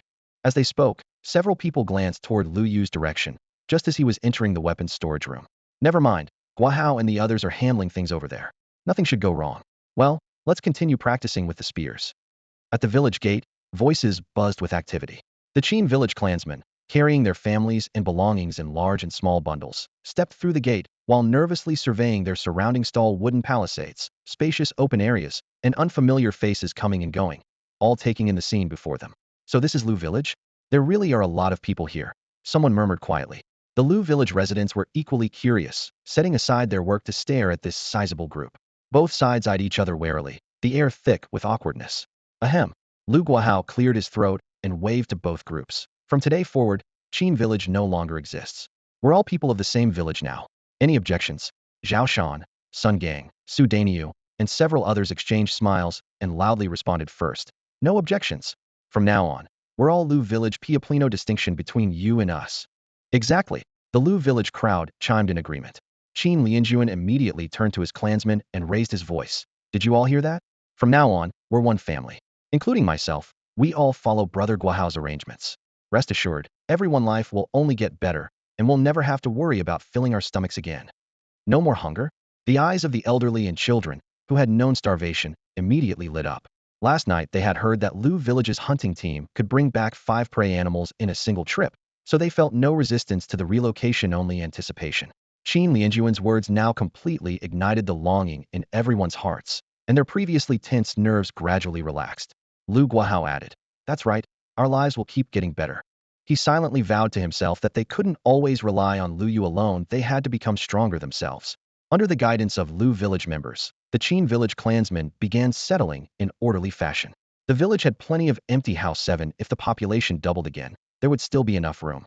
In the crowd, Qin Hai walked while looking around, but never found that familiar figure. After a moment's hesitation, he quickened his pace to catch up with Lu Guahao ahead. "Uncle Lu, where's Lu Yu?" Lu Guahao and the others were slightly taken aback. Zhao Shan explained with a smile, "Little Yu? He's probably over there practicing archery." "Gonna practice archery?" Qin Hai nodded thoughtfully. This matched his expectations. It would be strange if he were lying in bed being lazy instead. No wonder Lu Yu's archery is so impressive. It must be the result of daily practice. Qin Lianjuan remarked admiringly. "Yes, little Yu is very diligent," Sun Gang said with feeling. "He not only practices archery every day, but he's also learning spear techniques." "What?" Qin Hai blurted out. "Isn't he skilled with bow and arrow?" "He's learning spear techniques too." Sun Gang smiled meaningfully. "Little Yu isn't just learning spear techniques, also studying martial arts." "That's right. We're just practicing the most basic stance work, but I heard Little Yu's martial arts are almost at the entry level," Zhao Shan chimed in. "What?" This time it was Qin Lianjuan's turn to be shocked. His gaze swept across each of their faces. You're all practicing martial arts too?" "That's right. We're all working hard at martial arts," Su Daniu shrugged, his tone casual.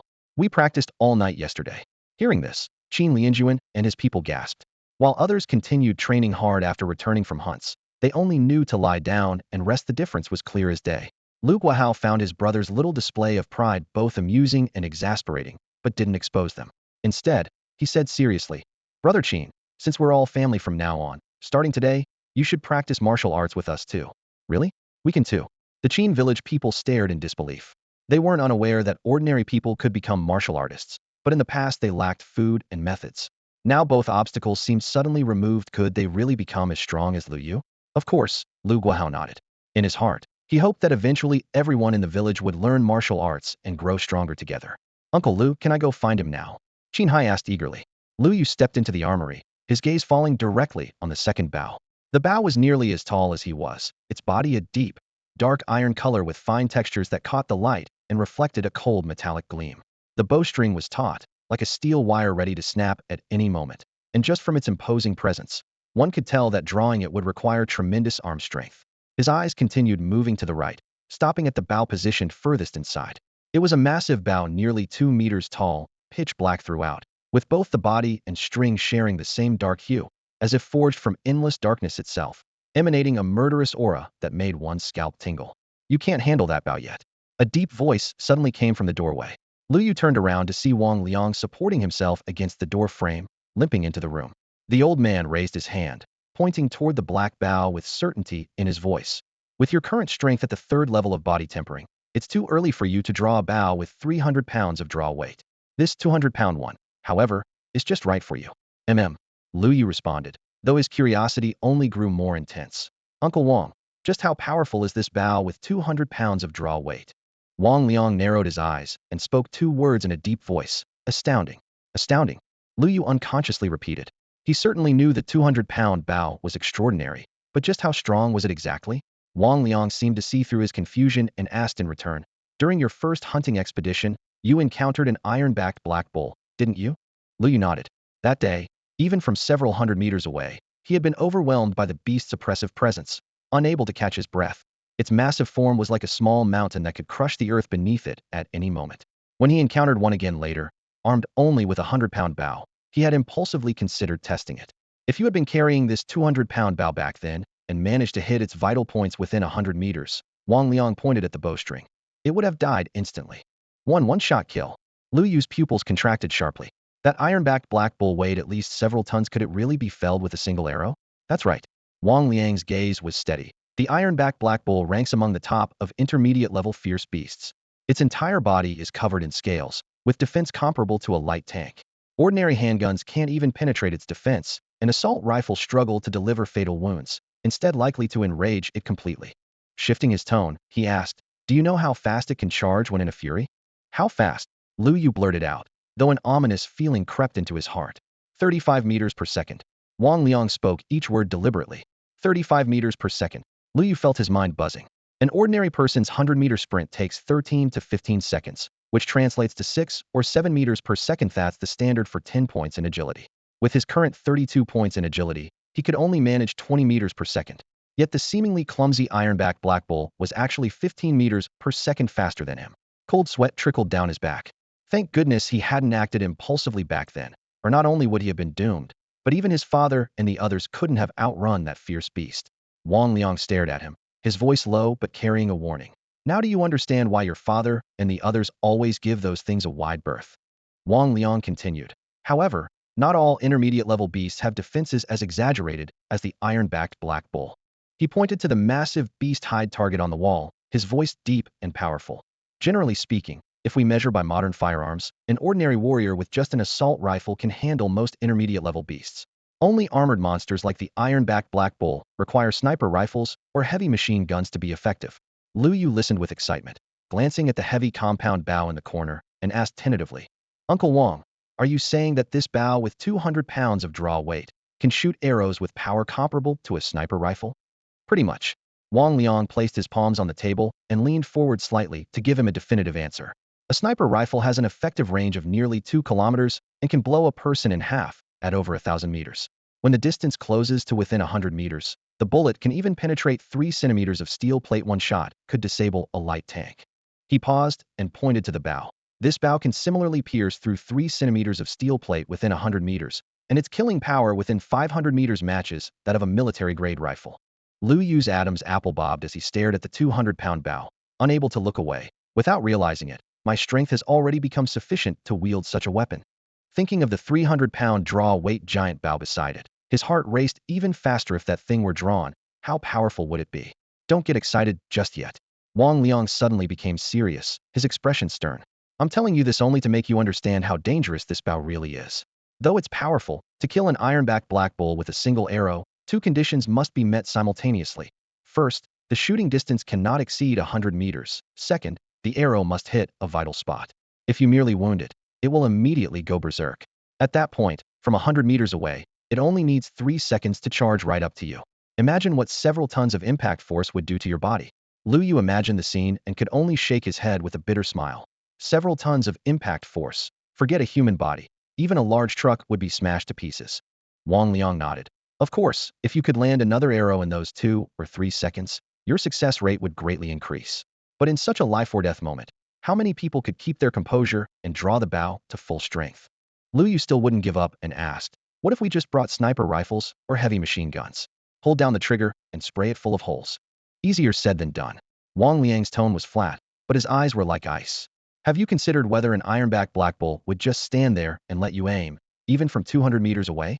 Once you alert it, forget ordinary gunmen. Even martial artists like us might not escape if we don't bring enough ammunition." Lu Yu pondered for a long time before nodding slowly. He finally understood that while modern firearms had intimidating specifications on paper, actual combat was far more challenging than imagined. And this was just an intermediate-level beast. What about high-level beasts? Wang Liang's gaze narrowed as he lowered his voice. "That would be even more troublesome. High-level beasts have defensive strength comparable to heavy tanks, and heavy machine guns and grenades can barely cause substantial damage. Most terrifying is their speed." "Their speed?" Lu Yu pressed. "Nearly 100 meters per second." Wang Liang slowly uttered these numbers. 100 meters per second, Lu Yu gasped. This was already more than double that of intermediate-level beasts, with defense multiplied several times over. If such a monster truly appeared, forget their small settlement. Even the Li family fortress, the largest power in the area, probably couldn't withstand it and would be razed to the ground in minutes. As the thought flashed through his mind, Lu Yu suddenly had an even more terrifying speculation. Uncle Wang, high-level beasts aren't the strongest either, are they? Wang Liang fell silent for a moment before finally nodding. That's right.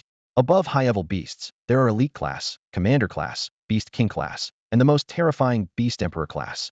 Beast emperor class? Lu Yu's throat tightened.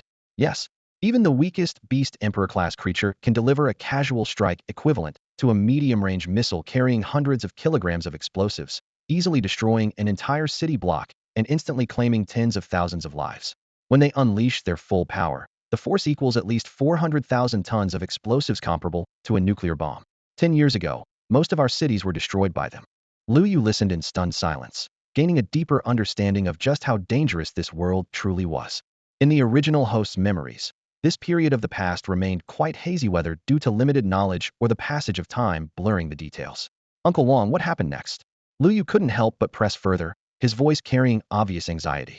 Against beasts that powerful, I imagine only nuclear weapons among humanity's arsenal could barely stand a chance. Wang Liang pressed his lips together and slowly nodded. The leadership back then spent years preparing, ultimately deploying thousands of nuclear warheads in a single operation. An explosion of that magnitude could wipe a medium-sized country clean off the map. He paused here, as if recalling that devastating inferno.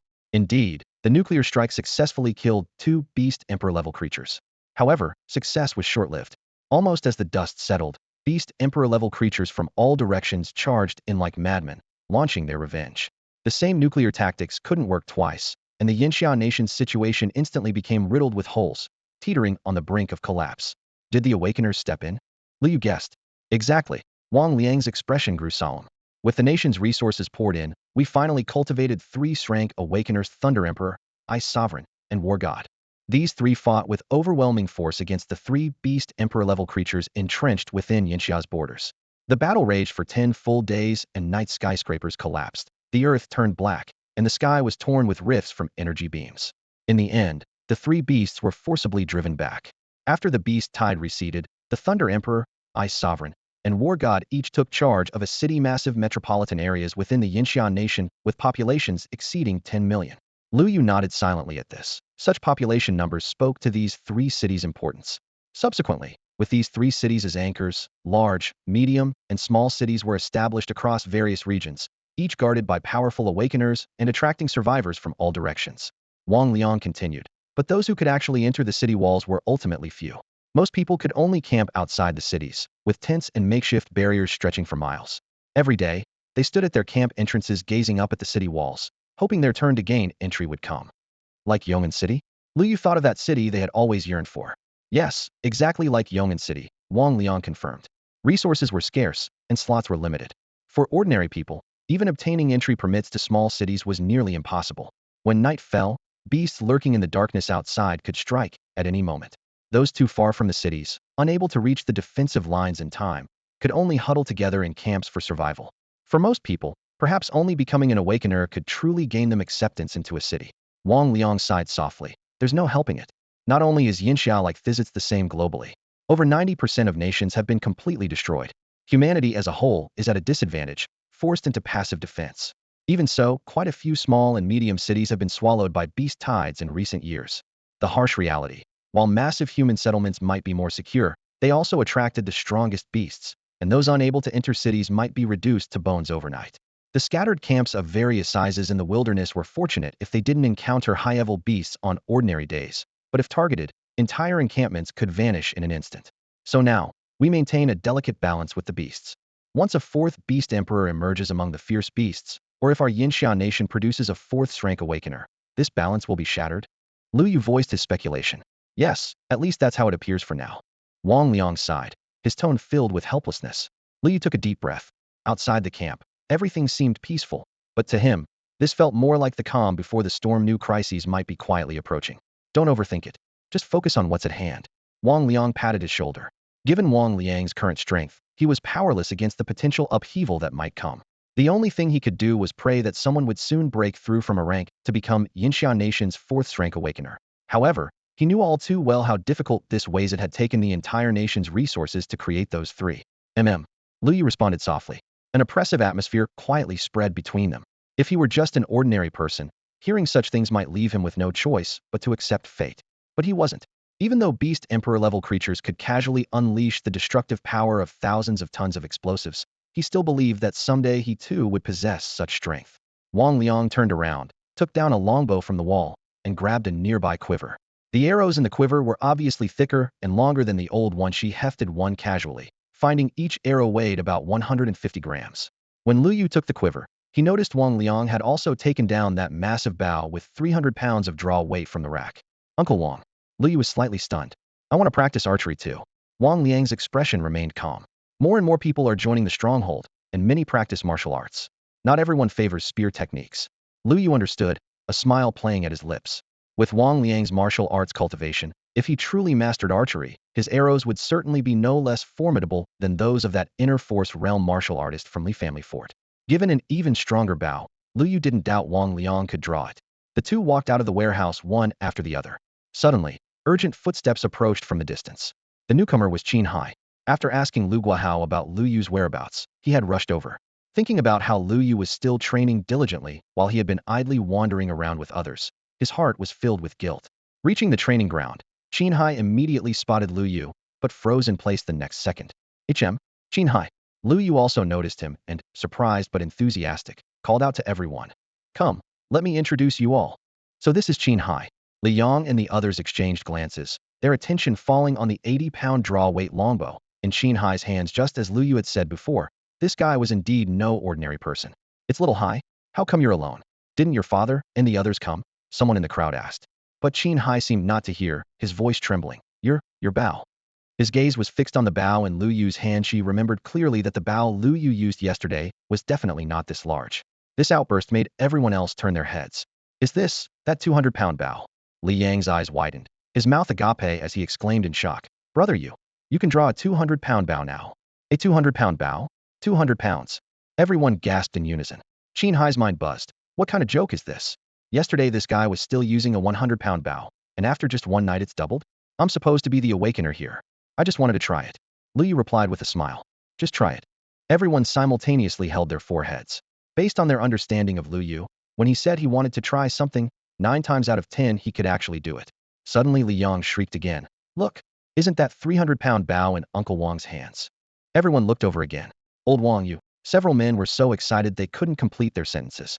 They had long known Wang Liang was formidable, but hadn't expected him to be this strong. I'm just trying it too. Wang Liang chuckled dryly as he held up the massive bow. The scene fell instantly silent. Qin Hai stood there dumbfounded, as if frozen in place, unable to help but wonder. Is everyone in Lu family's stronghold this powerful? A hard bow with 200 pounds of draw weight possessed tremendous power. If not for shooting at a distance of several hundred meters, the target would be completely unable to withstand a single strike. The stronghold measured only 200 to 300 meters in length and width, so Lu Yu and Wang Liang had to carry the target outside the walls. After a moment's hesitation, Qin Hai followed them, had to witness it with his own eyes to believe what he was seeing. Outside the stronghold, wild grass reached past their calves. The dark brown earth had been painted into a dull backdrop by the autumn wind, and the air hung so still that not a sound could be heard, making one's chest feel oppressed. Lu Yu carried the wooden target to 500 or 600 meters away, planted it firmly, then returned with light steps and steady breathing. He stepped forward with his left foot, drew back his right, and raised the longbow with both arms, the arrowhead locked onto the bullseye. The bowstring gradually tightened between his fingers, his arm muscles bulged, and veins stood out like pythons, yet there wasn't the slightest tremor. Qin Hai looked up into the distance where the target appeared as nothing more than a black dot, and his heart grew cold. Could anyone really hit something that far away? Though drawing the bow seemed slow, it actually took less than 2 seconds before the string reached full moon. Qin Hai held his breath, his throat feeling blocked, unable to make a sound. Bang! A crack sharper and brighter than firecrackers shattered the deathly silence as an arrow over a meter long and 2 fingers thick burst through the air with the force of thunder. Before one could blink twice, a crisp clang rang out from 500 or 600 meters away. The arrow had pierced through the wooden target and continued flying with undiminished momentum. So fast, Lu Yu murmured in admiration. Last time he had used a 100-pound bow, the arrow speed was only about 100 meters per second, which he could barely make out. This time, with the 200-pound bow approaching the speed of sound, he could only catch a blurred afterimage. About the same level as an ordinary pistol bullet. Wang Liang nodded in agreement. Qin Hai stood dumbstruck.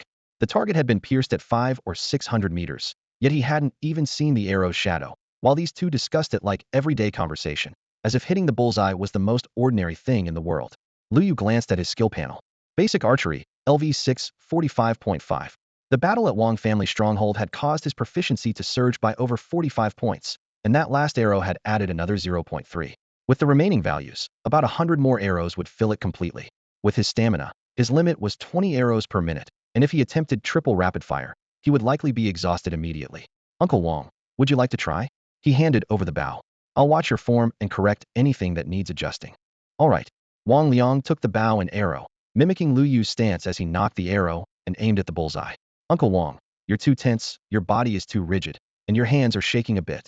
Lu Yu said as he stepped forward, gently pressing his shoulder, adjusting the angle of his feet, and fine-tuning his wrist strength. Wang Liang felt somewhat embarrassed, but Lu Yu's archery skills were beyond question. After adjusting his stance, Wang Liang released his fingers, and the arrow flew out. Soon after, a crisp sound echoed from the distance, clearly indicating a hit. Dust rose slightly at the target, and the fresh arrow hole in the wooden board was quite conspicuous.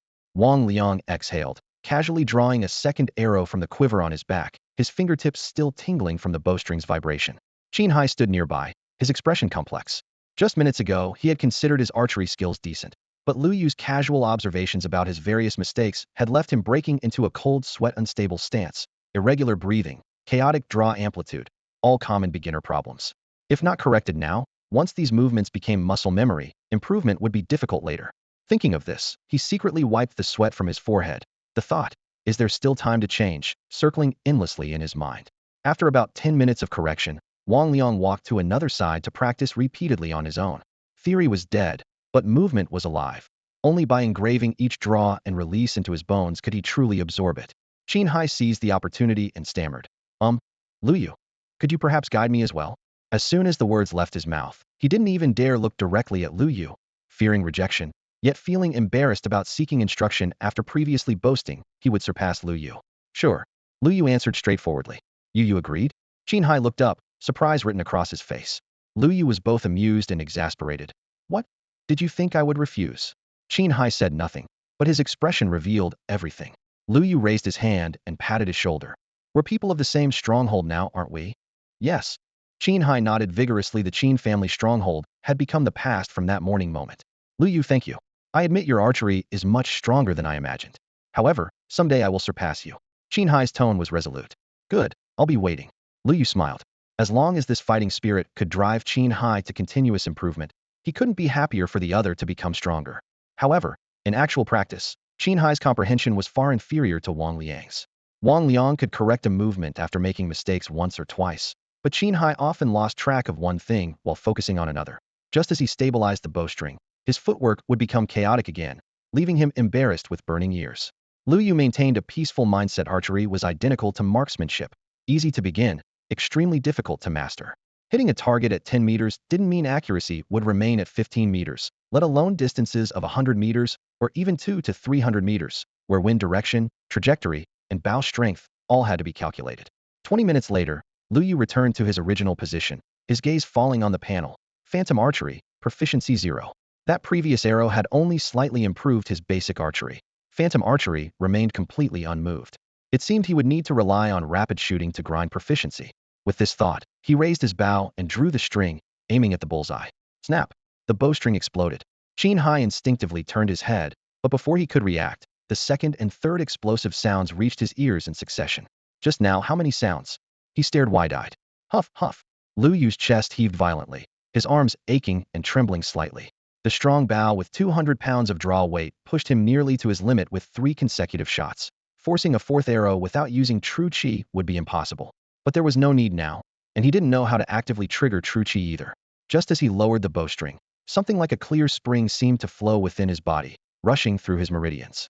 The warm current slid past his chest, and his breathing suddenly stabilized, flowing through his elbows and wrists.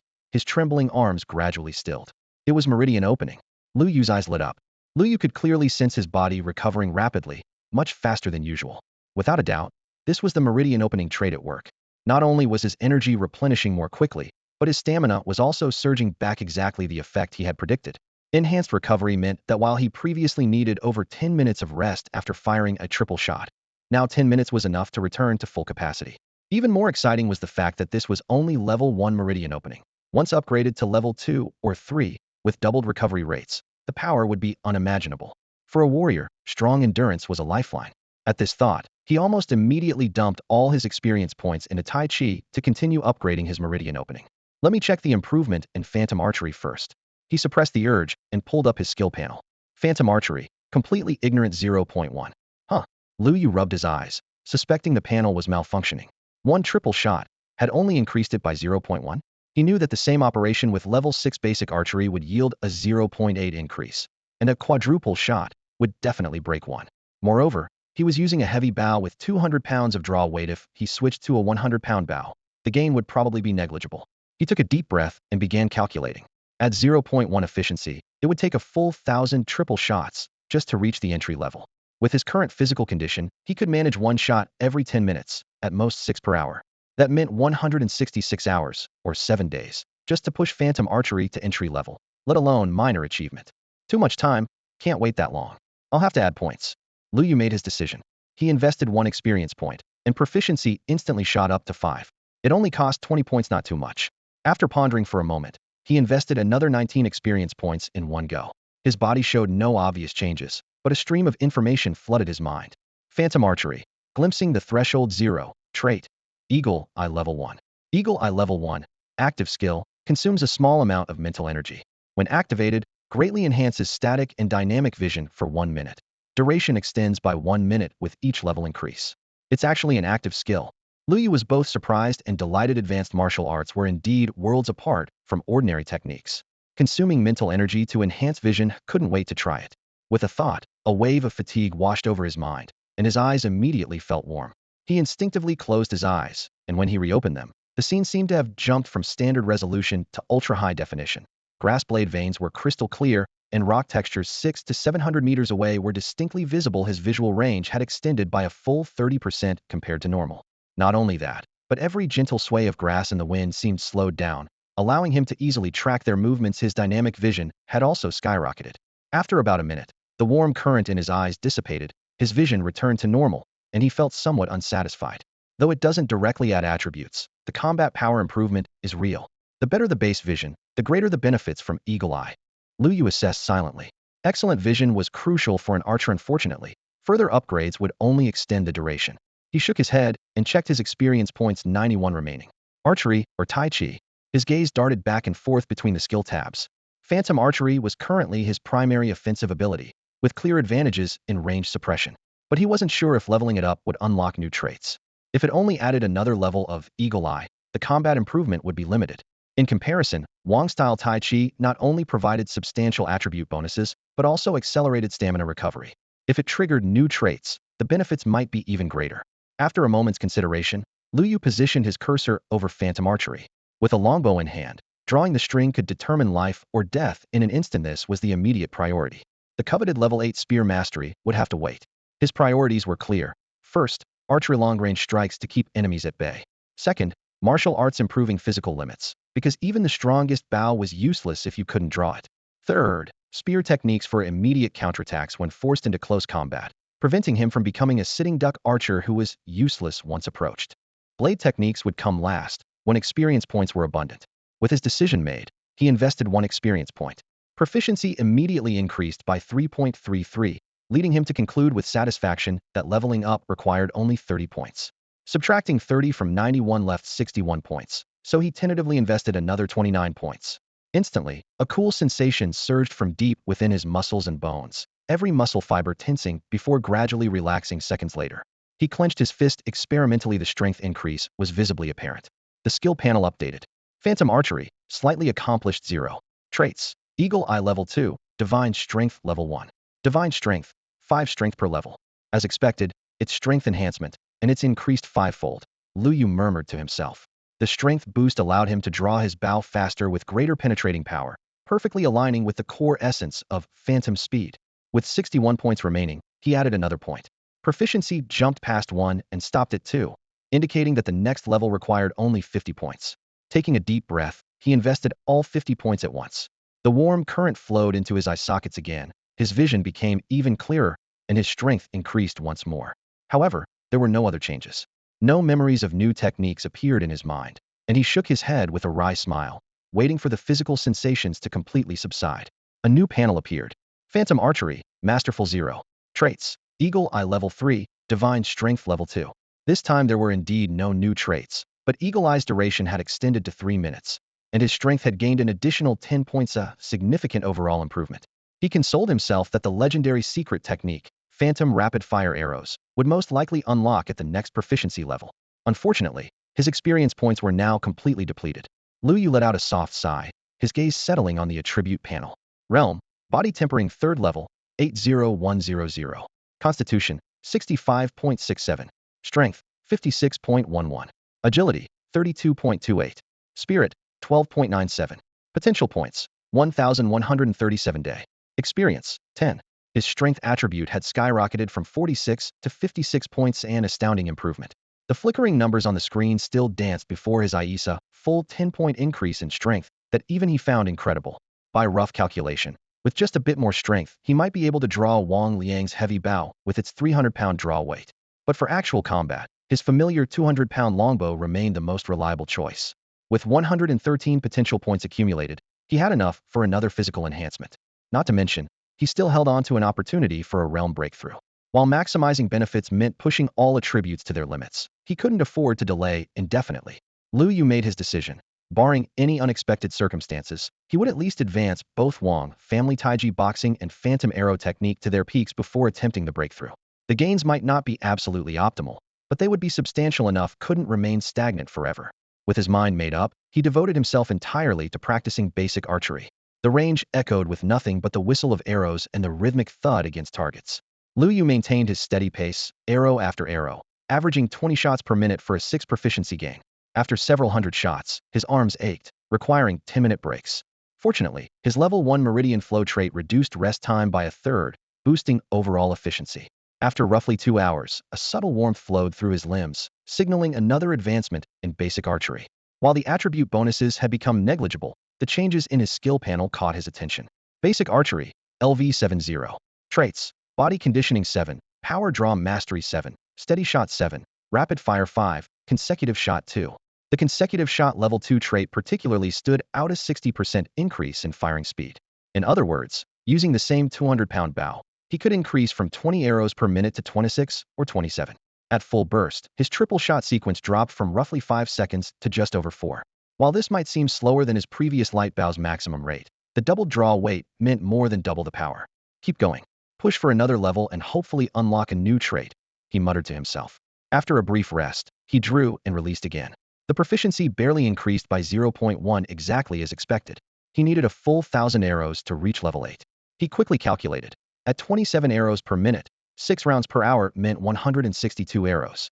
6 more hours of practice should achieve his goal, and with the afternoon hours remaining, time was more than sufficient. His determination to push basic archery to level 8 had purposed that level. His triple shot would complete in around 3 seconds. When facing mid-tier beasts like the Iron-backed Black Bull, maintaining a 100-meter distance would give him enough time to loose all 3 arrows. The Iron-backed Black Bull could charge 100 meters in just over 3 seconds. Lu Yu raised his bow, the 200-pound draw weight ready to unleash, knowing that one arrow to a vital spot would kill the bull instantly. If all 3 arrows missed, he'd have to accept his bad luck. Time for lunch, came Lu Guahao's booming voice from the stronghold. Wang Liang put away his bow and arrow, nodding to Lu Yu. I'm done practicing for today. This afternoon, I still have people in the stronghold waiting for my guidance. Thinking about having to also train the newcomers from the Qin family stronghold, his tone carried a hint of busyness. All right, Uncle Wang, shall we practice spear techniques tonight like yesterday? Lu Yu asked with a smile. Sure. Wang Liang was momentarily stunned, then readily agreed, feeling pleased that Lu Yu was willing to dedicate time to spear practice. Lu Yu turned to Qin Hai. Want to join Uncle Qin and the others at the warehouse for martial training this afternoon? Martial training? Qin Hai was taken aback. Training techniques without building foundation is useless in old age. The same applies to archery. If your physical condition doesn't improve, intermediate level beasts will crush your confidence. Lu Yu looked at the bow in his hands. Remember, your ability can double your strength. The better your foundation, the stronger the amplification. All right, I understand. Though reluctant to part with his bow and arrows, Qin Hai nodded. The 3 men carried the targets back to the stronghold. To Lu Yu's surprise, both families were sharing a meal together at noon. Steam rose from the wooden table as Lu Guahao and Qin Lianjuan chatted and laughed heartily, while Geng Lian was deep in conversation with Qin Lianjuan's wife. Lu Yu silently planned to push his basic archery to level 8 that afternoon. Qin Hai secretly set a goal to break through the first level of body tempering as soon as possible so he could handle the 200-pound bow. Only Lu Jun was single-mindedly focused on devouring the delicious food. After the meal, Lu Yu left the stronghold alone to continue archery practice. Lu Guohao led Qin Lianjuan and the others to practice stance training in front of the warehouse. Though the stronghold had ample food, it wasn't enough for everyone to eat their fill. Lu Yu alone needed nearly 10 pounds of meat per day, and other martial practitioners required at least 3 to 4 pounds, so they had to prioritize feeding the adult men. The sun sank westward, and the sky darkened. Someone on the watchtower shouted urgently, "Xiao Yu, come back quickly!" The low roars of beasts could already be heard faintly in the distance. As nightfall approached, if Lu Yu lingered any longer, he might attract even stronger beasts. "Coming," he called back, staring at his proficiency meter that was about to max out, and decisively executed a triple shot. As the third arrow left the string, a familiar warm current flowed through his limbs. Basic archery had leveled up. Basic archery, LV80. Traits, body strengthening level 8, arm mastery level 8, steady shot level 8, rapid shot level 6, consecutive shot level 3. Lu Yu exhaled deeply, finally achieving his goal before dark. With level 3 consecutive shot enhancement, unless he was unlucky enough to encounter a high-level beast, no intermediate-level beast could survive within 100 meters against firepower equivalent to 3 sniper rifle shots.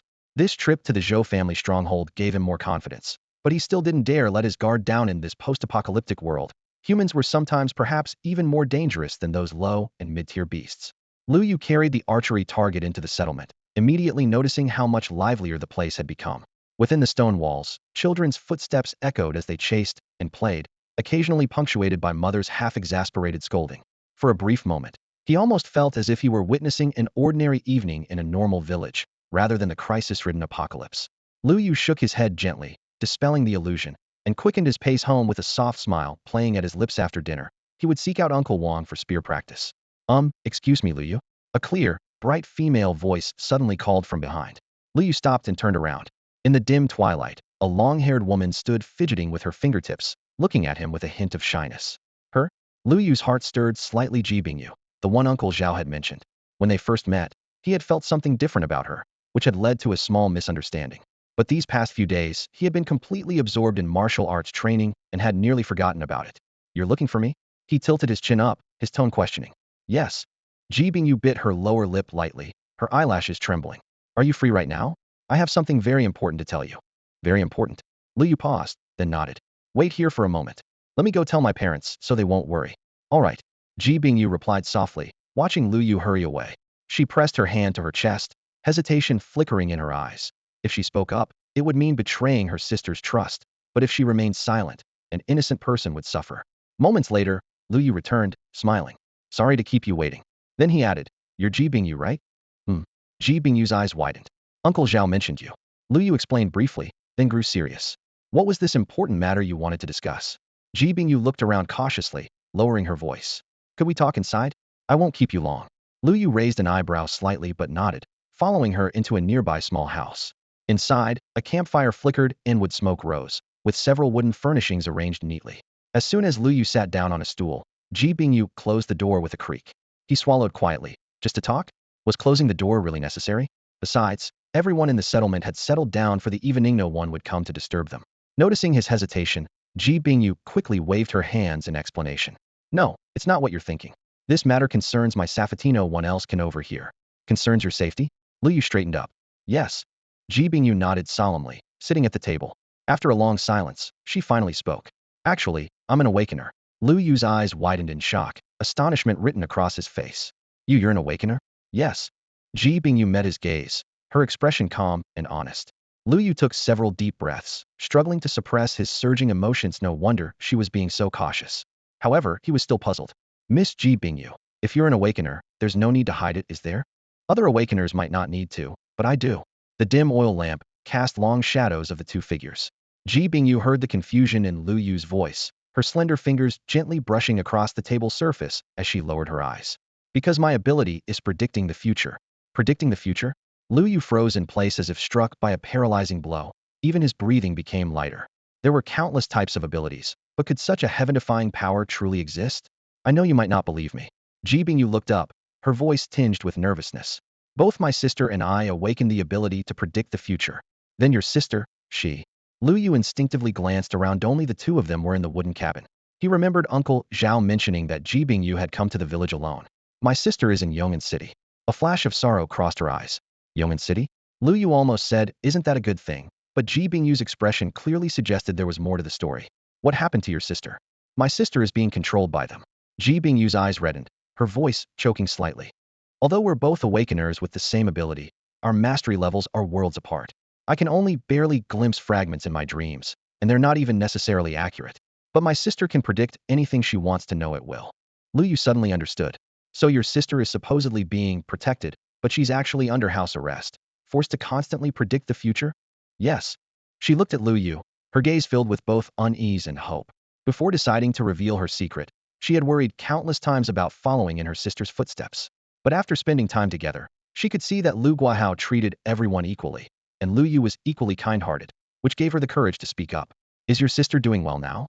Lu Yu felt a strong sense of foreboding rising in his chest. Ji Bingyu shook her head, sobbing as she spoke. My sister has been overexerting her life force. I'm afraid she doesn't have much time left. What? Lu Yu exclaimed, staring intently into her eyes. Do awakeners drain their life force when using their abilities? She shook her head gently. Generally no, but our ability is special. Special. Ordinary people have limits, and so do awakeners. There's an upper bound to what they can accomplish. But our ability can theoretically predict anything, as long as our minds can handle it. A chill ran down Lu Yu's spine. So when the mind can't handle it anymore, life force is used to compensate. Ji Bingyu was surprised by his accurate summary, but still nodded. Exactly. The more people involved in an event and the stronger their power, the greater the price we pay. My sister told me that we always have a premonition about whether we can predict something and what the consequences will be. But despite knowing the risks, she's been forced by those people to use her ability repeatedly. In just a few short years, she's aged to look like someone in her 70s or 80s. Her voice became completely choked with tears. But she's my twin sister. Ji Bingyu sobbed as she recounted her sister's tragic ordeal, while Lu Yu listened quietly, growing angrier with each word. His knuckles turned white from clenching his fists, and rage blazed in his heart. When the apocalypse arrived, the ugliness of human nature was magnified without restraint. Ordinary people killing each other to survive could barely be understood as survival instinct. But those awakened ones who already possessed extraordinary abilities and lived far better than common folk still turned on their companions. This was utterly unacceptable. Initially, when that group discovered Ji Wanqing's precognitive ability, they all greeted her with smiles and eager courtesy. However, once they tasted the benefits of foreseeing the future, their greed was completely ignited, and their exploitation became increasingly ruthless. Occasionally, some awakened ones couldn't stand such behavior, but under the silence or even tacit approval of the majority, those righteous individuals were eventually forced to leave. Those who remained intensified their demands on Ji Wanqing's whole affair reeked of cannibalism. Yet Lu Yu still had doubts. Since that group constantly used her sister as leverage, threatening to harm Ji Bingyu whenever Ji Wanqing refused to cooperate, how could they possibly let her go so easily? You must be wondering how I managed to escape, right? Ji Bingyu looked up as if reading Lu Yu's thoughts. Yes. Lu Yu nodded. Although you're an awakened one, your ability has no combat power, and your physical strength is inferior to theirs. They would certainly have assigned people to watch you constantly. How could they give you a chance to escape? I didn't escape. They let me go. Ji Bingyu lowered her gaze, her voice carrying unmistakable desolation. That time, they wanted to infiltrate an elite-level beast territory to steal a type of spiritual fruit that could greatly enhance mental power. Elite-level beast? Lu Yu gasped. Advanced beasts already had defensive capabilities comparable to light armored vehicles, while elite-level beasts were practically equivalent to heavy tanks, impervious to conventional weapons, even resistant to some grenade launchers. More terrifyingly, they could generally reach speeds of 200 meters per second, and any single one had the power to destroy a small city. They knew this mission was extremely dangerous, so they wanted to bring my sister along to provide early warnings throughout the journey. But this time, my sister was unusually resolute. Unless they let me go, she would rather die than make any more predictions for them. They agreed. Lu Yu asked in surprise. They did. Ji Bingyu shook her head, her voice hoarse. I don't know the details of their negotiation. When I learned the news, I was completely stunned, crying and screaming, refusing to leave. My sister practically begged me to go. What she said, he can never forget those words. Tears fell again as she choked out the memory. She said I had to leave, that she wouldn't live much longer. While she was still alive, she would use her precognitive ability to constantly monitor whether those people from Yong'an City were secretly investigating or tracking me. But she couldn't hold on for many more years from then on. I would have to rely on myself. She repeatedly warned me, emphasizing over and over that I must never reveal my abilities to anyone, or I would end up suffering the same fate as her. Lu Yu listened carefully, but his mind was weighing the situation clearly in the face of the ability to foresee the future. Any covert schemes would be impossible to hide. The awakened ones in Yong'an City understood this perfectly, which was why they had simply given up tracking Ji Bingyu. In their eyes, Ji Bingyu was just an ordinary girl. But Ji Wanqing's dying words were correct provided that Ji Bingyu remained alive. Since Ji Wanqing could foresee the future, her twin sister Ji Bingyu most likely possessed the same ability. Those people were both greedy and ruthless. With Ji Wanqing dead, they would certainly search everywhere for Ji Bingyu. Finding her would be a windfall, and not finding her would cost them nothing. Your sister told you to keep it secret, yet you still chose to tell me. Aren't you afraid I might be just like them? Lu Yu's expression grew serious. Ji Bingyu shook her head, her voice soft but firm. I believe you're not that kind of person. You're a good person. Besides, the words have already been spoken. If I've misjudged you, it's too late for regrets now. As she finished speaking, her shoulders trembled slightly, clearly showing that her inner state was far from as calm as her outward appearance suggested. Lu Yu smiled bitterly to himself. He was indeed a good person, but being trusted so unconditionally felt strange somehow. Don't worry, I won't betray your trust. I will never reveal your identity. Hearing this assurance, Ji Bingyu finally breathed a sigh of relief, then lowered her voice to add, although I can also foresee the future, I can only do so through dreams, and the content of those dreams is random. I understand. Lu Yu nodded, a bitter smile crossing his lips. Foreseeing the future was certainly powerful, but over-reliance on it would eventually cause a person to lose their drive for progress, turning them into someone helpless without their prophetic abilities. In his view, everything ultimately depended on one's own strength. Having foresight was ideal, but not having it was fine too. As long as one kept growing stronger, any obstacle could be overcome. If it couldn't be broken through, then one simply needed to keep improving until it could be. Seeing that Lu Yu truly harbored no ill intentions, Ji Bingyu finally let her guard down completely. The future remained full of unknowns, but at this moment, the person before her was worthy of trust.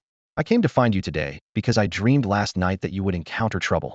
Lu Yu's pupils contracted, but he didn't interrupt her. I dreamed that about 2 kilometers outside Yong'an City's gates, there was a group of people lying in ambush. Ji Bingyu's voice tightened as she recalled. Their leader was holding binoculars, and as soon as he saw you coming out, he mounted a nearby horn horse beast to follow you. Just after you had walked a short distance, they immediately charged forward. Horn horse beasts? Lu Yu asked in surprise. How many people? About 30. Ji Bingyu frowned as she thought carefully. Everyone was carrying crossbows, and their leader was a bald, burly man. When they closed in to about 700 or 800 meters, I saw you notice them. You urged your companions to run while planting your spear in the ground and drawing the bow from your back. Lu Yu's heart pounded. Horn horse beasts could reach speeds of 100 kilometers per hour at full gallop, roughly 30 meters per second. At a distance of 600 or 700 meters, they could reach him in 20 seconds. Did he really have the confidence to shoot down 30 people in those 20 seconds? Moreover, since the opponents all carried crossbows and could attack from about 200 meters away, would he still be unharmed by then? You're truly remarkable. Ji Bingyu gazed at Lu Yu, her eyes filled with undisguised amazement. In the dream, when the cavalry mounted on horned beasts charged to within about 500 meters of Lu Yu, he drew his bow without hesitation, releasing arrows at nearly 1 per second in rapid succession, each shot finding its mark. In just over 10 seconds, half the enemies had fallen, with 2 riders positioned in a straight line even pierced through by a single arrow. Lu Yu nodded slightly upon hearing this. Such performance matched his actual skill level. However, his expression didn't relax because of this. Ji Bingyu had already explained that only half the opponents had fallen, while the rest continued advancing. What happened next? Lu Yu instinctively pressed for more details. The dream continued. The enemies entered effective range, and under the bald, burly man's command, all archers aimed their arrows directly at Lu Yu. If truly placed in such a desperate situation, he would have only 2 options: continue shooting while exposing himself to the enemy's arrow barrage, or abandon his bow for a spear to attempt blocking. What Ji Bingyu witnessed in the dream was Lu Yu pausing for just an instant before decisively dropping his longbow and grasping the spear beside him. With flashes of cold steel, he deflected every incoming arrow. A flash of surprise crossed Lu Yu's eyes. The combination of basic spear techniques with his defensive traits made his blocking success rate far exceed expectations. But he also understood that once trapped in passive defense, while he could hold his ground, his father Lu Guahao, along with Uncle Zhao and Uncle Qin, would face relentless pursuit from the enemy. Especially Qin Hai, who might become a critical weak point before even drawing his bow. The situation was utterly dire for everyone. The dream continued unfolding. After several more volleys of arrows proved futile, the leading bald man dismounted his beast, hefted his massive axe, and charged straight at Lu Yu while ordering his companions to split up and hunt down Lu Guahao and the others. Ji Bingyu paused here. Her dream had abruptly ended, revealing nothing more of what followed. That's enough. Lu Yu shook his head bitterly. Just from this description, he could predict the grim fate awaiting his father and companions. Under pursuit by archers, they would have virtually no means of resistance, left completely at their attackers' mercy. From your description, this will happen tomorrow? Lu Yu composed himself and asked quietly. Yes. Ji Bingyu nodded, then hesitated. If you don't go to Yong'an City tomorrow, perhaps you could avoid this disaster. I understand your good intentions, but it's not that simple. Lu Yu took a deep breath. You said those people are waiting for us outside the city, right? Yes. I saw the bald man constantly scanning with a telescope, she quickly confirmed. That means we've been watched since entering the Zhou family fortress. If we don't go today, they'll still intercept us when we go the day after tomorrow. That does seem to be the case. Ji Bingyu thought carefully and nodded obediently, looking somewhat adorably confused. Outside the Zhou family fortress, the enemy clearly had informants positioned to select suitable targets. If the dream would come true, they must depart tomorrow. Lu Yu's tone was resolute, without a trace of hesitation. Ji Bingyu became even more confused. She had risked revealing her secret, hoping everyone would change routes to avoid danger. Yet Lu Yu seemed even more determined after hearing it, which she found incomprehensible. Lu Yu glanced at her with a gentle expression but spoke with firm conviction. Because of your prophetic ability, I now understand their situation clearly. But if they don't go tomorrow and wait until the day after, they'll most likely still run into them. And the situation then could be even worse than tomorrow. Ji Bingyu's heart skipped a beat, and she blurted out, You're planning to strike first? Yes. Lu Yu's eyes darkened, his tone carrying unwavering determination.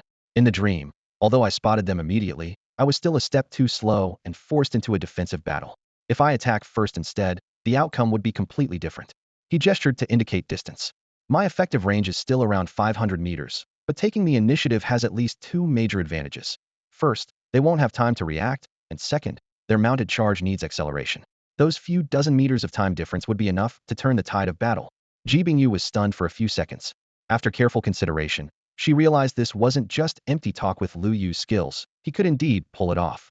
But thinking of the terrifying bald man from the dream, her voice tightened. Then you must be careful of that bald leader. He's very strong. Both arrows you shot were blocked by his axe. What? Lu Yu's eyes widened in disbelief. Are you sure he blocked both my arrows? Positive. Ji Bingyu lowered her voice and nodded solemnly. He saw you aiming and immediately raised his long axe, deflecting both arrows one by one. Lu Yu's expression instantly grew grave. So he's skilled with long weapons. No wonder at the end of the dream, he sent his subordinates to chase Lu Guahao and the others while staying behind to duel me. He quickly sorted through the dream's details. When I aimed at him, what was the distance? Around 400 to 500 meters. Ji Bingyu recalled. He was charging at the front. The front row didn't carry crossbows, only shields. You aimed at the bald man first, and after being blocked, you switched to targeting others. Those with shields were eventually hit by your arrows too. Understood. Lu Yu weighed his options silently. Following the principle of capturing the leader first, targeting the bald man wasn't wrong, but the opponent far exceeded expectations, wasting 2 arrows. Next time, he'd either catch him completely off guard for a fatal shot, or wait until the distance close to 100 or 200 meters, using close-range power to shatter the long axe in his hands. Which approach to take would depend on battlefield conditions. After weighing his options, Lu Yu looked up seriously. Miss Ji, thanks to your warning, otherwise the consequences would have been unthinkable. No need to thank me. Ji Bingyu's ears reddened as she waved her hands frantically. If you hadn't taken me in and given me food back then, I wouldn't have survived. Besides, if something happens to you all, the people in the stronghold won't survive either. Lu Yu nodded slightly. He thought he'd been cautious enough, yet dangers in the apocalypse always lurked in the shadows. Of course, he couldn't rule out the possibility that Ji Bingyu might be lying, but based on her consistent behavior, her credibility was extremely high. Let's prepare based on the current intelligence. Lu Yu stood and walked to the door, then turned back to add, Your secret, I will never tell anyone. If your foresight is real, I will never force you to make any predictions in the future. Thank you. Ji Bingyu's eyes reddened slightly as she responded softly. Lu Yu nodded again and pushed the door open. He still needed to further verify this information. Riding on the horned horse, a group of 20 to 30 people, and they are skilled archers? At the dining table, Lu Guahao's previously relaxed expression suddenly tightened. His gaze shot towards Lu Yu, and he spoke in a low, urgent voice. Xiao Yu, you're not talking about those horse bandits, are you? Horse bandits. Gung Lian's hand trembled violently, causing her chopsticks to clatter onto the table and roll into the soup, splattering it onto her sleeve, but she didn't even notice. Lu Yu's heart sank. He had only heard bits and pieces from Ji Bingyu, and he never expected his father to make such a direct connection. Could it really be that group? Lu Guahao set down his wine cup, his knuckles turning white as he spoke in a deep voice. Those people ride horned horses, moving like the wind. They can take a life with a single arrow, specifically targeting the weak. Many small villages have been plundered by them after robbing everything. They set fire to the place, leaving nothing but ashes. Lu Yu's eyes widened in shock. That ruthless. Ruthless beyond belief, Lu Guahao said with a bitter smile. Many small villages have been destroyed by them in the past. I've heard they've been active near Zujiabeo recently, led by a bald man who was already at the second level of body tempering 3 years ago. Now he's probably at the third level. At this point, he suddenly fell silent, his expression shifting from serious to terrified. Xiao Yu, are you saying, if we go to Zujiabeo tomorrow, we might be targeted by them? The air turned icy, and even the smoke from the kitchen seemed to freeze. Gung Lian huddled her shoulders, her voice trembling. Why don't we just not go? Those horse bandits are ruthless killers. Lu Yu looked up, trying to keep his tone light. Dad, Mom, don't scare yourselves. Why would they specifically target us? Besides, Dad, you've been to Zujiabeo before, and you came back safe, right? Lu Guahao frowned, but had to nod. That's true.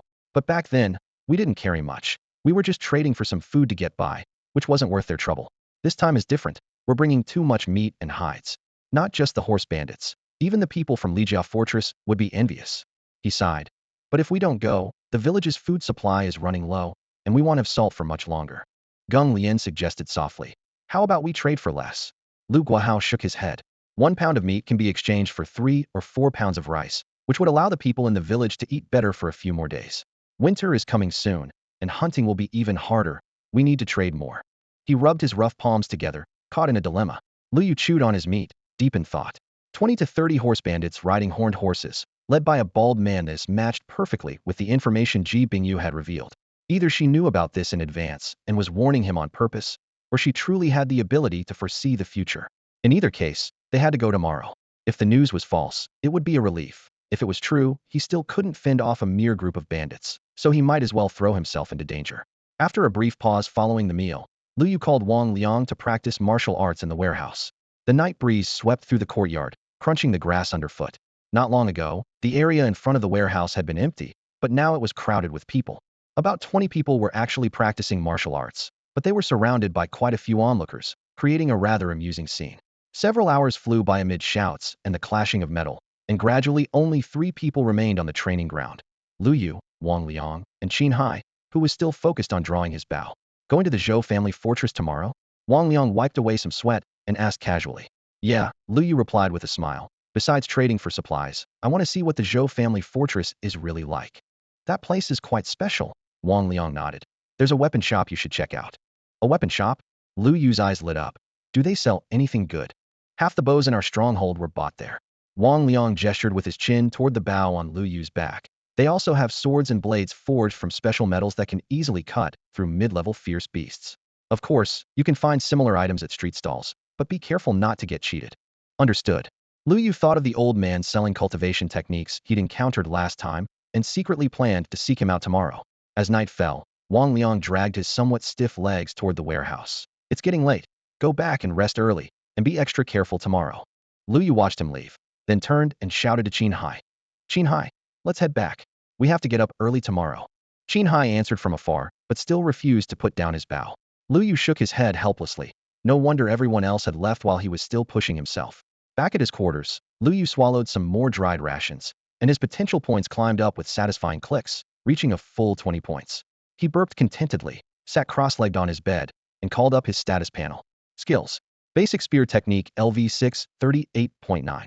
Traits. Body Strengthening Level 6, Power Level 6, Agility Level 6, Weapon Mastery Level 6, Killing Strike Level 3. Just from tonight's sparring, my basic spear technique rose 2 levels. Lu Yu thought with satisfaction. No wonder I could block several rounds of arrow volleys in Ji Bingyu's dream. If I keep training like this, maybe I really could use a spear to deflect bullets. Attributes. Realm. Body Tempering 3rd Stage Level 80100. Constitution 69.67, Strength 60.11, Agility 34.28, Spirit 12.97. Potential points 16,871 day, Experience 10. With 60 points in Strength, I can handle a 300-pound bow, but the shooting speed is slow. Right now, a 200-pound bow has the right balance of power and speed. He closed the panel, still having 1 breakthrough opportunity and 1 body enhancement chance left, hoping tomorrow would go smoothly. Otherwise, he'd have to kill again. The night passed in a flash. At 3 or 4 in the morning, when dawn was just breaking and most people were still dreaming, the hunting party was already ready to depart. Following Lu Yu's suggestion, everyone covered their mouths and noses with black cloth to avoid being recognized and causing trouble. Lights flickered at the stronghold gate, with several layers of people gathered to see them off, and Ji Bingyu was prominently among them. We're heading out. Everyone go back and wait for our good news. Lu Guahao called out loudly. More than 10 hunters set out together, carrying the prey they'd processed the night before in pairs, slowly departing. Voices from the crowd continuously called out. Be careful. Stay safe. Make sure to come back safely. Lu Yu shifted his gaze away from his mother and younger brother, and happened to meet Ji Bingyu's eyes. He nodded slightly to her, shouldered his bow, gripped his spear, and stepped forward to follow the group. Please come back safely. Ji Bingyu clasped her hands in front of her, silently praying in her heart. She had done everything she could. From here on, it was all up to Lu Yu. Across the vast, endless wilderness, occasional beast roars echoed through the air, sending chills down the spines of the traveling group. Those damn ferocious beasts, someone in the group cursed under his breath, gripping his spear tighter.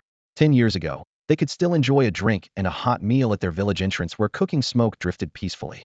Now, simply surviving had become a luxury no one could say whether tomorrow would bring sunrise or sudden danger.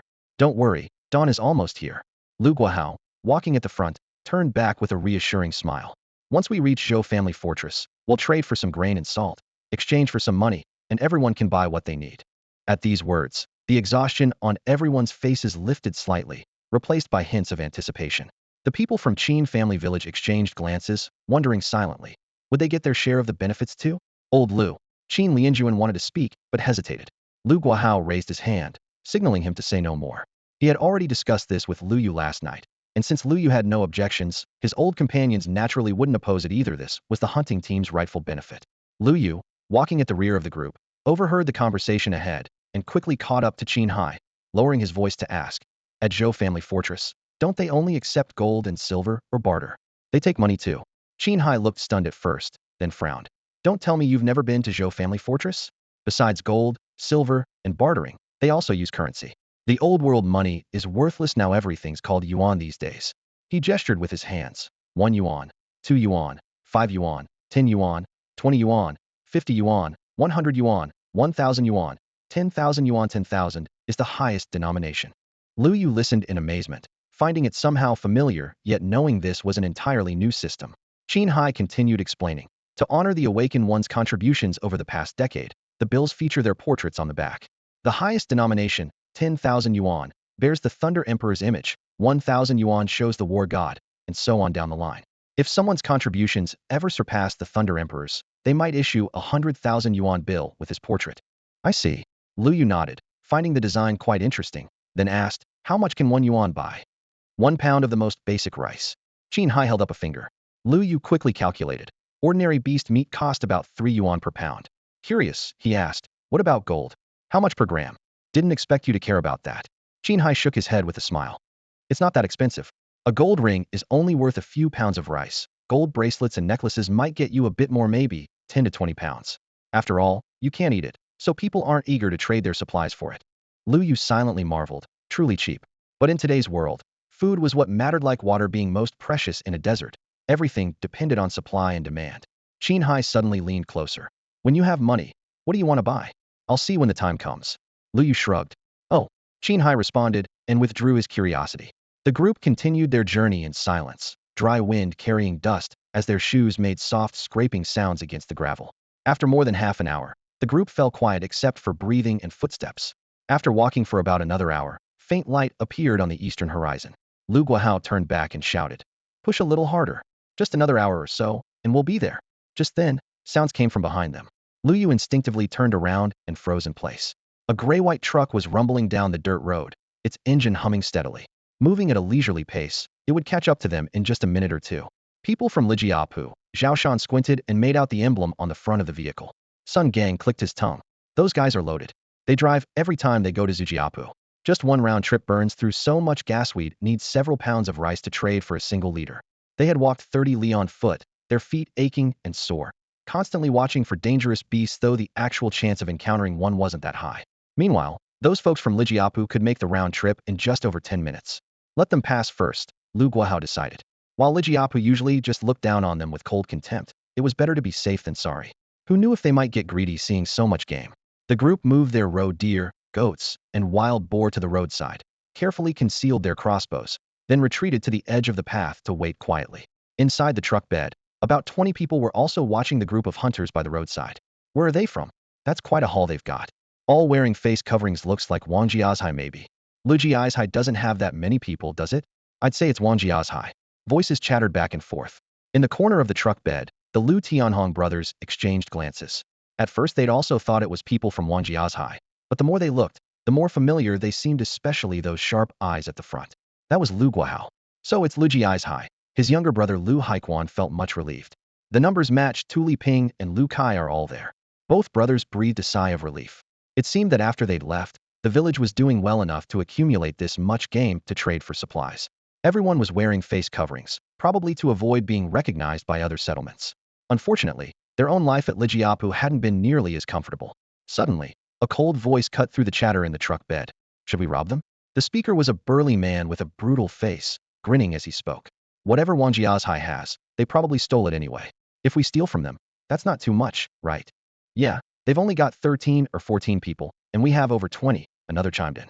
All eyes turned to the grim-faced, phoenix-eyed middle-aged man sitting at the front. Li San. Li San stroked his chin, the corner of his mouth curling slightly. Not a bad idea.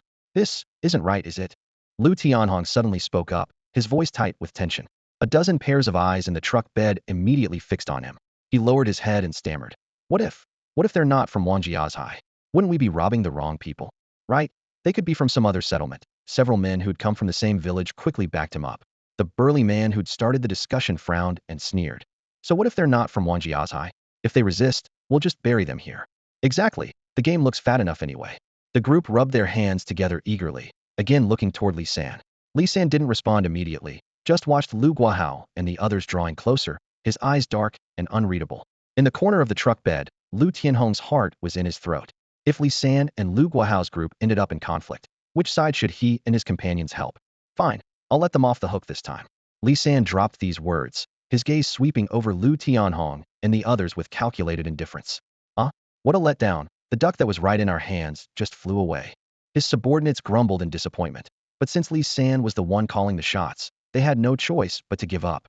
Lu Tianhong and his companions secretly breathed a sigh of relief. If it had come to a fight, they would most likely have helped Lu Guahao, but once they did that, their family members still under the control of Li family fortress would be in danger. Li San caught their expressions, a cold smile playing at the corners of his mouth. No wonder Lu Tianhong reacted so strongly earlier. He's probably from Lu family village. Although we have more people, if a real fight broke out, the situation might not necessarily be in our favor. Even if these people aren't from Lu family village, they wouldn't help us snatch prey either. In that case, what's the point of staying? First-level body tempering warriors aren't rare in the fortress. Killing them would be a waste, so might as well take them back to do hard labor like the others. The truck roared past, and the tense standoff dissipated. As the dust settled, Lu Yu's taut nerves finally relaxed. He pieced together the fragmented conversation he had heard from inside the truck. Bedley family fortress was no benevolent place, and Uncle Lu and his group had once again helped everyone. Watching the truck disappear into the distance, everyone's eyes were filled with envy. If only they had a vehicle too, they wouldn't have to carry their prey on foot through mountain paths, and could escape directly when encountering fierce beasts. Dad, did you see Uncle Lu and the others? Lu Yu suddenly spoke up. Everyone was startled. I saw them. Lu Guahao turned around, a flash of melancholy crossing his eyes. Zhao Shan and the others' moods also grew somber.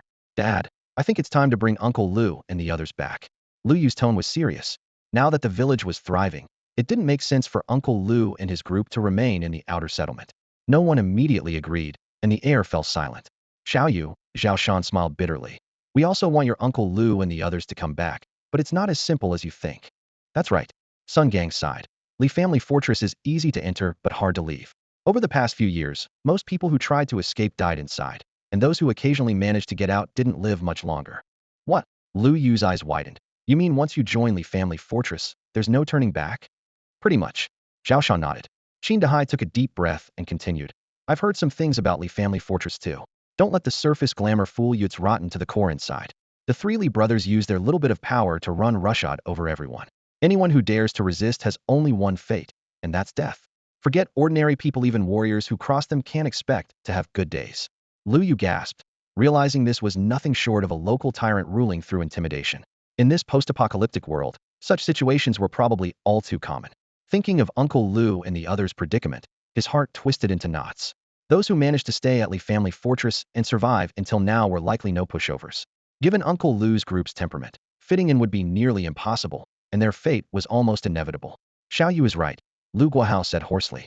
When we meet Li Sen later, I'll ask what it takes to get Lu Tianhong and the others released. That's all we can do, Zhao Shan and the others agreed, though their words lacked conviction. The three Li brothers were notoriously difficult to deal with, which was precisely why Lu Tianhong's group had hesitated to make a decision. In fact, if Li family fortress hadn't had such low entry requirements, Lu Tianhong's group would have chosen Zhou family fortress long ago. Compared to Zhou family fortress, Li family fortress had only one advantage: immediate acceptance. Except for the elderly, almost everyone could get in. Warriors received decent treatment within the fortress, joined hunting parties for multiplied safety, and got a share of the prey. Zhou family fortress demanded much more. You had to be a warrior and pay a substantial fee to become an official member. Too many people wanted in, so even first-level body tempering practitioners couldn't make the cut. Lu Yu clenched his fists, his instincts telling him this matter wasn't so simple. The group's mood grew somber, and they traveled in silence until they were 2 or 3 miles from Zhou family fortress, when the atmosphere finally lightened slightly. Along the way, they could see scattered dwellings, low houses standing isolated in the wilderness, surrounded by walls less than a meter high, some with no walls at all. Dark doorways hung ajar, making it unclear whether anyone lived inside. These are people with nowhere else to go, Qin Hai explained. No settlement will take them, and they can't live too close to Zhou family fortress, so they stay here. They go to the fortress during the day to beg for food, and must return by nightfall. You'll see them soon enough. Lu Yu glanced at those low walls that fierce beasts could easily scale, his heart tightening. A nighttime trip to the outhouse could easily result in being dragged away. Further ahead, human habitation grew denser, with several small settlements appearing, their walls 2 to 3 meters high and watchtowers manned by guards. That's Chen family village, Qin Hai said, following Lu Yu's gaze. They have more people than our settlement, but getting in isn't easy. Because it's close to Zhou family fortress? Lu Yu asked. Exactly. Zhou family fortress has many people and warriors. I heard they even have several cannons that once drove off a high-level fierce beast. People who can't get into Yong'an City settle for the next best thing and try to squeeze in here. Qin Hai paused. But the outskirts aren't nearly as safe. Lu Yu nodded. More people means stronger scents, which attract more fierce beasts. Precisely. Fierce beasts can't penetrate Zhou family fortress, but they can attack these scattered settlements. If a high-level fierce beast really came, these outer areas would be the first to suffer, Qin Hai said with a bitter smile. Lu Yu looked back at Chen family village, its towering wooden walls casting long shadows in the setting sun, and couldn't help but take a deep breath. If a high-level fierce beast truly attacked, the consequences would be unthinkable. Actually, it's the same around several megacities, Qin Hai continued. The stronger the defenses, the more people want to get in. But most can't, so they spend fortunes building houses outside, waiting for qualification. Qualification? Lu Yu raised an eyebrow. Take the nearest Yong'an city, for example. Ordinary people who want and must first work for free in the outer settlements for several years, then pay a fee to get on the waiting list. As for when their turn comes, they wait and see. Qin Hai shrugged. People are really willing to do that. Lu Yu frowned, sensing too much room for manipulation. Worse still, weren't the awakened guarding Yong'an City the same ones holding Ji Bingyu's sister under house arrest? Of course. How else would this information get out? People in Zhou family fortress talk about it constantly. Zhou family fortress is just ahead, someone at the front of the group suddenly shouted excitedly. Lu Yu looked up to see a fortress 300 to 400 meters away, easily 10 times the size of their own settlement, rising like a massive beast from the wilderness. Finally, we're almost there. Yeah, this journey has worn me out completely. I can barely lift my arms anymore. This Zhou family fortress is massive. I heard there are 2,000 to 3,000 people living inside. What's that got to do with us? Let's just trade our goods and get out of here quickly. True enough. The group buzzed with chatter, mixing excitement, envy, amazement, and indifference in a complex web of emotions. Everyone stay alert and keep those people away from us, Lu Guahao called back to the group, his expression even more serious than when they were navigating the mountain paths. Soon, Lu Yu spotted the people his father had mentioned. Starting about 200 to 300 meters from the Zhou family fortress gates, the ground was littered with starving refugees lying scattered everywhere, skin and bones wrapped in tattered rags, their stench of sweat and decay hitting you in the face from a distance. As the caravan approached, figures emerged from the grass, their eyes fixed hungrily on the game the group carried, throats bobbing as they practically drooled. Please, give us something to eat. Sir, have mercy. I haven't eaten in 3 days. Brothers, just give me a bite to eat, and I'll do anything. Desperate pleas rose from all directions. Lu Yu's heart tightened. This was his first time witnessing such a scene. His instinctive compassion surfaced briefly before being crushed by cold. Lo Jish had to get his village people home alive. Several starving refugees mustered the courage to approach, but were driven back by the guards' spear points. As they pressed forward, the wanderers grew denser. Some lay naked and motionless on the ground. Others knelt kowtowing until their foreheads bled, while still others exchanged meaningful glances, clearly plotting something. The chaotic crowd grew increasingly restless. Stay back. Don't move, or you'll regret it. The men in the group shouted angrily, their spear tips gleaming menacingly in the light. The group had witnessed similar scenes before, but today's scale still chilled them to the bone. One wrong move, and they might not escape with their lives. Lu Yu gripped his spear tightly, palms sweating, his entire body taut as a drawn bowstring. He silently thanked himself for heeding Uncle Wang's advice and not slacking off in his spear training. Perhaps sensing this caravan wasn't to be trifled with, the crowd's agitation gradually subsided, and the desperate pleas quieted down. Phew, that was a close call. Sun Gang wiped the cold sweat from his forehead, his voice trembling. Yeah, if we'd shown any weakness back there, the consequences would have been unthinkable. We'll have to walk through this again on our way out. But they probably won't dare mess with us now. The group murmured among themselves in low voices, but didn't dare stop walking. Now less than 100 meters from Zhou family fortress, the ground was noticeably cleaner. Occasionally, people arrived from other directions, some with covered faces, others openly visible, but all maintained silence without exception. Lu Yu scanned his surroundings, catching glimpses of a dozen or so watchful gazes. When their eyes met, those people immediately looked away, pretending to be casual passers-by. Some of these people might be spies for those bandits.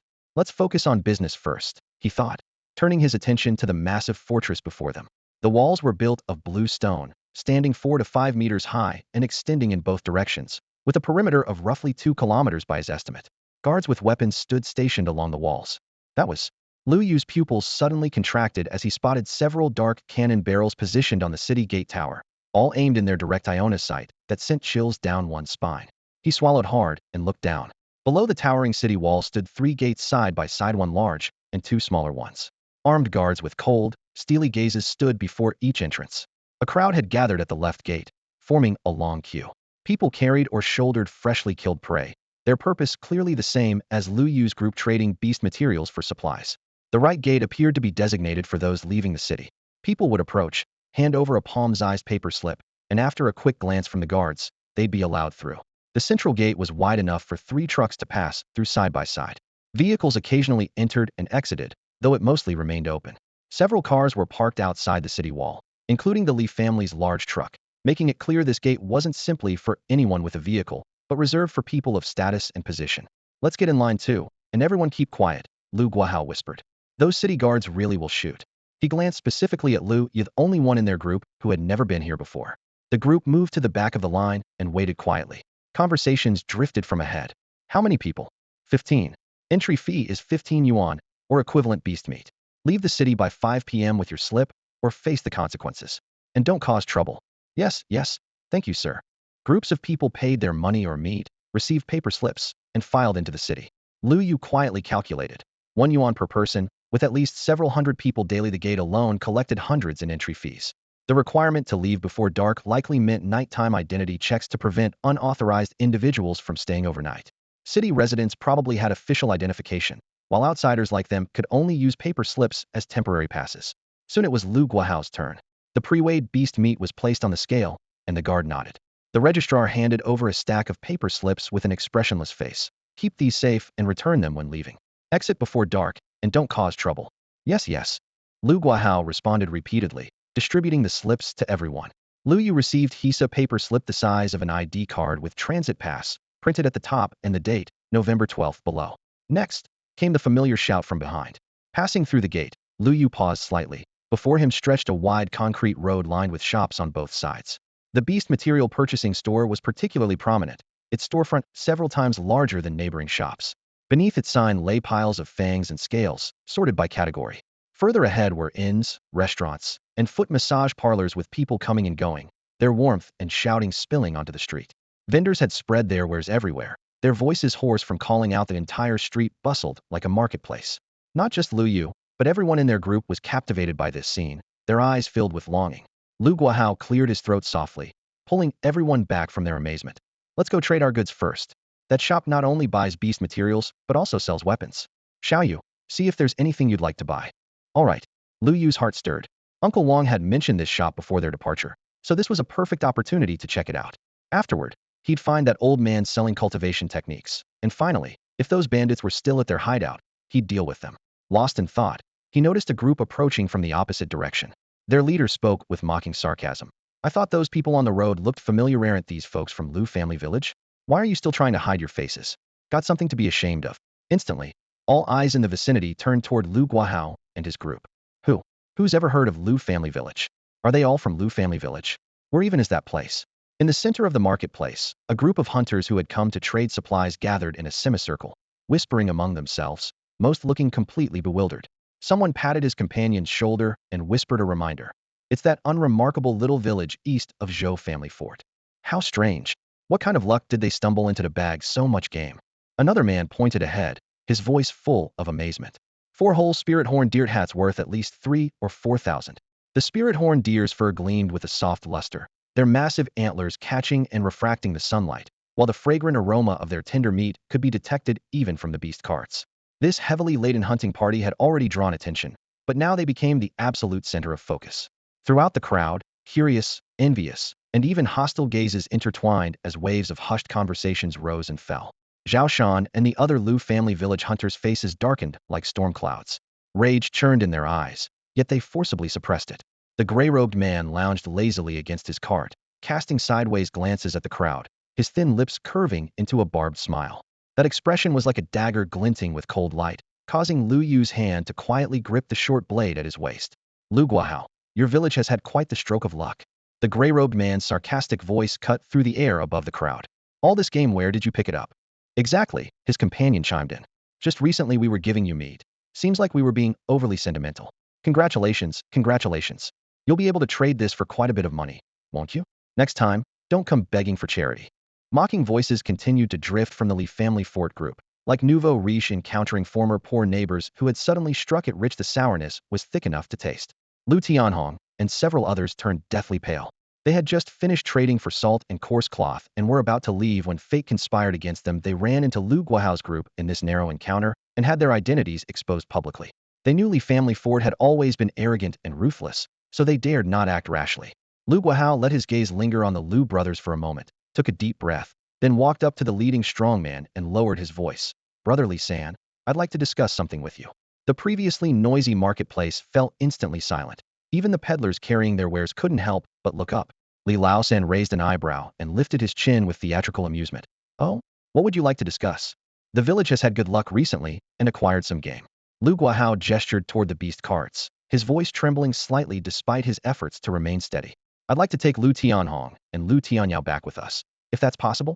He understood that the Lu brothers' wives and children were all at Li family fort without Li Laosan's permission. There was no way to take them. As soon as he finished speaking, the Li family fort group erupted, with exclamations and sneers intermingling. Lu Tianhong's eyes reddened, and Lu Tianyao clenched his fists, about to speak out, but his elder brother held him back firmly. The 3 Li brothers were known for their cruelty, and rash confrontation would have unthinkable consequences. You want to take them back? Back to your Lu family village. Li Laosan deliberately drew out his words, enunciating each syllable as if savoring an interesting tough bone. Yes, I wonder if. Before he could finish, Li Laosan rudely interrupted, his mockery intensifying. You're really something. Whether they're willing to leave or not, why are you asking me? Ask them. After a moment of dead silence, the crowd burst into thunderous laughter. Haha, Lu Guahao, has your brain gone soft? Of course you asked the people involved in something like this. Come on, you've lived most of your lives. Don't you understand this simple truth? Lu Tianhong, Lu Tianyao, they're asking you a question. Do you want to come back or not? On the noisy mountain path, the guards from Li family stronghold sat mounted with drawn sabers, blocking the way for the group from Lu family village. Zhao Shan and the others had white knuckles, their fists clenched tight, rage nearly bursting from their chests. The Li family stronghold crew was throwing their weight around, brazenly humiliating the entire Lu family village in front of everyone. Their arrogance was infuriating. But anger was quickly swallowed by a crushing sense of helplessness. Li family stronghold was widely recognized as the strongest settlement in the area, with flesh refining realm masters holding down the fort. Compared to them, Lu family village was far outmatched. They simply didn't have the strength for a direct confrontation. Lu Yu took a deep breath of cold air, suppressing his surging fury. He knew that any rash action now would only give Li family stronghold more satisfaction and put Uncle Lu and his brother in an even tougher spot. Sure enough, Lu Tianhong forced out a smile that looked worse than crying. Guahao, I appreciate the thought, but we're doing fine here. Don't worry about us. Yeah, third brotherly treats us, while gives us plenty of meat after every hunt. Lu Tianyao gritted his teeth as he chimed in, his voice barely audible. Tianong. Lu Guahao opened his mouth, but his throat felt blocked, couldn't get out a single word of comfort. See that? They don't want to leave. It's not like I, thirdly, am holding anyone against their will. Thirdly clapped his hands, grinning carelessly. Anything else? If not, move Asada Yuri blocking the road. After a long silence, Lu Guahao could only sigh quietly and step aside. The Li family stronghold crew laughed mockingly as they brushed past. Thirdly couldn't resist one final threat as he left. Lu Guahao, you got lucky this time. Next time won't be so easy. Dust flew as the Li family stronghold group rode off triumphantly. The Lu family village people gripped their weapons, but their shoulders sagged low. Guahao, Tianhong, and the others had no choice. Their families are all at Li family stronghold. They can't just watch their loved ones suffer. Someone muttered in frustration. If only they hadn't gone there in the first place. Regret and helplessness intertwined, weighing heavily on everyone. Lu Guahao's expression was grimmed, thought they might be able to negotiate, but instead they'd only received public humiliation without an inch of compromise. Dad, Uncle Lu and the others will come back.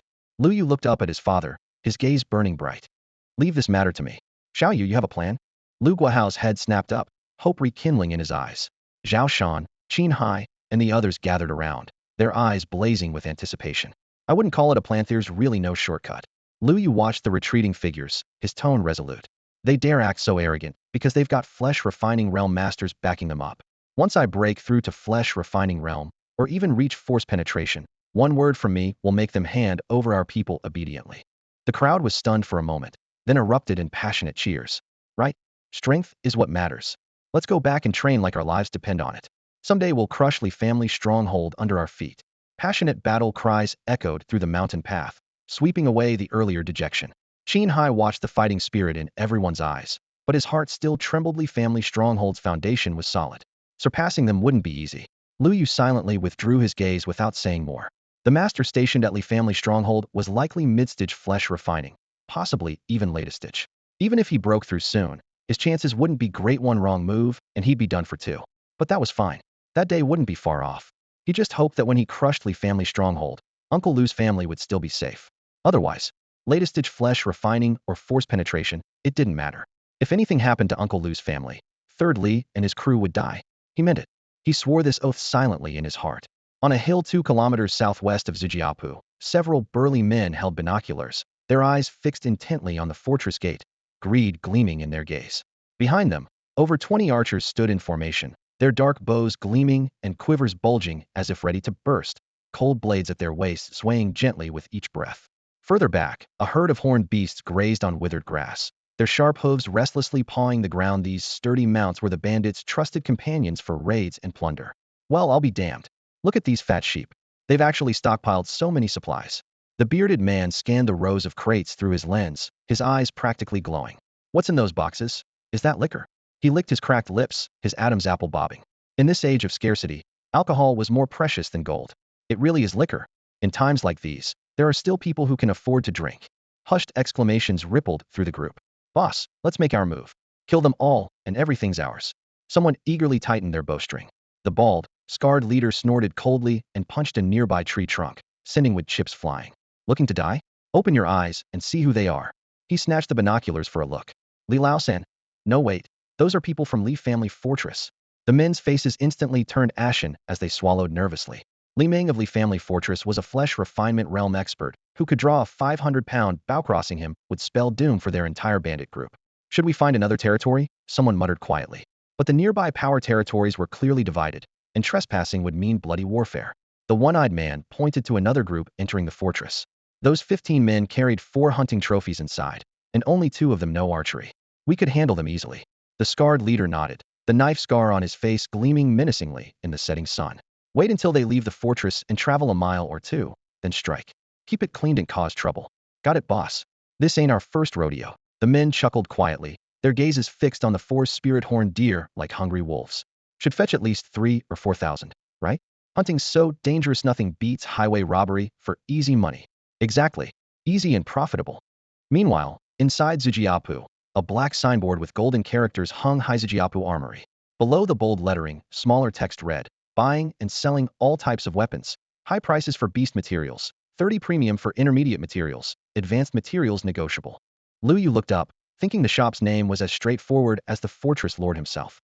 Stepping inside, the nearly 100-square-meter hall was spacious and bright, with swords, spears, and halberds neatly arranged by grade. Warriors either selected weapons or haggled with clerks in a lively atmosphere. What surprised Lu Yu was the absence of armed guards. But in this place, anyone daring to cause trouble would practically be asking for death. So he quickly understood. Are you gentlemen here to sell beast materials? A woman in fitted leather clothing with an elegant figure approached them, wearing a sweet smile. That's right, Lu Guahao nodded in response. The woman gestured for them to follow and led the group through the bustling shop, turning into a spacious courtyard behind the store. The courtyard was already packed with people, filled with the sounds of haggling and vendors shouting out weights. Several burly men pushed through the crowd with heavy steps. The leader had a face full of scars and his voice rumbled across the open space like thunder. These horned deer, you're all looking to sell them? Yes, boss. Lu Guahao approached with a forced smile. How's the market these days? Nothing but low-grade beast meat, mediocre quality. 3 yuan per pound. What? Wasn't it 350 just recently? Li Yang's eyes widened. The man rolled his eyes. That was then. The market's changed. Selling or not. If not, get lost. Everyone exchanged glances and reluctantly nodded. Zhu Jiabao only had this one buyer for beast materials, and they couldn't exactly travel 10 miles to other settlements. Sell. We'll sell. 3 yuan it is. Lu Guahao maintained his strained smile. Should have been this straightforward from the start. The big man waved his hand. Follow me to weigh them. The workers hoisted the prey and walked away. What a bully, Qinhai muttered, watching their retreating figures. Lu Yu could only shake his head. Suddenly, there was a commotion at the entrance. 4 strong men carried in a massive boar the size of a small truck an iron bristle pig, jet black all over with bristles like steel needles, and 2 tusks as long as adult arms gleaming coldly under the lights. 2 bull's-eyed bullet holes in its forehead went deep to the bone, with dried black blood forming hard scabs, clearly killed by firearms. Everyone be careful. If you damage those tusks, selling you all wouldn't cover the cost. The young man leading them had a cigarette dangling from his lips, his arms corded with muscle, and a shotgun on his shoulder that gleamed menacingly. The ground trembled slightly with each step he took. Young Master Zhao is here. Young Master Zhao is mighty, hunting such a huge iron bristle pig. Several shopkeepers bowed and scraped, fawning as they approached. Please come in. We'll give you the best price. Someone in the crowd whispered. Who's that? You don't know him? Ever heard of Sea Dragon Martial Arts Hall? The master reached the Force Realm and can shatter boulders with one punch. This is his second disciple, Zhao Chuan. He broke through to the flesh refinement realm in his early 20s. While we run from intermediate-level beasts, he takes them on with guns. Exclamations of amazement rippled through the crowd. Qinhai scoffed. Using guns against intermediate beasts, what's there to show off about? Lu Yu studied Zhao Chuan intently. The explosive power of a martial artist combined with firearm lethality was indeed perfect. Unfortunately, firearms were expensive and only supplied to core settlement members. Outsiders like them couldn't even touch one. This was exactly how Zhu Jiabao maintained its control. Soon, Lu Guahao returned with the others, all barely containing their smiles. He leaned close to Lu Yu's ear and whispered, for spirit horned deer, total weight 1,020 pounds, at 3 yuan per pound. That's 3,060 yuan total. This 1,530 is your share. He pressed a stack of bills into Lu Yu's hand. The others immediately formed a semicircle to shield him from view. The courtyard was full of prying eyes, and outside was even more chaotic. Lu Yu looked at the colorful bills in his hand, his fingertips tingling with warmth. Is this the new currency of this new world? Before him lay a stack of purple 100 yuan bills with a few light blue 10 yuan notes scattered among them. While Lu Yu stood there in a daze, the others thought he was being modest and urged him in unison. Little Yu, take it. You've earned every bit of this. Without you, we would have starved to death long ago. It rightfully belongs to you. We're just riding on your coattails. Each of them could only get a little over 10 yuan as compensation for their hard work. But compared to the old days when they traded jewelry and antiques for grain and still couldn't fill their stomachs, this was like night and day. Qinhai stood nearby, swallowing hard 1,500 yuan. He had never seen so much money in his entire life. All right, I'll take it then. Lu Yu nodded and reached out to tuck the money into his inner pocket. He was planning to visit the weapon shop to look at bows and arrows, or pick up a few martial arts manuals to continue improving his skills. Lu Guahao surveyed the team and instructed, everyone has 1 hour of free time. Feel free to browse the street stalls, but watch out for pickpockets. Meet back at the grain shop entrance in 1 hour. Understood. Sun Gang, Qin Lianjuan, and the others responded in unison, their veteran wariness ingrained in their bones. Moments later, only 5 people remained. Lu Yu and his father, Zhao Shan, Qin Lianjuan, and Qinhai. Understanding Lu Yu's intentions, they all headed toward the weapon shop outside. The same girl who had served them before was still working in the shop. As soon as she saw the group enter, she immediately put on a bright smile. Gentlemen, what can I get for you today? I'd like to look at bows, Lu Yu said in a low voice. The girl's gaze fell on the bow strapped to his back, and shock flashed through her eyes. She sounded quite young, but that bow on his back was clearly no ordinary weapon. Certainly, please follow me. She snapped back to attention and began leading the way while introducing herself. I'm Lin Yan, but just call me Xiao Lin. You've come at a perfect time. We just received a shipment of bows and arrows from An City a few days ago. What perfect timing, Zhao Shan said with a smile. The group made their way to the northeast corner, where the wall was lined with bows of all lengths. Short ones no longer than an arm's length, long ones taller than a person, made from various materials including wood, horn, and composite materials. Arrow quivers were displayed in abundance, creating a dazzling array that was almost overwhelming. Suddenly, a complaining voice came from nearby. Your arrows are way too expensive. Can't you give us a discount? The speaker was a man carrying a bow, facing a female shop assistant also dressed in a business suit. She maintained her professional smile while sounding helpless. I'm really sorry, gentlemen, but these are genuine armor-piercing arrows. We can't lower the price any further. 200 yuan per arrow is outrageous. Come on, cut us some slack, the man pleaded. Miss, this isn't our first time here. How about giving your regular customers some kind of discount? We're only buying 2 arrows. Can't you make them a bit cheaper? His companions chimed in. The female shop assistant could only shake her head with a bitter smile. She was just an employee with no authority to change prices. Besides, the Zhou family fortress was the only place within dozens of miles that sold armor-piercing arrows. You couldn't find them anywhere else. Simply put, take it or leave it. The group exchanged glances and finally gritted their teeth, picked up 2 arrows, and went to the front to pay. Lu Yu withdrew his gaze and turned to Lin Yan. I just heard them mention armor-piercing arrows. What kind of arrows are those? Lin Yan's eyes lit up as she immediately invited them over. Yes, this way please. She walked to where the group had been standing and pulled out an arrow over a meter long from the quiver on the wall. This is an armor-piercing arrow? Lu Yu asked instinctively. The arrow shaft was slender with a jet-black body, and its chisel-like arrowhead gleamed with a menacing cold light. Lu Guahao and the others were seeing it for the first time too, their eyes widening in amazement. Lin Yan smiled slightly and pointed to the arrowhead to explain. Don't underestimate it, gentlemen. This arrowhead is forged from first-tier primordial alloy. First-tier primordial alloy? Qin Hai exclaimed softly. Lu Yu looked completely puzzled. Primordial alloy? What does first-tier mean? Lin Yan set down the quiver and casually picked up a half-centimeter thick steel plate nearby. If you're not convinced, feel free to examine it. Zhao Shan took the steel plate, examined it thoroughly from both sides, and nodded. It's definitely steel. Lin Yan raised the armor-piercing arrow and lightly scraped it across the steel plate's surface, instantly leaving a deep mark. Everyone's pupils contracted. With just my little bit of strength, I can leave such a deep mark. If you gentlemen tried it, you'd definitely be able to cut right through the steel plate, Lin Yan said confidently. Let me give it a try. Lu Yu took the steel plate and gripped the arrow, thrusting it forcefully. With his swoosh, the arrowhead pierced straight through the steel plate. Amazing. Lu Yu's eyes lit up as images of battling intermediate-level beasts involuntarily flashed through his mind. If I used these armor-piercing arrows against intermediate-level beasts, wouldn't the power be even greater? Truly impressive, Lu Guahao clicked his tongue. An ironback black bull probably couldn't withstand an arrow like this. Lin Yan nodded. This is actually an intermediate armor-piercing arrow, specifically designed for intermediate-level beasts. Paired with a bow with a 100-pound draw weight, it can kill an ironback black bull within 100 meters, no problem. The group gasped. In their minds, ironback black bulls were nearly invincible, yet now they were casually dismissed with talk of 100-meter kills. Lu Yu pressed further. These arrows must be quite expensive. 200 yuan each, but absolutely worth every penny, Lin Yan said, speaking slightly faster with anticipation in her eyes. 200. Lu Guahao silently clicked his tongue. A bow with a 100-pound draw weight only costs 100 yuan, and 1 arrow costs as much as 2 bows. Lu Yu pondered briefly. I'll take 3. Money was meant to be spent. With armor-piercing arrows, if he really encountered an ironback black bull, he was confident he could kill it within 200 meters, and other intermediate-level beasts would be even easier. Lu Guahao and the others exchanged glances. All without objection. The money was Lu Yu's, and the arrows were worth the price. Excellent, thank you boss. Lin Yan bowed repeatedly, calculating her commission in her mind. With 600 yuan in sales, she'd earned several dozen yuan. Suddenly, she looked up and added, Boss, we also just received a new batch of heavy arrows. Would you like to take a look? Heavy arrows? Lu Yu became interested. Let's have a look. Before long, Lu Yu spotted the heavy arrows the woman had mentioned. On the shelves, arrow shafts of varying lengths and thicknesses were arranged in neat rows, but they all shared one common feature: their arrowheads were large and heavy. The most eye-catching one had an arrowhead roughly the size of 2 or 3 adult fists.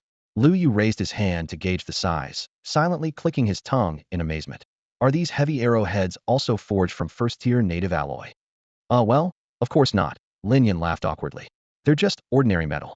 Changing the subject, she glanced at the massive bow on Lu Yu's back. Sir, you're carrying a bow with 200 pounds of draw weight, aren't you?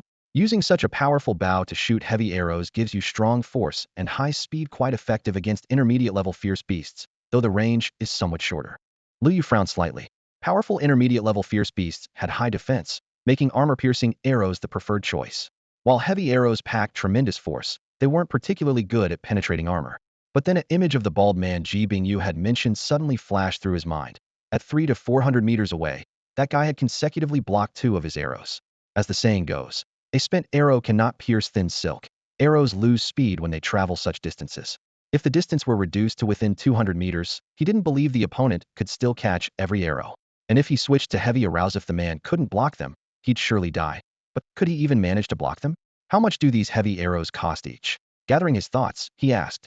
Lin Yan's expression brightened as she pointed to the all-steel heavy arrow in the middle, forged entirely from steel, weighing over 400 grams. It pairs perfectly with your bow. 50 yuan each.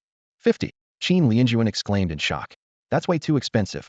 Zhao Shan and the others nodded repeatedly, their faces clearly showing they thought it was outrageous.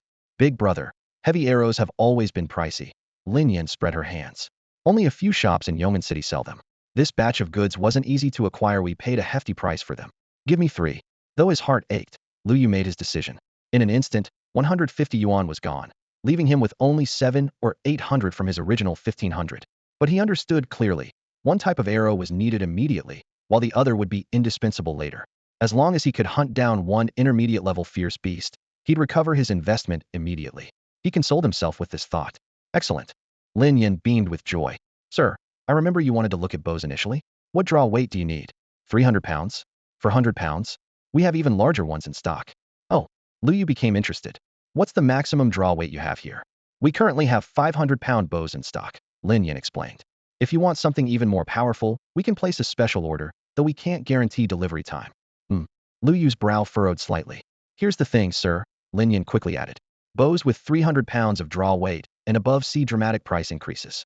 While bow body materials are easy to find, suitable bowstring materials are extremely scarce. They can basically only be obtained from those intermediate to high-level fierce beasts.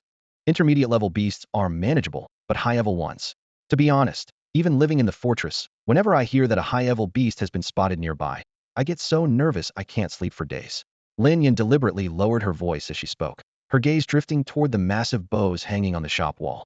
That's why bows with a draw weight of 500 pounds or more are ridiculously expensive, she added. I see. Lu Yu nodded, shifting his attention to the bowstrings. So bows with 300 to 500 pounds of draw weight require tendons from intermediate-level beasts, while those above 500 pounds need materials from high-level beasts. What about the specific prices? The 200-pound draw weight bow on his back would need replacing sooner or later. To compete with the Li family fortress, he'd need at least a 500-pound draw weight bow. Lin Yan pointed to each bow in turn. 100 pounds draw weight costs 100 yuan, 200 pounds costs 200 yuan, 300 pounds costs 300 yuan, 400 pounds jumps to 800 yuan, and 500 pounds draw weight is 2,000 yuan. Anything above 500 pounds starts at least 5,000 yuan, and you'd need luck to even find one available. Lu Yu was secretly amazed. High-level beasts were indeed incredibly valuable, with just one tendon selling for thousands or even tens of thousands. Such massive beasts could probably make quite a few bows, and that didn't even account for materials from other body parts. By comparison, bows under 300 pounds suddenly seemed like bargain prices. He thought of the 300-pound draw weight bow back in the village. If they were truly desperate, selling it might not even fetch the listed price. Here, getting 100 yuan would mean the buyer was being generous. Boss, what draw weight are you planning to buy? Lin Yan's eyes sparkled with anticipation. Lu Guahao and the others also looked toward Lu Yu. The village already had one 300-pound bow, so if he bought another, it would have to be 400 or 500 pounds, but they clearly didn't have enough money. Lu Guahao gritted his teeth. Xiao Yu, how about we get the 400-pound one first? I can scrape together a bit more, should be enough. If we buy the 500-pound one, we won't have money left for grain and salt. Lu Yu glanced at his father and coughed lightly. Let's talk about it next time. Zhao Shan and the others simultaneously breathed a sigh of relief. All right, boss. Lin Yan nodded understandingly, but then seemed to remember something. Boss, since you just bought armor-piercing arrows, you must be planning to hunt intermediate-level beasts? Would you like to add a dagger? Ordinary blades can't handle beast hide and flesh at all. Our daggers here are all made from native alloy. How much? Lu Yu found this reasonable. The smallest one is 300 yuan, 10 centimeters long, with a first-tier native alloy blade. This 600 yuan one has a palm-sized blade body with 1/3 alloy content. Going higher, the 1,000 yuan ones are almost entirely alloy, extremely durable. I'll take the 600 yuan one. Lu Yu sighed softly.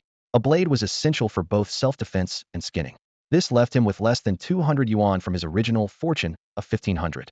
Noticing he still carried a fire spear, Lin Yan smiled and continued her sales pitch. Boss, would you like to upgrade to an alloy spearhead? No. How about a war blade? Also no. All right, welcome back anytime.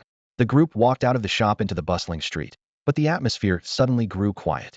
After a long moment, Zhao Shan cursed through gritted teeth. Damn, that's way too expensive. Faster than highway robbery. Qin Lianjuan gasped. Qin Hai looked at Lu Yu, secretly marveling this guy spent money just as fast as he earned it. Lu Yu smiled. Expensive, yes, but worth it. Everyone nodded, thinking about the usefulness of the armor-piercing arrows and dagger. Suddenly Zhao Shan seemed to remember something. Xiao Yu, last time you mentioned wanting to find that old man selling cultivation techniques at the street stalls, right? The old man selling cultivation techniques. Qin Lianjuan and his son exchanged glances, their memory somewhat hazy. Yes. Lu Yu smiled in response. I was just planning to head over there. Come on, I'll take you there. Zhao Shan said, striding forward.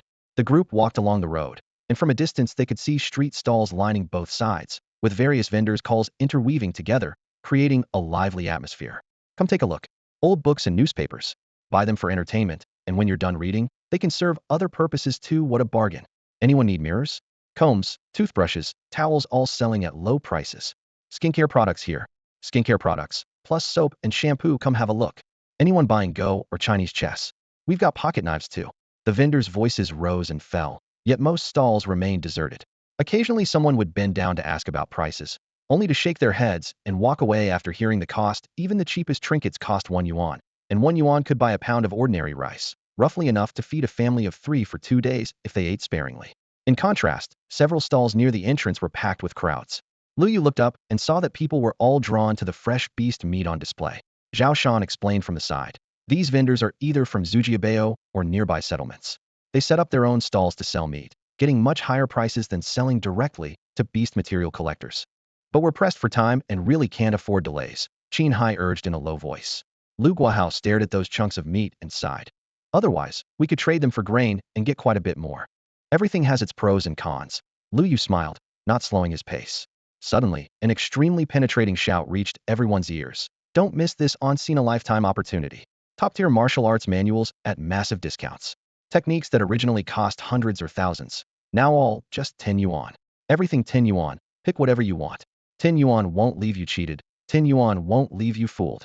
Everyone looked toward the sound and saw a scrawny old man standing in front of a roadside stall, his voice booming repeatedly, though few people stopped to look. After muttering to himself for a few moments, he heavily sat back down on his small folding stool. That's him. Zhao Shan pointed toward the old man. Lu Yu felt a surge of joy even without Zhao Shan's reminder. He had already noticed him. Dad, Uncle Zhao, I'll go take a look. Qin Hai looked puzzled. That old man clearly looked like a scammer. So what was Lu Yu going there for? Lu Guahao, worried his son might be deceived, quickly said, we'll go with you. The group squeezed through the crowd to reach the small stall.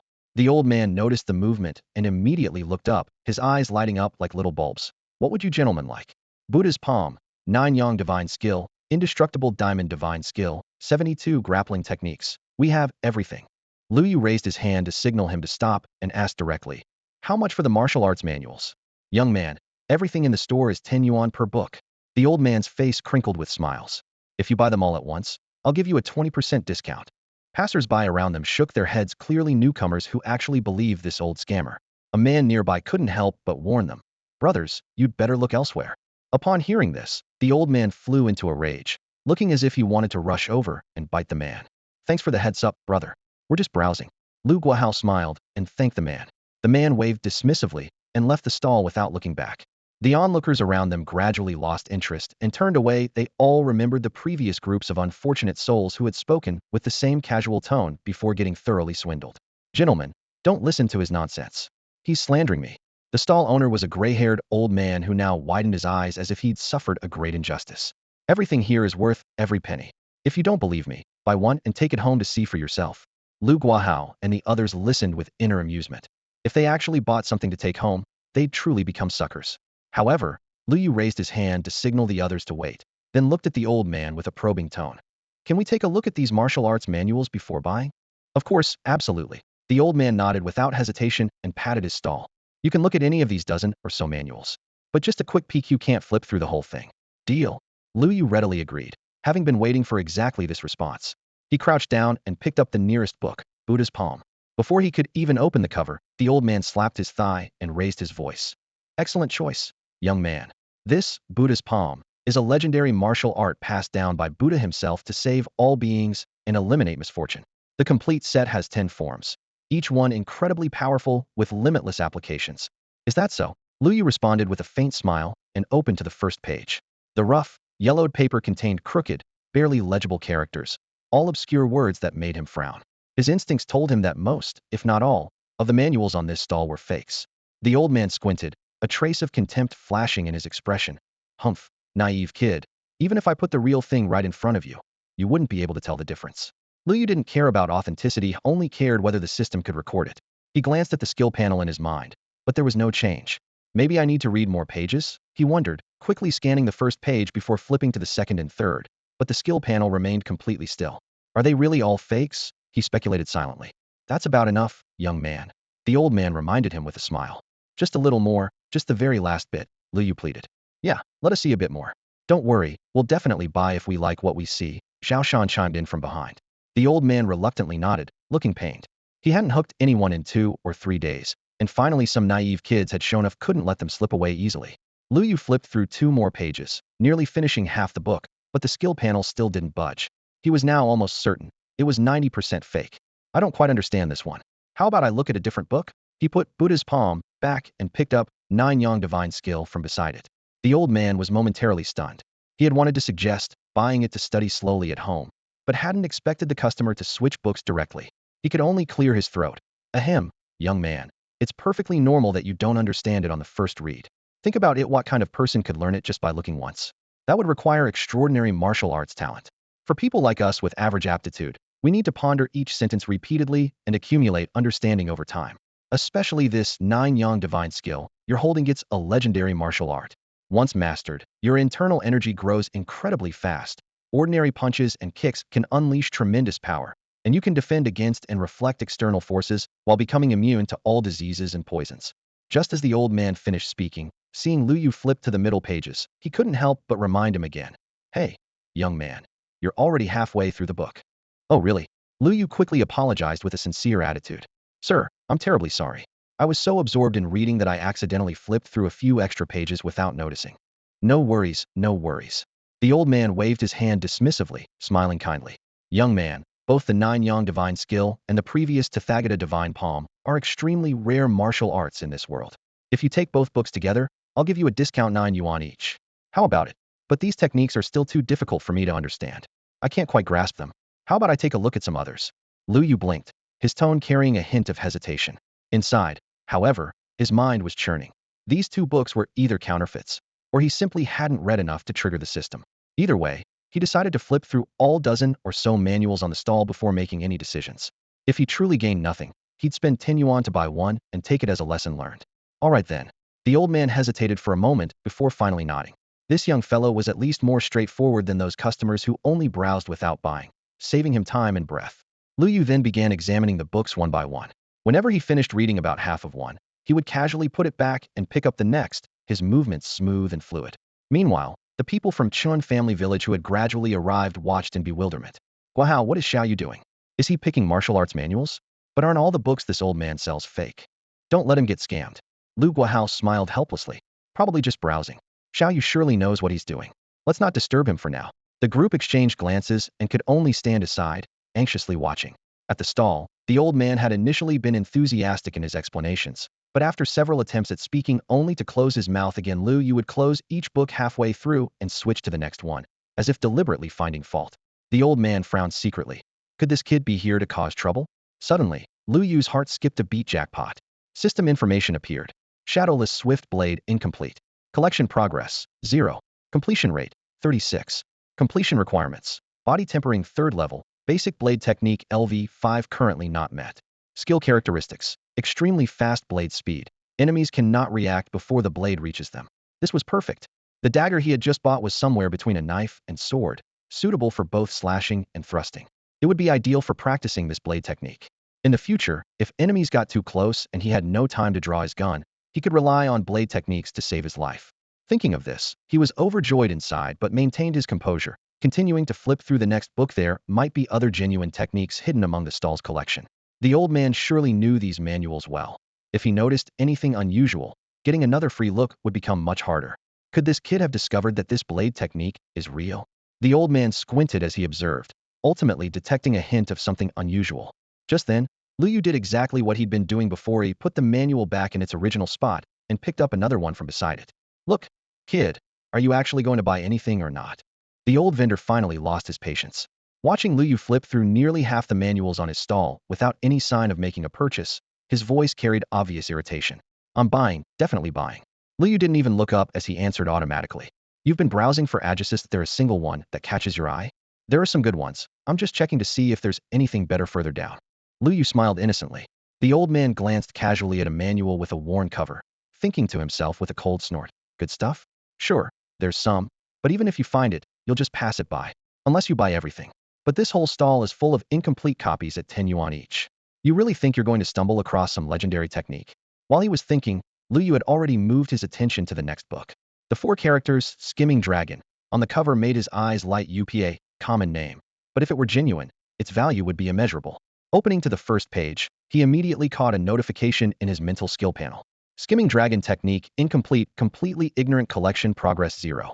Completion requirements, 10, body tempering 2nd level, basic movement, LV3 not met. Basic movement? Lu Yu muttered to himself. He knew about basic footwork, but had never heard of basic movement. Puzzled as he was, the priority was to continue reading and increase his progress. After scanning the 2nd page, the virtual progress bar shot up rapidly. Halfway through, he stopped and put the book back in place. Collection progress 30. Even reading the whole thing wouldn't reach 100. This old guy was indeed shrewd. The next few books were easy to identify as genuine or fake, all counterfeits. Before long, only 2 books remained on the stall, Indestructible Diamond Divine Art and Mighty Diamond Palm. Both names sounded impressive enough. Lu Yu silently praised this trip as worthwhile. Not only had he gotten a free look at 2 genuine techniques, he hadn't spent a penny. If one of these last 2 turned out to be authentic, he'd really hit the jackpot. Just as he reached out, the old man suddenly blocked him with his arm, his smile vanishing and his tone turning cold. All right, kid, that's enough. You've looked at so many, surely you must have found something you like by now. If you still haven't, then seeing these last 2 won't make any difference. Sun Gang, watching from the side, found it amusing. This old man usually conducted business with a cheerful demeanor, and while he might curse people behind their backs, he'd never shown such a sour face to customers before. Today was definitely a first. Zhao Shan and the others nodded in agreement. If they'd encountered a customer who only browsed without buying and took their sweet time about it, they would have lost their temper long ago. Caught off guard by the blockade, Lu Yu looked up and met the old man's gaze, a strange thought crossing his mind. Could these 2 books actually contain something valuable? Or maybe this was just a sales tactic? After weighing his options for a moment, he smiled and said, Uncle, there are only 2 left. Let me take a look, and I promise I'll buy something. Buy first, then look. Look first, then buy. Buy first, then look. So if I don't buy, you won't let me see them? That's right. Really won't let me? Really won't. The old man's tone was firm and decisive, as unyielding as a wooden plank. He suspected this kid had been sent by a competitor to cause trouble, putting on such a serious act. If this boy were really an expert, he wouldn't have missed the 2 genuine manuals earlier. The atmosphere instantly became tense, as if the air itself had frozen. Sun Gang and the others immediately stepped forward to smooth things over. Xiaoyu, if he won't let you look, forget it. We don't care anyway. Huh? Sun Gang curled his lips disdainfully. This old con artist has been working this street for years. Who doesn't know his little tricks? 2 companions nearby joined in the mockery. Exactly. Divine Palm of Buddha, 9 Yang divine skill. Does he really think those fictional things from novels are treasures? We wouldn't want them even if he gave them away for free, let alone pay for them. Humph. The old man sneered coldly, his face full of mockery. A bunch of idiots with no vision. What? Sun Gang's eyes flared wide. Old man, say that again. Everyone was stunned at first, then anger surged through the crowd. So what if I say it again? The old man, relying on years of street experience, spoke arrogantly. What? You want to get physical? Everyone exchanged glances. If they so much as touched him, He'd probably throw himself on the ground and refuse to get up without extorting at least 100 yuan. Sigh, forget it. A voice of resignation came from the crowd. Everyone turned toward the sound and saw Lu Yu had somehow produced 200 yuan bills, flicking them between his fingers. The crisp red notes were particularly eye-catching in the sunlight. The old man's eyes instantly widened like copper bells, his Adam's apple bobbing as he nearly drooled. Lu Yu spoke in a flat tone. Those dozen or so manuals earlier, I couldn't really understand them, but they seemed pretty impressive. I was planning to finish looking at these last two and buy them all to study slowly at home. But then, he glanced at the old man with slight regret. If you won't let me look, fine. I probably wouldn't understand them anyway. I'm leaving. As he finished speaking, he made a motion to stand up. Hey, young man, don't go. The old man frantically grabbed Lu Yu's arm. Who said you can't look? You can look. Look all you want. Really? Lu Yu raised an eyebrow, his face full of doubt. Of course it's real. The old man put on a fawning expression. If you buy them all, I'll give you a 20% discount. No need. Lu Yu shook his head. After all this commotion, I've lost interest. Plus you insulted my friends. Forget it. I apologize. I'll apologize right now. The old man repeatedly begged forgiveness and bowed to the crowd. I'm sorry, everyone. Then he turned back to Lu Yu.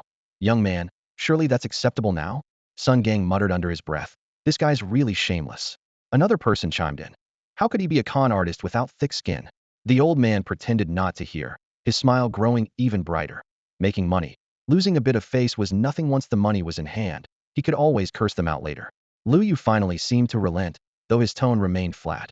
Remember, you're the one letting me look voluntarily. I'm not forcing you. No, look all you want. The old man stood beside him rubbing his hands, his gaze constantly glued to the 200 yuan in Lu Yu's pocket. Lu Yu picked up the Mighty Vajrapam manual. The pages were yellowed and the ink was faded, but he read through it carefully page by page. However, the skill panel in his mind showed no reaction, another fake. He grumbled internally and held little hope for the last book on the table. After finishing Mighty Vajrapam, he reached for the remaining manual. A strange glint flashed in the old man's eyes, but it disappeared instantly. He had barely glanced at the first page when Lu Yu's expression suddenly froze. In his mind, a familiar blue window suddenly appeared. Indestructible Vajra Divine Skill incomplete. Current Mastery, Complete Novice 0. Collection Progress, 3. Completion Requirements, 13 Guardian's Body Conditioning Grand Mastery, Golden Bell, Shield 9th level. Cannot be completed at current stage. Lu Yu's breath caught. The indestructible Vajra Divine Skill was actually real? This was too unexpected. He felt like someone who had casually wandered into a lottery shop, bought a random ticket, and discovered he'd just won a $5 million jackpot.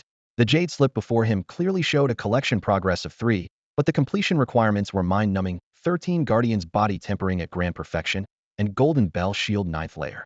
This meant he not only had to find these two martial arts techniques, but also cultivate them to near legendary levels.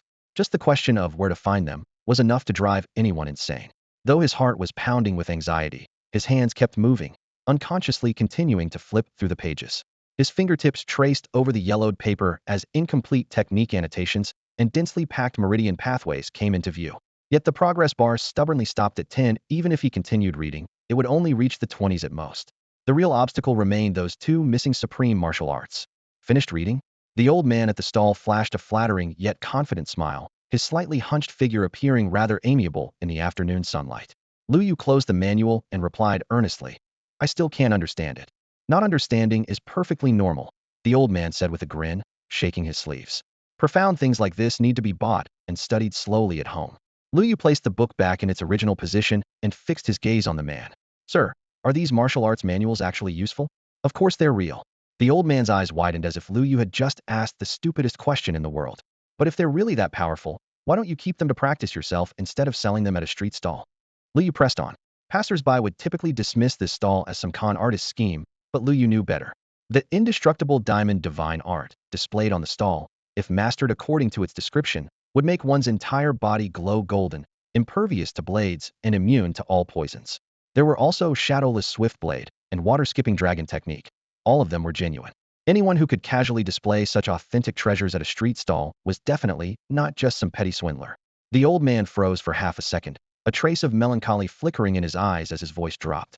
I never expected that despite hiding so deeply, you'd still see through me. Lu Yu was both surprised and excited, his eyes lighting up. Actually, I am a martial arts master who has lived in seclusion for many years, the old man said, lifting his gaze toward the street entrance where passing pedestrians cast shadows across his wrinkled face. I've been living peacefully all this time. But fate is unpredictable. Fierce beasts have invaded. The world is in turmoil, and I can no longer remain uninvolved. He let out a long sigh, his gaze returning to Lu Yu. I set up this stall to wait for someone truly destined, someone who can unleash the true power these supreme martial arts deserve. Young man, you have exceptional talent. I entrust you with the future responsibility of maintaining cosmic justice and peace. The old man unfolded a price list for his stall. Original price is 10 yuan per book, totaling 160 yuan. But in all these years, you're the first person to ask me this question. Considering our fate, 100 yuan, take everything. He finished with a pained expression, as if reluctantly parting with precious treasures. Lu Guahao and the others exchanged bewildered looks. What on earth is this all about? Lu Yu rolled his eyes. As expected, getting the old man to tell the truth wasn't easy, and uncovering his real identity was even harder. After thinking for a moment, he said, taking everything is fine, but 100 yuan is too expensive. 50 at most. What? Xiao Yu? Exclamations erupted from those around him. Qin Hai couldn't help but grab his arm. Lu Yu, have you lost your mind? Can't you see he's trying to scam you? Forget 50 yuan, even 5 yuan would be too much. Not only the people from Lu family village, but even the onlookers who had been watching from the sidelines, all shook their heads. Did this young man get kicked in the head by a donkey? Someone in the crowd muttered under their breath. No wonder this old man can make a living through scams and tricks. Turns out there are too many fools and not enough con artists to go around. Lu Yu acted as if he hadn't heard anything and turned around with a cheerful smile. I know this old fellow isn't honest, and most of what he's selling are fakes.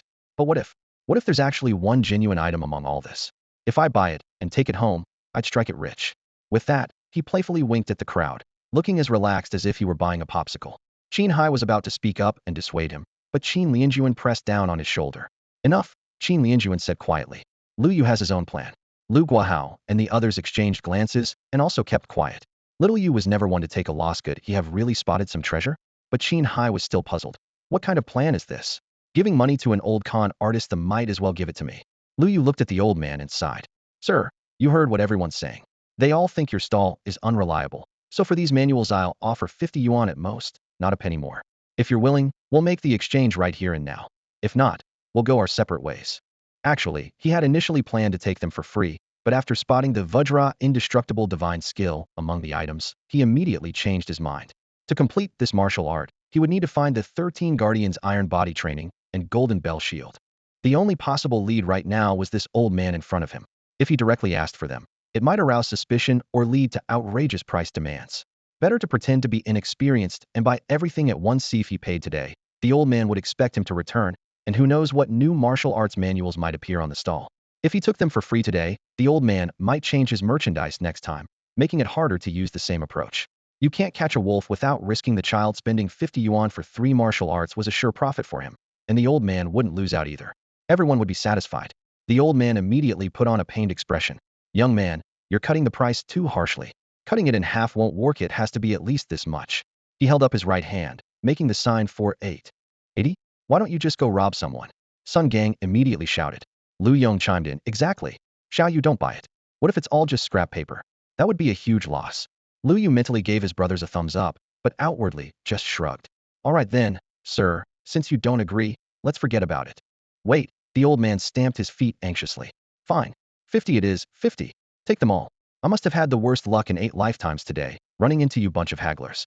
I'm taking a huge loss. Hermie heart is bleeding. He grumbled with reddened eyes, but inside he was already bursting with joy. His cost was nothing more than a few sheets of paper and some ink, and he hadn't expected to make 50 yuan just like that.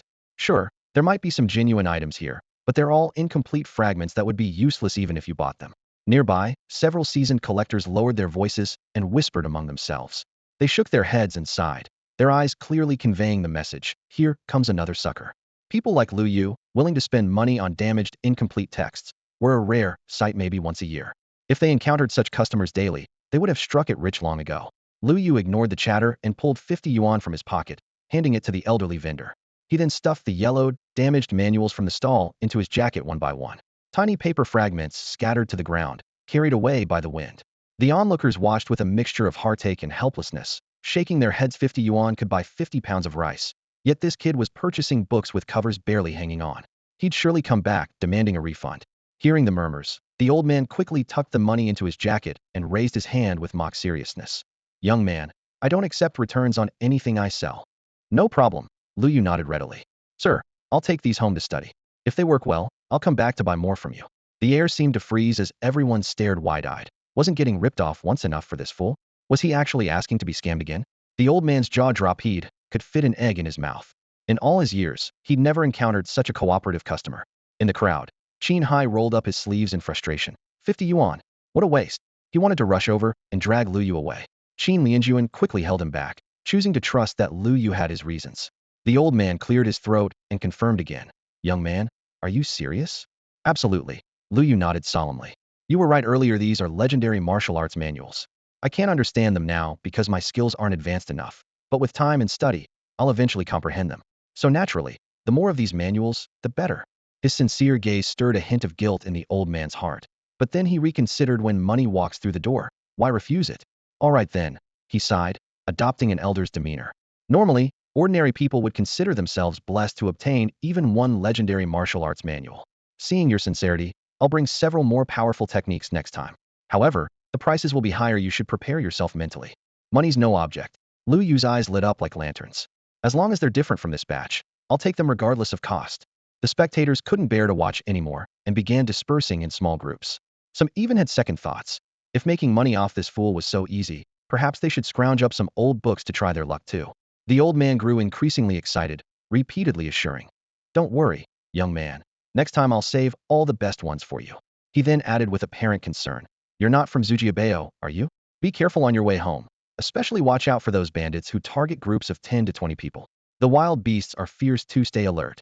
At this moment, besides the people from Lujia village, there was one more person genuinely hoping for Lu Yu's safe return. The manual-selling old man.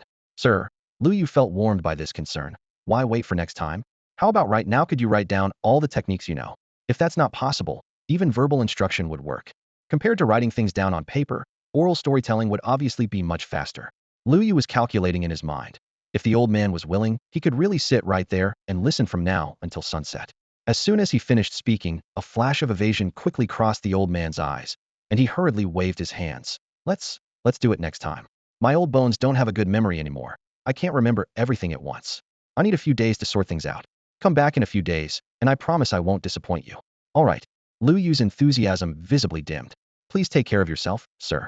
I hope I'll still be able to see you when I come next time. Huh? Why does that sound like you're cursing me? The old man's eyes widened. Sir, please don't misunderstand. Lu Yu hastily explained. I genuinely hope to see you again next time. I didn't mean anything else by it. Don't worry. The old man waved his hand with an assuring tone. Same place next time, you'll definitely find me here. After Lu Yu's figure gradually disappeared into the distance, the old man shook his head and sighed softly. What a rare, naive young man. I was planning to trick him once, but he insisted on giving me the opportunity himself. Can't blame anyone else for that. I just hope he won't be too angry when the truth comes out, though being angry won't help anyway. Of course, if he's willing to come back after being fooled 2 or 3 times, then I'll give him something real. At this thought, the old man's gaze became somewhat distant. But can anyone actually master the techniques in these manuals? Meanwhile, Lu Yu had just reunited with his companions when Qin Hai couldn't help but ask, Lu Yu, are you sure there's real substance in these manuals? Lu Guahao, Zhao Shan, and the others remained silent but all fixed their gazes on him. There are definitely real techniques in here. Lu Yu's tone was steady, as certain as if he were stating a fact. What? Everyone exclaimed in unison, and Qin Hai wanted to ask for more details. Don't worry, I'll prove it to you. After Lu Yu spoke, he pondered internally. The easiest technique to unlock right now would be the Shadowless Swift Blade, which only required a few levels of basic blade techniques. The Rippling Dragon movement was more difficult, requiring mastery of basic footwork. Need to ask Uncle Wang about that when he got back. As for the Vajra Indestructible Divine Art, he shouldn't even think about it in the short term. Completing it would be extremely difficult, but once mastered, his survival abilities would undergo a qualitative change: high defense, high damage, and combined with divine archery. Who wouldn't find that troublesome? Zhao Shan laughed heartily. Since Xiao Yu says so, it must be true. Exactly. Xiao Yu is a martial artist. His judgment is much better than ours. Everyone agreed. Not feeling particularly anxious, most of their hunting success on this trip was thanks to Lu Yu, so they naturally respected his spending decisions. Qin Hai could only nod silently.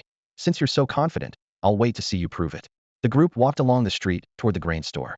Vendors lined both sides of the street, with cooking smoke and hawking calls intermingling. Suddenly, Lu Yu stopped in his tracks, pausing in front of a small stall selling masks. What's wrong?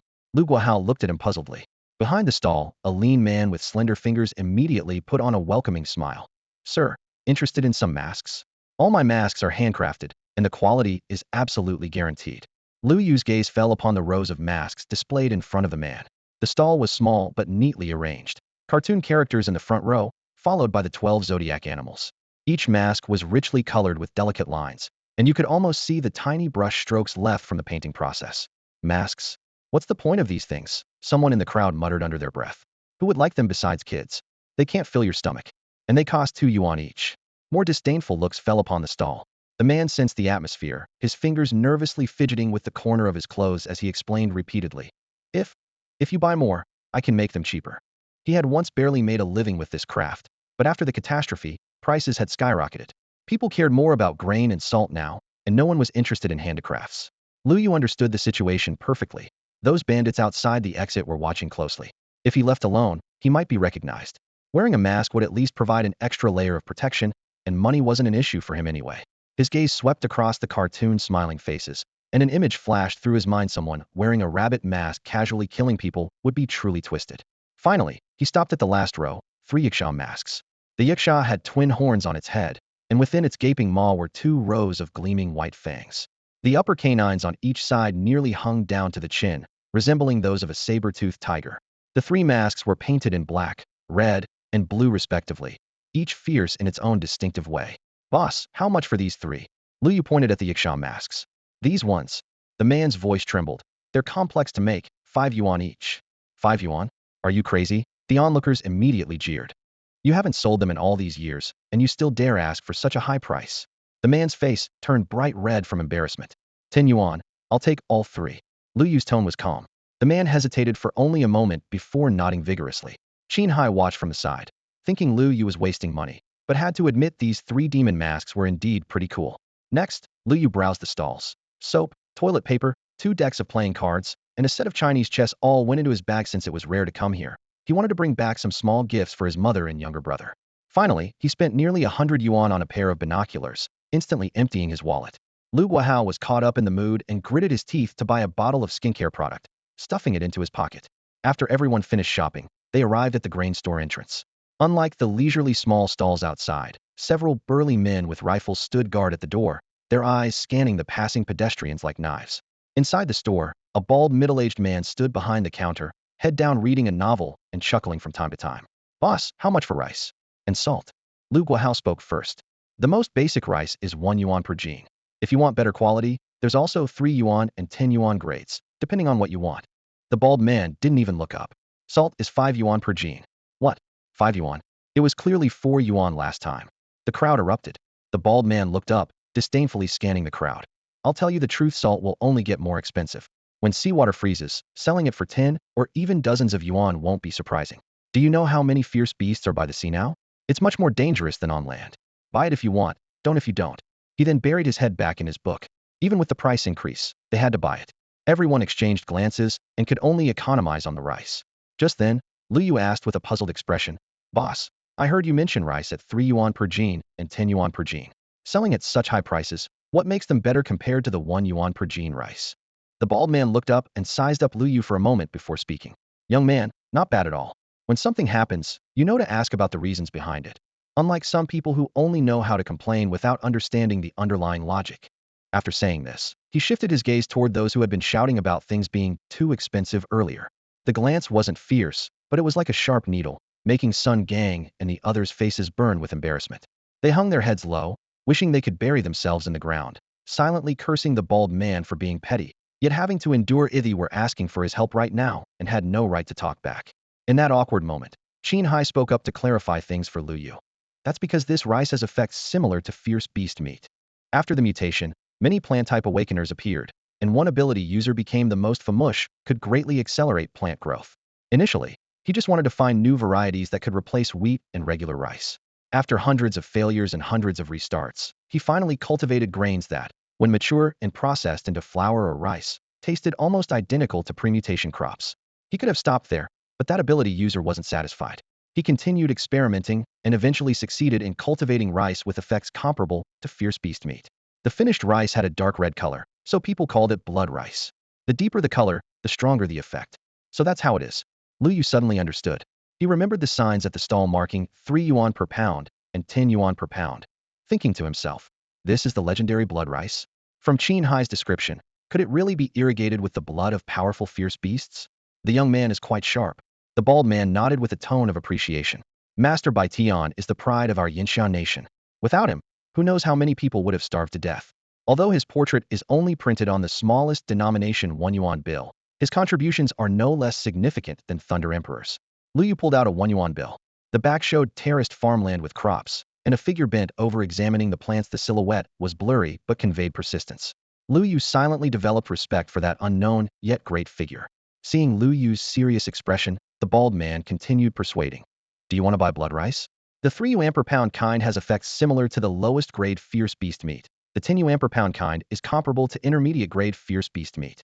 The martial artists at Sea Dragon Martial Hall eat this kind regularly. Hearing this, Lu Guahao and the others exchanged glances, momentarily speechless. They certainly knew blood rice was good, but the price was truly challenging. Lu Yu felt around in his pocket and counted less than 10 yuan remained. Lu Guahao noticed, and, after hesitating briefly, took out 200 yuan from his chest and handed it to Lu Yu. Xiao Yu, you don't have enough money, right? Take this if you want to buy some. He had originally brought over 1,500 yuan. Earlier, he had given each person more than 10 yuan, leaving 1,300. Taking out another 200 left him with 1,100 yuan. Salt prices had risen, but the necessary quantity couldn't be reduced, so he could only cut back on rice. However, from these past 2 days of martial arts practice, he had deeply understood one principle. For the village's long-term development, they ultimately relied on martial artists, and resources must be prioritized for them. The same weight of fierce beast meat could be exchanged for several times the amount of ordinary rice. The elderly, women, and children could have some meat, but their portions shouldn't be too large. They should still mainly eat regular rice. For warriors, it was quite the opposite. The people around watched Lu Yu standing at the counter with a mixture of envy and acceptance only. If he became stronger, would their lives improve? Lu Yu hesitated for a moment, then took the 200 yuan everyone had pulled together and said to the bald shopkeeper behind the counter, "Boss, give me 200 yuan's worth." Coming right up. The bald man smiled so widely his eyes nearly disappeared into slits. He first placed an empty burlap sack on the old-fashioned scale to zero it out, then lifted the heavy bag filled with blood rice and grabbed a palm-sized iron ladle, scooping one spoonful after another into the empty sack. The pale red blood rice looked like glittering fine sand as it poured down from above, making crisp rustling sounds as it fell into the burlap sack, like a small waterfall. Whether it was psychological or an actual property of the blood rice, Lu Yu caught a faint meaty aroma that made his stomach twitch involuntarily. Hey, you smell that, don't you? The boss waved his ladle proudly. This blood rice at 10 yuan per pound isn't ordinary. Even fierce beasts can't resist this aroma. Whatever you do, don't open the bag on your way home, or if you stir up trouble, don't say, "I didn't warn you." Really? Everyone exchanged glances, as if seeing a rare treasure for the first time. Lu Yu frowned slightly. If it really could attract fierce beasts, perhaps he could use the blood rice as bait to improve his hunting success rate. In the end, he bought a full 20 pounds of blood rice. Qin Hai watched that bag of crimson rice with intense longing. With blood rice, the gap between himself and Lu Yu would likely widen. But he didn't believe he would necessarily fall behind in the future.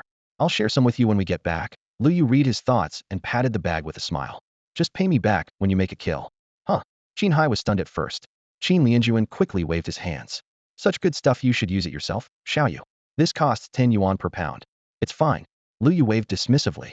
Qin Hai hesitated for a moment, then nodded solemnly. "I'll pay you back as soon as possible." Qin Lianjuan and the others exchanged looks, their faces breaking into unanimous smiles. The Lu family village truly treated them as their own people, and this trust felt heavy with meaning. Meanwhile, Lu Guahao and the others carefully selected regular rice and salt piled in front of the shelves. The boss had mentioned earlier that salt prices only went up, never down, so Lu Guahao gritted his teeth and bought 100 pounds of salt, spending the remaining money entirely on rice, about 600 pounds total. With 150 people in the village, each person could get 4 or 5 pounds. Combined with the fierce beast meat, it would last a month without problem. If hunting went well within that month, they would return for more supplies. When they arrived, everyone had been carrying game and was exhausted like puddles of mud. Now, shouldering rice and miscellaneous goods, they were all in high spirits. Occasional glances from the street didn't burn with the same intensity as when people had stared at their game. These were just a few bags of grain, and with so many people together, anyone thinking of robbery would have to think twice. Finally finished shopping, we can head home now. Sun Gang adjusted the carrying pole on his shoulder, looking relaxed. Yeah, carrying that game on the way here had my heart racing. Especially near the town entrance, felt like countless eyes were watching us, afraid they'd suddenly rush us. Someone chimed in. "Let them try." Along with boasts of "I'd shoot them one by one." Everyone burst into laughter, their tense nerves finally relaxing. Lu Guahao surveyed his companions and looked toward the distant mountain path. Let's Goth people in the village are waiting for us to return. Thinking of their families, everyone's smiles grew even brighter. Most of the dozen or so yuan they'd earned had been exchanged for small necessities their families urgently needed. Some had even spent a few yuan on candy, just so their children could taste something sweet. Dad, don't rush. Lu Yu stopped Lu Guahao. Let me scout ahead first to see if there's any danger outside. The old man selling martial arts techniques had specifically warned him about this, leaving him with a persistent sense of unease. Lu Yu, are you saying someone might be targeting us? Qin Lianjuan's voice trembled in the night wind as his calloused hands instinctively moved to the short blade at his waist, obvious panic flickering in his clouded eyes. No, that can't be right. Sun Gang forced himself to interject, though his voice betrayed a telltale quiver at the end, exposing his inner anxiety completely. This wasn't their first time entering the Zhou family fortress, but returning with such a full load and making such a conspicuous show of it was indeed a first. The smooth journey into town should have been cause for celebration, yet it only made everyone more nervous. Would the road home truly be peaceful? Most likely not. Lu Yu's brow furrowed deeply as his gaze swept the surroundings like a hawk. First, there were the Zhou family fortress's sworn enemies, the Li family fortress. Those guys from their last conflict surely held a grudge and might be lying in ambush somewhere. Add to that the elusive horse bandits that had been appearing lately, and the situation would only get more complicated.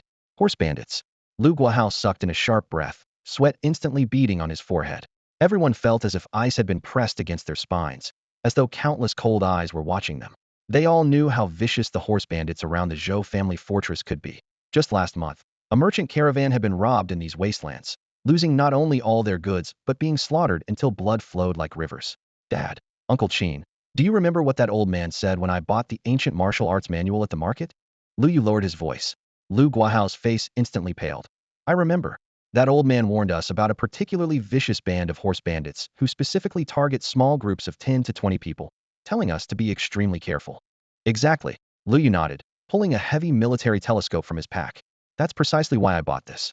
I'll scout ahead first, it doesn't matter if it takes some time. You all stay here, and once I confirm it's safe, I'll come back to lead everyone out. The group exchanged glances, grateful that Lu Yu had been thoughtful enough to prepare even such a rare item in advance, yet they were even more worried. If they were truly being watched, the enemy was certainly close by. If the bandits had people mixed in with the crowd, just waiting for them to show themselves before sending word, and then well-equipped, horse-mounted desperados came charging out, escaping would be no easy task. Lu Yu, I'll go with you.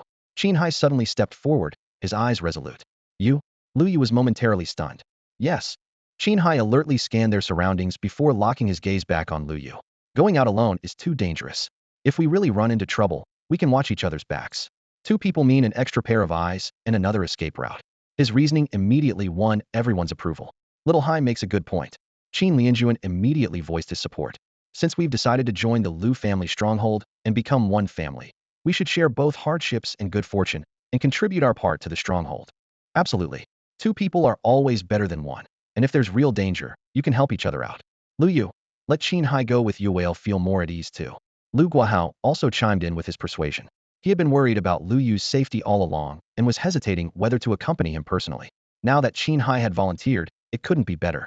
After all, both of them were skilled archers with much sharper eyesight than the others. Lu Yu smiled helplessly and nodded in agreement. All right then, let's go together. Truth be told, he wasn't entirely confident either, unsure whether Ji Bingyu's prophecy would come true or if those bandits were already lying in ambush somewhere. Having one more person meant one more source of strength, and it might actually prove useful. Take this. He pulled out a blood-red Azura mask from his chest and handed it to Qin Hai, while putting on a pitch-black mask himself. Better safe than sorry, just in case. Qin Hai took the mask and put it on, his heart stirring slightly. Lu Yu had obviously anticipated potential situations and prepared in advance. If there really were bandit spies in the city, seeing them wearing masks would make it difficult to identify them, let alone quickly relay accurate information, unless the enemy had other means. The two walked toward the city gate exit one after the other. Behind them, Lu Guahao and the others held their breath, their gazes locked tightly on the two figures, not daring to breathe heavily. I hope everything goes smoothly. Yes, may they return safely.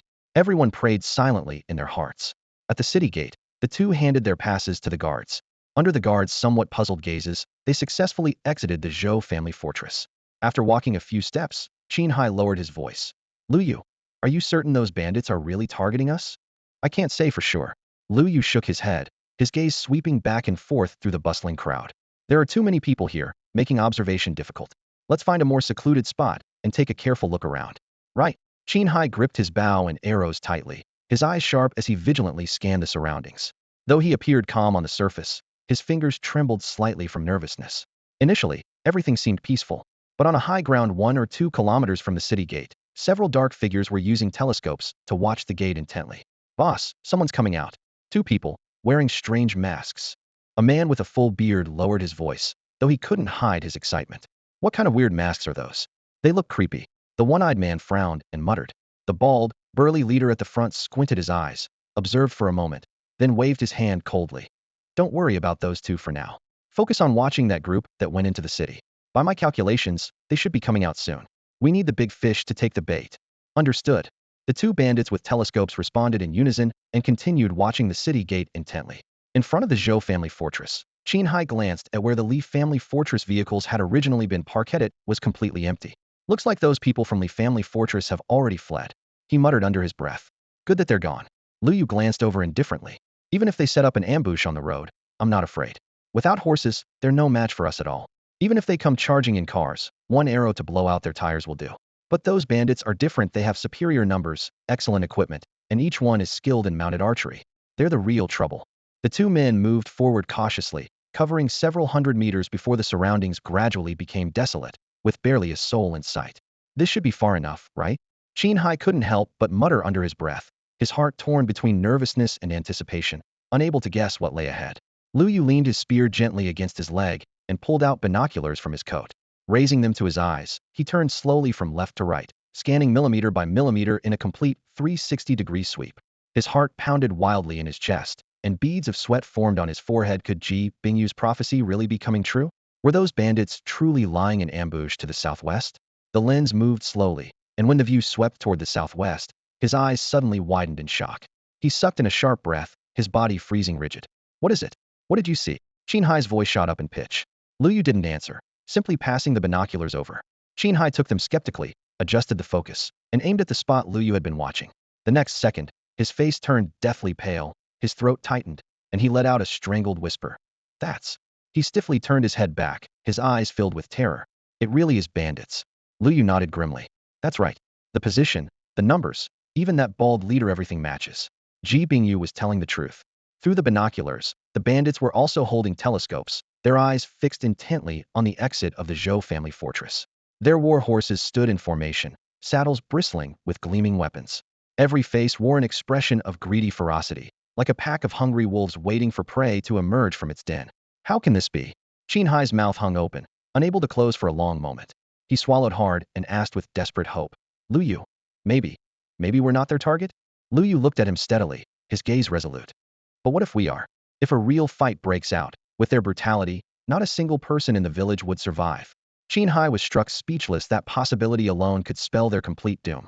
Then what should we do? His voice trembled, showing no trace of a plan. Given the current situation, they were clearly at an absolute disadvantage with virtually no chance of victory. Lu Yu gripped his spear tightly again, his gaze locked on the southwest. Better to strike first than be sorry later.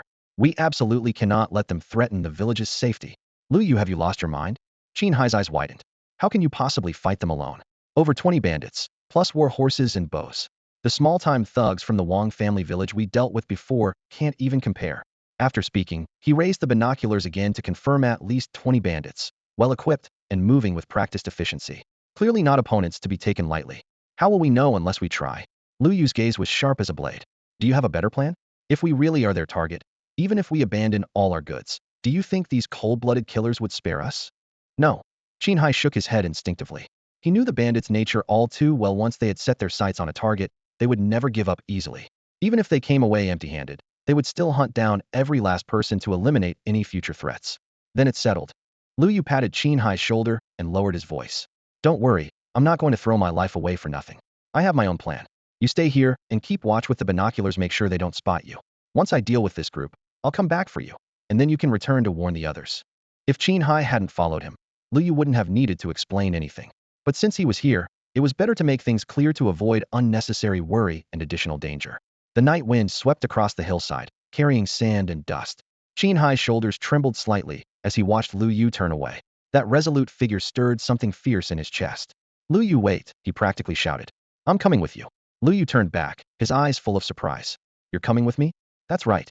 Qin Hai gritted his teeth, his expression determined. We came out here together. Our position is already exposed. If you go alone, it might actually arouse more suspicion. With me there, I can share the pressure if it comes to a fight. An extra person means extra strength. Lu Yu fell silent, considering. This mission was extremely dangerous if it came to actual combat. He could barely protect himself, let alone look after Qin Hai. Besides, his plan was designed for a solo operation. No mask, no spear, first approach to within 500 meters, then launch a surprise attack with precise archery. At 500 meters, without binoculars, the bandits couldn't possibly make out his features. Clearly, they wouldn't become alert until he was within 200 or 300 meters. Unless they were extremely paranoid or possessed some supernatural foresight, they wouldn't charge at full gallop from a greater distance. Even in the worst-case scenario, Lu Yu wasn't completely unprepared. In Ji Bingyu's vision, he had been forced to fight a rearguard action alone to protect the elderly and weak in the settlement. But now it was just him, which meant he could use his agility to kite the enemy, fighting while retreating.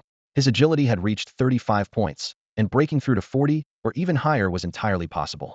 Converting from the average person's 13-second 100-meter dash, he could exceed 30 meters per second, roughly the same as a horse at full gallop, and horses would slow down when making sharp turns. As long as enemies entered his range, he could retreat in circles while steadily drawing his bow and shooting. Difficult, yes, but not impossible. Qin Hai. Lu Yu's gaze was sincere, his tone more serious than ever before. I'm not underestimating you, quite the opposite. I admire your courage. But this really is a life-or-death situation. Having you there would only distract me and increase the risk. You understand that, don't you? Lu Yu, don't look down on me. Qin Hai's face flushed red, but his voice didn't waver. I may not be as good as you, but I'm not dead weight either. I've been practicing archery since I was a child. I can help when it counts. In truth, he was terrified. Those bandits were bloodthirsty killers with hands stained red from their crimes. Once they got their claws into you, there was a 99% chance you wouldn't survive. But he couldn't just stand by and watch Lu Yu face such danger alone. Qin Hai's face was clouded with such thick resentment that it seemed impossible to dispel. He knew all too well that the gap in strength between himself and Lu Yu was like a deep chasm, impossible to bridge for now. Yet the thought of staying behind and merely watching from the sidelines made frustration boil within him like churning water, causing him unbearable discomfort. Lu Yu's hand landed firmly on Qin Hai's shoulder, applying gentle pressure as his voice came low and steady. Don't forget, you have your own mission too. Once I get the situation under control here, I'll give you the signal. Then you can bring my father and the others out. Qin Hai felt torn, as if two voices were battling in his mind, one urging him to follow, the other reminding him of those counting on him. After a long internal struggle, he finally said in a muffled voice, Fine, but you must come back safely or I. He left the sentence unfinished, but his anxiety was plain to see. Don't worry, I've thought through every scenario. The plan is foolproof, nothing will go wrong. Lu Yu flashed a confident smile, pressed the gun into Qin Hai's hands, and gave his shoulder a firm pat before turning to stride southwest. Watching Qin Hai's reaction, he nodded to himself. This guy truly has what it takes. Southwest direction. In the clearing, the bandits had been waiting so long they were practically steaming with impatience. Yet Lu Guahao and his group were nowhere to be seen. 2 hours of waiting had worn their patience thin, and restlessness spread through the crowd like poison. What the hell is going on? How long are those cowards going to keep us waiting before they show their faces? One bandit complained first. No kidding. We've been standing here for nearly 2 hours. If they really tick me off, I'll charge right in and cut them all to pieces. The man cursed, swinging his large blade through the air. As soon as he finished speaking, laughter erupted from behind him. Old ghost, you think that piece of scrap metal can go head-to-head with their cannons? Someone mocked. Yeah, one blast from them, and both you and your horse would be blown to bits. Their guards could turn you into Swiss cheese with just one round of bullets. Everyone chimed in with comments, their laughter echoing across the open wasteland. Old Ghost's face turned bright red from the mockery, and he glared as he cursed. Damn it, I was thinking of you all, and here you are, cursing me to become Swiss cheese. Just joking, don't get mad. Exactly. If anyone really dares turn you into Swiss cheese, I'll be the first to get them wipe out their whole family. That's right, the others chimed in, laughing and joking. Just then, someone in the crowd suddenly exclaimed, huh, and pointed into the distance. Brothers, look over the Resteta figure. Hearing this, everyone stood on their tiptoes and strained to look in that direction. At the edge of their vision, there was indeed a vague, blurry figure in the distance, though it was too far away to determine which direction the person was heading. Let me take a look. A bandit with a saber at his waist and a telescope in hand quickly rushed to the edge of the slope and raised his scope to search. Through the lens, he spotted a lone figure with a covered face, carrying a bow and arrows, trudging across the yellow sand. It's someone with a bow, face completely covered, seems to be heading south. Just one person? The bald Lu Dong remained facing the direction of the Zhou family fortress, not even bothering to lift his eyelids. Boss, just one person, all alone, the bandit replied promptly. Then ignore him. Lu Dong didn't hesitate.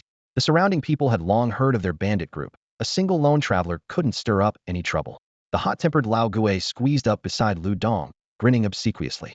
Boss, the brothers are getting restless just sitting here. How about we go hunting for some fun? Yeah, big brother, we're so bored we're about to grow moss, several bandits chimed in, their eyes gleaming with excitement. Big brother, as soon as those people show up, we'll come right back. Won't delay the main business at all. Another raised his hand to guarantee. This so-called hunting was nothing more than treating unlucky passers-by as prey, enjoying the thrill of the chase and kill. Lu Dong frowned. They had indeed been waiting too long, and everyone was getting restless. He waved his hand to cut through the chatter. Go ahead, but make it quick and don't cause me any trouble. Yes, sir. Several men responded excitedly in unison, rushing to the hitching posts and leaping onto their horned horses. Whips cracked, the beasts neighed, and they galloped toward the figure 600 or 700 meters away. About 600 meters away, Lu Yu's gaze caught several rapidly enlarging black dots. He paused mid-step. What was happening? Were these bandits so alert that they'd spotted him the moment he appeared? Was the worst-case scenario about to unfold ahead of schedule? He took a deep breath and continued forward, but noticed that only 4 or 5 riders were approaching while the distant group of bandits remained still as statues. A thought flashed through his mind. Did they really think sending just a few men would be enough to take his life? Lu Yu's lips curved into a slight smile, and his heart actually felt lighter. If he had known they would be foolish enough to come at him piecemeal like this, why had he racked his brains earlier trying to devise some foolproof strategy? He might as well just go all out. Qin Hai, watching from a distance behind, took in the entire scene and couldn't help but break into a cold sweat for Lu Yu. Without a doubt, the bandits charging ahead had a clear target. Lu Yu himself. Had his whereabouts been exposed? In such a perilous situation, how would Lu Yu break free from this predicament? In just a few seconds, the 5 mounted bandits pushed their horned steeds to the limit, closing the 100-meter gap in the blink of an eye. The howling wind lashed against their eardrums like whips, while the kicked-up dust slapped against their faces. The leader, Old Ghost, laughed maniacally, as if he could already see his prey trembling in terror during the chase. 2 legs, no matter how fast, could never outrun the wind-swift hooves of horned horse. She was absolutely certain of this. The 4 bandits following close behind also grinned wickedly, intoxicated by the thrill of mounted hunting. They savored every moment of their prey's journey from panic to despair, and finally to begging on their knees. Only when that moment arrived would they find the game boring and casually finish off their victim. Suddenly, wait, one bandit's eyes widened in shock, his voice trembling. He seems to be accelerating toward us. What? The others froze, their faces filled with bewilderment. That's right, he's seen us and he's charging in our direction. Old Ghost, leading the charge, stared so hard his eyes nearly bulged out of their sockets when faced with certain death. Instead of fleeing, the man dared to charge straight at them? This made no sense at all. 550 meters. Lu Yu continued his steady advance while calmly calculating the distance between himself and the main bandit force. The 5 pursuers before him had closed to within 350 meters. He raised his bow and nocked an arrow, his movements flowing like clouds in water. The arrowhead locked onto Old Ghost's chest as he led the charge. Drawing the bowstring to about 2/3 capacity, Lu Yu released without hesitation. Crack! The air exploded as the arrow transformed into black lightning, instantly piercing Old Ghost's heart. His expression of terror and shock froze in place as he tumbled from his galloping mount without even managing a scream, rolling several times and kicking up clouds of yellow sand. A man behind witnessed his companion's gruesome death, his terror-stricken eyes nearly popping from their sockets. Thud! The second arrow followed immediately, accurately penetrating another bandit's heart. From over 300 meters away, Lu Yu continued his steady, powerful advance. With over 60 points of strength, drawing a 200-pound war bow was effortless for him, let alone drawing it only 2/3 of the way. Almost every second or so, an arrow would streak through the air like a meteor, and moments later, a lifeless body would tumble from its horse and crash heavily to the ground. Something's wrong. Retreat. The last 2 remaining bandits finally snapped to their senses. This man was no accidental prey, but someone who had come specifically for them. When they first spotted Lu Yu from afar, instead of fleeing, he had spurred his horse and charged straight toward them. This abnormal behavior now set off alarm bells in their minds. The man before them was likely a master in disguise. Terror instantly gripped the 2 men as they yanked desperately on their reins, causing their horses to rear and paw frantically at the air. They wanted to turn around and flee back to report this disaster to their leader. Lu Yu took in everything with a mere shake of his head. These 2 panicked fools were no different from sitting targets in his eyes. Thud! The first man had barely managed to turn his horse around when an arrow pierced straight through his chest. His body dropped like a sack of sand, kicking up clouds of dust. Though the second man had turned his horse's head, his mount hadn't yet gained full speed when his body suddenly convulsed. Looking down, he saw an arrow protruding from his chest, its tip dripping blood and even carrying fragments of heart tissue. From Lu Yu's first shot to the death of all 5 men, the entire sequence lasted no more than 6 or 7 seconds. Everything happened as quickly as a brief, bloody nightmare. 500 meters away, Qin Hai witnessed the entire scene through his binoculars, yet showed no sign of joy. He could clearly see that the remaining 20-odd bandits had noticed something was wrong, with some already mounting their horses in haste, obviously preparing to swarm out in full force toward Lu Yu. Lu Yu, can you withstand such a fierce assault? Qin Hai muttered to himself, unconsciously breaking into a cold sweat. On the other side, about 500 meters from Lu Yu at the foot of a hillside, over 20 bandits exploded like ignited powder kegs, clutching their reins and cursing furiously, hurling every imaginable insult at Lu Yu's ancestors. Initially, when they saw their companions go out to hunt, they had watched with envy, anticipating sharing in the pleasure of the kill. Who could have expected that their prey would, right before their eyes, loose arrow after arrow and instantly slay 5 of their brothers? Damn it, we really underestimated that bastard. Old Ghost and the others are all dead. Kill him. We must kill him and avenge our fallen brothers. More than just kill him, I'll cut him into 1,000 pieces and leave him without a whole corpse. Furious curses rose and fell like crashing waves. Someone glanced back to see their leader still staring hesitantly at the distant Zhou family fortress and couldn't help but shout urgently, "Boss, let's go."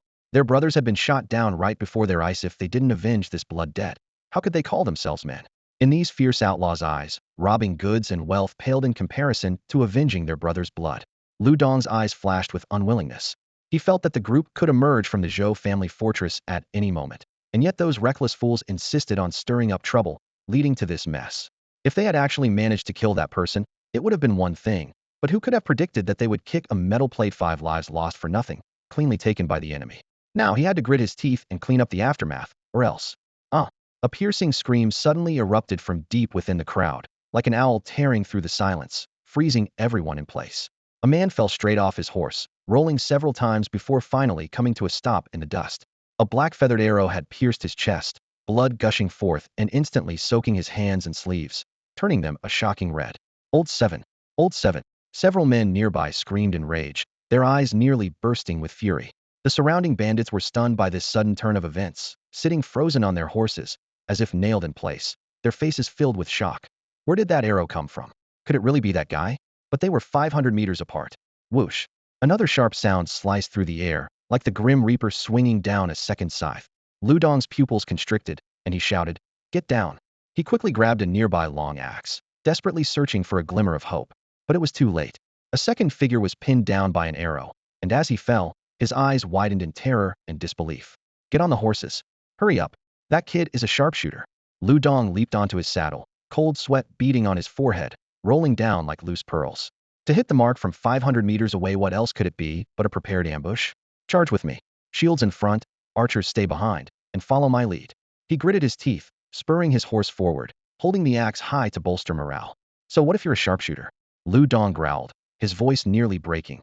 "Do you really think you can take on more than 30 of us by yourself? With an appetite that big, aren't you afraid of bursting or breaking your teeth? Kill. Avenge our brothers. Kill." The remaining 20 or so riders spurred their horses forward, the deafening battle cries echoing around them. The 7th one. Lu Yu's face remained expressionless as he muttered under his breath. At this moment, battle cries thundered all around like raging waves crashing against the shore, making eardrums throb even from 400 to 500 meters away. The ground trembled lightly beneath his feet, shaking even the dust into fine particles that danced in the air. With a thought, Lu Yu activated his eagle eye skill. Warm currents surged into his eyes, instantly dividing the landscape within 700 meters into 2 worlds. Everything nearby appeared crystal clear, while the distance seemed shrouded in mist. The cavalry unit of 25 bandits was charging at full gallop, their figures appearing in slow motion in Lu Yu's vision, the thundering hooves seemingly slowed to half speed. Snap! The bowstring's crisp sound cut through the air as an arrow shot out like lightning. The 3 bandits at the front instinctively raised their round shields overhead, somehow sensing they were the target. However, the arrowhead grazed past their shields and struck straight into the chest of a bandit in the 3rd row. Before his scream could fade, he tumbled from his horse like a torn rag. That bastard! The bandits in the rear ranks erupted in fury, grinding their teeth nearly to powder. That bow of his must weigh at least 200 pounds. How else could he shoot so far? Don't be afraid. Charge forward and turn him into a pincushion with a volley. Killing him like this is too easy. I want to skin him alive. Over a dozen bandits roared in rage, but the real problem soon became apparent. Lu Yu didn't remain in place to shoot again. Instead, he sprinted along a massive arc, his figure skimming across the rocky grassland. If the cavalry wanted to close the distance, they had to constantly change direction. One wrong move, and they'd fall even further behind. Worse still, the shield bearers at the front became useless, leaving everyone completely exposed like prey laid out on a butcher's block. Every 1 to 2 seconds brought the crisp sound of the bowstring, with arrows always striking unexpectedly from diagonal angles. In just 5 or 6 seconds, 3 more men had arrows pierce their chests, tumbling from their horses and dying after brief struggles. Damn it! The remaining bandits howled at the sky in frustration, with nowhere to vent their rage, instead being forced to stretch their formation thin as they pursued breathlessly in an increasingly awkward situation. Don't panic, a deep voice suddenly called from ahead. Running like that, he won't last much longer. Keep chasing. Yes. Everyone seemed to snap awake as if struck by a hammer. Whether sprinting or repeatedly drawing a heavy bow, both would rapidly drain one's stamina, let alone doing both simultaneously. Time ticked by as Lu Yu's arrows continued harvesting lives. Lu Dong, who had led the initial charge, was so anxious his eyes turned red. Over 10 seconds had passed, yet they were still more than 400 meters apart. If this continued, everyone except himself might be picked off one by one like kites in the wind. Can it be that so many of us really can't handle one man? Just as anxiety consumed Lu Dong's heart, inspiration struck like lightning, and wild joy flashed briefly in his eyes. He suddenly reined in his horse and turned back, roaring at the remaining dozen or so men. Put in more effort. That guy's running out of steam. The cavalry unit that had originally numbered over 20 now had fewer than 15 survivors, their eyes showing barely concealed fear.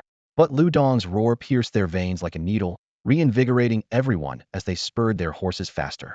Indeed, Lu Yu was truly approaching his limit. His arms could still barely draw the bow, but his chest felt as if licked by flames of fire, each breath bringing piercing pain. He had been sprinting at full speed to create distance, then slowing down to shoot arrows, followed by accelerating again to widen the gap, and slowing down to shoot. At this moment, he felt he had reached the absolute limit of his physical endurance. Then let's break through. Lu Yu steeled his resolve. In an instant, it felt as though shackles within his body were shattered with a thunderous crash, and a torrent of searing energy surged from his heart. His muscles felt as if they were being forged by blazing fire, and his exhaustion crumbled away in moments. He had no time to examine this strange transformation. In just a second or two, the pursuing soldiers had closed to within 50 or 60 meters, their bowstrings singing in unison. Whoosh! 7 or 8 black arrows tore through the air, hurtling toward him. Lu Yu's lips curved into a smile. Scattered shots from over 300 meters away didn't concern him in the least. The next instant, his figure burst forward like an arrow released from its string, once again opening up a gap of more than 10 meters. What? Lu Dong's previously savage grin froze, shock spreading across his face. Wasn't his stamina exhausted? How was he even faster now? An awakener. A chill of fear crept into his heart. Behind them, another agonized scream rang out. 22nd. Lu Yu calmly counted, his gaze sweeping over the remaining 10 bandits as he continued his circular kiting maneuver. Should we really keep chasing? The shield-bearing bandit at the front spoke with a trembling voice. Boss, maybe we should retreat? As their comrades fell one by one, terror gripped them all. Another scream echoed. 23, that should be enough. Lu Yu murmured, suddenly stopping. He raised his bow and locked onto an archer. Twang, the arrow flew, and the enemy toppled backward. 24. He drew his bow again, preparing to claim his next target. With only 8 bandits remaining and even fewer archers among them, Lu Yu judged there was no need to continue the war of attrition. Qin Hai, watching from a distance, widened his eyes. Why had he suddenly stopped his perfectly executed kiting strategy? Lu Dong was also stunned, but quickly grasped the situation and roared, "Charge!" Turning to flee before a master archer would be suicide could only gamble on this assault. Charge! Charge! In a single breath, several warhorses thundered to within 300 meters. Crack! The shield at the front was shattered by an arrow, the projectile piercing through the bandit's chest and dragging his entire body backward through the air. The battle cry had barely begun when another bandit was violently pierced through, hurled into the air along with his shield. Then came the third arrow, the fourth, the fifth. Lu Yu's arms seemed to blur into afterimages, with the next arrow already knocked at his fingertips before the previous one had even left the string. In mere moments, only 3 of the 8 remained. B-Boss. The 2 remaining archers' fingers trembled. Though less than 200 meters away, they somehow couldn't draw their bows. Is this guy a demon? That rate of fire is absolutely terrifying. Kill. Lu Dong turned a deaf ear to everything around him, raising his battle axe high as he charged forward with reckless abandon. His eyes bulged with bloodshot veins, his entire body taut like a drawn bowstring, and the world seemed to freeze in an instant, leaving only him and the enemy before him. There was no way back. At points, Lu Yu's mind flashed like lightning as scorching true qi surged from the depths of his meridians, instantly replenishing his depleted strength. He wiped the sweat from his brow and smoothly drew a heavy arrow from his quiver. The bowstring gleamed coldly as his icy gaze locked onto Lu Dong. This arrow would end everything. The moment the bowstring touched his fingertips, Lu Yu felt obvious resistance, but he used brute force to draw the bow into a full moon. Almost simultaneously, every hair on Lu Dong's body stood on end as an indescribable chill gripped his heart. That aura of death had firmly latched onto him. His target is me? The thought struck him like lightning, and terror overwhelmed him. In the past, countless arrows had sought him out as the charging arrow shield, but he had deflected and shattered them all. The archer before him had been targeting others all along, which had both angered and secretly relieved him. Now, however, the man was doing the exact opposite, saving his most lethal arrow for him. Could this person be certain of a killing blow? No. Impossible. Lu Dong screamed desperately in his heart, but his feet never stopped moving. He sprinted several yards, axe raised high, muscles bulging like coiled dragons, veins protruding. Crack! An explosive sound shattered the air. The arrow transformed into a black shadow hurtling toward his face, its fierce wind scraping his cheek with burning pain. Block it! Lu Dong roared, his arms dropping heavily as the long axe swept forward with tremendous force. Clang! The metallic clash rang sharp and piercing. He had blocked it. But just as joy began to rise, his right arm suddenly went numb, losing all sensation. The long axe flew from his grip, its head shattering into dozens of iron fragments that scattered in all directions. This arrow, there's something strange about it. Before the thought could fully form, howling wind arrived, and his chest shook violently as if pierced by a giant hammer. Looking down, he saw himself lifted from the ground by tremendous force, a gaping hole the size of a bowl torn through his chest. Through the cavity, he could even see the scenery behind him. The arrow had long since vanished without a trace. Perhaps I shouldn't have charged. His thoughts froze as Lu Dong fell backward, all life extinguished. The two remaining bandits witnessed their leader's death with their own eyes, their mouths agape to the limit, but unable to make a sound. The boss is dead? 30-some men reduced to just the two of us in an instant? Before their shock could settle, Lu Yu fired 2 more arrows, pinning both men to the ground. Whoosh! Lu Yu exhaled deeply. His entire body was now soaked as if pulled from water, his battle garments clinging to his skin. The entire fight had lasted less than a minute, yet every step had been razor-sharp. On wrong move would have meant eternal damnation. Fortunately, everything had unfolded within his expectations and control. First, he had used kiting tactics to gradually eliminate most of the enemy force, seizing opportunities to break through and recover his strength. When the enemy numbers dropped below 10, he switched to rapid fire, aiming to eliminate as many opponents as possible in the shortest time. His stamina was nearly depleted, and there was clearly no time to recover through breathing exercises, while the remaining bandits would never give him a moment's respite. Lu Yu simply activated his final enhancement and drew out a heavy arrow he had prepared beforehand. The bowstring vibrated as he first knocked the weapon from the bald bandit's hands, then immediately followed with a second arrow that whistled through the air and pinned the man to the ground. With their leader dead, the remaining bandits turned pale with terror, lost all will to fight, and scattered in all directions. Lu Yu wiped the sweat from his brow, turned toward the northeast, and raised an OK gesture toward the observation point. On the distant hillside, Qin Hai still stared through his binoculars in stunned silence. Only when he saw that gesture did he snap back to reality. One man had single-handedly faced 32 fully armed bandits and completely annihilated them all. Such strength was truly terrifying. He took a deep breath, recalling how he had earlier boasted about fighting alongside Lu Yu, and couldn't help but feel secretly relieved. Thank goodness he hadn't gone along, or he would not only have been useless but would have become a burden, and both of them might have perished by the blade. Even more alarming was that Lu Yu seemed significantly stronger than during their last encounter. Qin Hai's expression grew complex as doubt crept into his mind. Could he really keep up with this guy's pace? As soon as the thought arose, he immediately shook his head to dispel such distractions. Now wasn't the time for such considerations. Zhou family fort wasn't a place to linger. The longer they stayed, the more likely they were to attract unwanted attention.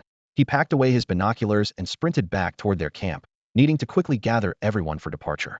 2 kilometers away, Lu Yu figured enough time had passed and looked back at the corpses scattered across the ground, muttering to himself. This could be considered ridding the people of a great menace. If this gang had been allowed to continue their rampage, who knows how many more innocents would have died. Suddenly his eyes lit up.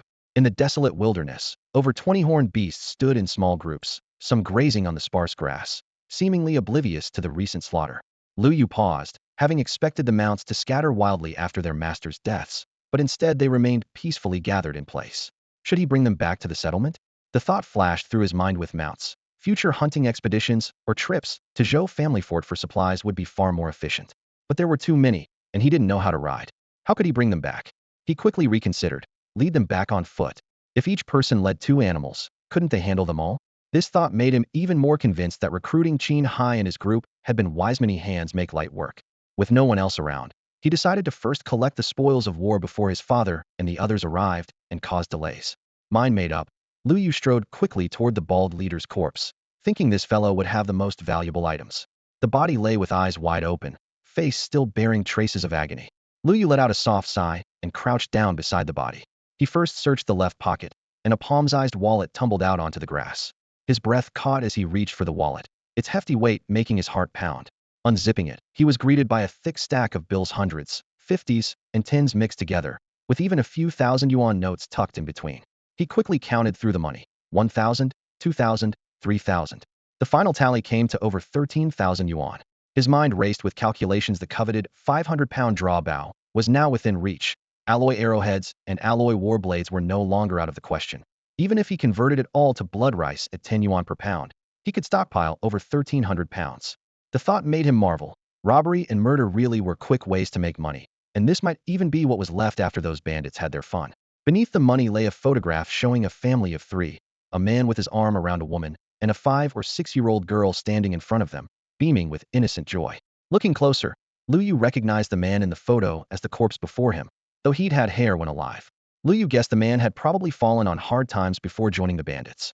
After a moment's hesitation, he pulled out the photograph and gently tucked it between the dead man's stiff fingers, while pocketing the wallet and moving to search the other side of the body. From the other pocket fell a pack of cigarettes, a lighter, and a notebook with a ballpoint pen clipped to its cover. He pocketed the lighter and cigarettes first. That didn't smoke, but they could easily be traded for 20 or 30 pounds of regular rice. Flipping through the notebook, he found most of it filled with dense writing, each page topped with a date. The guy had actually kept a daily diary. Lu Yu raised an eyebrow, thinking that no normal person keeps a diary, though it might contain intelligence about nearby settlements and factions. He'd take it back and study it later. Remembering the binoculars the man had been holding, he carefully searched the shirt pockets, avoiding the bloodstains, and indeed found a pair of folding binoculars along with scattered coins and small bills ranging from 1 to 5 yuan, about 10 yuan total. Even small change was still money. However, after searching the entire body, he found not a single martial arts manual. Lu Yu frowned slightly and double-checked the clothing, boot shafts, and belt, but came up empty-handed. He had to accept that the man simply hadn't been carrying any. With his search complete, he organized his various spoils and tucked them away, mentally calculating. Over 13,000 yuan was enough to cover all his previous expenses and then some. Getting over 10,000 yuan in one go was certainly an unexpected windfall. He stood up and walked over to the 2 corpses nearby. After searching through both men's pockets, the cash totaled only a few $100, quite pitiful compared to what their boss had been carrying. However, their miscellaneous items scattered across the ground. Half a pack of cigarettes, 4 or 5 lighters, a folding knife, and a bottle of unknown seasoning. Lu Yu twisted off the cap, and the aroma of cumin hit him immediately. He raised an eyebrow and muttered to himself. No wonder they're always out and about. Turns out they bring seasoning for outdoor cooking. His continued searching confirmed his suspicion. MSG, salt, sugar, and even a small jar of honey. The bandits' kitchen equipment was quite comprehensive. With too many odds and ends for his hands to carry, he simply tore off one bandit's jacket, tied it into a bundle, and stuffed everything inside along with several scattered short blades and pistols. Naturally, he didn't overlook the valuable weapons either, removing their safeties before tucking them into the bundle.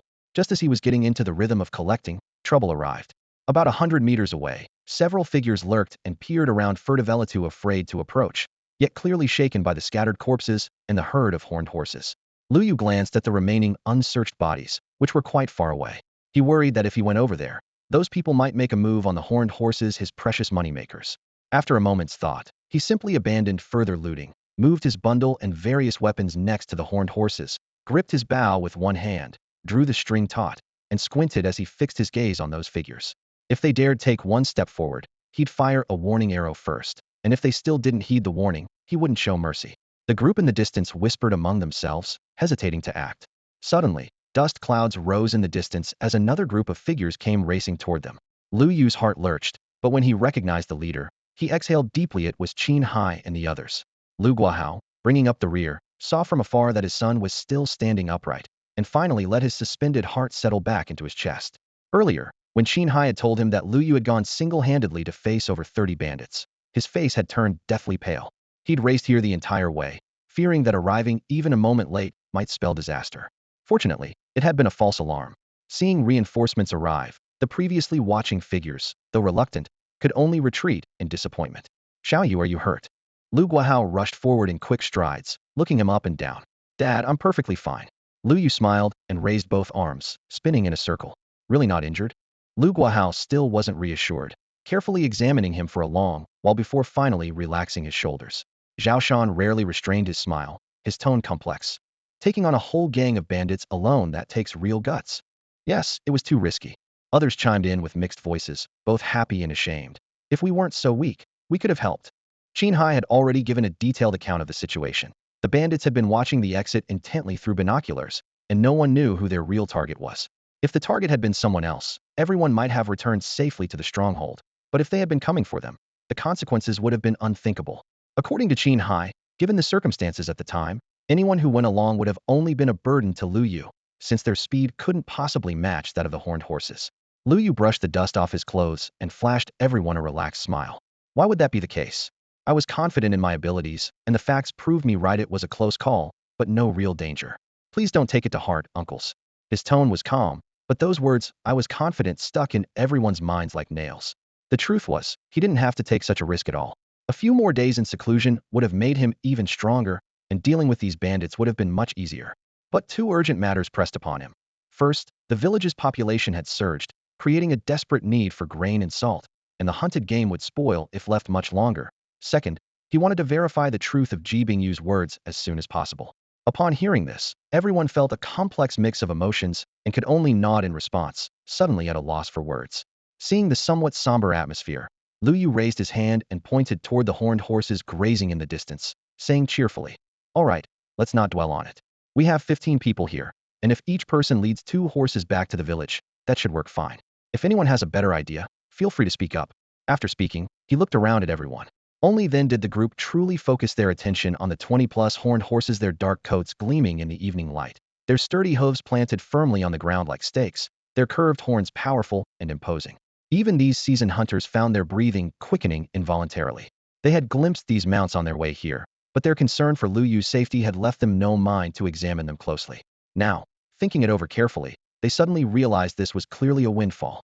Wild horned horses were notoriously untamable, nearly impossible to capture, let alone domesticate for riding.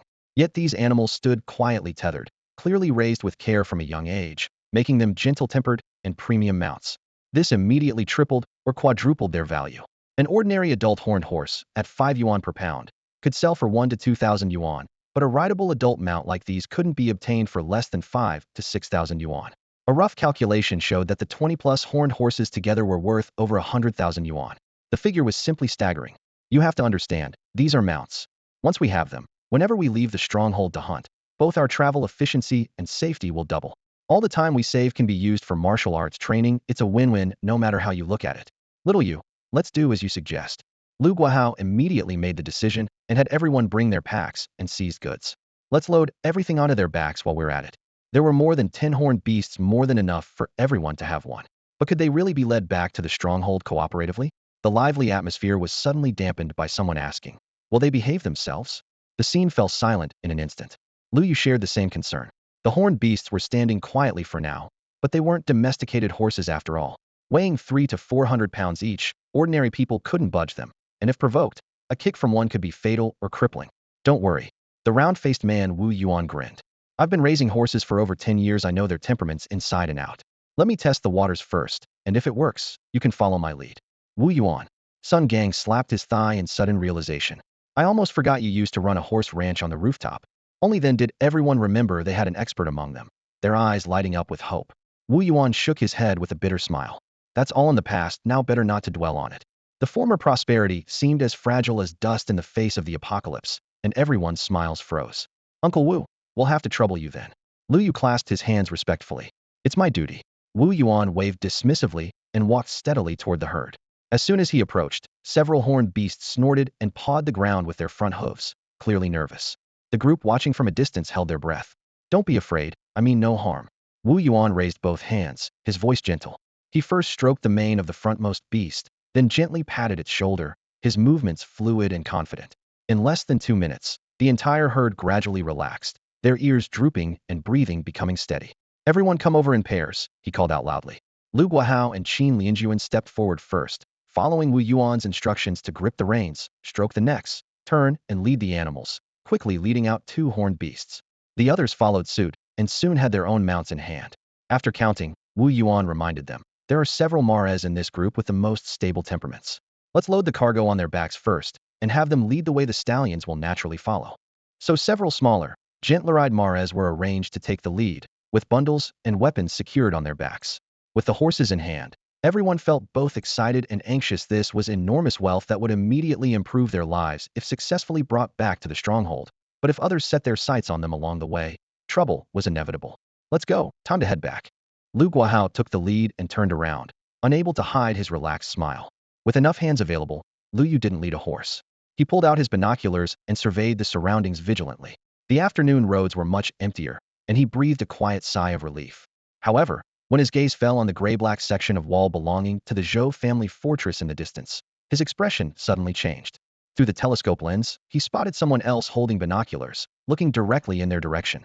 Lu Yu's heart jolted. He pressed closer to the eyepiece for a better look, but the figure had already vanished from the gap in the city wall, leaving only gray brick joints bleaching in the wind. In that brief instant, his face darkened, as if all the blood had been drained from it. What's wrong? Qin Hai, who was right behind him, caught his strange behavior and asked in a low voice, tilting his head. The people ahead were still immersed in the excitement of their bountiful harvest, completely oblivious to the conversation between the two who had fallen behind. Oh, nothing. Lu Yu lowered the telescope and shook his head, forcing himself to appear calm. Qin Hai still stared at him suspiciously, his brow slightly furrowed. Instinct told him that Lu Yu had definitely discovered something, but didn't want to reveal it. Lu Yu had no mind to explain, his thoughts racing. When exactly had that guard on the city wall started watching them? Was it when he single-handedly fought the bandits? When they were collecting the spoils? Or when his companions came to regroup? Regardless of which, it all spelled trouble. Don't flaunt your wealth. This saying was an iron rule in the post-apocalyptic world. If it were just ordinary passers-by who had seen them, that would be one thing. But that person was clearly wearing the uniform of Zhou family fort guards. Different positions meant different intentions.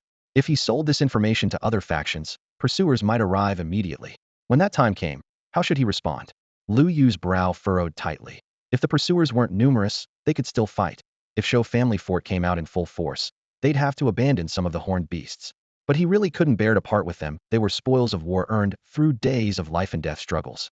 Unfortunately, Zhou family fort had formidable firepower, with everyone carrying rifles, and rumors spoke of sniper rifles and machine guns. If it really came to a fight, no matter how skilled he was, he could only surrender. Even if no one pursued them this time, they'd have to avoid Zhou family fort in the future. He thought of the next transaction he'd arranged with that old man who sold martial arts techniques, and resentment welled up in his heart. It wasn't completely impossible to go everyone wore face coverings, so the guard might not remember their faces, but a large group appearing suddenly would definitely arouse suspicion. From now on, bulk goods like horned beasts would have to be traded elsewhere. He could still sneak in alone to find the old man to buy martial arts, but he'd have to be much more cautious. I hope no one comes after us. Lu Yu sighed inwardly, raising the telescope toward the city wall again. It was empty. Rewinding several minutes. On the towering gray walls of Zhou family fort, cold wind howled. A man holding binoculars, Su Chengwei, suddenly froze, his pupils contracting sharply. He felt like prey being stalked by a predator, his heart pounding wildly as he spun around and pressed his back against the wall, his shoulders heaving violently. That guy saw me. He definitely saw me. Su Chengwei, what's wrong with you? A sharp-chinned guard holding a rifle nearby poked his head over to look at him, eyes full of confusion. Yeah, your face is as pale as a corpse. Did you see something you shouldn't have? More guards gathered around, their gun barrels pointing downward, their gazes concerned. No, nothing. Su Chengwei's voice was hoarse. You look like this and still say it's nothing? The sharp-chinned guard frowned impressed. What did you see? Speak up. I saw bandits killing people. Su Chengwei swallowed hard, his voice trembling with an echo-like quality. Damn those animals. I really want to charge out there and blow them away with one shot. The young guard under the watchtower gripped his rifle stock tightly, his jaw clenched. Another man immediately lowered his voice and shook his head. It's no use. Those guys are cunning as hell, and they've got binoculars too. The moment we show ourselves, we're exposed, and they'll be gone faster than you can blink. Several guards muttered angrily among themselves.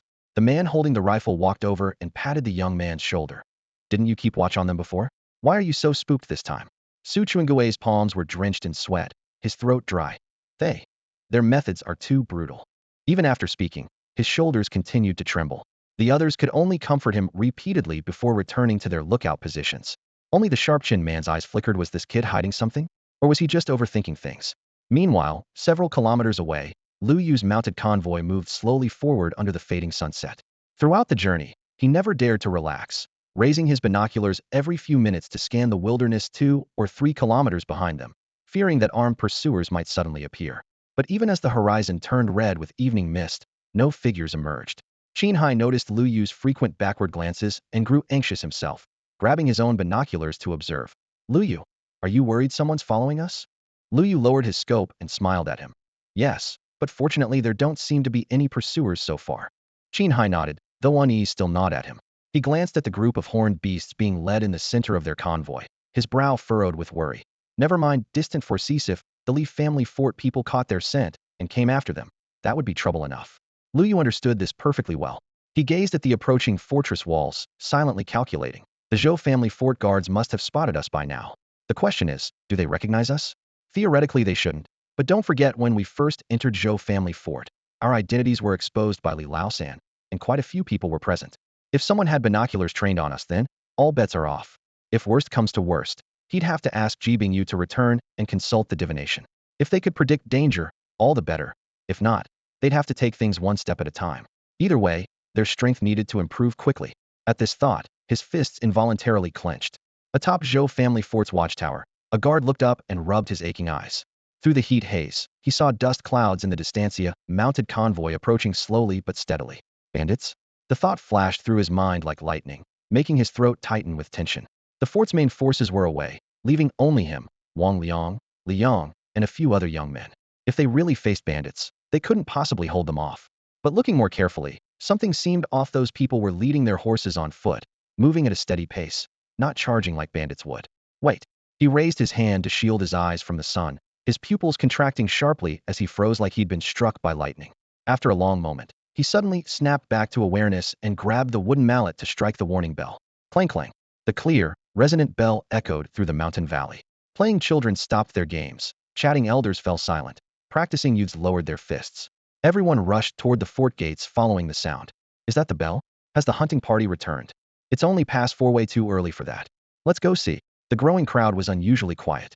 Li Yang and Wang Liang, being slower to react, arrived last. What's going on? Why is everyone crowding at the gate without saying anything? Li Yang muttered. Did Brother Yu and the others come back? Several people pushed and shoved their way to the front. Looking over the heads of the crowd, their mouths instantly dropped open in perfect O shapes, as if they could fit an entire egg inside. They immediately joined the ranks of the stunned onlookers. Wang Liang's frown deepened as he limped to the very front, finally getting a clear view of the scene outside the gates. The next second, his eyes widened dramatically, his pupils frozen in place. In that moment, the entire fortress seemed under a spell, frozen in time. Hey, looks like everyone's gathering around. That's right, they're all staring at us. Look at them with their eyes wide as saucers, full of amazement. Haha, they must be shocked seeing us bring back so many horned horses that their jaws are about to drop. The team continued advancing toward the settlement, dust swirling in the sunlight behind them. Lu Guahao and the others straightened their backs, wearing proud smiles, but everyone understood all 25 horned horses were the spoils of Lu Yu's single-handed victory. Yet the companions felt equally triumphant, as if even the dust on their bodies sparkled. As the distance gradually closed, the crowd could no longer contain themselves, and voices of discussion rose one after another. My God, am I seeing this right? Is that Guahao and his team? Must be them, who else could it be? But where did they get so many horned horses? A young man at the front squinted and counted. 1, 2, 3, 25. By the end, his voice trembled. A full 25 horned horses. How much must these be worth? Someone stammered excitedly. Amid the steady thudding of hooves, a middle-aged man suddenly shouted. Look closely. They have saddles and reins on them meant for riding. What? Rideable horned horses? The exclamation rolled like thunder, and the entire scene fell silent except for heavy breathing. Wang Liang stood in the center of the crowd, his heart surging. These were mounts. 10 years ago, no one would have compared mounts to modern transportation, but now the situation had completely changed. The wilderness had become the domain of fierce beasts. Highways and railways had been torn beyond recognition and buried in wild grass. To travel far, one could only use high clearance, powerful vehicles, or risk breaking down halfway. Mounts that needed no gasoline, were faster, and had greater endurance were like mobile treasures. He looked up at the horned horses. How on earth did Guahao and the others get these? At the edge of the crowd, the black-haired woman Ji Bingyu also widened her eyes, but faster than most. She connected the dots. These uniformly saddled horned horses likely had only one origin, those horse bandits. At this thought, her heart trembled, but her lips curved upward. When the hunting party had departed that morning, she had been worried, could Lu Yu and the others really stand against more than 30 vicious horse bandits? Now the answer lay before her. Lu Yu had not only brought everyone back safely, but had also routed the bandits and seized over 20 mounts.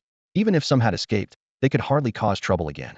The cheering grew louder as Lu Guahao, leading his horned horse, was the first to step onto the hard ground before the settlement. We're back. Sorry to keep everyone waiting. The crowd fell silent for a moment, then erupted in thunderous cheers, as if saluting returning heroes.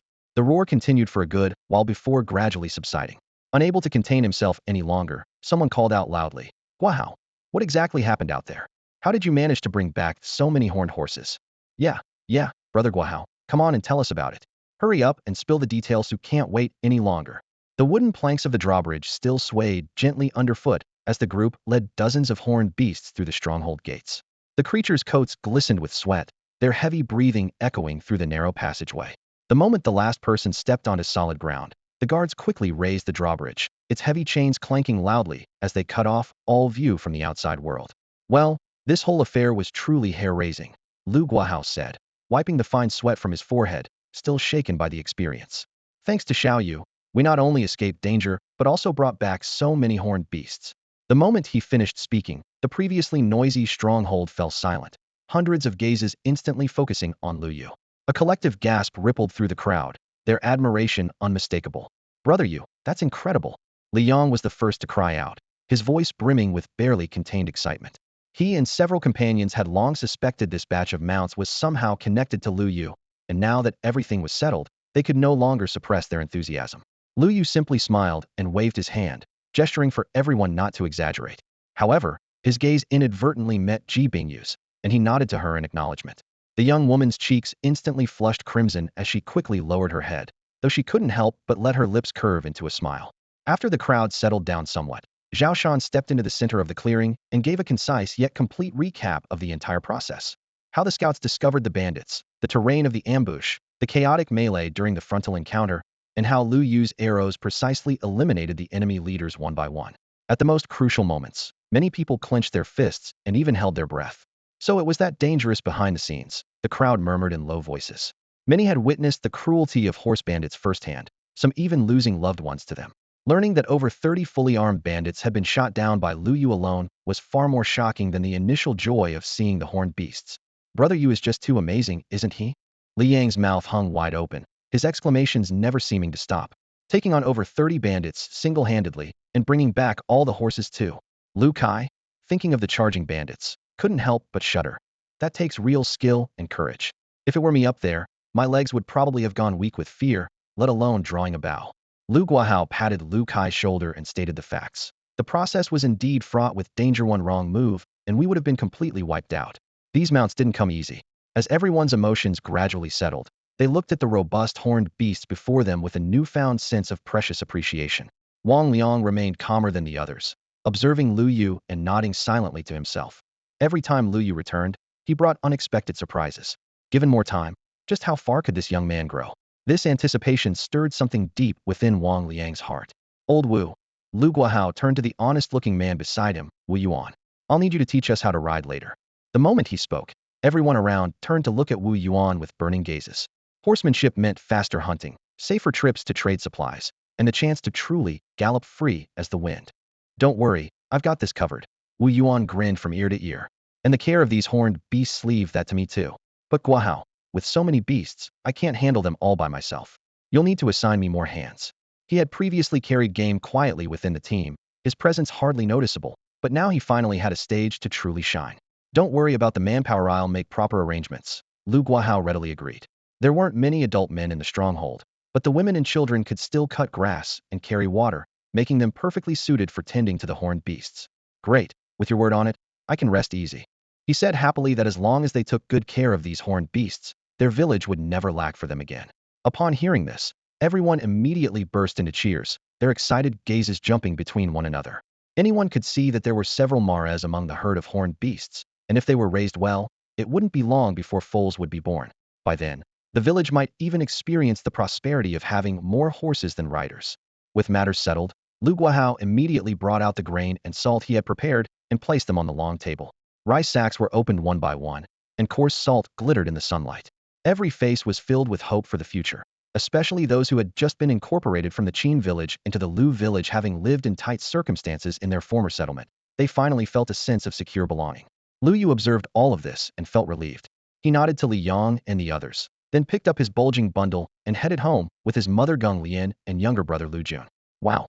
The moment he pushed open the door, Lu Jun froze. The table was piled high with various items: knives, toilet paper, nail clippers, lighters, matches, seasonings, as well as anti-inflammatory and fever-reducing medicines. The dazzling array of supplies made his pupils dilate, like stars suddenly blooming in the night sky. Geng Lian instinctively covered her mouth, shock and joy simultaneously filling her eyes. These things had been commonplace 10 years ago, but now, confined to the camp with scarce resources, any one of them was precious as treasure. Xiao Yu, did all these come from those bandits? Geng Lian asked, both happy and frightened, her gaze fixed on her son's face. Yes. Lu Yu nodded with a smile. Mom, pick what you need, and I'll take the rest to give away. Uncle Wang must get a share, and so must Ji Bingyu, plus Li Yang, Lu Kai, and the others. Everyone should get something. Geng Lian efficiently sorted through the items, ultimately taking nearly half, saying with a smile, this will do. Take the rest to give away. All right, Mom, this is for you. Lu Yu pulled 2 bars of soap from another bag. Oh my! Geng Lian's eyes immediately lit up. Little brother, these are for you. Lu Yu then produced Chinese chess, Go, and playing cards. Wow! Chinese chess, Go, and playing cards. Lu Jun danced with excitement. Xiao Yu, weren't these expensive? Geng Lian was still somewhat worried, as they looked almost brand new. This money could have bought quite a lot of rice. They didn't cost much, don't worry. Lu Yu patted his brother's head and said to his mother, I'll be back later. Oh, and Dad seems to have bought you something too. Really? Geng Lian was both nervous and expectant. Stuffing the remaining supplies back into his bag, Lu Yu shouldered the bundle and left home. After a moment's thought, he decided to visit Ji Bingyu first. That happened to have something he needed her help with. The gate to the Ji family courtyard was slightly ajar, and faint footsteps could be heard from inside. Ahem. Lu Yu coughed softly. Miss Ji Bingyu, are you there? Ah, yes, came a hurried female voice from inside, and a slender figure quickly ran to the door. I brought you some things. May I come in? Lu Yu smiled, indicating the bag in his hand. Please come in. Ji Bingyu quickly stepped aside, her pretty face flushing red. Lu Yu walked to the table, set down his bundle, opened it in front of her, and made a welcoming gesture. Please, take whatever you like. Ah. Ji Bingyu didn't react immediately, her gaze falling on the small items, instantly captivated. She could tell most of them were used goods, many showing signs of wear, but she didn't mind. Besides that, she even spotted some seasonings. These, can I really pick whatever I want? She clutched the corner of her clothes, cautiously lifting her head. Absolutely, go ahead and pick whatever you like. Lu Yu's tone was firm as he nodded without hesitation. Ji Bingyu quietly took a deep breath before reaching toward the table. After hesitating for a long while, she picked up a palm-sized bronze mirror and grabbed a well-sealed jar of sugar. All right, that's good, she said softly, a hint of shyness flickering in her eyes. Lu Yu smiled helplessly, then bent down to open his pack, pulling out item after item: dried meat, candles, medicinal powder, flint. Before long, the table was completely packed. Okay, that's really enough. Lu Yu, don't take out any more. Seeing him continue, Ji Bingyu anxiously reached out to stop him. I really don't need this much. You should give these to other people. It's fine, just keep them. Lu Yu replied while pulling out 2 more items before finally stopping. More than 10 items were piled on the table. Ji Bingyu gazed at those rare daily necessities, her cheeks quickly flushing pink. This is really too much. There's also this. Lu Yu pulled a pale pink bar of soap from his pocket and handed it over. For you. What is this? Her eyes immediately lit up, barely able to contain her excitement. Yet she asked timidly, is this really for me? But I've already taken so much. This is nothing. Lu Yu chuckled. If it weren't for your warning this time, how could we have turned danger into safety and gained such rich rewards? Next time I go to trade for supplies, if there's anything you want, just tell me and I'll buy it for you. Oh, no, that's not necessary. These things are already so valuable. How could I let you spend more money? Ji Bingyu shook her head repeatedly. She understood that Lu Yu risked his life every time he went hunting, and these supplies were earned with his blood and sweat. Lu Yu said nothing more and directly pulled out a thick stack of bills from his waist pouch, slapping them down on the table with a thud. Ji Bingyu froze, her gaze glued to that thick bundle of cash, standing there as if struck by lightning. What is this? Found it on the bandits.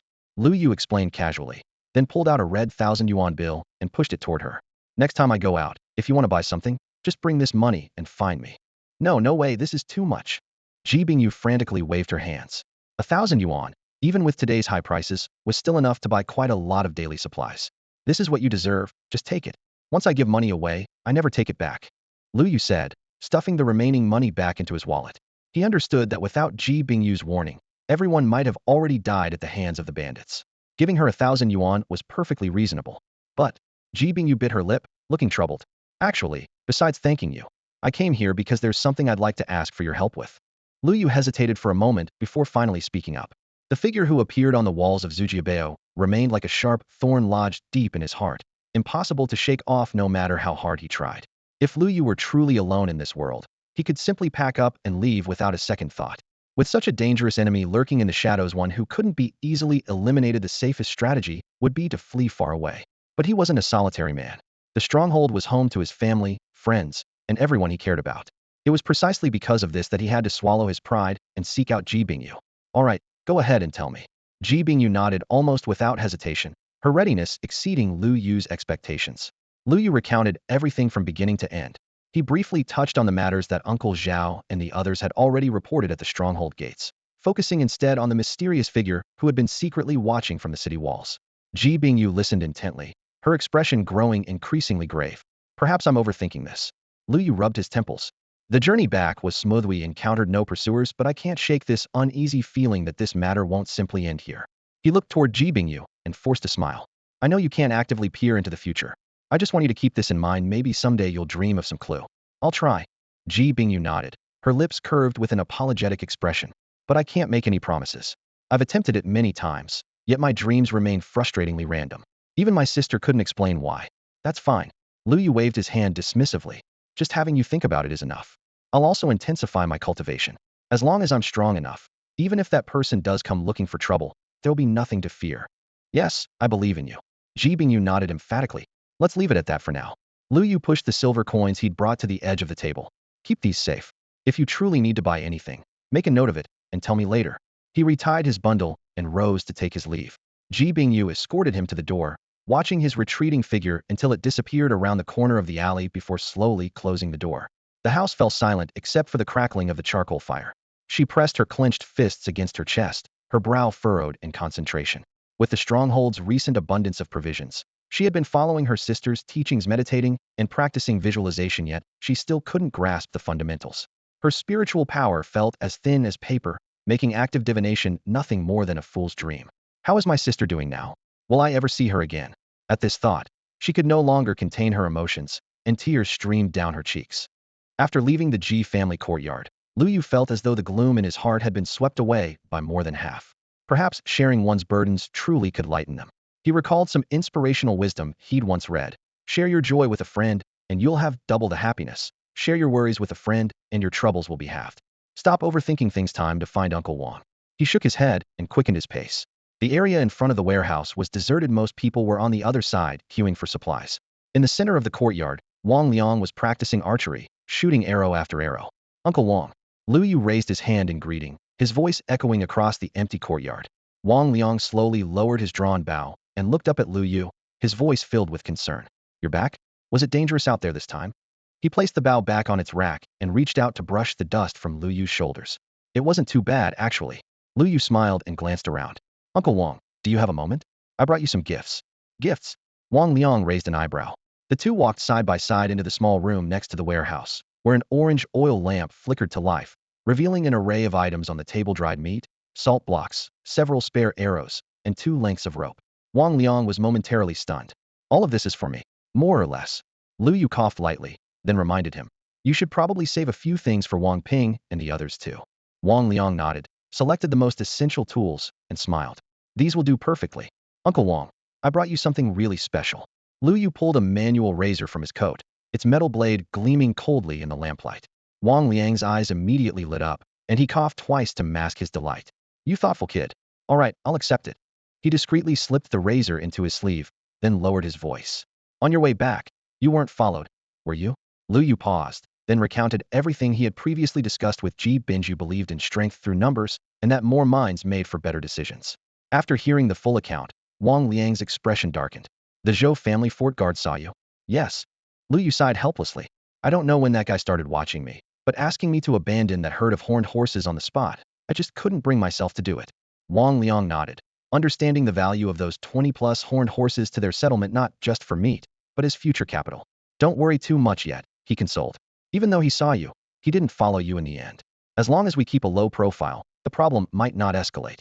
But Lu Yu shook his head and recounted their encounter with Li Laosan's group at the fort entrance, how their identities had been exposed. Everyone around was staring at us. I'm worried that person on the wall heard our conversation too. Wang Liang's expression grew even grimmer. In the post-apocalyptic world, human nature was unpredictable, and rare resources were the greatest source of trouble. Uncle Wang, I was afraid of being followed the entire way back, but no one showed up. Lu Yu lowered his voice. If that person really knows our situation, it would explain a lot of things. The atmosphere in the room grew heavy. I'm thinking we should move everyone from our settlement back to Qin family fort. Lu Yu smiled bitterly. The plan was troublesome, but seemed the safest option, though I'm not sure how long we could hold out there. Wang Liang pondered for a moment, then shook his head. I'm afraid that won't work. Qin family fort can only accommodate 60 to 70 people at most.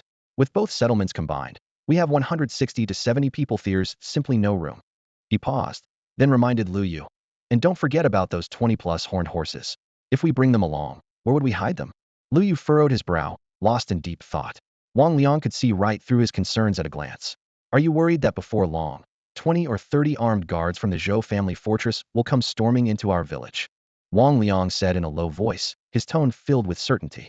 But have you considered that complex terrain actually works in favor of us martial artists? Lu Yu looked up, a flash of surprise crossing his eyes. Wang Liang continued his explanation.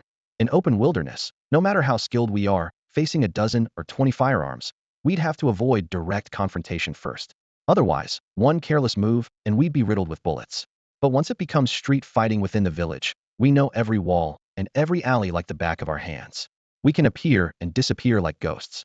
As his words fell, a cold gleam flashed in his eyes, sharp as a blade. Lu Yu immediately understood his intention. Since ancient times, street fighting has been the most difficult and brutal form of combat, and it's precisely in such environments that a martial artist's formidable physique can be utilized to its fullest extent. Of course, no one could rule out the possibility that there might also be martial artists among the Zhou family fortress guards. If there truly were skilled gunmen among their ranks, the situation would become much more troublesome. Don't worry, Wang Liang spoke steadily. My strength has recovered almost completely. As long as the enemy doesn't have true force-penetrating martial artists, anyone who dares step foot within the village boundaries won't be leaving alive. What? Lu Yu couldn't hide his shock. He knew Wang Liang was currently still at the Hidden Force realm, yet with just Hidden Force cultivation, he dared make such bold claims. Clearly, he was brimming with confidence. Seeing this, Wang Liang softened his tone. As for the other people in the village, don't worry about them either. Every household has underground tunnels used for hiding from fierce beasts. Once a large group of armed guards approaches, all the civilians will go into the tunnels, and the entire village will become a battlefield between me and them. As he said this, his eyes blazed with intensity, faintly revealing his fighting spirit. Although one of his legs had been injured, his short-distance charges were still swift and fierce. As long as targets were within several dozen meters, regardless of whether they were fully armed or had reached the third level of body tempering, once his hidden weapons were deployed, they would be lethal enough to kill instantly. Lu Yu's heart stirred as he seemed to see a dark shadow moving through the night. A cold flash appearing before enemies' throats were already struck. That was the terrifying killing intent that only force-penetrating martial artists could possess. Even he himself would find it difficult to defend against such an ambush. Uncle Wang. Lu Yu was about to express his gratitude when Wang Liang waved his hand to interrupt. Don't bother with such formalities. I'm also part of Lu family village. This is what I should be doing. He patted the quiver on his back, his tone taking on a more heroic quality. This time you've brought back a batch of horned horses. Once my archery improves a bit more, I'll go out hunting with you all. Hearing these words, Lu Yu's smile grew even brighter, and for a moment he didn't know what to say. Wang Liang gazed at Lu Yu, who wore a slight smile at the corner of his mouth, and couldn't help but sigh inwardly. Nearly all the burdens of the entire settlement now rested on this young man's shoulders. The elderly who could no longer toil in the vegetable gardens, the women cradling infants, and even the hunting team members who followed him into the mountains daily all depended on Lu Yu to keep their lives going. If this had been 10 years ago or even just 3 years ago when he encountered such a good person who shared hard-earned resources with others, he would have certainly cursed him as a fool under his breath. In the apocalypse, where survival meant living on the edge of a blade, every grain of food had to be guarded jealously. What else could sharing it be but stupidity?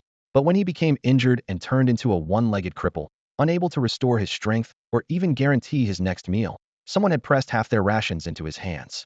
In that moment, he realized how shallow his past thinking had been. Was such a person really foolish? After his injuries to bones and tendons, his chi circulation had finally recovered most of its strength. Though one leg held him back and his overall combat ability was diminished, he could still handle martial artists below the force infusion realm with ease. Once he honed his archery skills further, he could accompany Lu Yu into the mountains and share some of the young man's burden. Uncle Wang.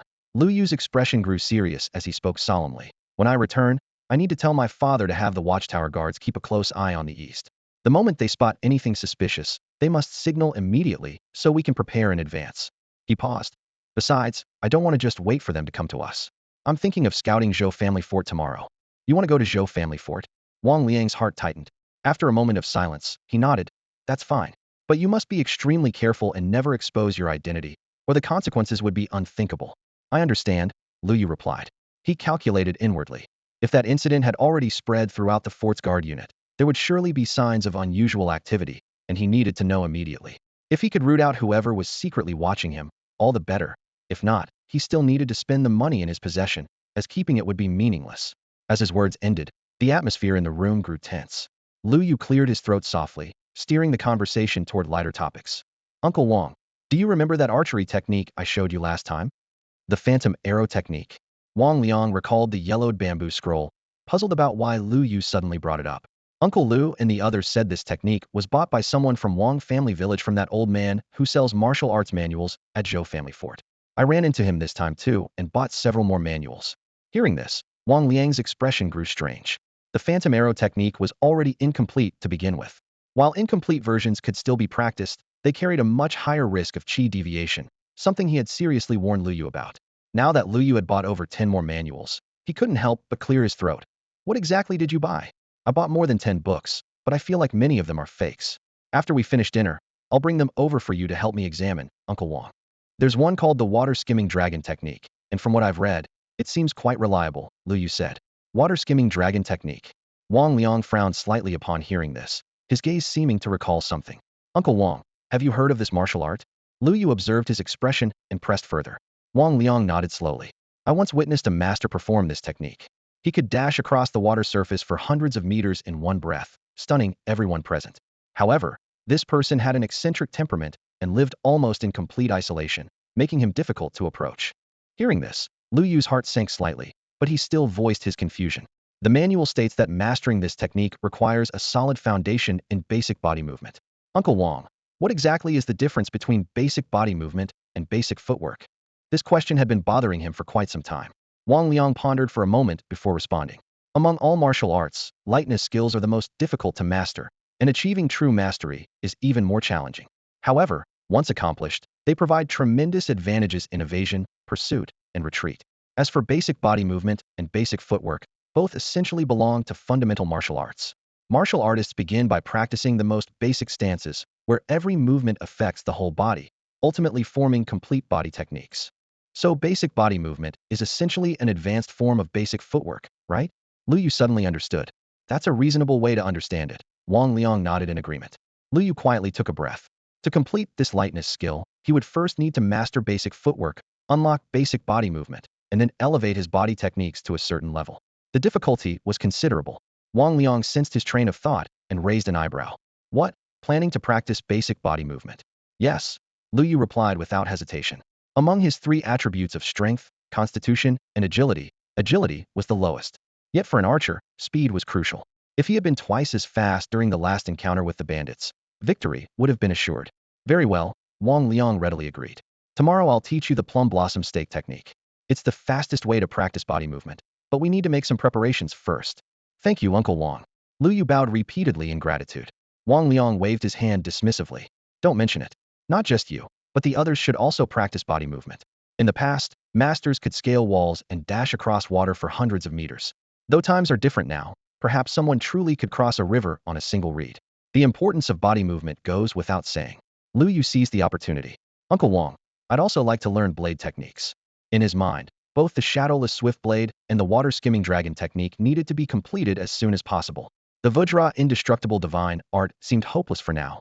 While basic blade techniques were easy to begin with, just a few swings could unlock Themto progress rapidly. He still needed Wang Liang's guidance, so he might as well bring it up together. Fine, Wang Liang nodded again. If it were anyone else, he would certainly frown and advise against biting off more than one could chew. But when it came to Lu Yu, he had grown accustomed to such requests. As evening approached and hunger pangs began to gnaw at his stomach, Lu Yu left his pack behind and decided to head back for dinner first, planning to return later to practice basic blade techniques. The shadows of trees lining the mountain path stretched long under the setting sun, while the mountain breeze carried scents of blood and dust that he left in his wake. Suppressing the restless energy that lingered from today's battle, he quickly calculated his schedule. After returning from the Zhou family fortress tomorrow, he would begin practicing basic movement techniques, striving to complete both the shadowless Swiftblade and the water-skimming lightness skill as soon as possible. Of course, the most important archery practice couldn't be neglected either. He had a strong intuition that the new attribute of basic archery was about to unlock. Besides that, both Tai Chi and Phantom Arrow techniques also needed improvement, but experience points were like money, never enough to go around. With this thought, he opened his attribute panel. During the entire journey, he hadn't had a chance to examine it closely, but now he could finally focus. Realm, Early Flesh Refinement. Level 9. Constitution, 92.13. Strength, 79.50. Agility, 45.33. Spirit, 17.15. Potential points, 68. Experience points, 560. 560 experience points. Lu Yu raised an eyebrow, having expected at most 200 or 300. After checking the detailed records, everything became clear. The lowest cultivation level among the bandits was Body Tempering First Stage, each contributing 10-20 experience points. 5 or 6 had reached Body Tempering Second Stage, providing 20-30 points each. As for that bald brute at Body Tempering Third Stage, he alone contributed a whopping 43 points. These guys weren't just loaded with silver, they were fat with experience too. He felt secretly pleased, harboring no guilt about killing them, and even entertained the idea of specifically hunting bandits in the future once his strength improved further. Looking further up, he noticed his daily potential point gain had increased from 7 to 10 points. The bonus from breaking through realms was within expectations. If he could advance from early to middle and late flesh refinement stages, the speed would certainly increase. However, following the rule that each attribute enhancement required 200 potential points, this growth rate still felt inadequate. To become stronger quickly, he ultimately had to rely on experience points. Constitution 92, Strength 79, Agility 45, Spirit 17. Lu Yu stared at the Spirit attribute and couldn't help complaining. Way too low. Although 17 points was nearly double that of an ordinary person, compared to his Constitution approaching 100, it was pitiful. Tomorrow at the Zhou family fortress, he'd have to ask that old man if he had any techniques for improving mental strength. If he ever faced an awakened one skilled in mind control, weak spirit would be a serious disadvantage. Waith suddenly noticed something odd. His gaze locked onto the Constitution attribute. Something's not right. He clearly remembered his Constitution was only 69 when he left the stronghold, 70 at most. By normal calculations, one breakthrough plus one enhancement should have brought it to around 85, yet now it had somehow gained an extra 7 points. Had the improvement rate increased?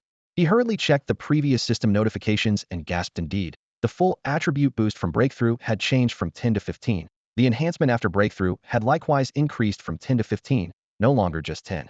A conclusion was becoming increasingly clear. The higher one's realm, the greater the attribute enhancement from body strengthening. It seemed that suppressing one's realm might not necessarily be a good thing. He scratched his head, his brow furrowed in deep thought. Undoubtedly, as body strengthening levels continued to climb, each subsequent improvement would require more potential points. With the same amount of potential points, it was naturally more cost-effective to exchange them for attributes at higher realms. In this light, breaking through to higher realms seemed to be the right path. However, to achieve a breakthrough, one's attributes must first reach a fixed threshold. At this stage, aside from directly strengthening the body, the main approach was cultivating martial arts techniques. Basic martial arts relied on diligent practice, while advanced techniques required greater resource investment. Lu Yu calculated in his mind. When exhausted from training, he should let his stamina recover naturally. Otherwise, forcing himself to continue would waste potential points. Steadily improving attributes through martial arts was the most practical method. Of course, when truly facing danger, potential points should still be used when necessary. The sun gradually set behind the western mountains, its afterglow swallowed by the approaching night as darkness slowly enveloped the earth.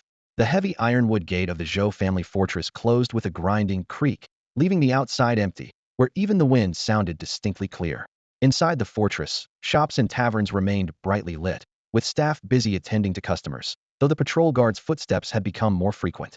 They carried lanterns and wielded blades, occasionally stopping passers-by to verify their tokens before allowing passage. On the stone steps before the Sea Dragon Martial Hall, firelight illuminated 3 to 5 men emerging in white training uniforms. Their uniforms were soaked dark gray with sweat at the shoulders and back, outlining their solid muscles and burning vitality. Passers-by instinctively made way upon seeing this group from afar, casting envious and even fervent glances their way. After all, the Sea Dragon Martial Hall wasn't accessible to just anyone there. One could learn genuine killing techniques, though the tuition was equally frightening. Even these students often found their pockets emptied. This month isn't even half over, and I've already spent all the money from selling those 5 or 6 wasteland rabbits. The young man on the far left complained bitterly, fanning himself with the hem of his training uniform. How much could 6 wasteland rabbits possibly sell for? Less than 2 coins per pound. Those few of yours would fetch 600 at most. Another person beside him curled his lip, waving his large hand with helplessness in his voice. Last time I finally managed to hunt a 300-pound horned horse, sold it for over 1,000. But by today, I only have a few hundred left. Whether I can make it to month's end is questionable. A third person chimed in, counting on his fingers in a low voice. Our Martial Hall's meals are really expensive. The basic set costs 30, medium 50, and the best 100. Who wants to eat the worst every day? At least we should choose the medium option. Do you think the Martial Hall's meals are really worth that much money? As his voice fell, the group's previous chatter suddenly ceased. Several pairs of eyes simultaneously scanned their surroundings, confirming that no senior brother was nearby, before all focusing on the questioner. Brother Sue, you shouldn't say such things carelessly. If the senior brother hears you, he'll definitely kick you out, someone reminded in a lowered voice. Exactly. There's only this one martial hall in the Zhou family fortress. It's impossible to learn authentic martial arts anywhere else, another student added quietly. They looked around at each other, confirming safety before continuing. I heard that medicinal cuisine uses the master's exclusive recipe, requiring many precious herbs and fierce beast meat, which is why it's so expensive. The most basic set meal doesn't include any medicinal cuisine at all. Right. The best set meal at 100 coins per serving. Who knows how effective it is? Look at our second senior brother, about our age, already at the flesh refinement realm, now capable of hunting intermediate fierce beasts single-handedly. The student called Su Jie chuckled after hearing this, waving his hand. I was just joking with you guys. I wouldn't bother saying this to outsiders. Huh. Everyone burst into laughter. The group parted ways at the alley entrance, and Su Jie turned left, walking about 10 meters before arriving at a residential building. This old building was only 3 or 4 stories high, housing about 10 families crammed together. The walls were so thin they barely blocked any sound, and as he approached, he could hear the cacophony of television noise and arguments from inside. Su Jie frowned and walked straight toward the concrete staircase on the far right. It didn't even have handrails, and chunks of concrete had crumbled from the edges. He climbed the narrow steps slowly and steadily, his footsteps light but sure. Reaching the 3rd floor, he stopped at the second door from the right and knocked. Coming, came a woman's voice from inside, her footsteps growing closer. The door opened to reveal a tall, slender young woman in her early 20s with a bright smile. Honey, you're back. I've kept the food warm. We're just waiting for you to start dinner. Su Jie responded coolly, his gaze briefly sweeping over her delicate features without stirring any emotion. With property in Zujiabao under his belt, pretty girls were nothing special to him. He asked offhandedly. Chungue isn't back yet? As he stepped inside, his eyes quickly scanning the surroundings. Not yet, Liao Qi replied carefully. But he should be here any moment. Then we'll wait for him. Su Jie casually closed the door behind him and walked further into the room, while Liao Qi stood somewhat awkwardly by the entrance. Suddenly, hurried footsteps echoed in the hallway. The next moment, a young man rushed to the doorway, hands on his knees, gasping for breath. Chungue. Liao Qi was stunned and quickly asked, What happened? Why are you? Before she could finish, Su Chungue interrupted. Where's my brother? Is he back? He just arrived, he's inside. Upon hearing this, Su Chungue's face immediately lit up with joy, and he rushed into the room like a gust of wind, slamming the door shut with a bang. Inside, Su Jie was hunched over studying a martial arts manual when he was startled by the sudden entrance. Seeing it was his younger brother, he smiled slightly. Chungue, you're a grown man now. Why are you still so reckless? Brother, something huge has happened. Su Chungue lowered his voice, his expression more serious than ever before. Something huge? What happened? Su Jie asked, puzzled. Su Chungue, he quickly moved closer and sat down on a stool, his voice low and grave. Brother, those bandits outside the city all been wiped out. Not a single one was left alive. What? Su Jie exclaimed in shock. He knew the strength of that bandit group all too well. Their leader was at the third level of body tempering, just like him, and with over 30 subordinates. Even their hunting expeditions required extreme caution. They had only been grateful that the bandits targeted outsiders. Now they had all been eliminated? Chungae, how did you find out about this? Su Jie still harbored doubts and couldn't quite believe the news. A smug expression crossed Su Chuangue's face as he said, "How do I know? I witnessed it with my own eyes, over 30 bandits, all wiped out by a single archer with incredible skill." Su Jie stood frozen, his Adam's apple bobbing as he struggled to find words. One person taking down an entire bandit gang? It seemed impossible to believe. "Brother, I know it's hard to believe, but it's true." Su Chungue's tone grew serious as he recounted every detail of the ambush he'd stumbled upon in the mountain pass. Over 30 bandits had gathered at the forest's edge, having just divided their loot, when an arrow suddenly whistled through the air, piercing the leader's throat on the spot. Then arrows fell like a torrential downpour within mere moments. All the bandits lay in pools of blood, never even getting a chance to fight back. Su Jie felt his hair stand on end and couldn't help but gasp. He knew his brother could be careless, but he rarely lied, and this account was so clear and detailed it didn't sound fabricated. But the problem was, according to what you're saying, that person used a bow with a maximum range of 500 meters and a draw weight of about 200 pounds, which would put them at body tempering third level, at most early flesh refinement stage. Su Jie frowned in thought. With that level of strength, how could one person take on an entire bandit gang? Su Chungue licked his lips and added a crucial piece of intelligence. When that person finished up, they led away all the bandits' mounts, about 20 horned horse beasts. Ah. Su Jie's eyes instantly turned. Rita, a rideable horned horse beast sold for 3 to 4 times the price of an ordinary horned horse. 20 of them would be worth at least 100,000. When he partnered with others for hunting, he made 4 to 5,000 a month, 7 to 8,000 on good days. On bad days, he nearly lost his life. 100,000 was equivalent to 2 years of blood and sweat. At this thought, he let out a long sigh. He suddenly slapped his thigh. What happened next? Didn't you tell Captain Zhang? Those people leading horses would definitely move slowly if our patrol team's 20 or 30 guns opened fire. Even with a master archer, they couldn't turn the tables. Captain Zhang went to Anshan City. Su Chungue's face fell. The deputy captain is in charge now, but that guy's too arrogant. If I reported to him, it probably wouldn't lead anywhere. Su Jie shook his head. No matter how much you dislike Wang Deji, it's better than watching a fortune slip away. You provided the information could casually reward you with 1 or 2 horned horses. That's 3 to 4,000. Just then, a mysterious smile played at the corners of Su Chungue's mouth. Seeing this, Su Jie was speechless. You little rascal, you're still in the mood to smile. Brother, Su Chungue lowered his voice. What if I told you I know the identity of those people? What? Su Jie's heart jolted, his voice trembling. Chungue, you're not pulling my leg, are you? Su Chungue pouted in dissatisfaction. Brother, do you really think I'm that unreliable? No, of course not, Su Jie quickly urged. Come on, Chungue, we don't have time for games. Just tell me, who are these people? Where did they come from? Holding the kettle, Su Chungue at first glanced up at the roof tiles, then looked around cautiously before lowering his voice. They're from Lujia village. Lujia village.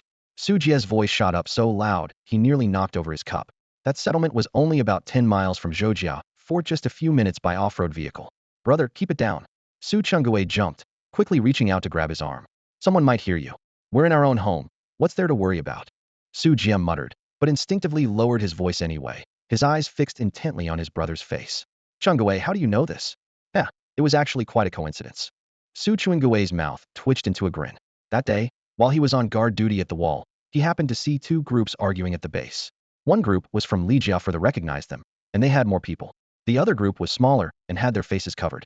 The Lujia fort people recognized the voices and immediately shouted out, Lujia village. I didn't think much of it at the time, Su Chungue recalled. Later, I spotted them again through binoculars, and that's when it clicked. The ones who took those 20-plus horned horses were from Lujia village. Well done. Su Jie couldn't help but give him a thumbs up. Su Chungue lifted his chin proudly. So what if they've left now? The monks may flee, but the temple remains. When the captain gets back and I tell him what I know, he'll reward me with at least 2 horned horses, right? Then we can ride them hunting and save a lot on gas money. If we don't need them, we can sell them for a solid 4 or 5,000. Then I could finally train at Hailong Martial Arts Academy, couldn't I? He looked at Su Jie expectantly. Don't rush to tell anyone else just yet. Su Jie waved his hand, a bold idea already forming in his mind. Chungue, besides you, does anyone else know about this? How could they? Su Chungue's eyes widened. Brother, do you think I'm an idiot? When people ask me about it, I brush them off. Besides you, I haven't told a soul. Good. Su Jie nodded, a glint of greed flashing in his eyes. Since you know where those people are, why should we hand over such a big opportunity to others? Why don't we handle this ourselves? The room fell silent except for their slightly heavy breathing. Su Chuangue's Adam's apple bobbed as he swallowed hard, stammering. Brother, you mean we should handle it ourselves? What else? Su Jie's lips curved into a sly smile. If we tell others, we'd be lucky to get 2 horned horses. But if we do it ourselves, all the benefits are ours. And you said they came back carrying several hunted animals, right? I bet Lujiao village has plenty of good stuff.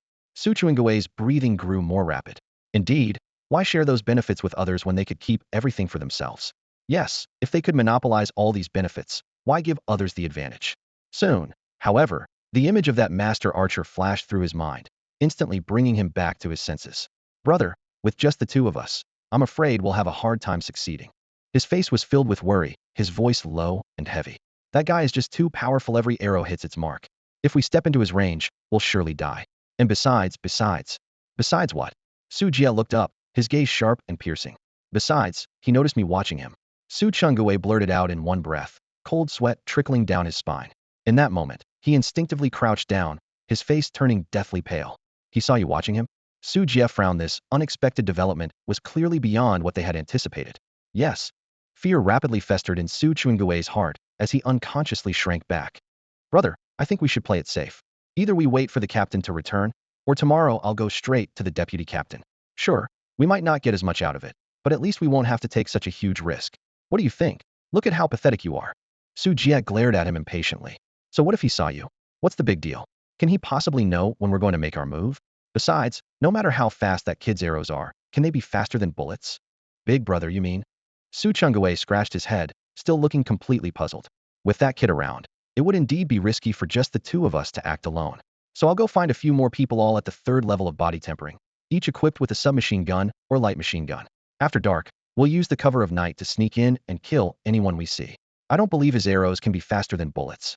Su Jie sneered, a flash of murderous intent crossing his face. Under the moonlight, the dark perimeter wall was only about 2 or 3 meters high for martial artists at the 3rd level of body tempering like them. It was no different from a fence. They could leap over it in a single bound. Hearing this, Su Chungue's eyes lit up, and his fear diminished somewhat. Brother, you mean we're going to catch them off guard? What, catch them off guard? If we're being polite, we'll call it catching them off guard. But let's be honest, it's a sneak attack. Su Jie snorted. Just don't go blabbing about it everywhere.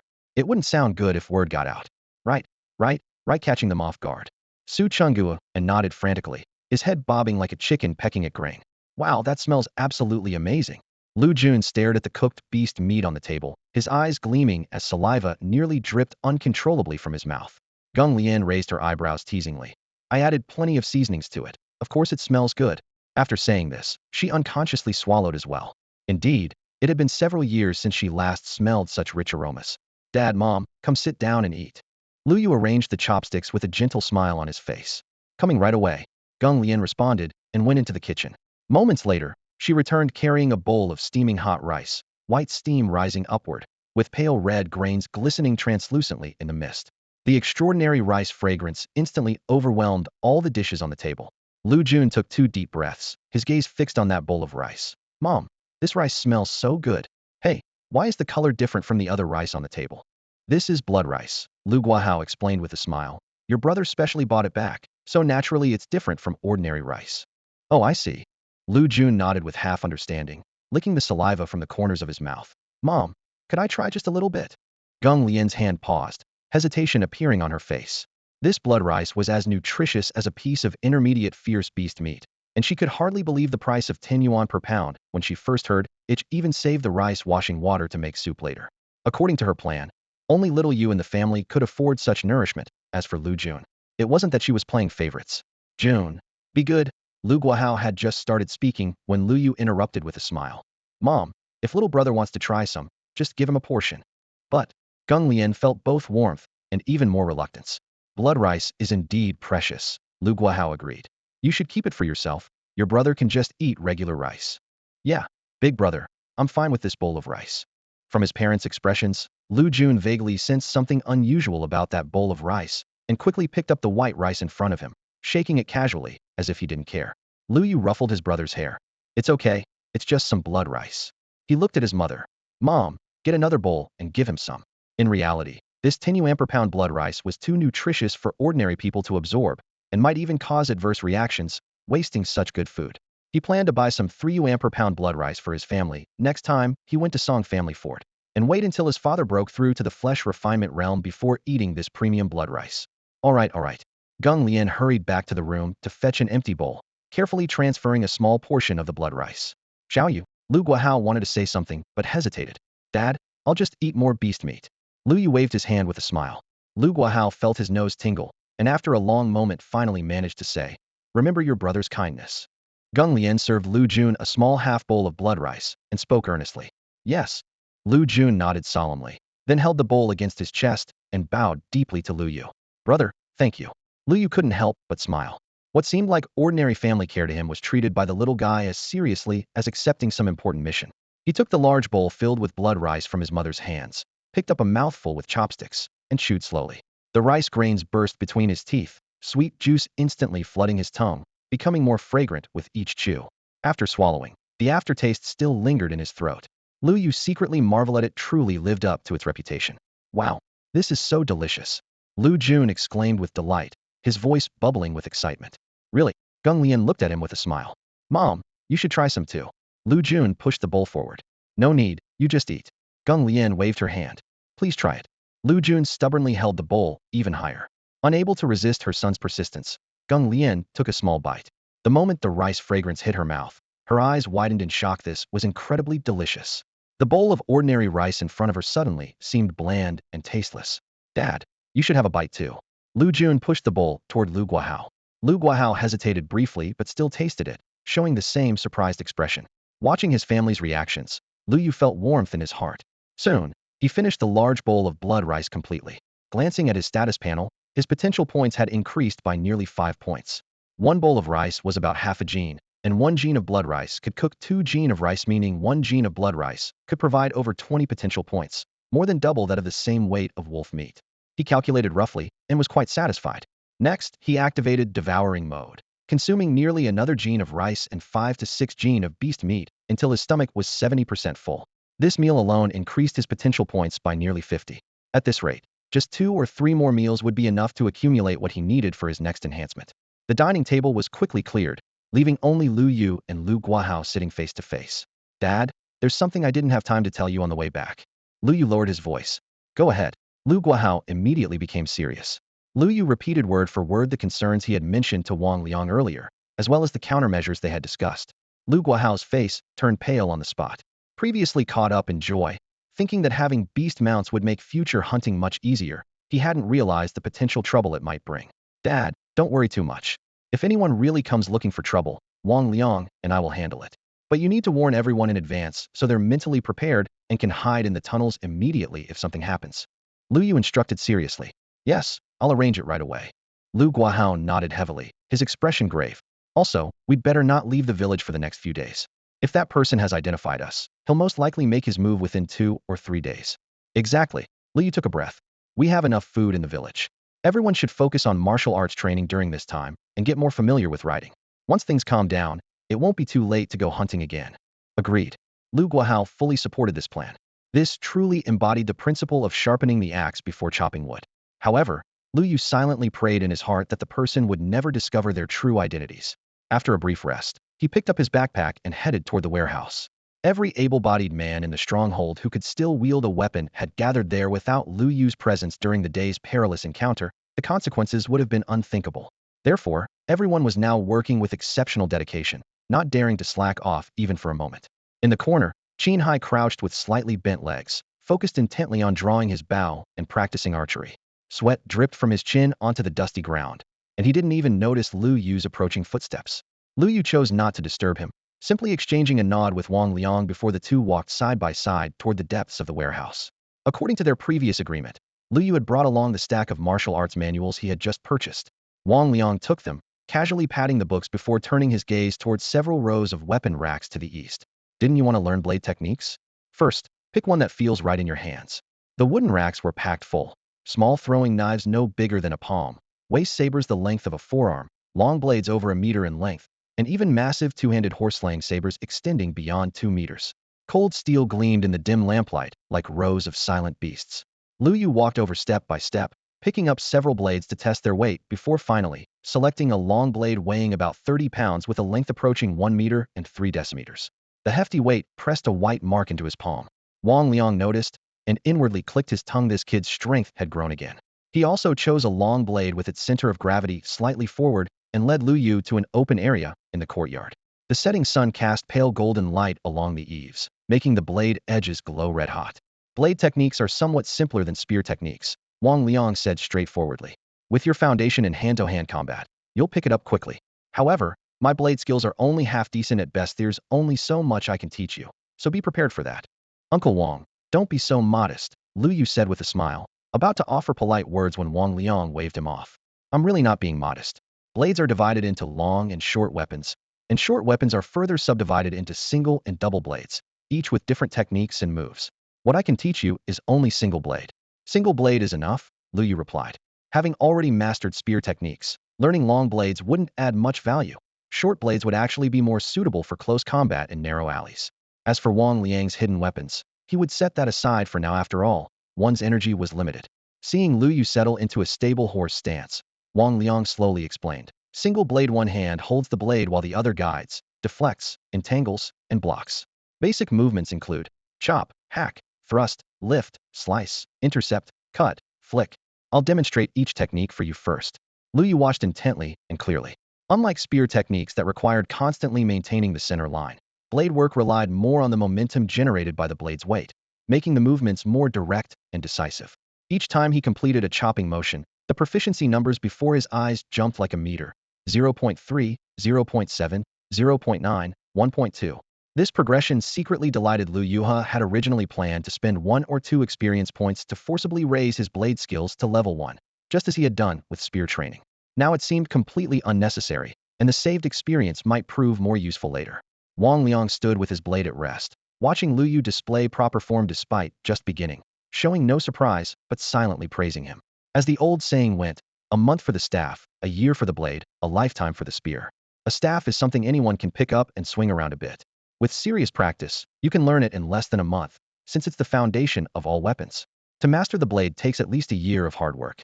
As for the spear, that's universally acknowledged as the most difficult path, one you could spend a lifetime studying without daring to claim complete mastery. Of course, some prefer the sword, which falls between the blade and spear in difficulty, but remains a challenging skill to master. Keep practicing, and if you need anything, come find me anytime, Uncle Wang instructed, then added. All right, Uncle Wang, you go ahead with your business. Lu Yu nodded in agreement, currently full of enthusiasm.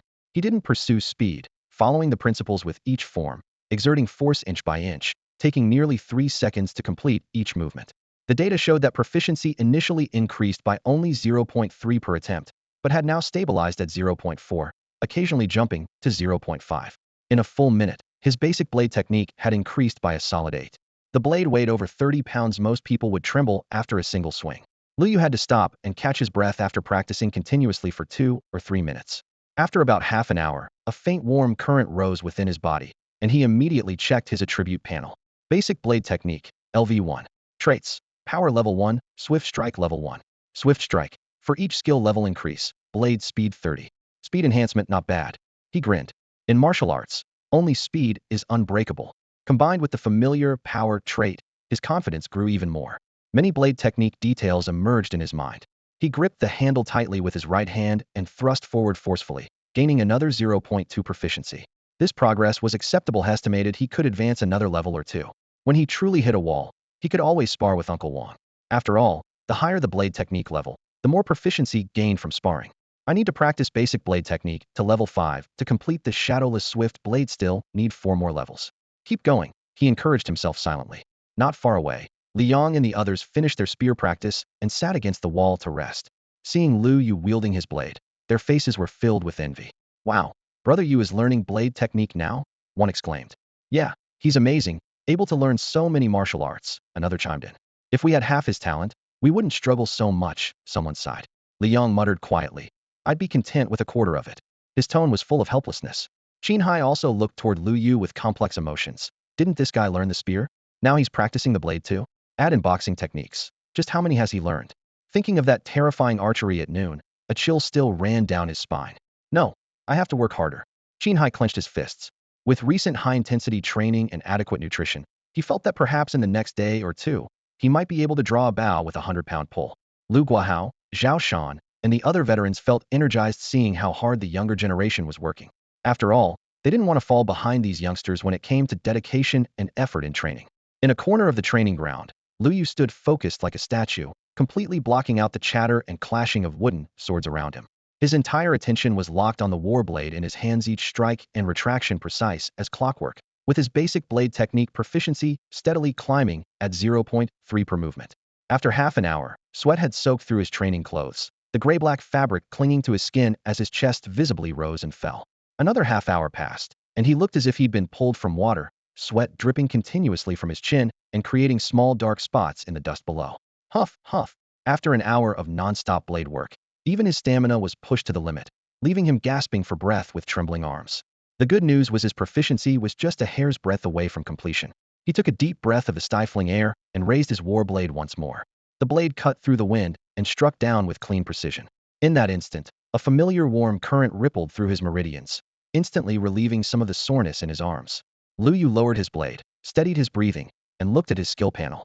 Basic blade technique, LV2, traits, power level 2, fierce strike level 2 to new traits, just as he'd expected. Only 3 more levels until he could complete Shadowless Swiftblade at LV5, he silently encouraged himself. During this break, the meridian circulation effect from his Tai Chi was slowly working, though given his current exhaustion, his stamina recovery still felt sluggish. Should I advance my Tai Chi another level? The thought crossed his mind, and he immediately assessed. He had sufficient experience points, and upgrading blood circulation to level 2 might cut his rest time nearly in half. Higher mastery would also provide additional attribute points, paving the way for future martial arts training. Mind made up, he invested 1 experience point without hesitation. The progress bar grudgingly moved 1 tick, just 1, then stopped. Not bad. He nodded. Doing quick math, exactly 100 experience points would complete the advancement. So he dumped the remaining 99 points in all at once. Bang! A subtle tremor resonated through his bones like muffled drums beating within his body, and warm energy instantly flooded his limbs. Compared to his last advancement, this one was much quieter, with no additional phenomena. Lu Yu frowned slightly and checked his skill panel again. Wang Family Tai Chi, proficient level, traits, longevity level 3, strength level 3, agility level 3, blood circulation level 2. Though no new traits appeared, he could distinctly feel his stamina recovering much faster, like gentle warmth continuously flowing through his meridians. Experiencing this obvious enhancement, he felt an itch to strike while the iron was hot and push for mastery. However, reason prevailed. Phantom Arrow technique had to reach maximum level, and with his weak agility attributes, he urgently needed to max out his Water Dragon steps as well. If he advanced Tai Chi another level now, the experience point consumption would be astronomical, and he'd likely run short. After resting for more than 10 minutes, Lu Yu stood up from the stool, gripped the knife handle tightly, and slashed forward with full force.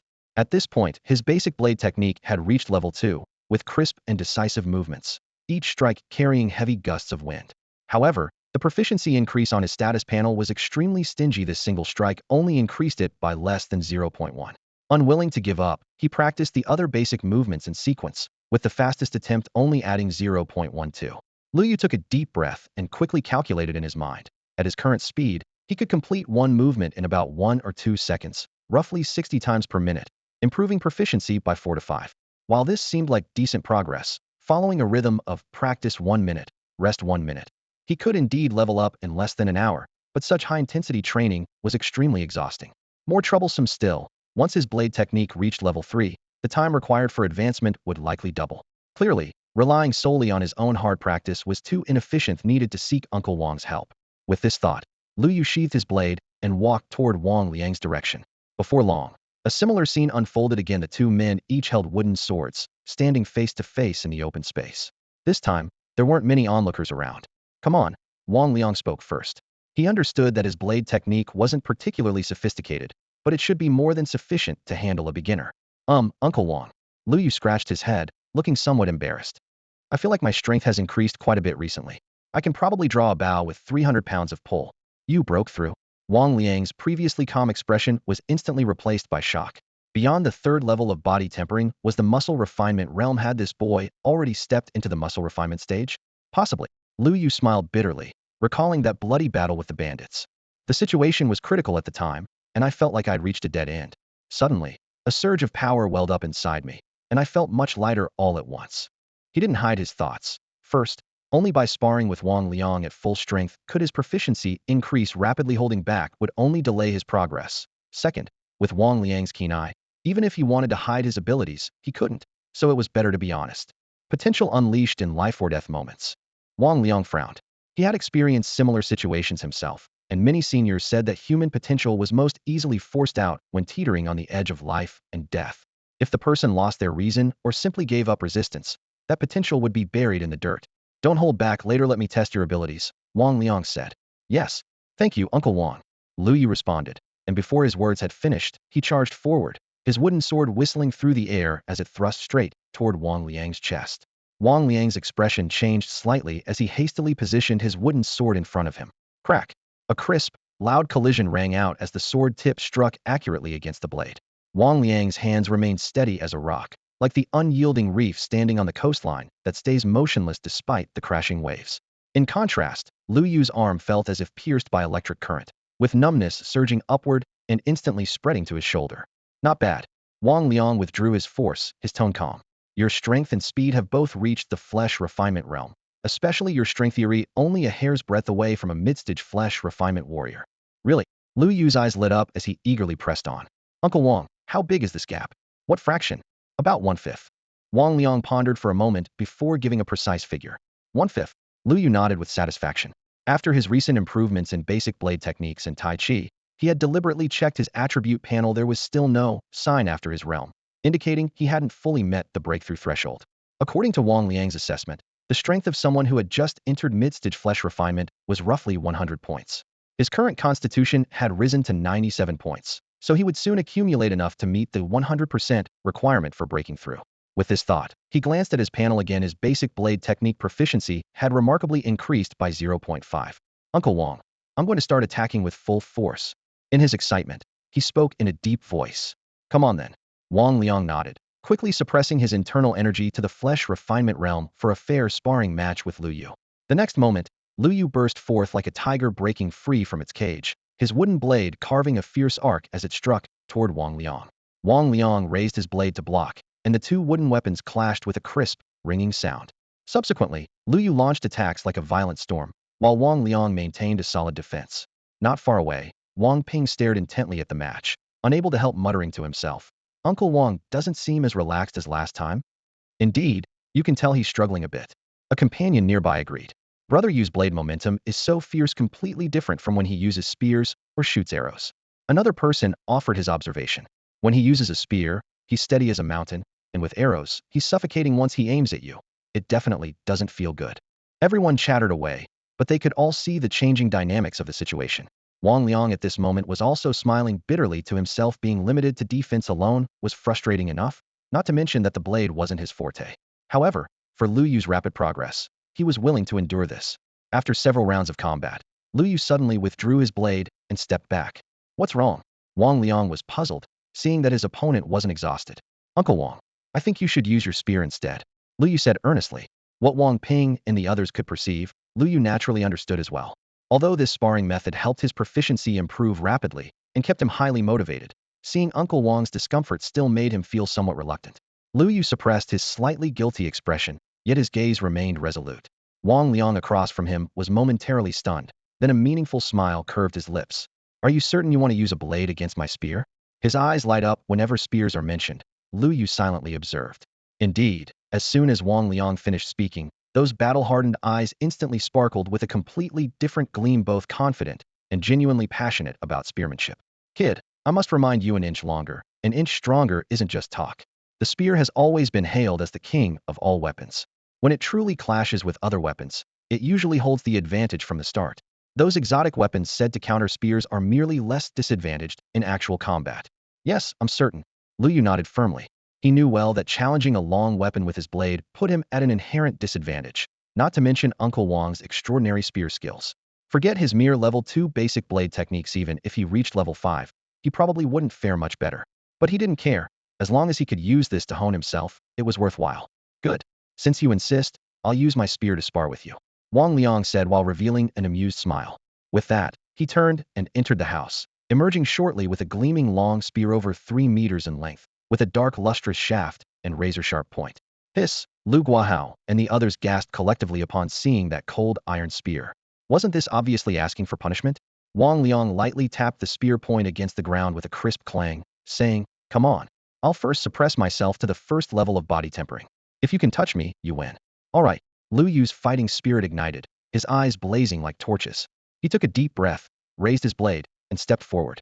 Whoosh, the sharp whistle of air being torn came suddenly, and he instinctively raised his blade to block. Clang. The metallic ring was deafening, sparks flew, and he successfully blocked the first thrust, seizing the opportunity to close in. But the spear shadow flashed like lightning, the second and third strikes following almost seamlessly, forcing him to lean back repeatedly. Clang, clang, clang, clang. The continuous impacts sounded like rapid drumbeats. Lu Yu's shoulders and arms went numb from the vibrations, his feet unable to advance an inch. He looked up to see Wang Liang 3 meters away, wielding the spear single-handedly with a relaxed expression and steady breathing, as if the previous storm of attacks had been merely a leisurely stroll.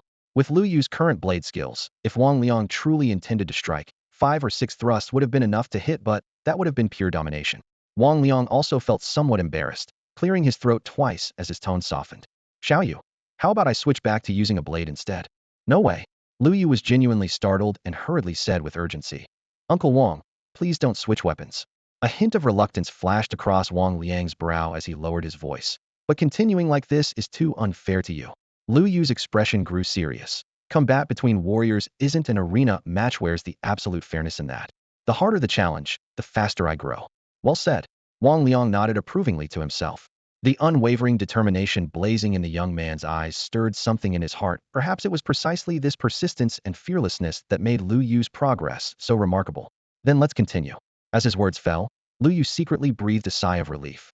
Though the frustration of being constantly suppressed lingered, watching his basic blade technique proficiency rapidly climbing on the panel made it all worthwhile. 12.1, 12.8, 13.4. Each parried spear thrust increased his proficiency by roughly 0.7. In the most dramatic moment, Wang Liang unleashed 5 or 6 consecutive strikes, causing the numbers to surge by 5.5 in mere seconds. Lu Yu thought to himself, if Uncle Wang switched to a blade, the improvement speed would definitely pale in comparison. He took a deep breath and charged forward again like a fierce tiger pouncing on prey.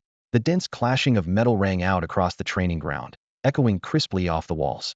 In less than 10 minutes, a faint warm current suddenly surged through his body before vanishing instantly. A panel notification appeared. Basic Blade Technique LV3. Traits. Power Level 3, Swift Strike Level 3. Though no new traits were unlocked, Swift Strike Level 3 had doubled his blade speed, a considerable improvement. "What's wrong?" Wang Liang noticed his momentary daze and asked with concern. "Do you need to rest?" "No need." Lu Yu grinned broadly. The upgrade speed exceeded his expectations. At this rate, he could achieve his goal tonight, and possibly even advance another level or two. After all, the higher his blade technique level, the less time needed to complete the cultivation method. "Uncle Wang, here I come again." With that shout, he charged forward with renewed vigor. Wang Liang shook his spear, its tip darting toward Lu Yu's chest like a venomous snake's tongue. Clang! Lu Yu's blade forcefully deflected the spear shaft. Then he took a quick step forward, closing the distance from 3 meters to 2.5. "Oh." Wang Liang raised an eyebrow, noticing the young man's blade speed had clearly increased. He remembered how Lu Yu had improved mid-battle during their last spear technique sparring session, but this level of improvement alone wouldn't be enough to break through his defensive perimeter.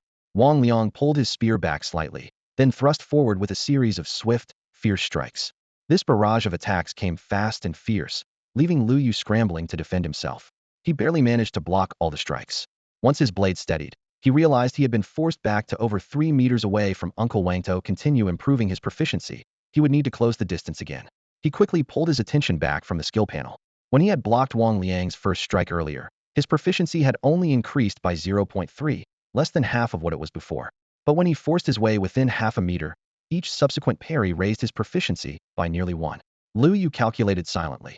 If he could compress the distance to 2 meters, or even within 1 meter, the gains would surely double.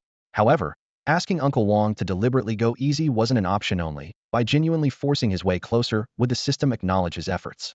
Steadying his rapid breathing, he charged forward again. Seeing him lunge suddenly, a faint smile flickered in Wang Liang's eyes. Last time he had been careless, letting the boy break through to half a meter. This time, he wouldn't give him the chance. 1 minute passed, then 10, then 20. Each time Lu Yu charged forward, Wang Liang's spear precisely intercepted him at 3 meters out. barely allowing him to advance an inch. On the rare occasions when he forced his way within 3 meters, the rewards were substantial as proficiency would surge by 3, sometimes even reaching 7 or 8. After several attempts, his total increase approached 30. Crack, crack, crack. The spear tip struck his blade repeatedly, forcing Lu Yu back several steps. His eyes were full of regret just a little faster, and he could have broken through Wang Liang's defense. At that moment, the familiar warm current surged through his limbs once again, and the strange sensation spread instantly. Lu Yu's heart leaped with joy. His basic blade technique had finally leveled up, and it had unlocked a new trait. Basic blade technique, LV4, traits, power level 4, fierce strike level 4, heavy, slash level 1. Heavy slash. For each skill level gained, blade technique power increases by 30%. Understanding the trait, he immediately adjusted his grip, synchronizing his steps with his breathing. His entire being resembled a tiger ready to pounce, muscles slightly tensed, his aura calm, yet sharp. Wang Liang narrowed his eyes. In that instant, he caught a familiar shadow in Lu Yu, that of a close friend who was proficient in various blade techniques, masterful with single blades, dual blades, and long blades alike. Most terrifying of all was his Bladian shield technique. Wang Liang had crossed spears with him several times, achieving at best 7 victories, with most encounters ending in draws or 6 wins to 4 losses. In narrow alleyways, the outcome would be even more unpredictable. Uncle Wang, here I come again. Lu Yu roared and shot toward Wang Liang like an arrow from a bow. Almost simultaneously, the sound of cutting air rang out sharply as Wang Liang's spear tip instantly appeared before Lu Yu. Lu Yu gripped the blade tightly in his right hand and launched a strike from a completely unexpected angle. Crack! A sharp collision rang out as Wang Liang's spear shaft trembled violently. Lu Yu seized the opening, taking a quick step forward and pushing half a meter closer. Before he could steady himself, a sharp whistling sound cut through the air. Wang Liang's spear tip traced several afterimages as it shot toward Lu Yu like lightning. Lu Yu took a deep breath and decisively abandoned pure defense, pointing his wooden blade directly at the spear tip to meet the attack. Only by taking the offensive could he maximize the advantage of his fierce strike technique. Blade and spear clashed repeatedly, the impacts more vicious and thunderous than before, as if they could shatter the very air around them. Gao Yang's eyes widened as he whispered in amazement. Xiaoyu seems to have improved so much. Yeah, old Wang used to completely dominate him, could barely fight back. But this time he not only broke through, he's actually going toe-to-toe with old Wang. The crowd's chatter continued. That kid Xiaoyu is really something. At the back of the crowd, Lu Guahao watched the match, unable to suppress a proud smile. Wang Liang had restrained his power, fighting only with the strength of the first level of body tempering. Yet he found it increasingly difficult to push Lu Yu back beyond 3 meters. Even 2.5 meters was a struggle. The two fighters now pushed and pulled around the 2-meter mark, locked in a stalemate like a tug-of-war. In Wang Liang's eyes, however, there was more satisfaction than anything else. The true essence of blade work lay in offensive. Blade wielder should possess the courage to burn their bridges. A true swordsman could sometimes make an opponent's blood run cold with just a casual strike. That was the power of presence. Even so, he still held a slight advantage, as Lu Yu was expending far more energy than he was. Sure enough, Lu Yu's breathing grew heavier and his strike slower. Within a few moves, the spear tip found its mark, forcing him to retreat several steps. Take a break, Wang Liang said, lowering his spear. All right, Lu Yu replied with an embarrassed smile, clearly needing to recover. Basic blade technique, level 4. In just a few minutes, his proficiency had jumped from 0 to nearly 20. Closing the distance certainly helped, but the key was Lu Yu's aggressive offense. When they were still 2 meters apart and he used his blade to parry, the increase was less than 1. But when his blade accurately struck the spear head, proficiency shot up by over 2. After landing a hit, he could use the moment when the spear's momentum was blocked to press forward another half step, creating a beneficial cycle. At this rate, reaching level 5 in basic blade technique tonight was practically guaranteed. Before long, Lu Yu gripped his wooden blade again, the muscles in his arms tensing slightly. Ready? Wang Liang asked. Yes, Uncle Wang, here I come again. Lu Yu's lips curved into a confident smile as he charged forward once more. This time, he broke through the 2.5 meter barrier as easily as before, and then blade light and spear shadows clashed violently in the confined space. Another fierce battle of attrition began. After repeating this process several times, his basic blade technique finally leveled up again.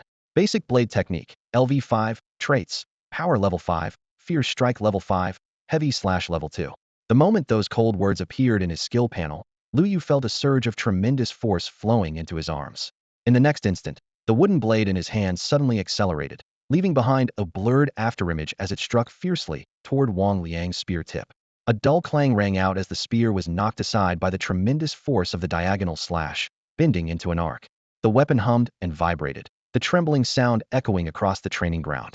Wang Liang's eyes widened in shock, his face filled with disbelief. This kid's blade technique had improved again? In that moment of distraction, Lu Yu had already closed in like a ghost, thrusting his wooden blade straight forward.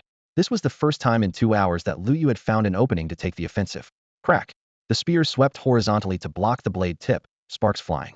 But Lu Yu didn't pause, twisting his wrist slightly to transform the straight thrust into a horizontal slash.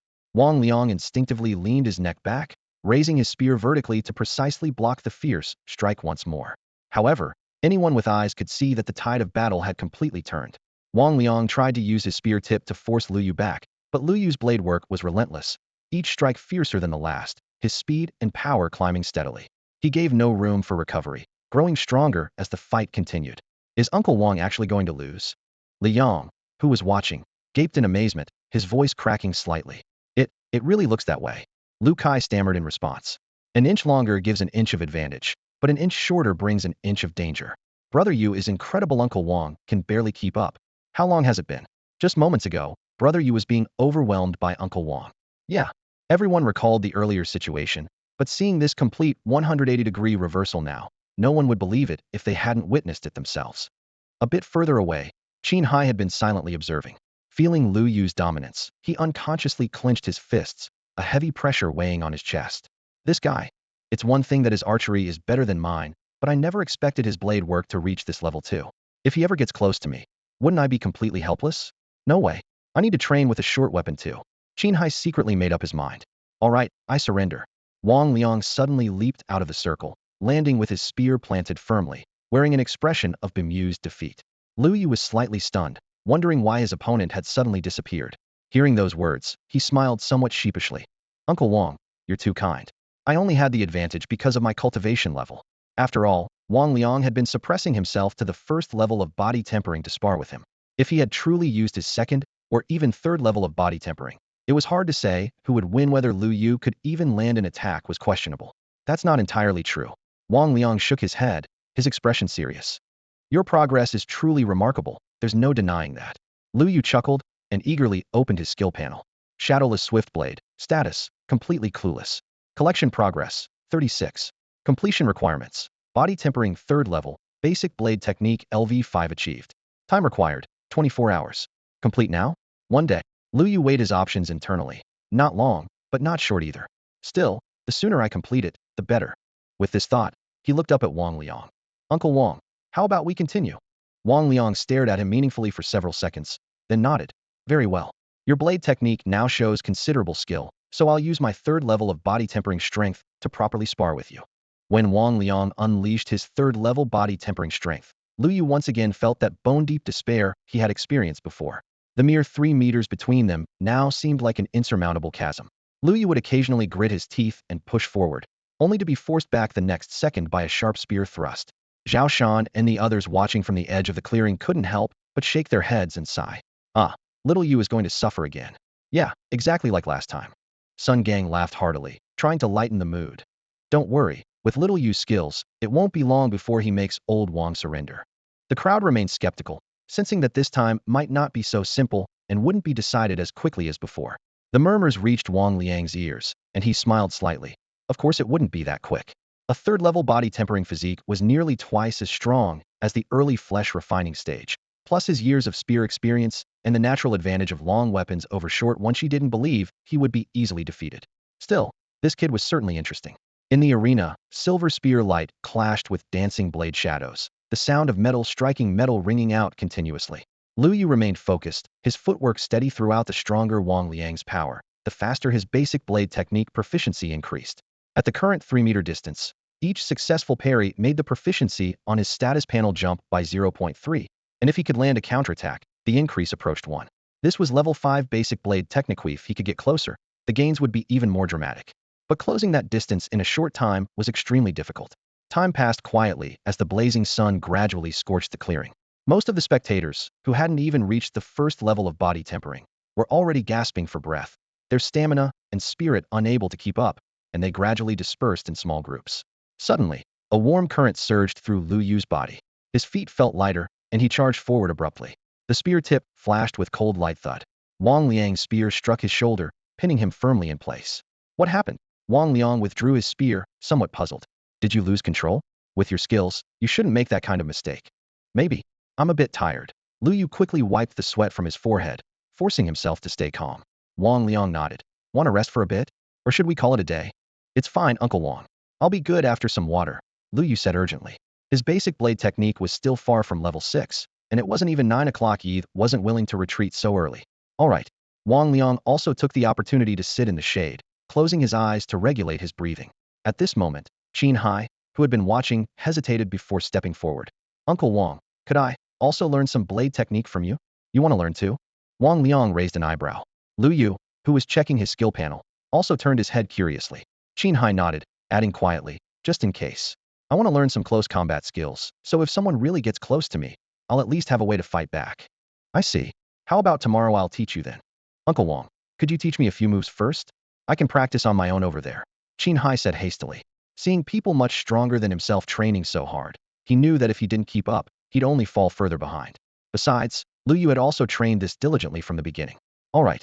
Wang Liang saw through Qin Hai's thoughts, but didn't voice them. The kid obviously wanted to emulate Lu Yu, though Qin Hai's aptitude was considerably inferior to Lu Yu's. Still, having a goal and being willing to work hard was ultimately a good thing. Even if the outcome wasn't ideal, at least he wouldn't have wasted this opportunity, and who knows, maybe a miracle could happen. The surprise on Lu Yu's face gradually faded, replaced by relief.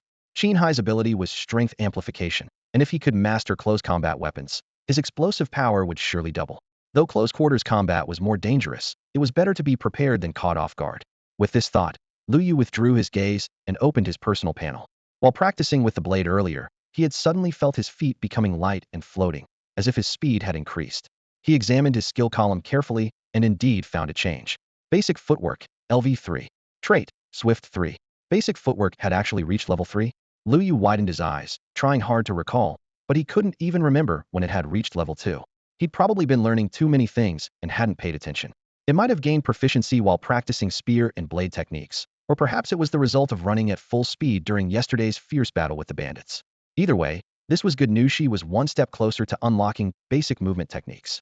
Meanwhile, Wang Liang demonstrated 2 or 3 basic moves for Qin Hai, then returned to Lu Yu's side to continue as his sparring partner. Clearly, he quite enjoyed this role. Time passed quietly.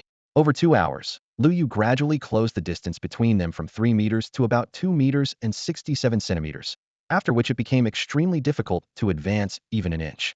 Then a weak warm current flowed through his body, and a notification appeared in his mind. Basic blade technique, LV7.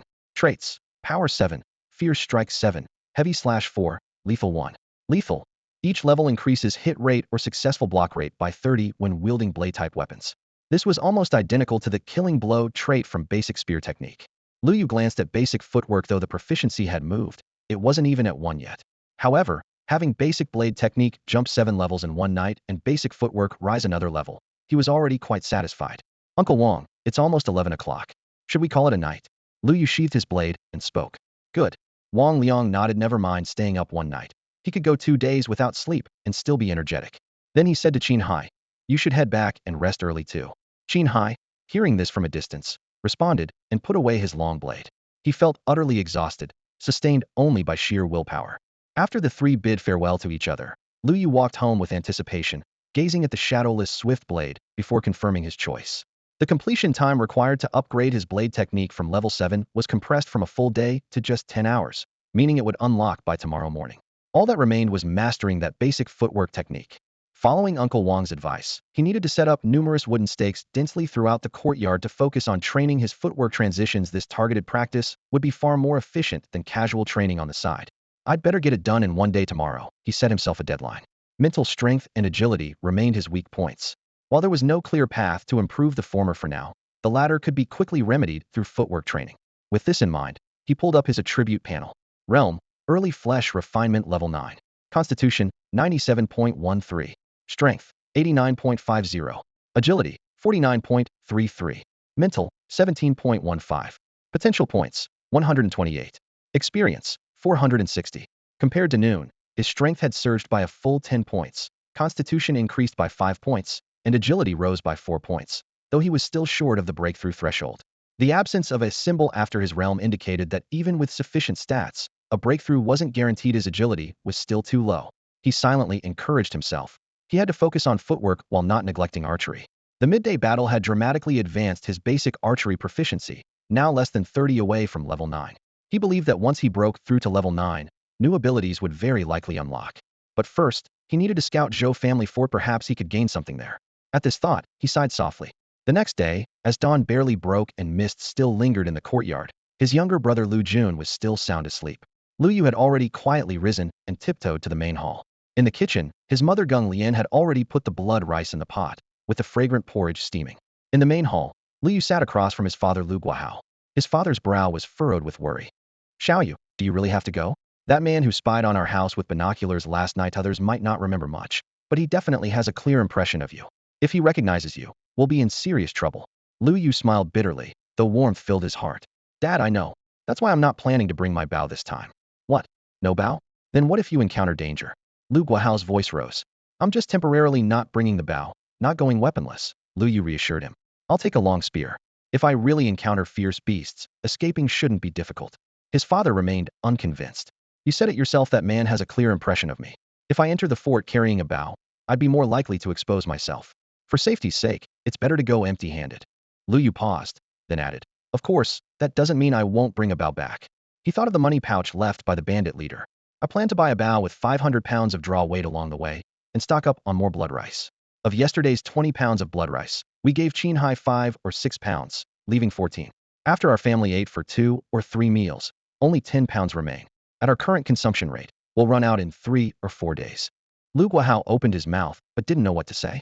He desperately wanted to accompany his son, but he knew deep down that if trouble arose, he would only burden Lu Yu.